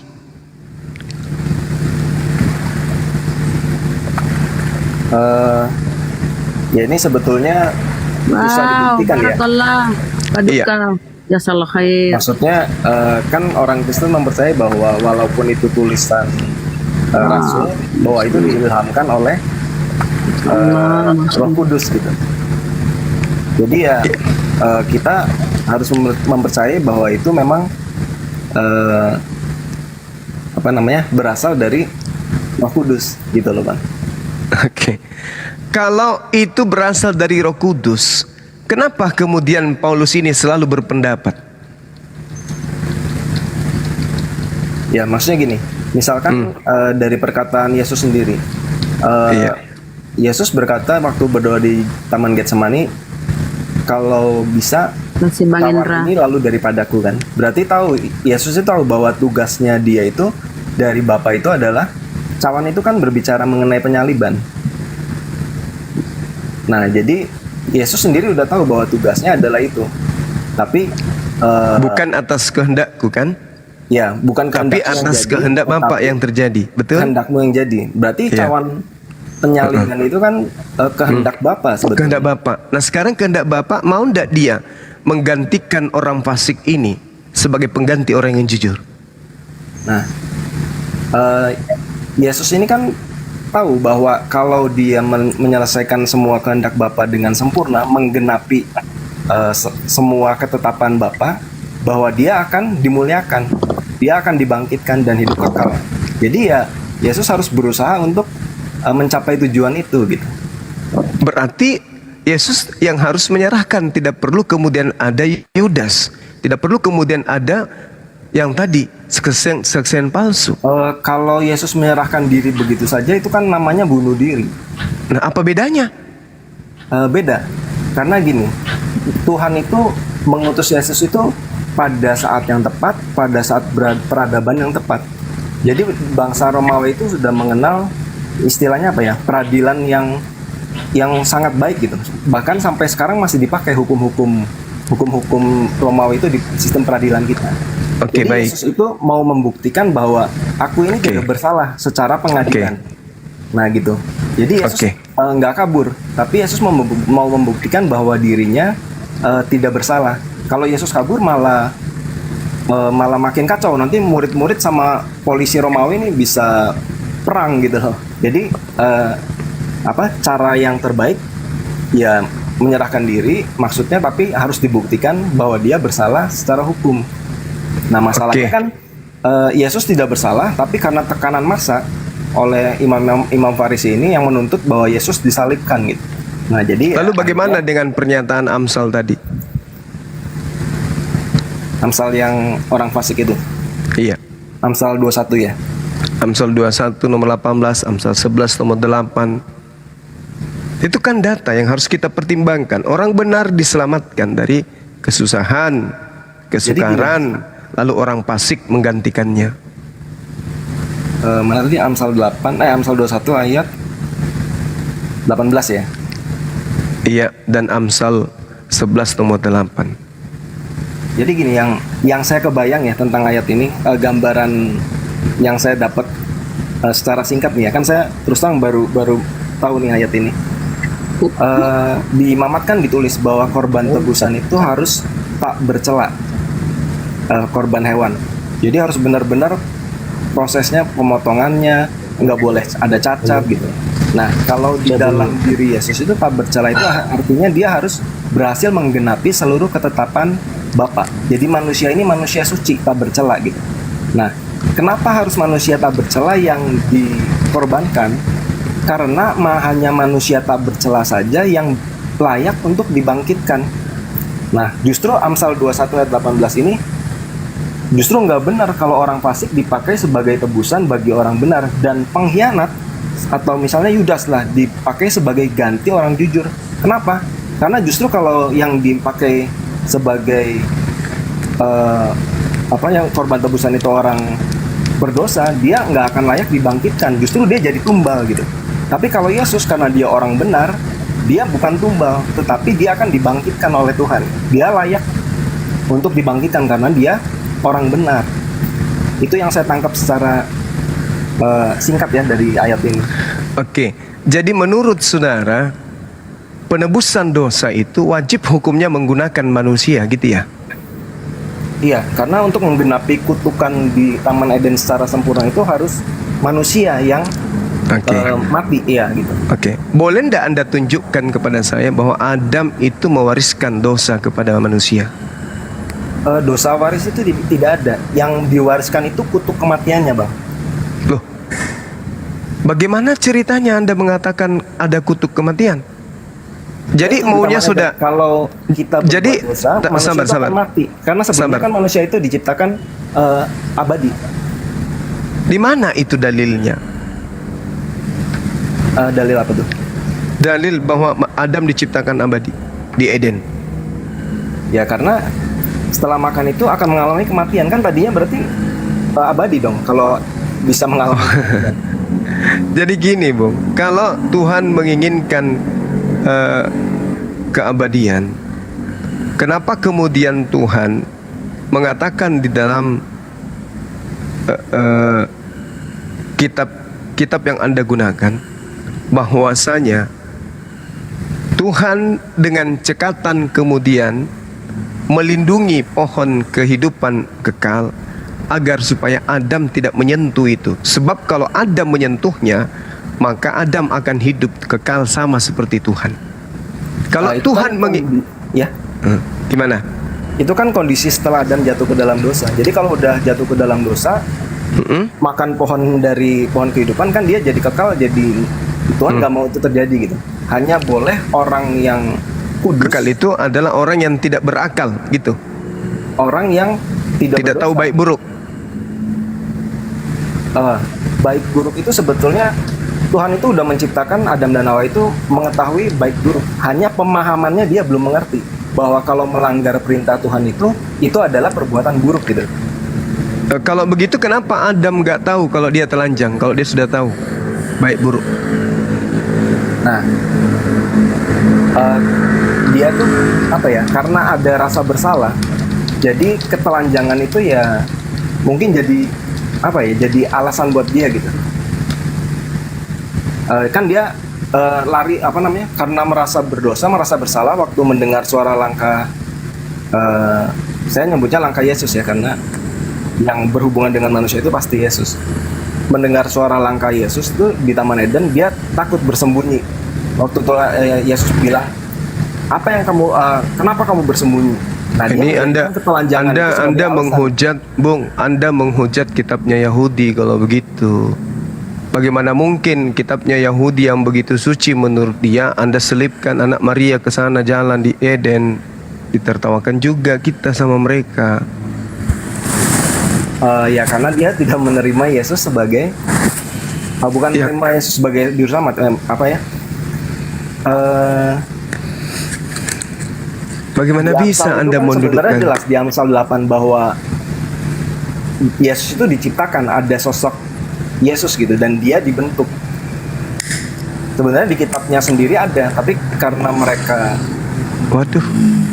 ini kalau ada teman kita dari praktisi Torah ini, kita habis di sini. Masakan Yesus ada di Taman Eden? Ya, Malak Yahweh itu juga Yesus yang datang ke mengunjungi Abraham. Memang tidak disebutkan namanya ya. Disebutkannya Malak Yahweh atau malaikat Tuhan. Tapi karena disebutkan di Alkitab bahwa Yesus itu adalah utusan dan yang selalu membawa nama Tuhannya, nama Bapa, nama Yahweh, ya kemungkinan besar yang datang dalam nama Yahweh itu adalah Yesus, karena Bapa sendiri tidak akan turun ke dunia dan dikatakan bahwa Bapa itu tidak pernah dilihat dan suaranya tidak pernah didengar manusia gitu. Berarti Yesus yang datang kepada Maria sebelum Maria hamil, yang mengabarkan Yesus pada bulan ke-6. Itu malaikat Gabriel, beda lagi. Tuh, kenapa bisa beda? Kan ada namanya malaikat Gabriel yang Jadi kan kalau malaikat yang datang memberi kekuatan kepada Yesus itu Yesus juga? Enggak, ada malaikat itu ada banyak, Bang. Enggak cuma Yesus. Iya, terus kenapa giliran yang enak-enak yang di Gan Eden berjalan itu Yesus? Giliran yang datang kepada Yesus, memberikan kekuatan kepada Yesus, bukan Yesus. Karena bukankah tadi saudara mengatakan yang berhubungan dengan manusia itu adalah Yesus? Ya, kenapa giliran malaikat datang memberikan kekuatan kepada Yesus, Anda katakan itu bukan Yesus? Yang memberikan kekuatan ke Maria kan dijelaskan bahwa yang datang itu malaikat Gabriel. Yang memberi kekuatan kepada Yesus. Yang memberi kekuatan kepada Yesus? Iya kan malaikat. Bu malaikat, Bung. Yang di mana ya? Yang di dalam kitab Anda kok ada? Bagaimana kemudian malaikat dalam Lukas 22:43 ya, malaikat, seorang malaikat dari langit menampakkan diri kepada Yesus dan memberi kekuatan kepada Yesus. Ini tidak sebut nama. Berarti Yesus juga ini yang datang kepada Yesus. Ya, Barakallah paduka. Jazakallah khair. Bukan, kalau itu memang malaikat. Dari mana Anda bisa tahu?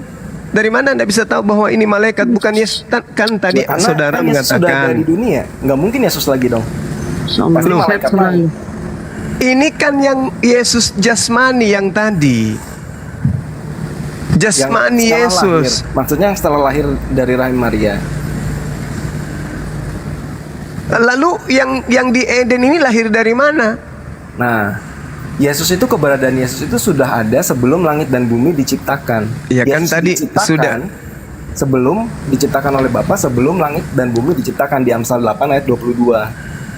Waduh, lalu habis kitabnya orang Yahudi Anda pretelin untuk Yesus. Ya, tapi kan kenyataannya begitu dikatakan. Loh, kenyataan gimana? Amsal 8 ayat 22. Apa yang dituliskan di sana? Itu berbicara Salomo itu, Bung.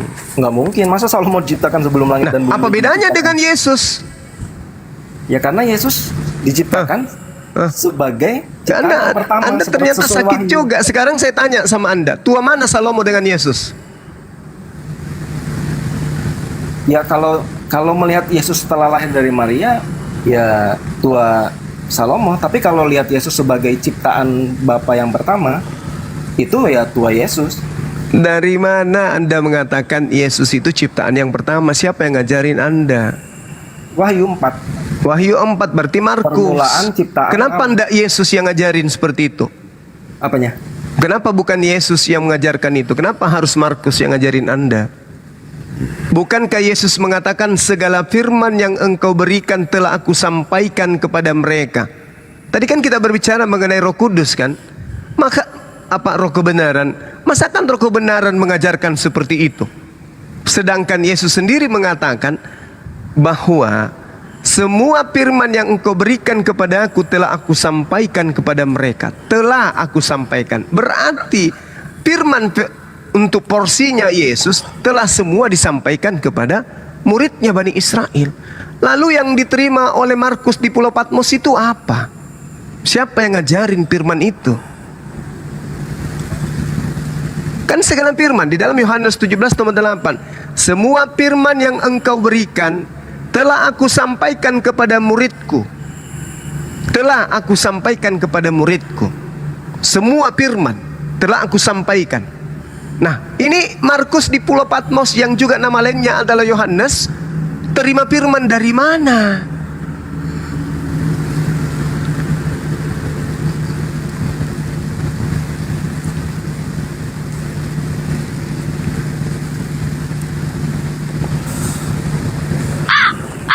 Mana Jo? Hah? Ya? Oh udah ya. Ya maksudnya gini. Semangat Bang. Kalau tidak mengakui itu sebagai firman ya susah ya saya bilangnya ya. Bahwa Yesus sebagai permulaan ciptaan. Di Kolose juga dikatakan bahwa Yesus itu adalah yang sulung dari segala yang diciptakan. Nah, bukan Yesus sebenarnya, Bung. Kalau kita mau jujur, yang dimaksud di situ bukan Yesus, yang dimaksud di situ adalah firman. Tuhan mengawali semua ciptaannya itu dengan firman, perkataan. Contoh, ketika Tuhan masih sendiri nih, sendiri, nggak ada makhluk. Bagaimana cara Tuhan kemudian mengadakan makhluk? Dengan berfirman. Makanya di dalam Yohanes 1 nomor 1 coba Anda lihat.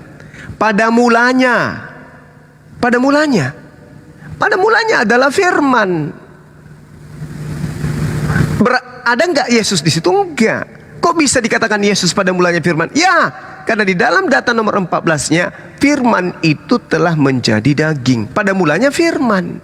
Maka segala sesuatu yang diciptakan itu dari firman. Yohanes 1 nomor 3, dari dia semua terjadi. Dari dia siapa? Firman. Mari kita buktikan. Masya Allah, Dinda. Kita buktikan. Masya Allah. Apa itu? Oh, elang. Berhantu. Nah, kita buktikan. Kita buktikan di dalam apa yang tertulis ketika Mazmur 33 nomor 9. Sebab Tuhan memberi perintah. Coba. Sebab Tuhan memberi perintah, maka semuanya ada. Tuhan memberi perintah, Maria, hamillah engkau. Itu pada mulanya adalah firman. Matahari, jadilah engkau. Maka dikatakan dia adalah permulaan ciptaan. Apa itu? Firman. Bukan Yesus. Yesus itu nanti tercipta pada saat ibunya diperintahkan hamil. Jadi yang keluar dari mulut Tuhan itu bukan Yesus. Yang keluar dari mulut Tuhan itu adalah firman. Maka pada mulanya adalah firman. Firman itu bersama-sama dengan Theos. Dan firman itu adalah Theos. Sifat yang ada pada diri Tuhan. Kemampuan berkata-kata pada diri Tuhan. Itulah yang kemudian bekerja sehingga Yesus itu ada. Maka ketika ada konsep firman sama dengan Yesus, maka Anda digiring untuk memahami bahwa Yesus itulah pada mulanya segala sesuatu. Padahal bukan begitu.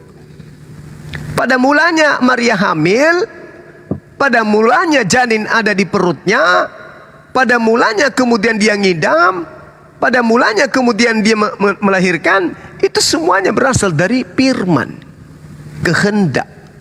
Makanya Yesus dalam Yohanes 8 nomor 42, aku datang bukan atas kehendakku. Berarti dia bukan firman, tetapi dia adalah makhluk yang bermula dari kehendak. Kehendak Tuhan untuk supaya menjadi ciptaan harus berfirman. Jadilah terang, jadilah ini, jadilah itu. Innama amruhu idza arada syai'an ayyakula lahu kun fayakun. Mazmur 33 nomor 9, Yesaya 55 nomor 11. Tuhan memberi perintah, maka semuanya jadi.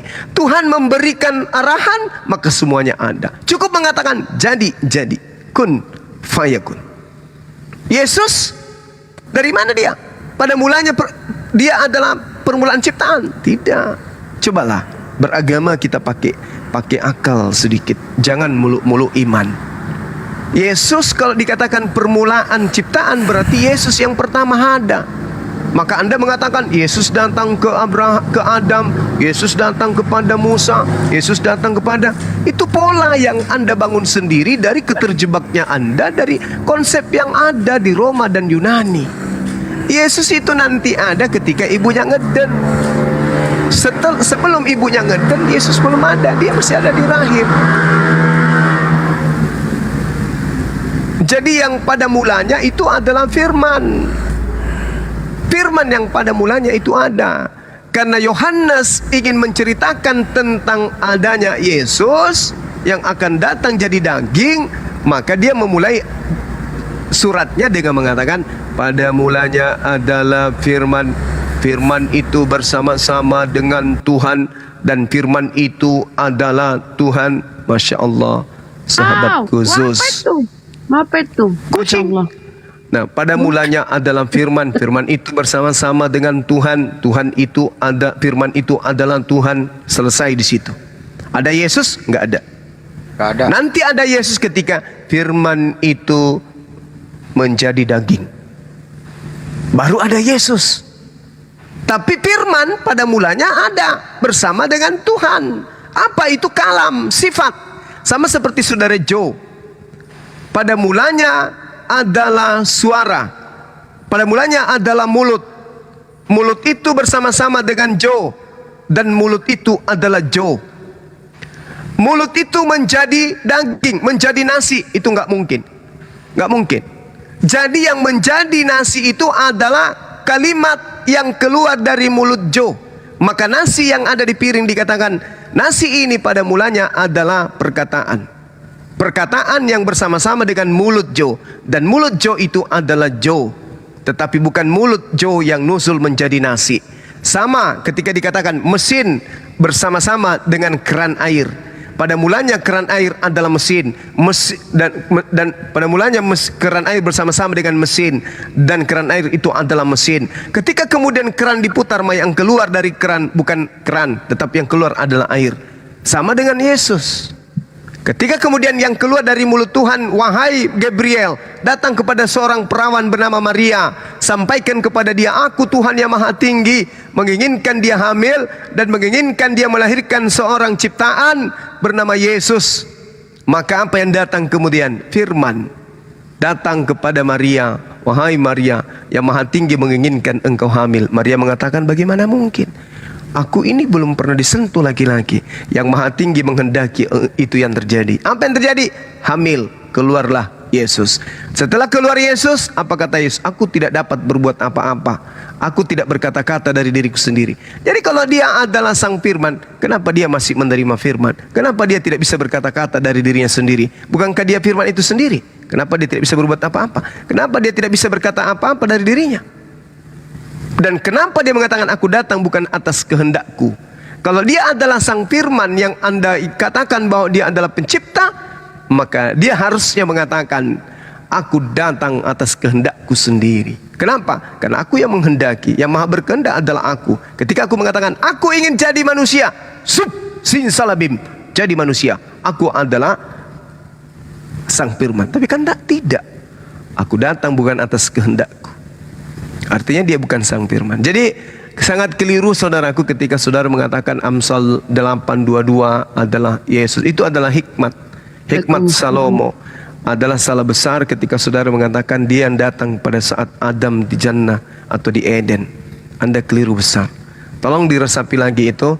Mudah-mudahan ada hikmah di balik diskusi kita ini untuk menjadi edukasi baik untuk diri saya sendiri maupun dengan untuk sahabat-sahabat muslim yang ada di bawah. Terima kasih. Mantap. Kepada Dinda Jo, Hans dan semuanya, Dinda Jo juga saudara-saudara yang lain. Pokoknya semua yang telah mendukung acara ini kecuali host. Masya Allah.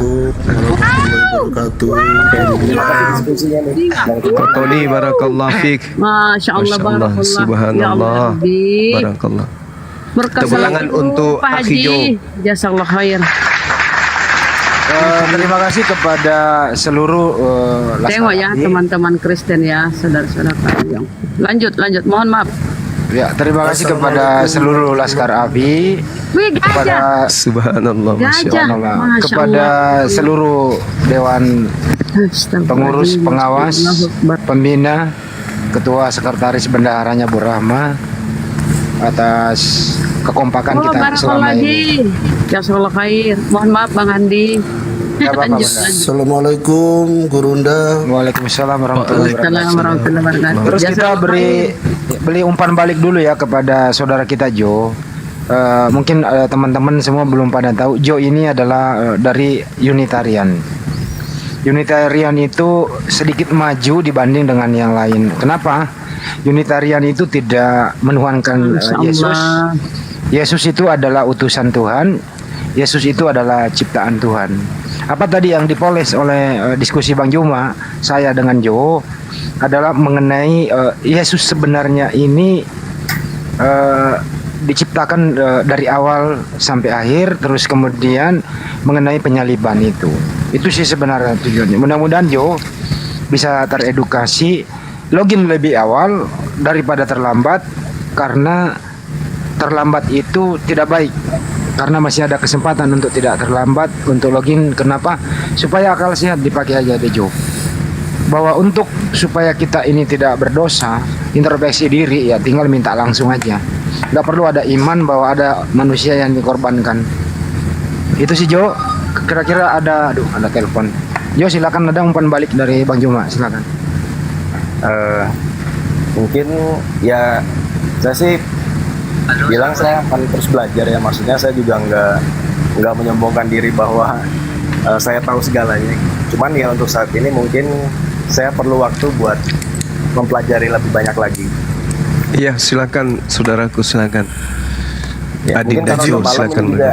Buang dulu ini dokternya, buang doktrinmu kalau mau belajar Bang, buang doktrin. Biar beliau belajar dulu, Insya Allah. Kalau beliau mengedepankan akal, kemudian insya Allah akan dapat hidayah. Iya, gimana Bang Brahma? Ya Allah. Izin Gurunda, Bang Andi, Ustadz Sugi, Bunda Rahma, dan semuanya yang hadir di sini. Saya hanya ingin menyampaikan progres Pempino setelah kemarin mengucapkan 2 kalimat syahadat. Alhamdulillah ternyata betul-betul haus akan keilmuan tentang Islam. Insya Allah. Oh, ada Puput ya? Puput. Ya betul sekali Bang Andi. Dimulai dari minta buku petunjuk sholat lengkap, kemudian lakukan terjemahan termasuk Iqra. Kebetulan kami tinggal terpisah. Apa yang sudah saya ajarkan saat dia datang ke tempat saya, itu ternyata dia belajar sendiri. Bahkan alhamdulillah dia sudah sholat 5 waktu meskipun bacaannya masih menggunakan terjemahan bahasa Indonesia. No problem, yang penting belajar dulu. Siap Bang Andi. Bahkan sudah kalau saya bilang sih betul-betul kayak ya hanya 2 kali debat, ya sekali debat agak terguncang, 2 kali debat terguncang, dan dia cepat sekali. Ya mungkin ini juga bukan juga. Ya alhamdulillah Allah memberikan hidayahnya kepada Pempino juga cepat, dan dia juga orangnya juga mau belajar, dan dia juga betul-betul paham bahwa apa yang dia lakukan sebelum melakukan syahadat itu ternyata tidak benar, dan akhirnya dia sampai sekarang masih terus menggali, bahkan di YouTube pun dia yang dia buka hanya konten-konten Islam termasuk komal-komal ini. Yang terakhir itu wallpapernya di HP udah berganti dengan gambar masjid. Masya Allah. Bang Sandiwara ya. Sandiwara. Nggak usah, dicuekin aja. Nggak apa-apa, cuekin aja Bang. Dari Oten ya gitu, cuekin. Oh iya, saya tidak sandiwara ya, bukan biar sajalah ya daripada saya dibahas. Prank pula. Oh iya, ya terserah Anda lah Pak. Ya, mantap. Kalau memang betul nggak dilarang itu. Pilihan orang menilai itu kan sesuai dengan apa yang dia lakukan. Kalau dia itu penipu, maka dia akan menilai orang itu tukang tipu. Nah, gitulah. Jadi buah jatuh itu tidak jauh dari pohonnya. Pak dulu, dengerin orang ngomong. Jadi buah jatuh itu tidak jauh dari pohonnya. Begitulah cara orang menilai orang lain. Karena di Kristen itu dibolehkan berpura-pura, ya kan, kamuflase. Berbalik. Sehingga ketika ada orang itu ya dituduh seperti itu. Di Jerman yang ngajarkan stop dulu. Udah Pak De. Bentar dulu. Udah. Oke. Jadi terbalik. Bentar dulu Pak Yuda belum kelar ini. Sabar dulu ya. Habis ini kita Pak Yuda mau ya. Ada perlu nih soalnya. Oke, terima kasih De Jo. Anda Kristen tidak menuhankan anak manusia.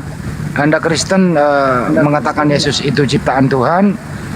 tinggal dipoles mengenai syariat langkah berikutnya. Bahwa Yesus itu kalau Anda menyayangi Yesua Mesia, anaknya Bunda Maria, hilangkan iman bahwa dia mati terkutuk di tiang salib. Karena kematian Yesus menurut Anda itu melanggar perintah Tuhan. Jadi alangkah naibnya, alangkah tidak warasnya akal ini kalau mengimani pembunuhan Yesus yang melanggar perintah Tuhan. Kemudian syariat berikutnya adalah bahwa jangan sampai Anda nanti kalau masih bujangan menikah tidak ada tuntunannya dari yang mencontohkan. Jangan sampai Anda bersinah seumur hidup. Karena apa saya lihat selama ini orang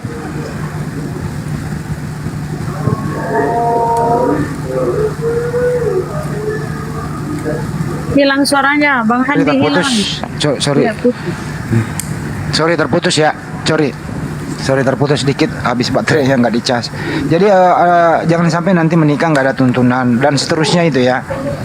Mengenai apapun itu, terutama beribadah kepada Tuhannya Yesus itu perlu ada SOP.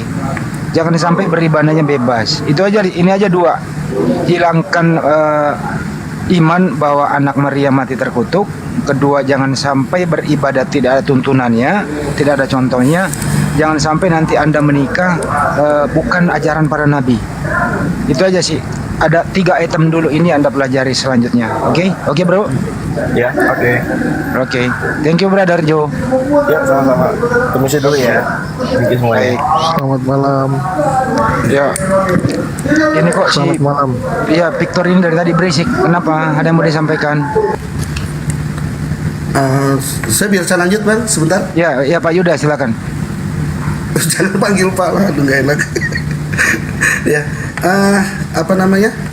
Ya itulah yang ingin saya sampaikan. Progres belum ada 1 minggu, tetapi insya Allah mudah-mudahan juga Pempino istiqomah, dan kalau bahasa anak sekarang mungkin OTW hendak akan menyampaikan kepada kakek dan neneknya tentang langkah yang sudah diambil oleh dia dalam meninggalkan kekristenan.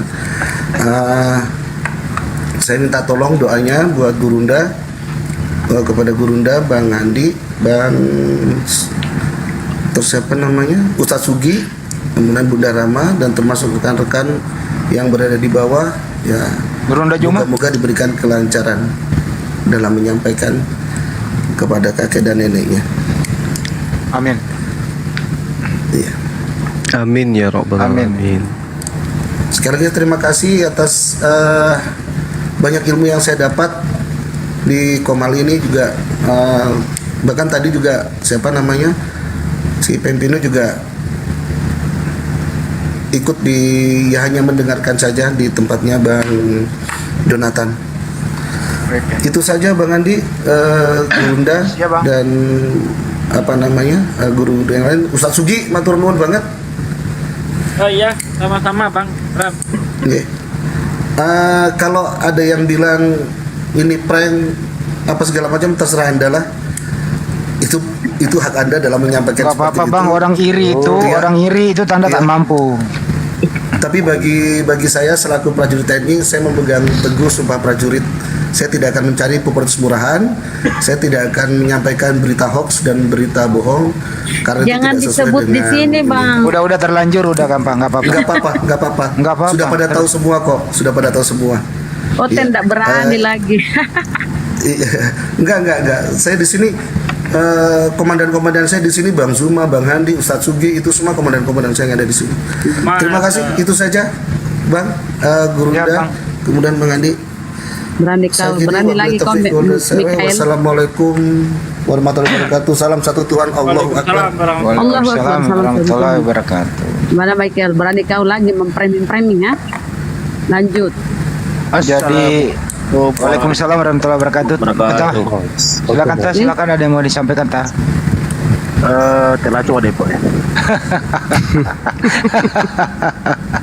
Nah, kalau ini bukan TNI, kalau ini. Waalaikumsalam. Baju sekolah.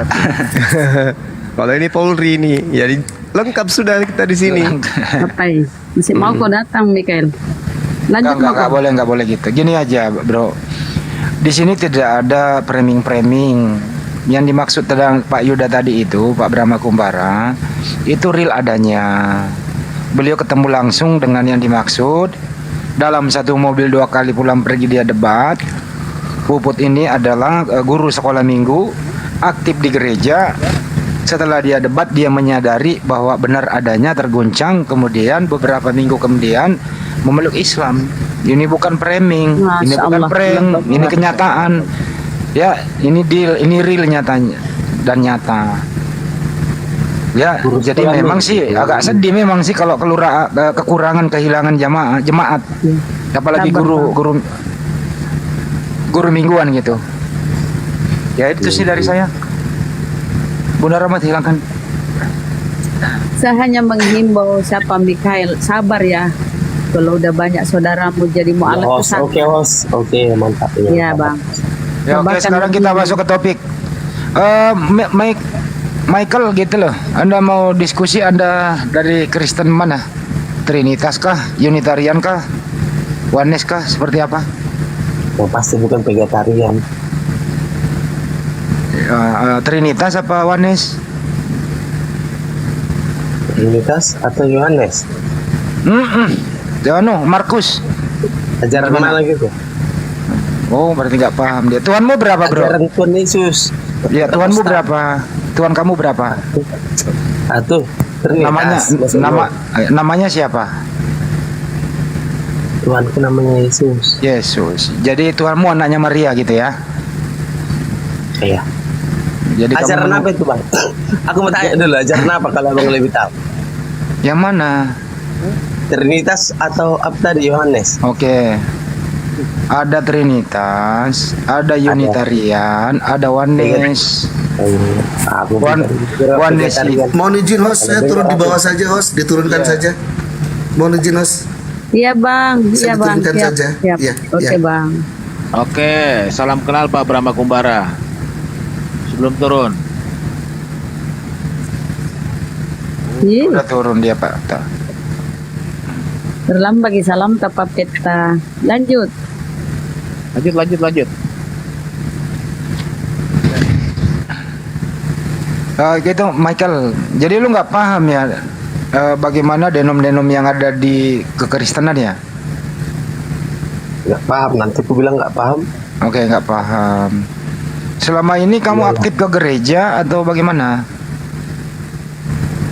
Kalau selama ini Bang, aku aktif di apa Bang? Di mana? Di pasar apa di cucian mobil? Apa di mana? Semua semir masa Abang. Oh, oke. Iya. Di mana? Aktifnya di mana? Kalau aku Bang pelajari Alkitab udah pernah. Oke. Udah pernah mempelajari kejadian sampai wahyu gitu ya? Kalau itu Bang itu rutinitas. Oh, rutinitas mantap. Jadi ilmu mumpuni gitu ya? Tapi belum tentu Bang. Enggak. Dengar dulu. Belum tentu kita tahu ayat di mana, ayat mana. Gitu kan. Paham nggak? Kira-kira kamu pakai data apa bahwa Yesus itu Tuhan? Pakai data yang mana?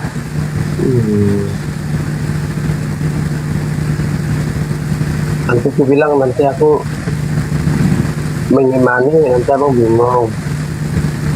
Kalau aku bilang di kehidupanku nggak ada orang nggak ada di sini, nggak ada orang yang suka nuduh kayak kamu. Iya, kurasakan memang dia merawat hidupku, maksudnya memberkati aku. Oh, jadi Yesus merawat hidupmu? Iya. Bukan ibumu yang merawat kau waktu kecil? Waktu kecil iyalah, jelas lah Bang. Abang pun setelah dewasa kau lupakan ibumu, kau tuhankan Yesus. Kenapa enggak? Kenapa harus kulupakan? Enggak, salah bilang. Kenapa harus kulupakan? Ketawa menyumbang. Waktu kecil ibunya yang merawat, setelah dewasa dilupakan ibunya yang merawat Yesus. Tapi lupa. Dirawat ibu kita pun kalau enggak dibantu bapak kita lari ibu kita tuh Bang. Oke. Bapak kamu siapa? Yesus atau bapak kamu? Yang siapa bapakmu? Bapak rohani. Bapak rohani siapa? Bapak mana? Bapak yang melahirkan, yang membuat dari sperma. Bapak rohanimu siapa? Oh, Bapak rohani. Setahu saya rohani itu perempuan loh. Baguslah ini ya, tadi serius ini santai ya, kita bawa santai. Lanjut. Kalau Bapak Sekarang Rohani, Bang. siapa itu Bapak Rohani? Kalau Bapak Rohani itu Tuhanku. Siapa? Tuhanku Yesus. Oh, jadi Bapak Rohanimu Yesus. Ya, Bapakku. Terus Bapak Rohanimu punya ibu nggak? Kalau ibunya Namanya siapa? Pas di kelahirannya di dunia ini, karena tadi nanti kan memang bisa nanti kelencengkan dikit. Iya. Kalau Bapak Rohanimu itu punya ibu. Weh, Bapak Rohanimu kan punya ibu. Ibunya namanya siapa? Ibunya Maria Jadi yang melahirkan dia. Oke, Tapi baik. bukan dari jalur sperma. Iya, nggak apa-apa. Daripada jalur, bukan dari jalur plasma, bukan jalur busway juga. Artinya gini. Bukan dari jalur lato-lato, Bang. Ya, jadi Bapak Rohani. Jadi Bapak Rohanimu Yesus, nenek rohanimu siapa? Nenek rohanimu Maria. Maria, mantap. Tepuk tangan. Kalau Yesus nggak jalur lato-lato, kenapa dia bisa punya lato-lato ya? Tanya sendiri lah, Bang. Ini dulu nih. Saudara siapa nama ini? 5 menit Bang Handi. Iya, silakan. Saudara Mikael. Ya. Saudara Mikael. Bang Cuma. Oh, iya. apa tuh, Bang? Kamu orang Mataram? Mataram? Bukan. Kenapa bilang AO tadi? AO itu kan alfa omega, nggak boleh. Gini, AO. Menurut saudara, kalau ada manusia membatalkan hukum Taurat, dosa atau tidak? Menurut aku manusia membatalkan. Menurut saudara Mikael, kalau ada manusia membatalkan hukum Taurat, berdosa atau tidak? Nanti abang bilang Yesus itu membatalkan hukum Taurat karena enggak kok, aku nggak bilang gitu. Iya, nanti ujung-ujungnya aku tahu itu ceritanya. Enggak. Kalau ada manusia membatalkan hukum Taurat, berdosa atau tidak? Aku membatalkan. Manusia Aku, kan? lain. Manusia lain. Siapa dia manusia itu? Yang lain itu siapapun. Kalau manusia membatalkan hukum Taurat, berdosa atau tidak? Yang pasti bukan aku. Iya, yang lain berdosa atau tidak? Suka-suka dia lah, Bang. Berdosa atau tidak? Oh, suka-suka dia pula. Orang lain siapa? Nama siapa? Bikin dulu contohnya. Nama lasa, ya nama lasa.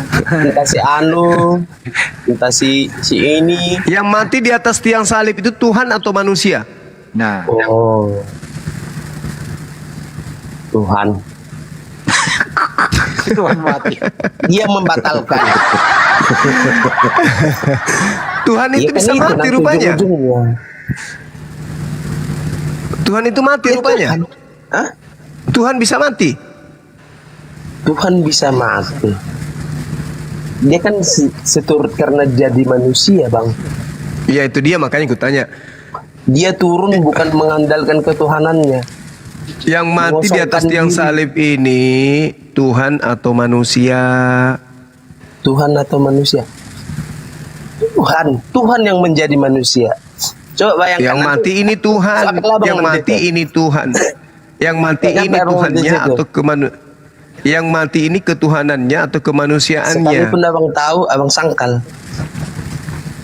Yang mati ini kemanusiaannya atau ketuhanannya? Udah lengkap dia datang, tapi yang mati kemanusiaan dia.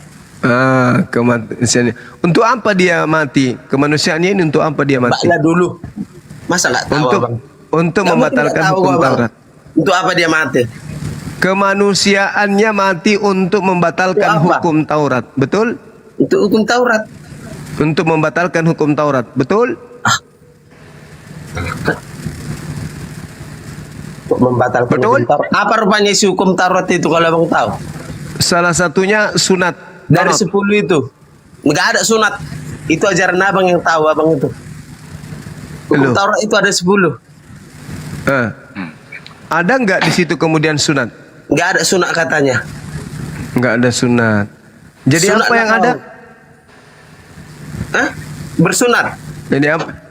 Hari Sabat. Hari Sabat. Coba tanya hari Sabat hari apa? Hari Sabat itu hari apa? Hari Selasa. Jumat. Hah? Minggu. Hari dua minggu. Tunggu dulu. Enggak. Itu bukan masalah perkawinan. Siapa yang nanya perkawinan?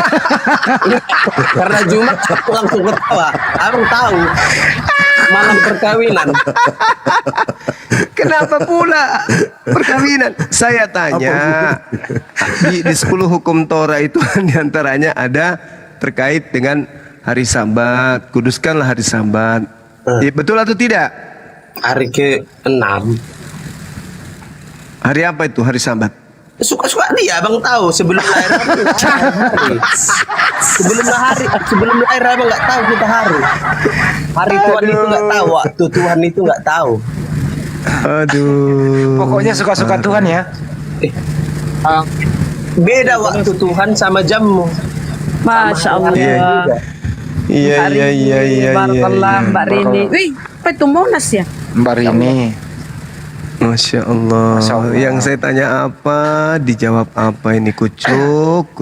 Dia kayak Pak Bolot ini dibalik Banyumas. Pertanyaannya dibalik. Itu apa? Hari Sabtu minggunya gimana? Coba dibalik Bandi. Ibadahnya. Tapi waktu Tuhan itu beda sama waktu Nah, manusia. gini cara bertanyanya nih, bro. Hari Sabtu begini, Michael, hari Sabtu itu hari apa? Hari Sabtu ya hari Sabtu bang. Nah itu jawabkan Banyumas. Begitu pertanyaannya. Hari Sabtu ya hari Sabtu. Oke. Malam Minggu. Kalau yang kita tahu sekarang berapa berkencan cari cewek gitu kan ya. Tanggal berapa 17 Agustus?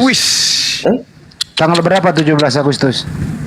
17 Agustus ya di tanggal 17. Nah, pinter. Itu terjawab kan, pinter dia Banyumas. Pinter dia.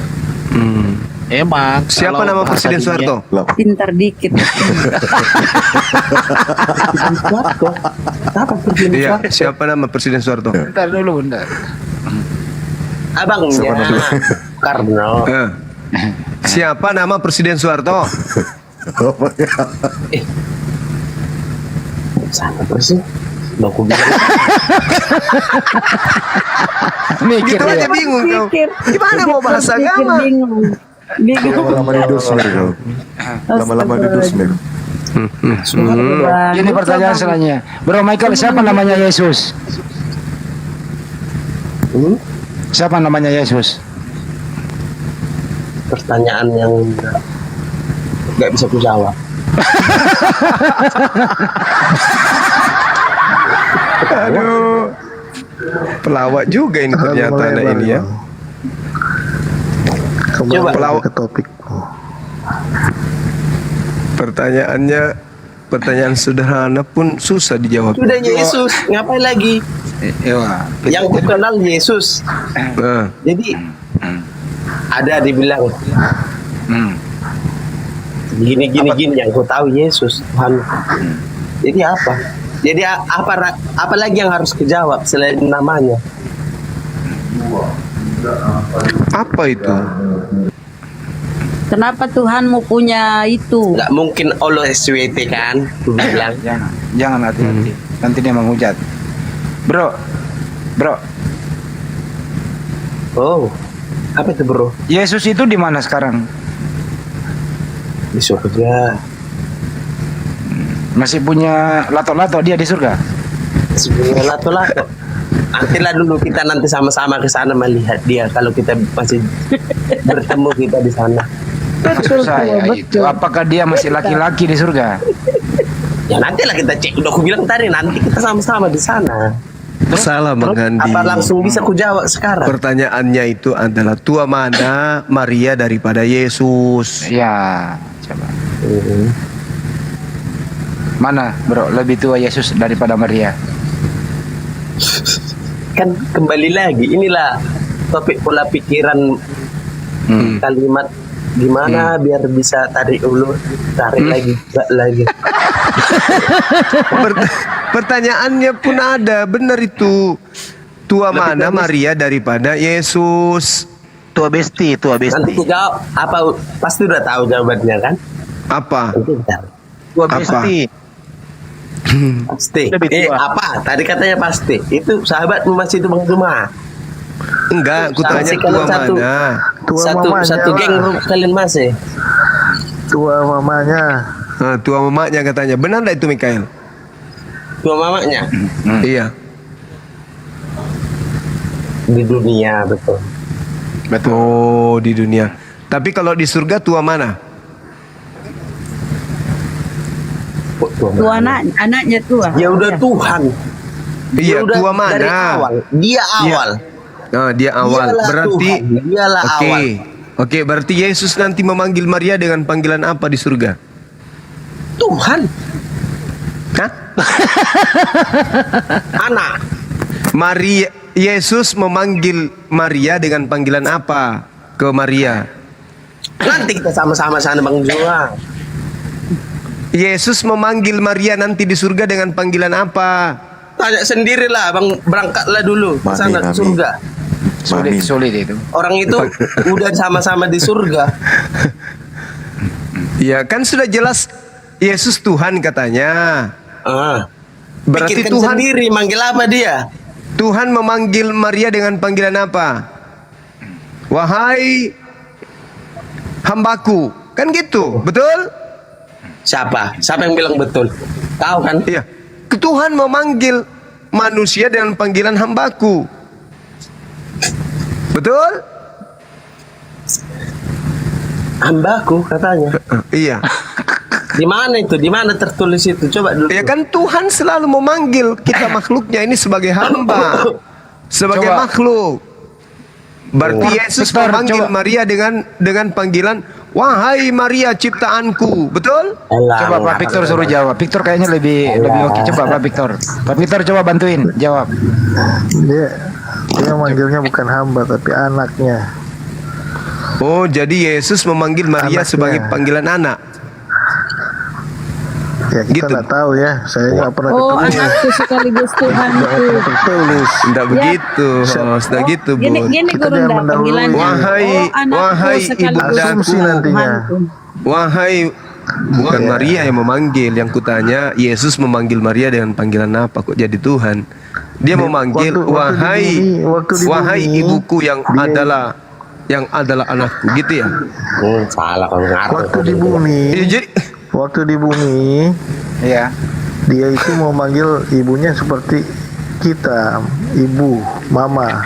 Ya. Panggil perempuan dia. Beda ceritanya. Ya. Dia manggil apa nanti, Bang?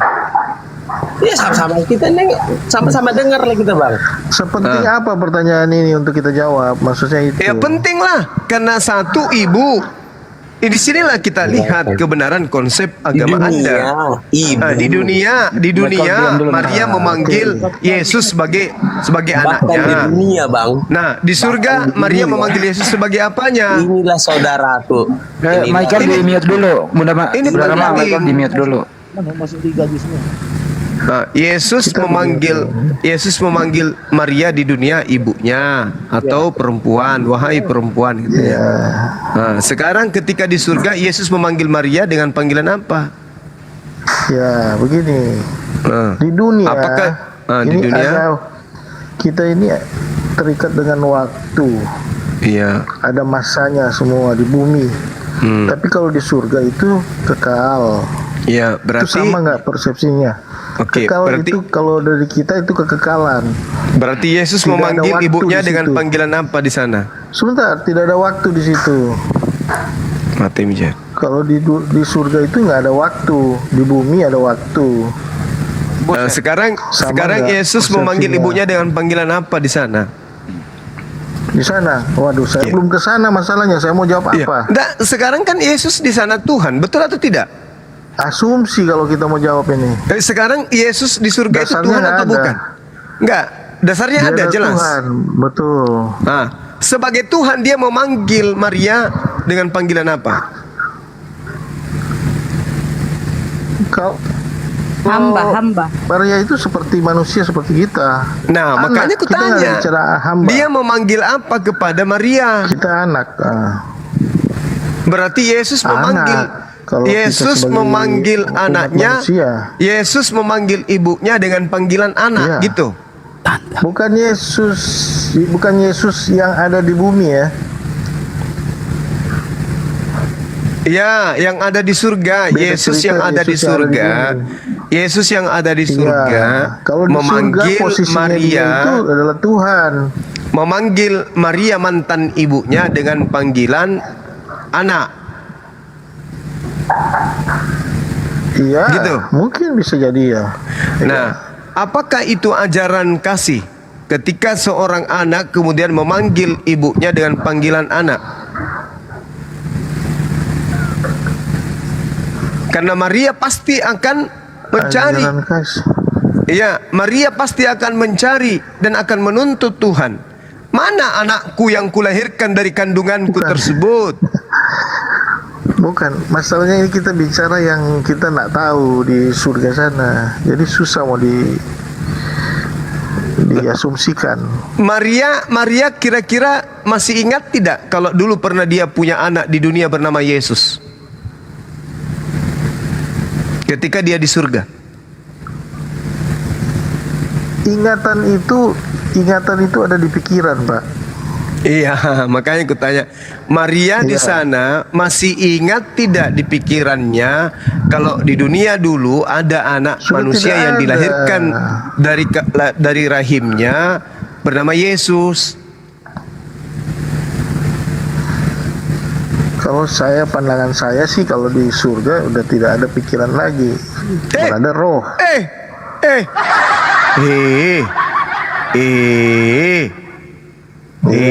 Itu yang saya pahami ya. Jadi apa kita ini nantinya di surga kalau kita tidak punya pikiran? Karena Jadi apa? pengetahuan pikiran itu akan berakhir di bumi. Waduh. Jadi nggak ada lagi pengetahuan, nggak ada ingatan. Nggak ada kekekalan. Berarti saudara Pengetahuan nanti akan berakhir, Pak. Iya, Pengetahuan berarti akan berakhir. Oke, Semua berarti di bumi saudara ini akan berakhir. Oke, sabar. Ada masanya. Oke, berarti saudara di surga saudara tidak lagi mengingat anak istri.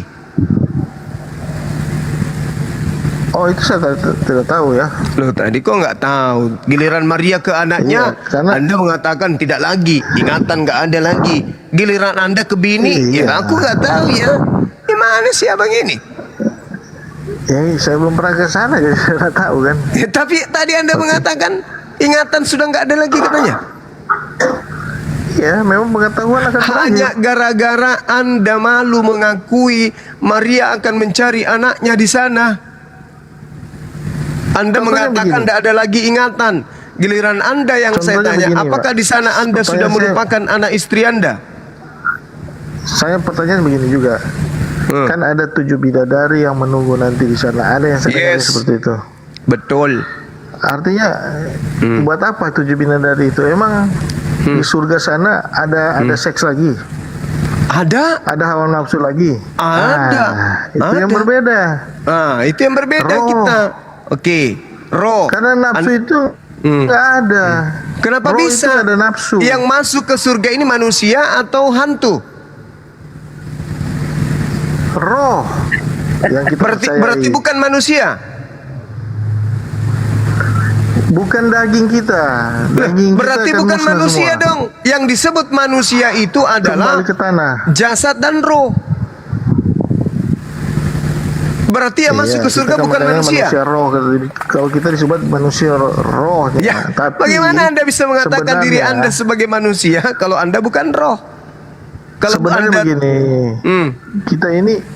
kita ini diciptakan untuk ke surga atau ke bumi? Coba saya tanya dulu. Kita dicipta untuk ke bumi lalu kembali ke surga. Nah, kita diciptakan untuk di bumi. Buat apa kita diciptakan di bumi terus ke surga? Kalau memang mau di surga Tuhan ciptakan. Oh tidak. Kita Betul di tidak? bumi itu, kita di bumi Kalau dari itu awal untuk kita diciptakan untuk di surga, Salah Anda. Kalau kita diciptakan untuk di surga, Salah, Tuhan menciptakan manusia langsung ke surga. Itu aja. maunya Nggak Anda, usah ciptakan tapi bumi buat manusia. itu maunya Anda. Bukan. Tuhan Memang maunya dari awal, dari awal bumi diciptakan itu untuk apa? Untuk manusia berkuasa di bumi, bukan untuk manusia masuk surga. Nah, balik ya kan? Assalamualaikum warahmatullahi wabarakatuh. Waalaikumsalam. Jadi orang sekarang berpikir masuk surga, padahal sebenarnya surganya itu ada di bumi. Walah.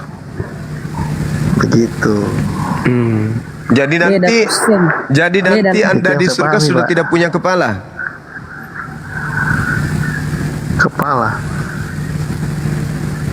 Saya nggak bilang surga. Sebenarnya kalau kita di sini bumi yang baru, langit yang baru, itu yang surga yang dimaksud di kita di Kristen. Ya, surga yang baru, bumi yang baru, suka-suka kamu lah, Bung. Sekarang saya tanya, ketika Anda bangkit di hari langit yang baru. Oke, ketika Anda bangkit nanti di kehidupan berikutnya, Anda tidak punya kepala. Oh, ada dong. Manusia yang sudah bersempurna. Manusia. Oke, Anda punya kepala. Oke, Anda punya kepala. Dengarkan tembakan saya ini yang kedua. Punya kepala. Anda punya kelamin. Itu saya tidak tahu. Ada, coba itu tidak tahu. Soalnya begini, Pak. Ini dosa ini. Kenapa dulu kita Adam dan Hawa diciptakan, ya kan? ya mungkin ada kelamin karena untuk ada kelaminmu Pak seperti untuk apa? Untuk penuhi bumi kan harus berkembang biak. Betul, ada. Iya, ada itu.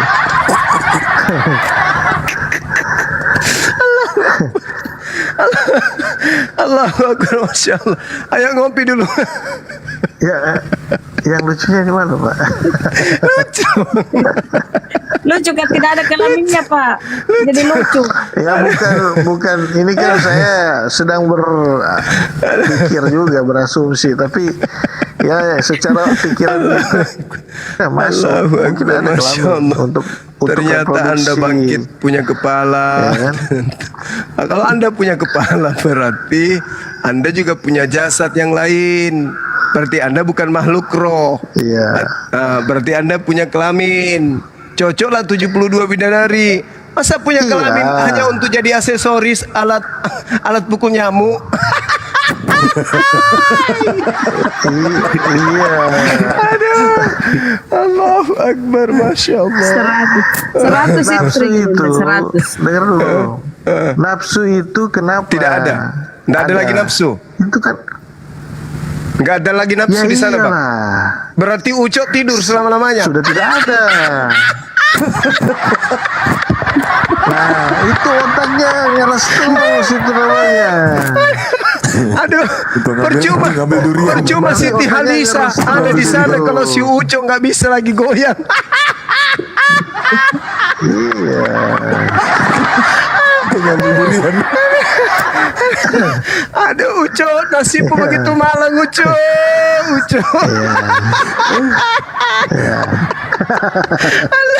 Allah, aduh, betis saya sakit ketawa. Mabela. Hei, Mabela. Betis sama mulut jauh. Si Uco itu kasihan kita kan sama-sama kita belum ke sana, Bang. Uco berpikir Uconya akan berkata dan dia akan menuntut sama Abang. Aduh, di dunia saya udah dikebiri, di sini di hidup kekal juga aku cuman kayak jadi kain.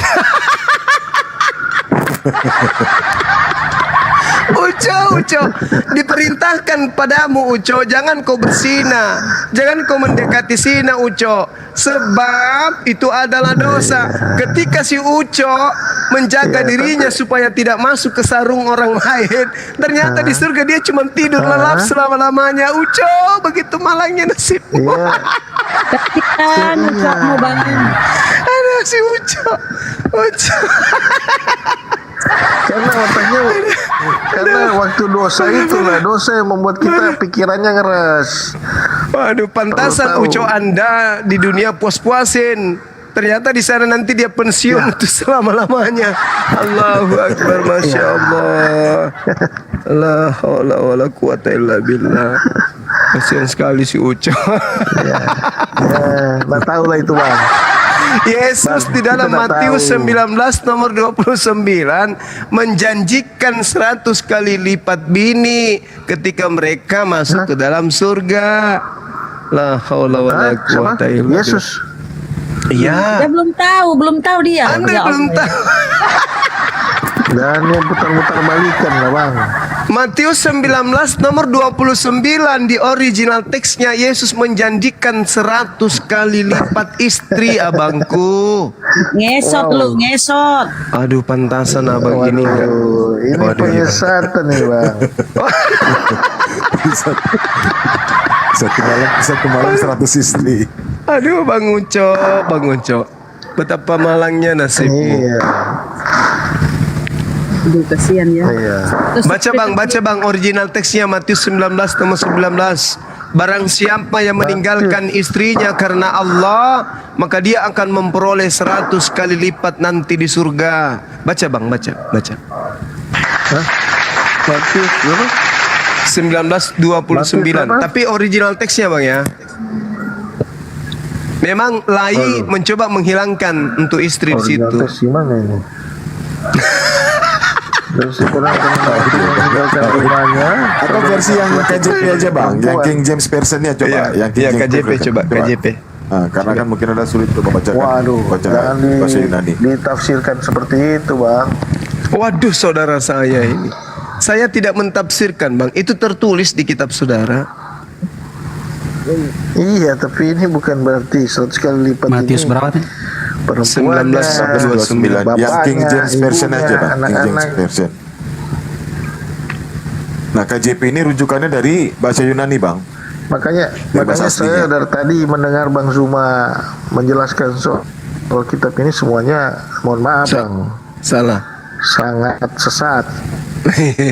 Iya, sangat sesat. Iya. Oke lah. Mohon maaf ya. Iya, nggak apa-apa. Iya. Nah, sekarang coba buka Karena pandangan kita Matius. itu udah berbeda soal Tuhan bang. Iya, Matius Tuhan kita aja dengan 19:29 Tuhan dulu. abang kan beda. Betul. Ya. Iya.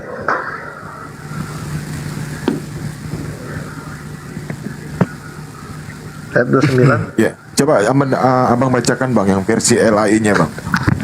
Host, besarin Matius host. 19 ayat 29. Bang, Iya. Coba dibaca abang yang versi LAI-nya bang, dibaca bang. bang. Nanti kita compare ke Atau bahasa istri aslinya. itu ada istri. Ini kan sering direvisi nih. Allahu Akbar, Uco. Betapa malangnya Dan nasibmu. setiap orang yang sudah meninggalkan rumah atau saudara laki-laki atau saudara perempuan atau ayah atau ibu atau istri atau anak atau ladang demi namaku, ia akan menerima 100 kali lipat dan akan mewarisi hidup kekal. Terus kalau tidak ada itu, tidak ada ucokmu, kamu apa itu istri kalau tidak ada ucokmu? Ya kan? Nah, bisa lah istri bertentangan dengan ayat-ayat yang lain soalnya. Gitu. Jadi, Anda mengakui kitab Anda bertentangan ya. Saya angkat tangan kalau begitu. bukan, maksudnya kalau istri banyak nggak pernah diajarkan. Anda mengakui bertentangan dengan data-data lain. Allahu Akbar, Allahu Akbar, takbir. Masya Allah, tepuk tangan buat saudara kita Victor. Allahu Akbar. Victor ya namanya ya. Victor. 100 kali lipat itu kekayaannya mungkin ladangnya. Iya, tapi itu tertulis istri, Pak. Keturunannya. Istri Pak tertulis, Pak. Tuh melampir sungguhmu. Seharusnya saya Nomor pikir satu. kotor, tapi abang-abang ini mikirnya keras terus sih dari tadi. La ilaha illallah. Aduh, gimana ini abang ini? Untuk kebahagiaan ucokmu, Bang. Tong sedih. Ayo Dinda Kores masuk, Dinda Kores. Udah masuk ya suara ya? Cek. Oh iya. Ini Pak Victor ini nggak ngerti. Kecil suaranya. Kecil. Kores kecil. Turun aja ya, naikkan kores. Saya turun aja, naikkan kores. Sekarang gimana? Itu sudah ada. Ada di atas. Sudah ada peta. Oh sudah ada. Iya. Ada. Tumben suaranya minoritas dia. Kecil. Kali pun. Masya Allah, Akhi Tony. Masya Allah. Sehat terus, panjang umur. Masya Allah.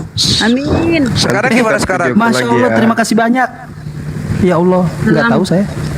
Salam Kecil ya suaranya ya? Iya kecil bang. Kecil Bang Kores. Salamku sama Bu Haji. Kayak di dalam ember. Pak Haji.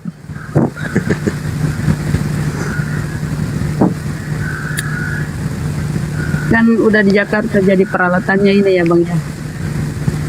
Udah sampai beliau. Bagus lah, nggak pusing lagi. Aku kalau ke Jakarta lebih jumpa semua orang ini. Ayu Sugi nanti disuruh pindah juga Jakarta. Gimana Gurunda? Gimana Gurunda? Gimana? Kalau saya ke Jakarta udah jumpa semua, nggak perlu lagi kemana-mana kan. Mau. Lah kan saya dinasnya di sana harusnya bang. Dinda. Alhamdulillah. Laporan. Yang penting Gurunda bilang mau, ya besok pagi terbang. Cek. Masih kecil suaranya ya? Lumayan udah dekat tadi. Iya. Akhirnya makan juga. Jadi ini Pak Victor nih kurang mengerti gitu. Allah. Itu 100 istri itu Pak Victor. Itu kan untuk Yesusnya sendiri itu. Kan Pak Victor masa nggak tahu ada perkawinan anak domba di Wahyu itu kan? Bukan kita yang ngeres, tapi keadaan Tuhannya yang begitu. Astagfirullah. Itu untuk Yesus. Loh, anak domba siapa lagi coba? Anak domba Yesus. Bisa. 19 nomor 7. Rakus sekali Tuhannya. Iya tuh. Itu gimana? Kapan beresnya tuh? Mengawini 2,6 miliar manusia Kristen.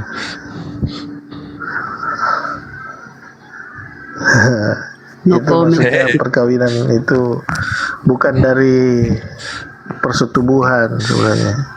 Oh, jadi kawin tuh bukan setubuh ya? Kawin itu apa? Berjabat tangan. Iya. Oh, gitu. Kesatuan dalam roh. Iya, berkawinnya secara roh kan. Dia mewakili mempelai pria, kita mewakili mempelai wanita. Masa saya laki-laki dengan laki-laki? Udah ngaku itu? Kan nggak mungkin. Itu Iya Pak, benar. Itu cuman bahasa apa ya? Loh, bahasa kiasan. ini lupa ini. Ini Bapak Kristen ini lupa gitu. Tidak ada yang mustahil bagi Tuhan gitu loh. Ya nggak? Iya, tapi kita nggak bisa bicara itu seks. Seks itu bicara daging, Pak, bukan bicara roh. Sedangkan kita ini hubungannya dengan Tuhan kita adalah hubungan roh. Enggak, sekarang roh bisa nyanyi nggak? Roh nggak ada roh seks. bisa nyanyi nggak roh? Roh bisa nyanyi nggak roh? Kalau roh itu nggak bisa bicara soal bicara daging, bisa bicara hawa nafsu. Iya, nanti Tuhan Anda jadi manusia, nanti kalian jadi roh. Tuhan Anda jadi manusia, nanti kalian jadi roh. Tadinya kan sekarang ini kan Tuhan Anda roh, ya kan? Sekarang ini Tuhan Anda roh. Nah, nanti kebalik, Tuhan Anda jadi manusia, nanti kalian roh, orang Kristen. Menurut Markus 14, ya, menurut Markus 14 dulu. Sebentar. Menurut Markus 14 nomor 62, yang duduk di samping Bapa sekarang ini adalah anak manusia. Ya. Nah, berarti terbalik. Kalian anak kan manusia yang sudah dibaharui. Iya, artinya Yesus ini dalam wujud manusia. Tubuh dari tanah, Pak. Iya, artinya Yesus ini sekarang manusia, tapi sekarang dia bukan wujudnya tubuh manusia. Nah, manusia nanti seperti kalian kita. begitu masuk ke dalam surga wujudnya roh. Gitu ya, terbalik ya, gantian gitu sama Tuhannya. Roh, kita nanti akan dikasih tubuh yang baru, Pak. Tapi katanya roh kok ada tubuh yang namanya Iya gini akhir maksud aku tuh gini loh. Kan itu si apa namanya rohnya bisa nyanyi kan, bersukacita bernyanyi kan? Ya enggak? Ya enggak Pak Victor? Kalau bahasa roh, kalau roh itu bam itu bahasanya Pak. Dia nggak bisa diartikan. Itu bahasa lidah, Pak. Jadi gimana ini roh tuh Tapi bisa bukan apa bahasa gitu? roh. Masa lumpuh? Masa masuk surga lumpuh nggak bisa ngapa-ngapain? Iya, bukan roh itu roh itu nggak bisa kita lihat secara tubuh jasmani, Pak.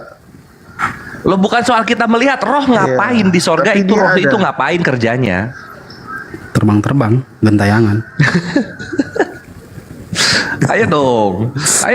Roh itu ngapain kerjanya? Coba, ayo. Pengen tahu? Ayo. Ini saya belum sampai pelajarannya ke sana, Pak. Roh itu ngapain? Iya.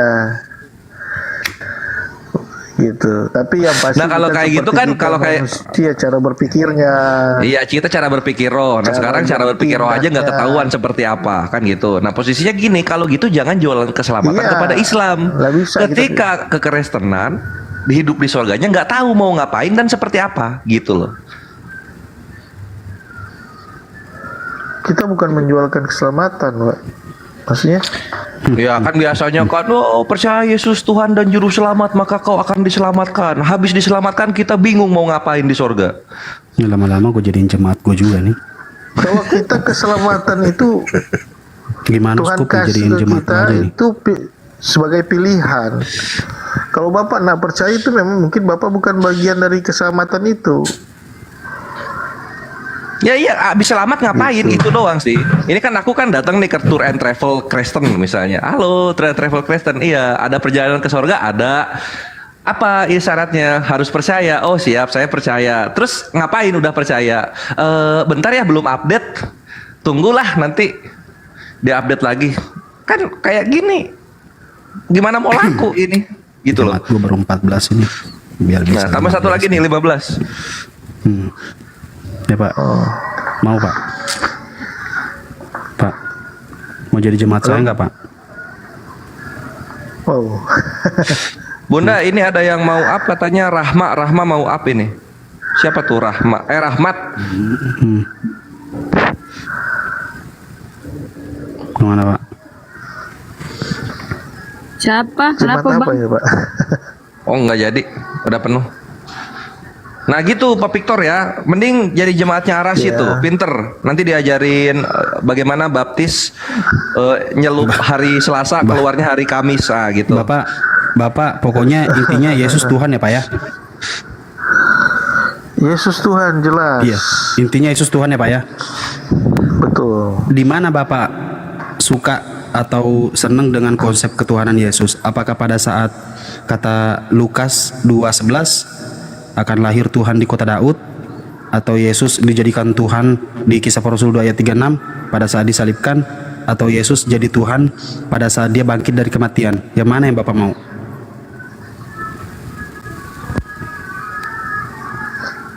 Yang saya mau ya karena dia memang kan kita percaya dari awal kan dia diutus oleh Bapa. Tujuannya untuk menyelamatkan kita. Ya, yang mana?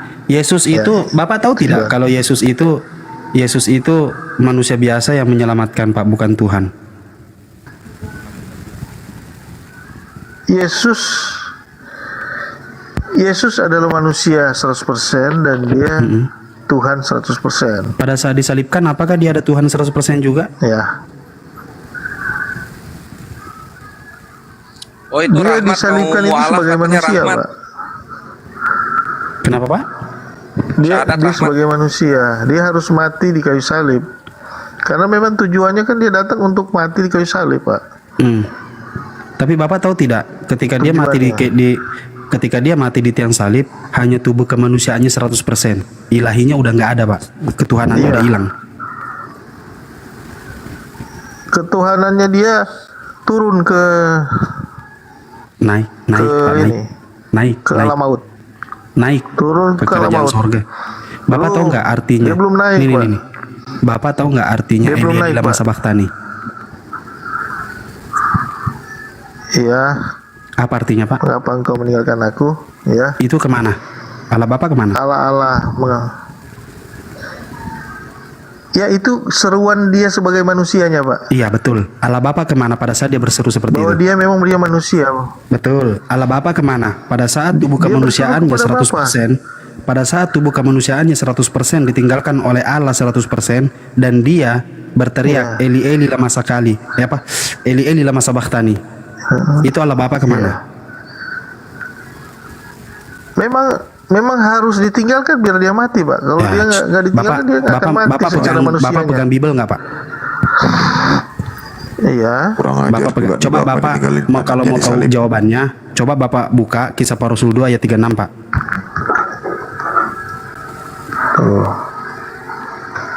Ini lagian bapaknya tega banget nih ninggalin anaknya disalib, Bes. Udah biarin. Jangan ganggu dong. Ini penginjilan saya nih. Lumayan.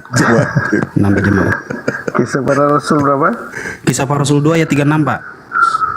Kisah Para Apostolos 2 ayat 338. 32. Jadi seluruh kaum Israel harus tahu dengan pasti bahwa Allah telah membuat Yesus yang kamu salibkan itu menjadi Tuhan dan Kristus. Pada saat Yesus teriak Eli Eli lama sabachthani, tubuh kemanusiaannya Yesus teriak, itu Allah Bapa kembali ke kerajaan sorga untuk menjadikan Yesus sebagai Tuhan di muka bumi pada saat dia disalibkan. Begitu, Pak. Paham? Ini kan tafsiran Bapak ya. Oh, Bapak, pertanyaan saya, Bapak bisa jawab tidak pertanyaan saya, Allah Bapa kemana? Allah Bapa di surga. Betul tidak yang saya katakan? Jadi seluruh kaum Israel harus tahu dengan pasti Allah telah membuat Yesus yang kau salibkan itu. Kondisi Yesus pada saat dia teriak Eli Eli lama sabachthani lagi disalibkan atau lagi nongkrong duduk-duduk, Pak?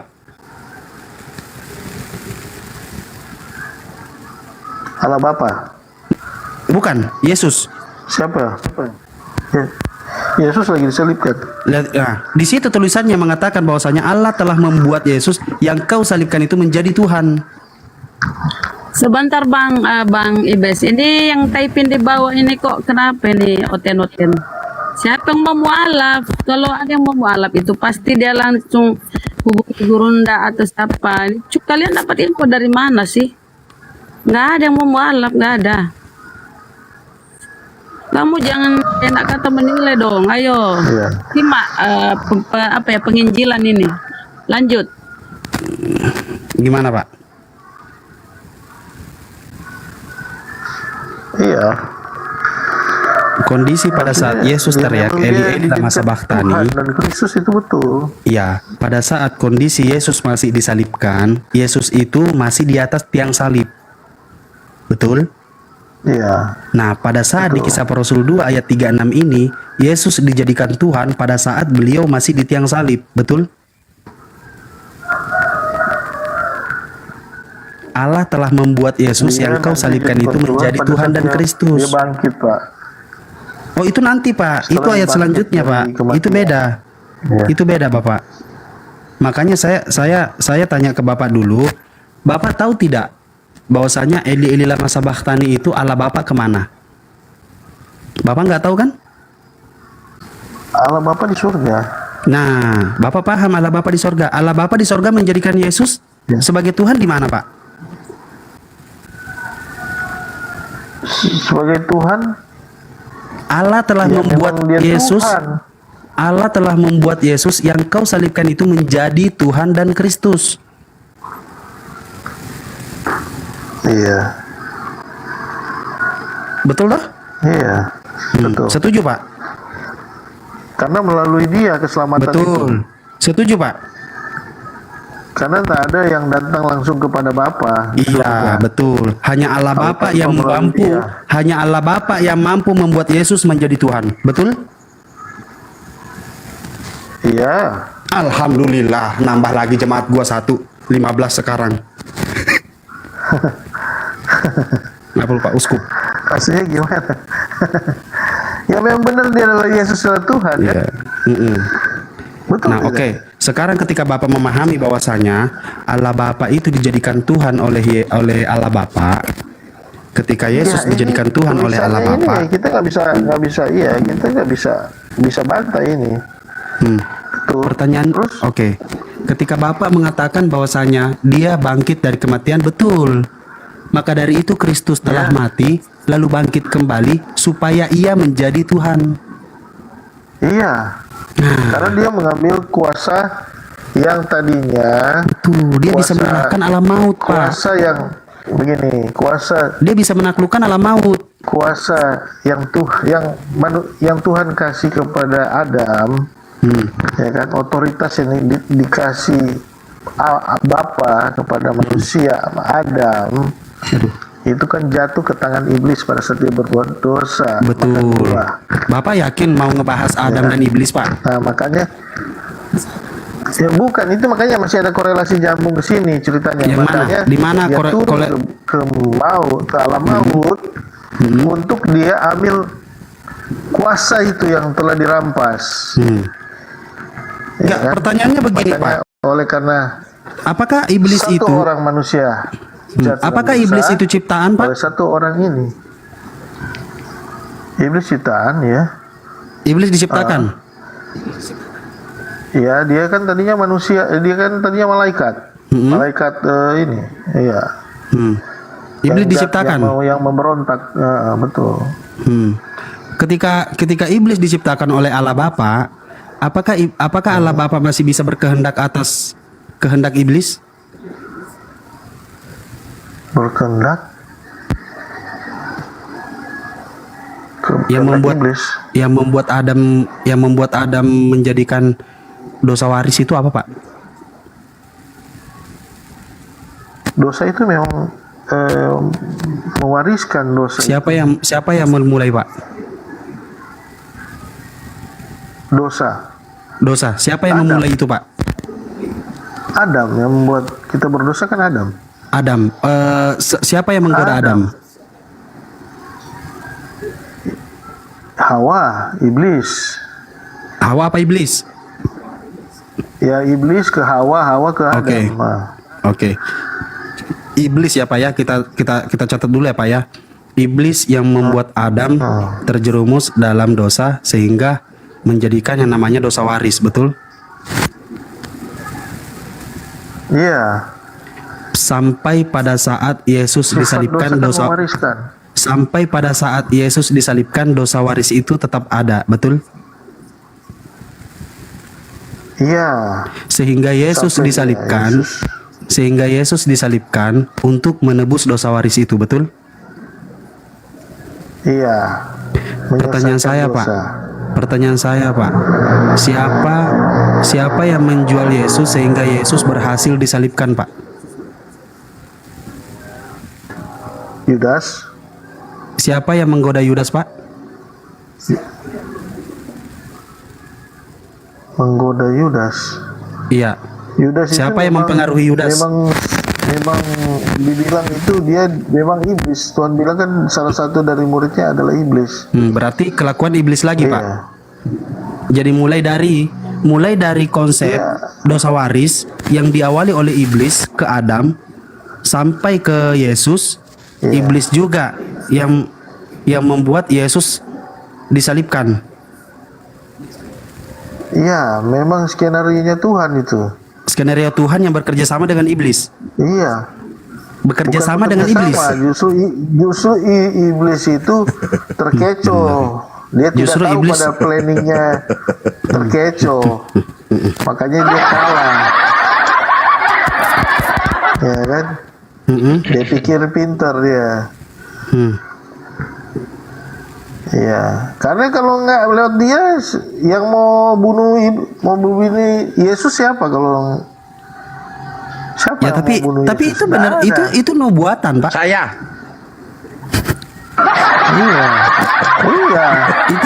Itu nubuatan yang tidak bisa. Orang pengikut iblis lah yang pasti makan membunuh Yesus kan?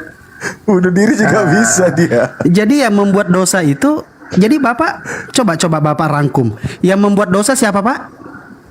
Iblis. Yang menebus dosa siapa? Iblis juga. Iblis juga. Yang membuat dosa itu manusia. Oke, yang membuat dosa itu Adam. Diawali oleh siapa, Pak? Adam kan yang berbuat dosa. Siapa yang mempengaruhi? Iblis. Jadi yang mengawali siapa? Yang mengawali apa? Dosa. Kok iblis? Yang mengawali berbuat perbuatan dosa itu kan manusia Adam. Siapa yang mempengaruhi? Bukan iblis. Siapa yang mempengaruhi? Iblis yang mempengaruhi Adam. Kalau iblis tidak ada, apakah dosa waris itu ada? Islam. Kalau iblis tidak ada, ya beda ceritanya lah nanti. Beda ceritanya kan? Ya, berarti jelas bahwasanya mau tidak mau Bapak harus menerima bahwasanya iblislah yang mengawali semua, terutama dosa waris itu. Dan yang menebus siapa? Bukan iblis. Kalau iblis itu sudah dikutuk dia karena dia menggoda manusia untuk memakan buah itu. Dia langsung dikutuk, bukan manusia yang dikutuk. Bukan Adam. Ya kan? Iblis yang dikutuk. Siapa yang mengutuk, manusia Pak? Dikutuk tanah. Ya Bapa. Bapak mengutuk Tuhan. Iblis pertama. Pertama iblis. Ya kan? Bapak mengutuk iblis pertama. Bapak mengutuk iblis. Kemudian lalu tanah. Yesus kapan? Kemudian Iya. Yesus apa? Yesus kapan dikutuk? Dia bukan dikutuk, tapi dia memposisikan sebagai yang terkutuk karena dia gantikan kita yang terkutuk seharusnya. Tapi Yesus kenyataannya adalah Dia Yesus yang terkutuk. Posisi kita. Kenyataannya adalah Yesus terkutuk di salib.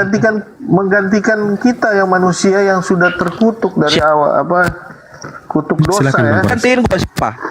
Yang suruh siapa? Ya. Siapa yang suruh? Siapa yang suruh?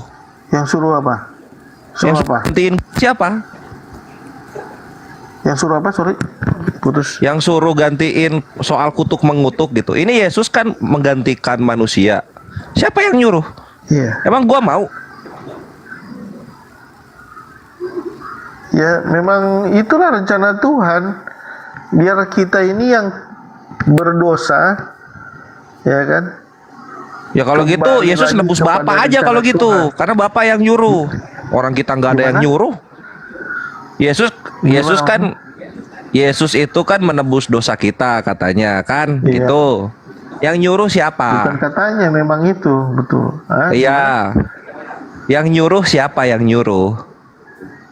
Ya itu kan memang rencana Tuhan dari awal dia diutus itu. Ya kalau gitu Yesus menebus dosanya Tuhan, ya Kristen. Jangan dibilang menebus dosa manusia, karena gua nggak merasa berdosa waktu lahir. Iya, sebenarnya dosa manusia karena dosa itu dosa Adam. Sok tahu. Emang gua pas bayi maling. Ya kalau dia nebus dosa Adam, ya kalau dia nebus dosa Adam ya tebuslah di zaman Adam gitu. Bukan, karena dosa Adam itu keturunan Adam semua. Bapak termasuk keturunan Adam bukan? Bang Kores, izin sebentar. Keturunan Adam itu berdosa semua. Iya, sebentar. Sudah berdosa. Pak Victor, izin sebentar ya Pak Victor. Bapak sudah berdosa, begitu. Izin sebentar Pak Victor. Assalamualaikum Gurunda. Monitor. Ini kasih dari tadi dia capek. Oh, enggak ada yang mau syahadat di komalnya Bang Kian Santang katanya.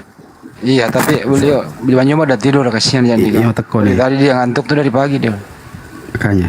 Gimana itu? Siapa yang Bang Andi meluncur atau gimana? Ustaz Alif mana Ustaz Alif? Ya kan ada di sana Ustaz Alif. Oh, udah ada di sana Ustaz Alif. Oh ya udahlah kalau ya sudah.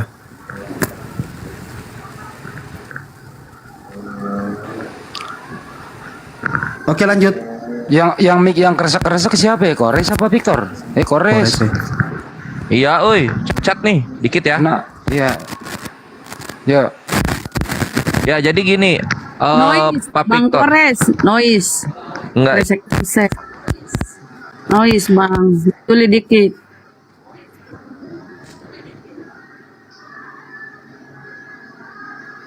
Oke, lanjut. Udah bagus.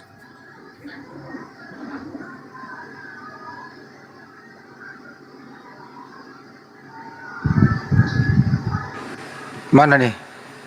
Nggak, teman-teman di bawah kalau ada yang mau mualaf suruh aja ke sini gitu loh. Soalnya kalau karena apa? Lightnya udah di sini gitu. Di sana kan juga banyak saudara muslim. Itu aja sih. Terusin. Coba saya urus dulu per telepon, lanjut.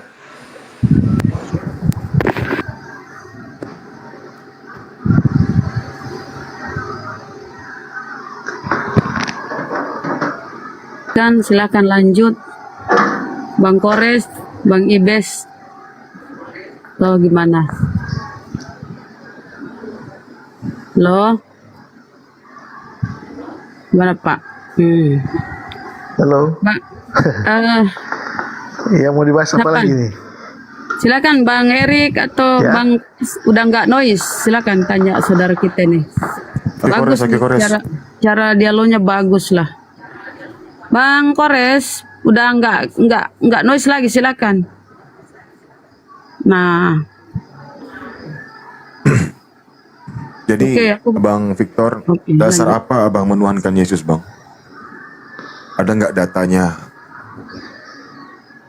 Dari Alkitab kan banyak, Pak. Tertulis kalau kita percaya Yesus artinya kita percaya kepada Bapa di sorga. Ya kan, karena mereka aku dan Bapa satu. Ya kan, ada teksnya di Yohanes. Jadi dasarnya memang ya hanya melalui Yesus kita bisa selamat, kita bisa bertemu, berhubungan dengan Bapa. Kalau kita bilang Bapa itu Tuhan, gitu. Kita tidak bisa berhubungan dengan Tuhan langsung, hanya melalui Dia. Jadi, jadi kita kalau menurut menyembah data yang Yesus Anda artinya bawakan kita tadi- menyembah Bapa. Cek. Itu. Iya. Jadi Ini kenapa suaranya ada tidak- nggak sekarang? Cek. Ada. Bagus, gede kecil. Jadi bagus. kecil. Udah bagus. Jadi Bang. menurut data yang Anda bawa tadi, Bapa dan aku adalah satu. Kalau kita Iya. baca lagi ke 5 ayat ke depannya, itu bukan menunjukkan bahwasannya Yesus itu adalah Bapa. Yesus itu adalah Tuhan. Itu terkait dengan pekerjaan yang dikerjakan oleh Yesus, di mana pekerjaan itu yang diperintahkan oleh Bapa. Nah, di mana Yesus adalah seorang Muslim, dia harus patuh kepada perintah Bapa sesuai di data Yohanes 5:36. Ya, kalau Anda tadi bilang banyak datanya di dalam Bible bahwasanya Yesus itu adalah Tuhan, melainkan tidak ada satupun. Tidak ada satupun. Yang paling banyak Yesus mengungkapkan terhadap dirinya sendiri, dia adalah utusan. Nah, dari perkataannya saja, menurut Yohanes 12 nomor 49, aku tidak bisa berbicara dari diriku sendiri. Artinya apa yang dikatakannya sesuai apa yang diperintahkan oleh Bapa kepadanya. Untuk itulah dia harus mengatakan sesuai dengan apa yang difirmankan oleh Bapa kepada Yesus.